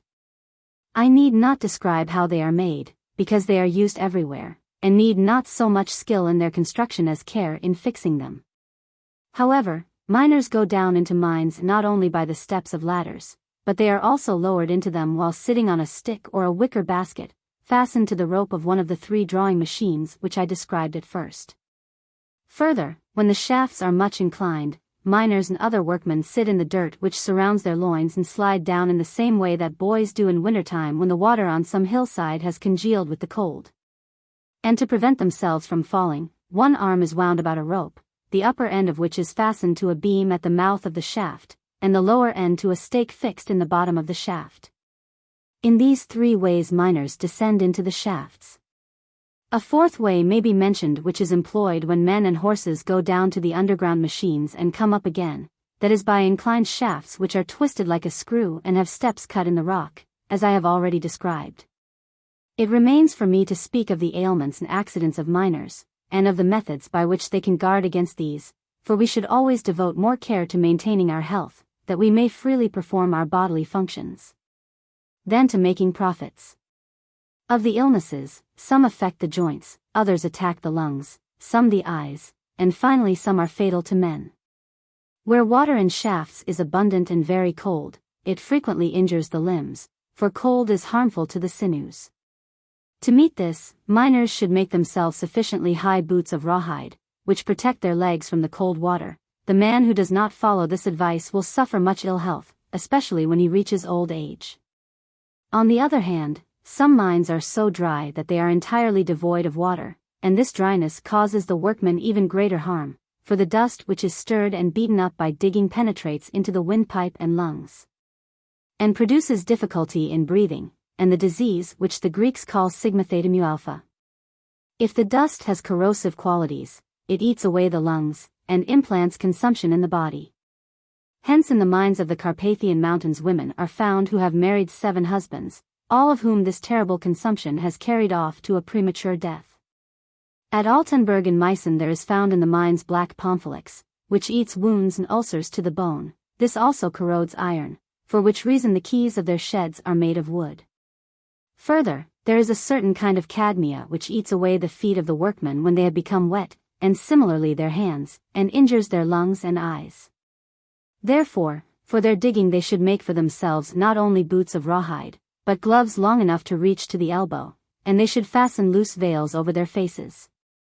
The dust will then neither be drawn through these into their windpipes and lungs, nor will it fly into their eyes. Not dissimilarly, among the Romans the makers of vermilion took precautions against breathing its fatal dust. Stagnant air, both that which remains in a shaft and that which remains in a tunnel, produces a difficulty in breathing. The remedies for this evil are the ventilating machines which I have explained above.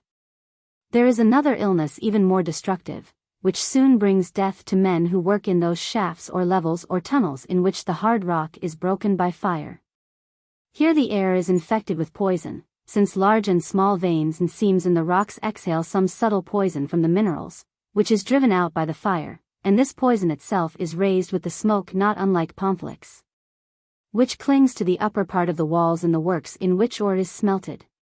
If this poison cannot escape from the ground, but falls down into the pools and floats on their surface, it often causes danger, for if at any time the water is disturbed through a stone or anything else, these fumes rise again from the pools and thus overcome the men, by being drawn in with their breath. This is even much worse if the fumes of the fire have not yet all escaped. The bodies of living creatures who are infected with this poison generally swell immediately and lose all movement and feeling, and they die without pain. Men even in the act of climbing from the shafts by the steps of ladders fall back into the shafts when the poison overtakes them, because their hands do not perform their office, and seem to them to be round and spherical, and likewise their feet. If by good fortune the injured ones escape these evils, for a little while they are pale and look like dead men. At such times, no one should descend into the mine or into the neighboring mines, or if he is in them he should come out quickly. Prudent and skilled miners burn the piles of wood on Friday, towards evening, and they do not descend into the shafts nor enter the tunnels again before Monday, and in the meantime the poisonous fumes pass away. There are also times when a reckoning has to be made with Orcus, for some metalliferous localities, though such are rare, spontaneously produce poison and exhale pestilential vapor, as is also the case with some openings in the ore, though these more often contain the noxious fumes. In the towns of the plains of Bohemia there are some caverns which, at certain seasons of the year, emit pungent vapors which put out lights and kill the miners if they linger too long in them. Pliny, too, has left a record that when wells are sunk, the sulphureous or aluminous vapors which arise kill the well diggers, and it is a test of this danger if a burning lamp which has been let down is extinguished. In such cases a second well is dug to the right or left, as an air shaft, which draws off these noxious vapors. On the plains they construct bellows which draw up these noxious vapors and remedy this evil. These I have described before. Further, sometimes workmen slipping from the ladders into the shafts break their arms, legs, or necks, or fall into the sumps and are drowned. Often, indeed, the negligence of the foreman is to blame, for it is his special work both to fix the ladders so firmly to the timbers that they cannot break away, and to cover so securely with planks the sumps at the bottom of the shafts, that the planks cannot be moved nor the men fall into the water. Wherefore the foreman must carefully execute his own work. Moreover, he must not set the entrance of the shaft house toward the north wind, lest in winter the ladders freeze with cold, for when this happens the men's hands become stiff and slippery with cold, and cannot perform their office of holding. The men, too, must be careful that, even if none of these things happen, they do not fall through their own carelessness. Mountains, too, slide down and men are crushed in their fall and perish. In fact, when in olden days Ramelsburg, in Goslar, sank down, so many men were crushed in the ruins that in one day, the records tell us, about 400 women were robbed of their husbands. And 11 years ago, part of the mountain of Altenburg, which had been excavated, became loose and sank, and suddenly crushed 6 miners. It also swallowed up a hut and one mother and her little boy. But this generally occurs in those mountains which contain veni cumulati. Therefore, miners should leave numerous arches under the mountains which need support, or provide underpinning. Falling pieces of rock also injure their limbs, and to prevent this from happening, miners should protect the shafts, tunnels, and drifts. The venomous ant which exists in Sardinia is not found in our mines. This animal is, as Solinus writes, very small and like a spider in shape. It is called solifuga, because it shuns, fugit, the light, solum. It is very common in silver mines. It creeps unobserved and brings destruction upon those who imprudently sit on it. But, as the same writer tells us, springs of warm and salubrious waters gush out in certain places, which neutralize the venom inserted by the ants. In some of our mines, however, though in very few, there are other pernicious pests. These are demons of ferocious aspect, about which I have spoken in my book De Animantibus Subterraneis. Demons of this kind are expelled and put to flight by prayer and fasting. Some of these evils, as well as certain other things, are the reason why pits are occasionally abandoned. But the first and principal cause is that they do not yield metal, or if, for some fathoms, they do bear metal, they become barren in depth. The second cause is the quantity of water which flows in. Sometimes the miners can neither divert this water into the tunnels, since tunnels cannot be driven so far into the mountains, or they cannot draw it out with machines because the shafts are too deep. Or if they could draw it out with machines, they do not use them, the reason undoubtedly being that the expenditure is greater than the profits of a moderately poor vein. The third cause is the noxious air, which the owners sometimes cannot overcome either by skill or expenditure, for which reason the digging is sometimes abandoned, not only of shafts, but also of tunnels. The fourth cause is the poison produced in particular places, if it is not in our power either completely to remove it or to moderate its effects. This is the reason why the caverns in the plain known as Laurentius used not to be worked, though they were not deficient in silver. The fifth cause are the fierce and murderous demons, for if they cannot be expelled, no one escapes from them. The sixth cause is that the underpinnings become loosened and collapse, and a fall of the mountain usually follows. The underpinnings are then only restored when the vein is very rich in metal. The seventh cause is military operations. Shafts and tunnels should not be reopened unless we are quite certain of the reasons why the miners have deserted them. Because we ought not to believe that our ancestors were so indolent and spiritless as to desert mines which could have been carried on with profit. Indeed, in our own days, not a few miners, persuaded by old women's tales, have reopened deserted shafts and lost their time and trouble. Therefore, to prevent future generations from being led to act in such a way, it is advisable to set down in writing the reason why the digging of each shaft or tunnel has been abandoned, just as it is agreed was once done at Freiburg, when the shafts were deserted on account of the great inrush of water. End of Book 6. Footnotes. This book is devoted in the main to winding, ventilating, and pumping machinery. Their mechanical principles are very old.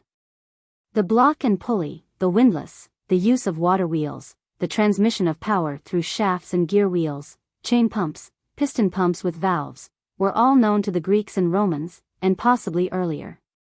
Machines involving these principles were described by Ctesibius, an Alexandrian of 250 BC, by Archimedes, 287 to 212 BC, and by Vitruvius, 1st century BC.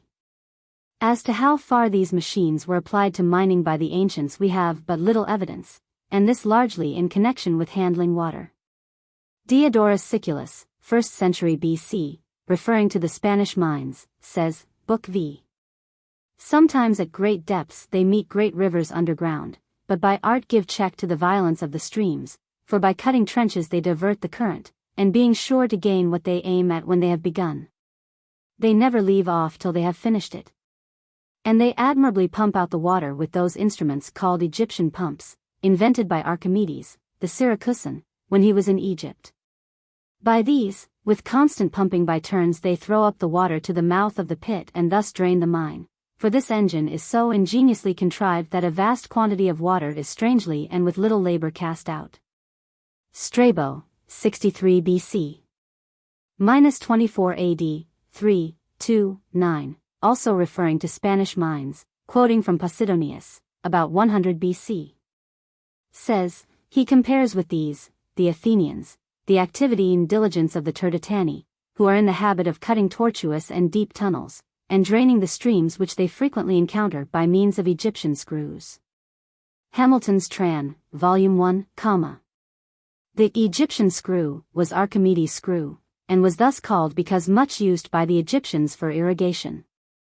Pliny, 33:31, also says, in speaking of the Spanish silver lead mines, the mountain has been excavated for a distance of 1,500 paces.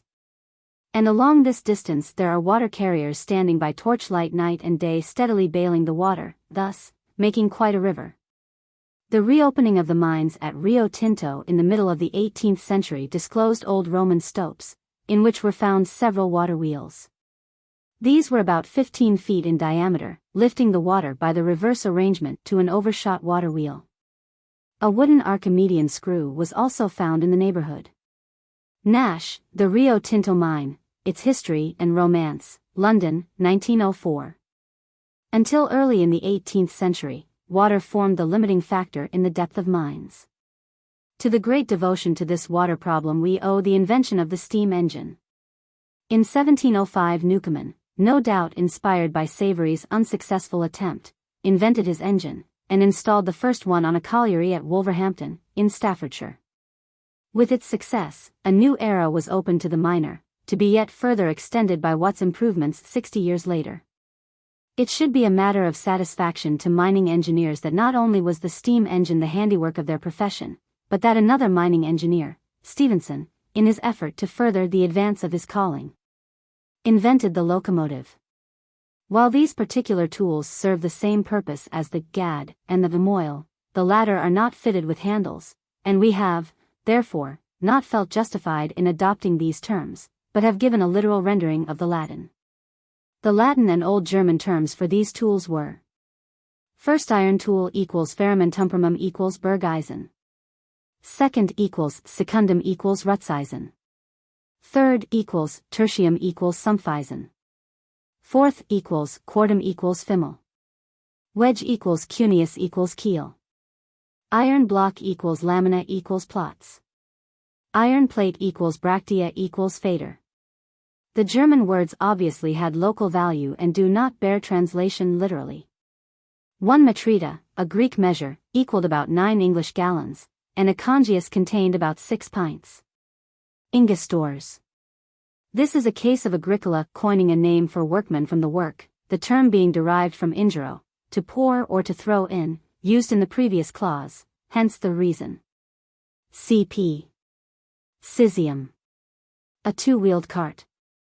In the Agricola gives this as an example of his intended adaptations. CP. Canis. The Germans in Agricola's time called a truck a hunt, a hound. Alveus, tray. The Spanish term batia has been so generally adopted into the mining vocabulary for a wooden bowl for these purposes, that we introduce it here. Pliny, 33:21. The fragments are carried on workmen's shoulders. Night and day each passes the material to his neighbor, only the last of them seeing the daylight. Harpago, a grapple or hook. Ancient Naricum covered the region of modern Tyrol, with parts of Bavaria, Salzburg, etc. Machina quae pilis aquas horit. Machine which draws water with balls. This apparatus is identical with the Cornish rag and chain pump of the same period, and we have therefore adopted that term. A congius contained about 6 pints.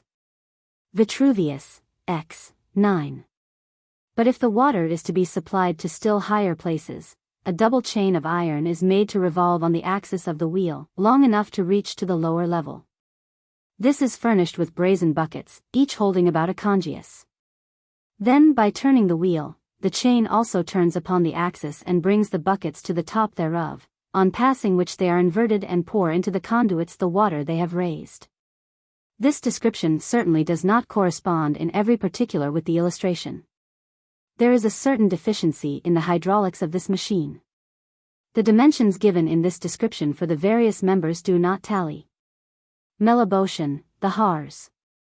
In the original text this is given as lower, and appears to be an error. Pliny, XXXI, 28. In deep wells, the occurrence of sulphurata or aluminosa vapor is fatal to the diggers. The presence of this peril is shown if a lighted lamp let down into the well is extinguished. If so, other wells are sunk to the right and left, which carry off these noxious gases. Apart from these evils, the air itself becomes noxious with depth, which can be remedied by constantly shaking linen cloths, thus setting the air in motion. This is given in the German translation as cobalt. The cobalt, or cobaltum of Agricola, was probably arsenical cobalt, a mineral common in the Saxon mines. The origin of the application of the word cobalt to a mineral appears to lie in the German word for the gnomes and goblins, kobolds, so universal to Saxon miners' imaginations, this word in turn probably being derived from the Greek kabali, mimes. The suffering described above seems to have been associated with the malevolence of demons, and later the word for these demons was attached to this disagreeable ore. A quaint series of mining sermons by Johann Matthesius, entitled Sarepta oder Bergpostil, Nuremberg, 1562, contains the following passage, page 154, which bears out this view. We retain the original and varied spelling of cobalt and also add another view of Matthesius, involving an experience of Solomon and Hiram of Tyre with some mines containing cobalt. Sometimes, however, from dry hard veins a certain black, greenish, gray or ash-colored earth is dug out, often containing good ore, and this mineral being burnt gives strong fumes and is extracted like tutty. It is called cadmia fossilis. You miners call it cobalt. Germans call the black devil and the old devil's furies, old and black cobalt, who injure people and their cattle with their witchcrafts. Now the devil is a wicked, malicious spirit, who shoots his poison darts into the hearts of men, as sorcerers and witches shoot at the limbs of cattle and men, and work much evil and mischief with cobalt or hypomane or horse's poison. After quicksilver and rutgultigen ore, are cobalt and bismuth fumes. These are the most poisonous of the metals, and with them one can kill flies, mice, cattle, birds, and men. So, fresh cobalt and kisswasser, vitriol, devour the hands and feet of miners, and the dust and fumes of cobalt kill many mining people and work people who do much work among the fumes of the smelters.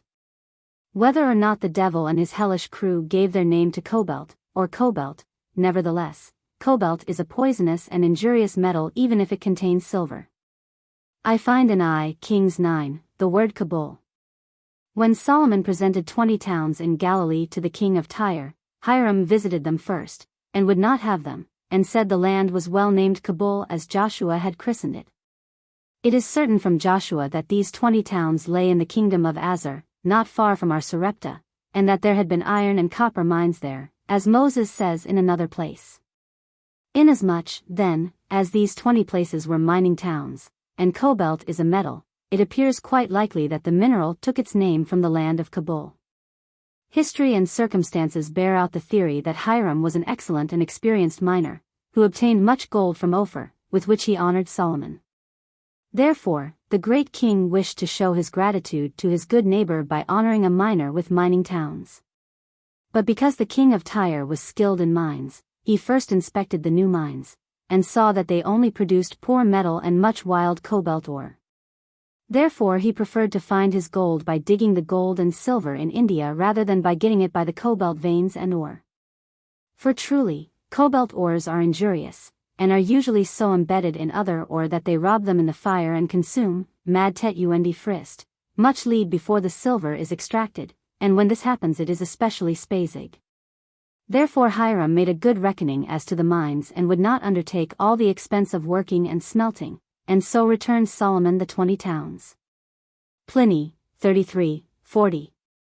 Those employed in the works preparing vermilion, cover their faces with a bladder skin, that they may not inhale the pernicious powder, yet they can see through the skin. Pomphylix was a furnace deposit, usually mostly zinc oxide, but often containing arsenical oxide, and to this latter quality this reference probably applies. The symptoms mentioned later in the text amply indicate arsenical poisoning, of which a sort of spherical effect on the hands is characteristic. See also note on P for discussion of corrosive cadmia. Further information on Pomphylix is given in Orcus, the god of the infernal regions, otherwise Pluto. Caius Julius Solinus was an unreliable Roman grammarian of the 3rd century. There is much difference of opinion as to the precise animal meant by Silifuga. The word is variously spelled Silipugus, Salpygus, Salipyga, Salapunga, etc., and is mentioned by Pliny, 8:43, and other ancient authors, all apparently meaning a venomous insect, either an ant or a spider. The term in later times indicated a scorpion. The presence of demons or gnomes in the mines was so general a belief that Agricola fully accepted it. This is more remarkable, in view of our author's very general skepticism regarding the supernatural. He, however, does not classify them all as bad, some being distinctly helpful. The description of gnomes of kindly intent, which is contained in the last paragraph in De Animantibus, is of interest. Then there are the gentle kind, which the Germans as well as the Greeks call kobolos, because they mimic men. They appear to laugh with glee and pretend to do much, but really do nothing. They are called little miners, because of their dwarfish stature, which is about 2 feet. They are venerable looking and are clothed like miners in a filleted garment with a leather apron about their loins. This kind does not often trouble the miners, but they idle about in the shafts and tunnels and really do nothing, although they pretend to be busy in all kinds of labor, sometimes digging ore, and sometimes putting into buckets that which has been dug. Sometimes they throw pebbles at the workmen, but they rarely injure them unless the workmen first ridicule or curse them. They are not very dissimilar to goblins, which occasionally appear to men when they go to or from their day's work, or when they attend their cattle. Because they generally appear benign to men, the Germans call them Guttili. Those called Trulli, which take the form of women as well as men, actually enter the service of some people, especially the Suyans. The mining gnomes are especially active in the workings where metal has already been found, or where there are hopes of discovering it, because of which they do not discourage the miners, but on the contrary stimulate them and cause them to labor more vigorously. The German miners were not alone in such beliefs, for miners generally accepted them. Even today the faith in knockers has not entirely disappeared from Cornwall. Neither the sea nor the forest so lends itself to the substantiation of the supernatural as does the mine. The dead darkness, in which the miners' lamps serve only to distort every shape, the uncanny noises of restless rocks whose support has been undermined, the approach of danger and death without warning, the sudden vanishing or discovery of good fortune, all yield 1,000 corroborations to minds long steeped in ignorance and prepared for the miraculous through religious teaching. The plains of Laurentius extend from the mouth of the Tiber southward, say 20 miles south of Rome. What Agricola's authority was for silver mines in this region we cannot discover. This may, however, refer to the lead silver district of the Attic Peninsula, Laurion being sometimes Latinized as Laurium or Laureus. Book 7. Inns the 6th book has described the iron tools, the vessels, and the machines used in mines. This book will describe the methods of assaying ores.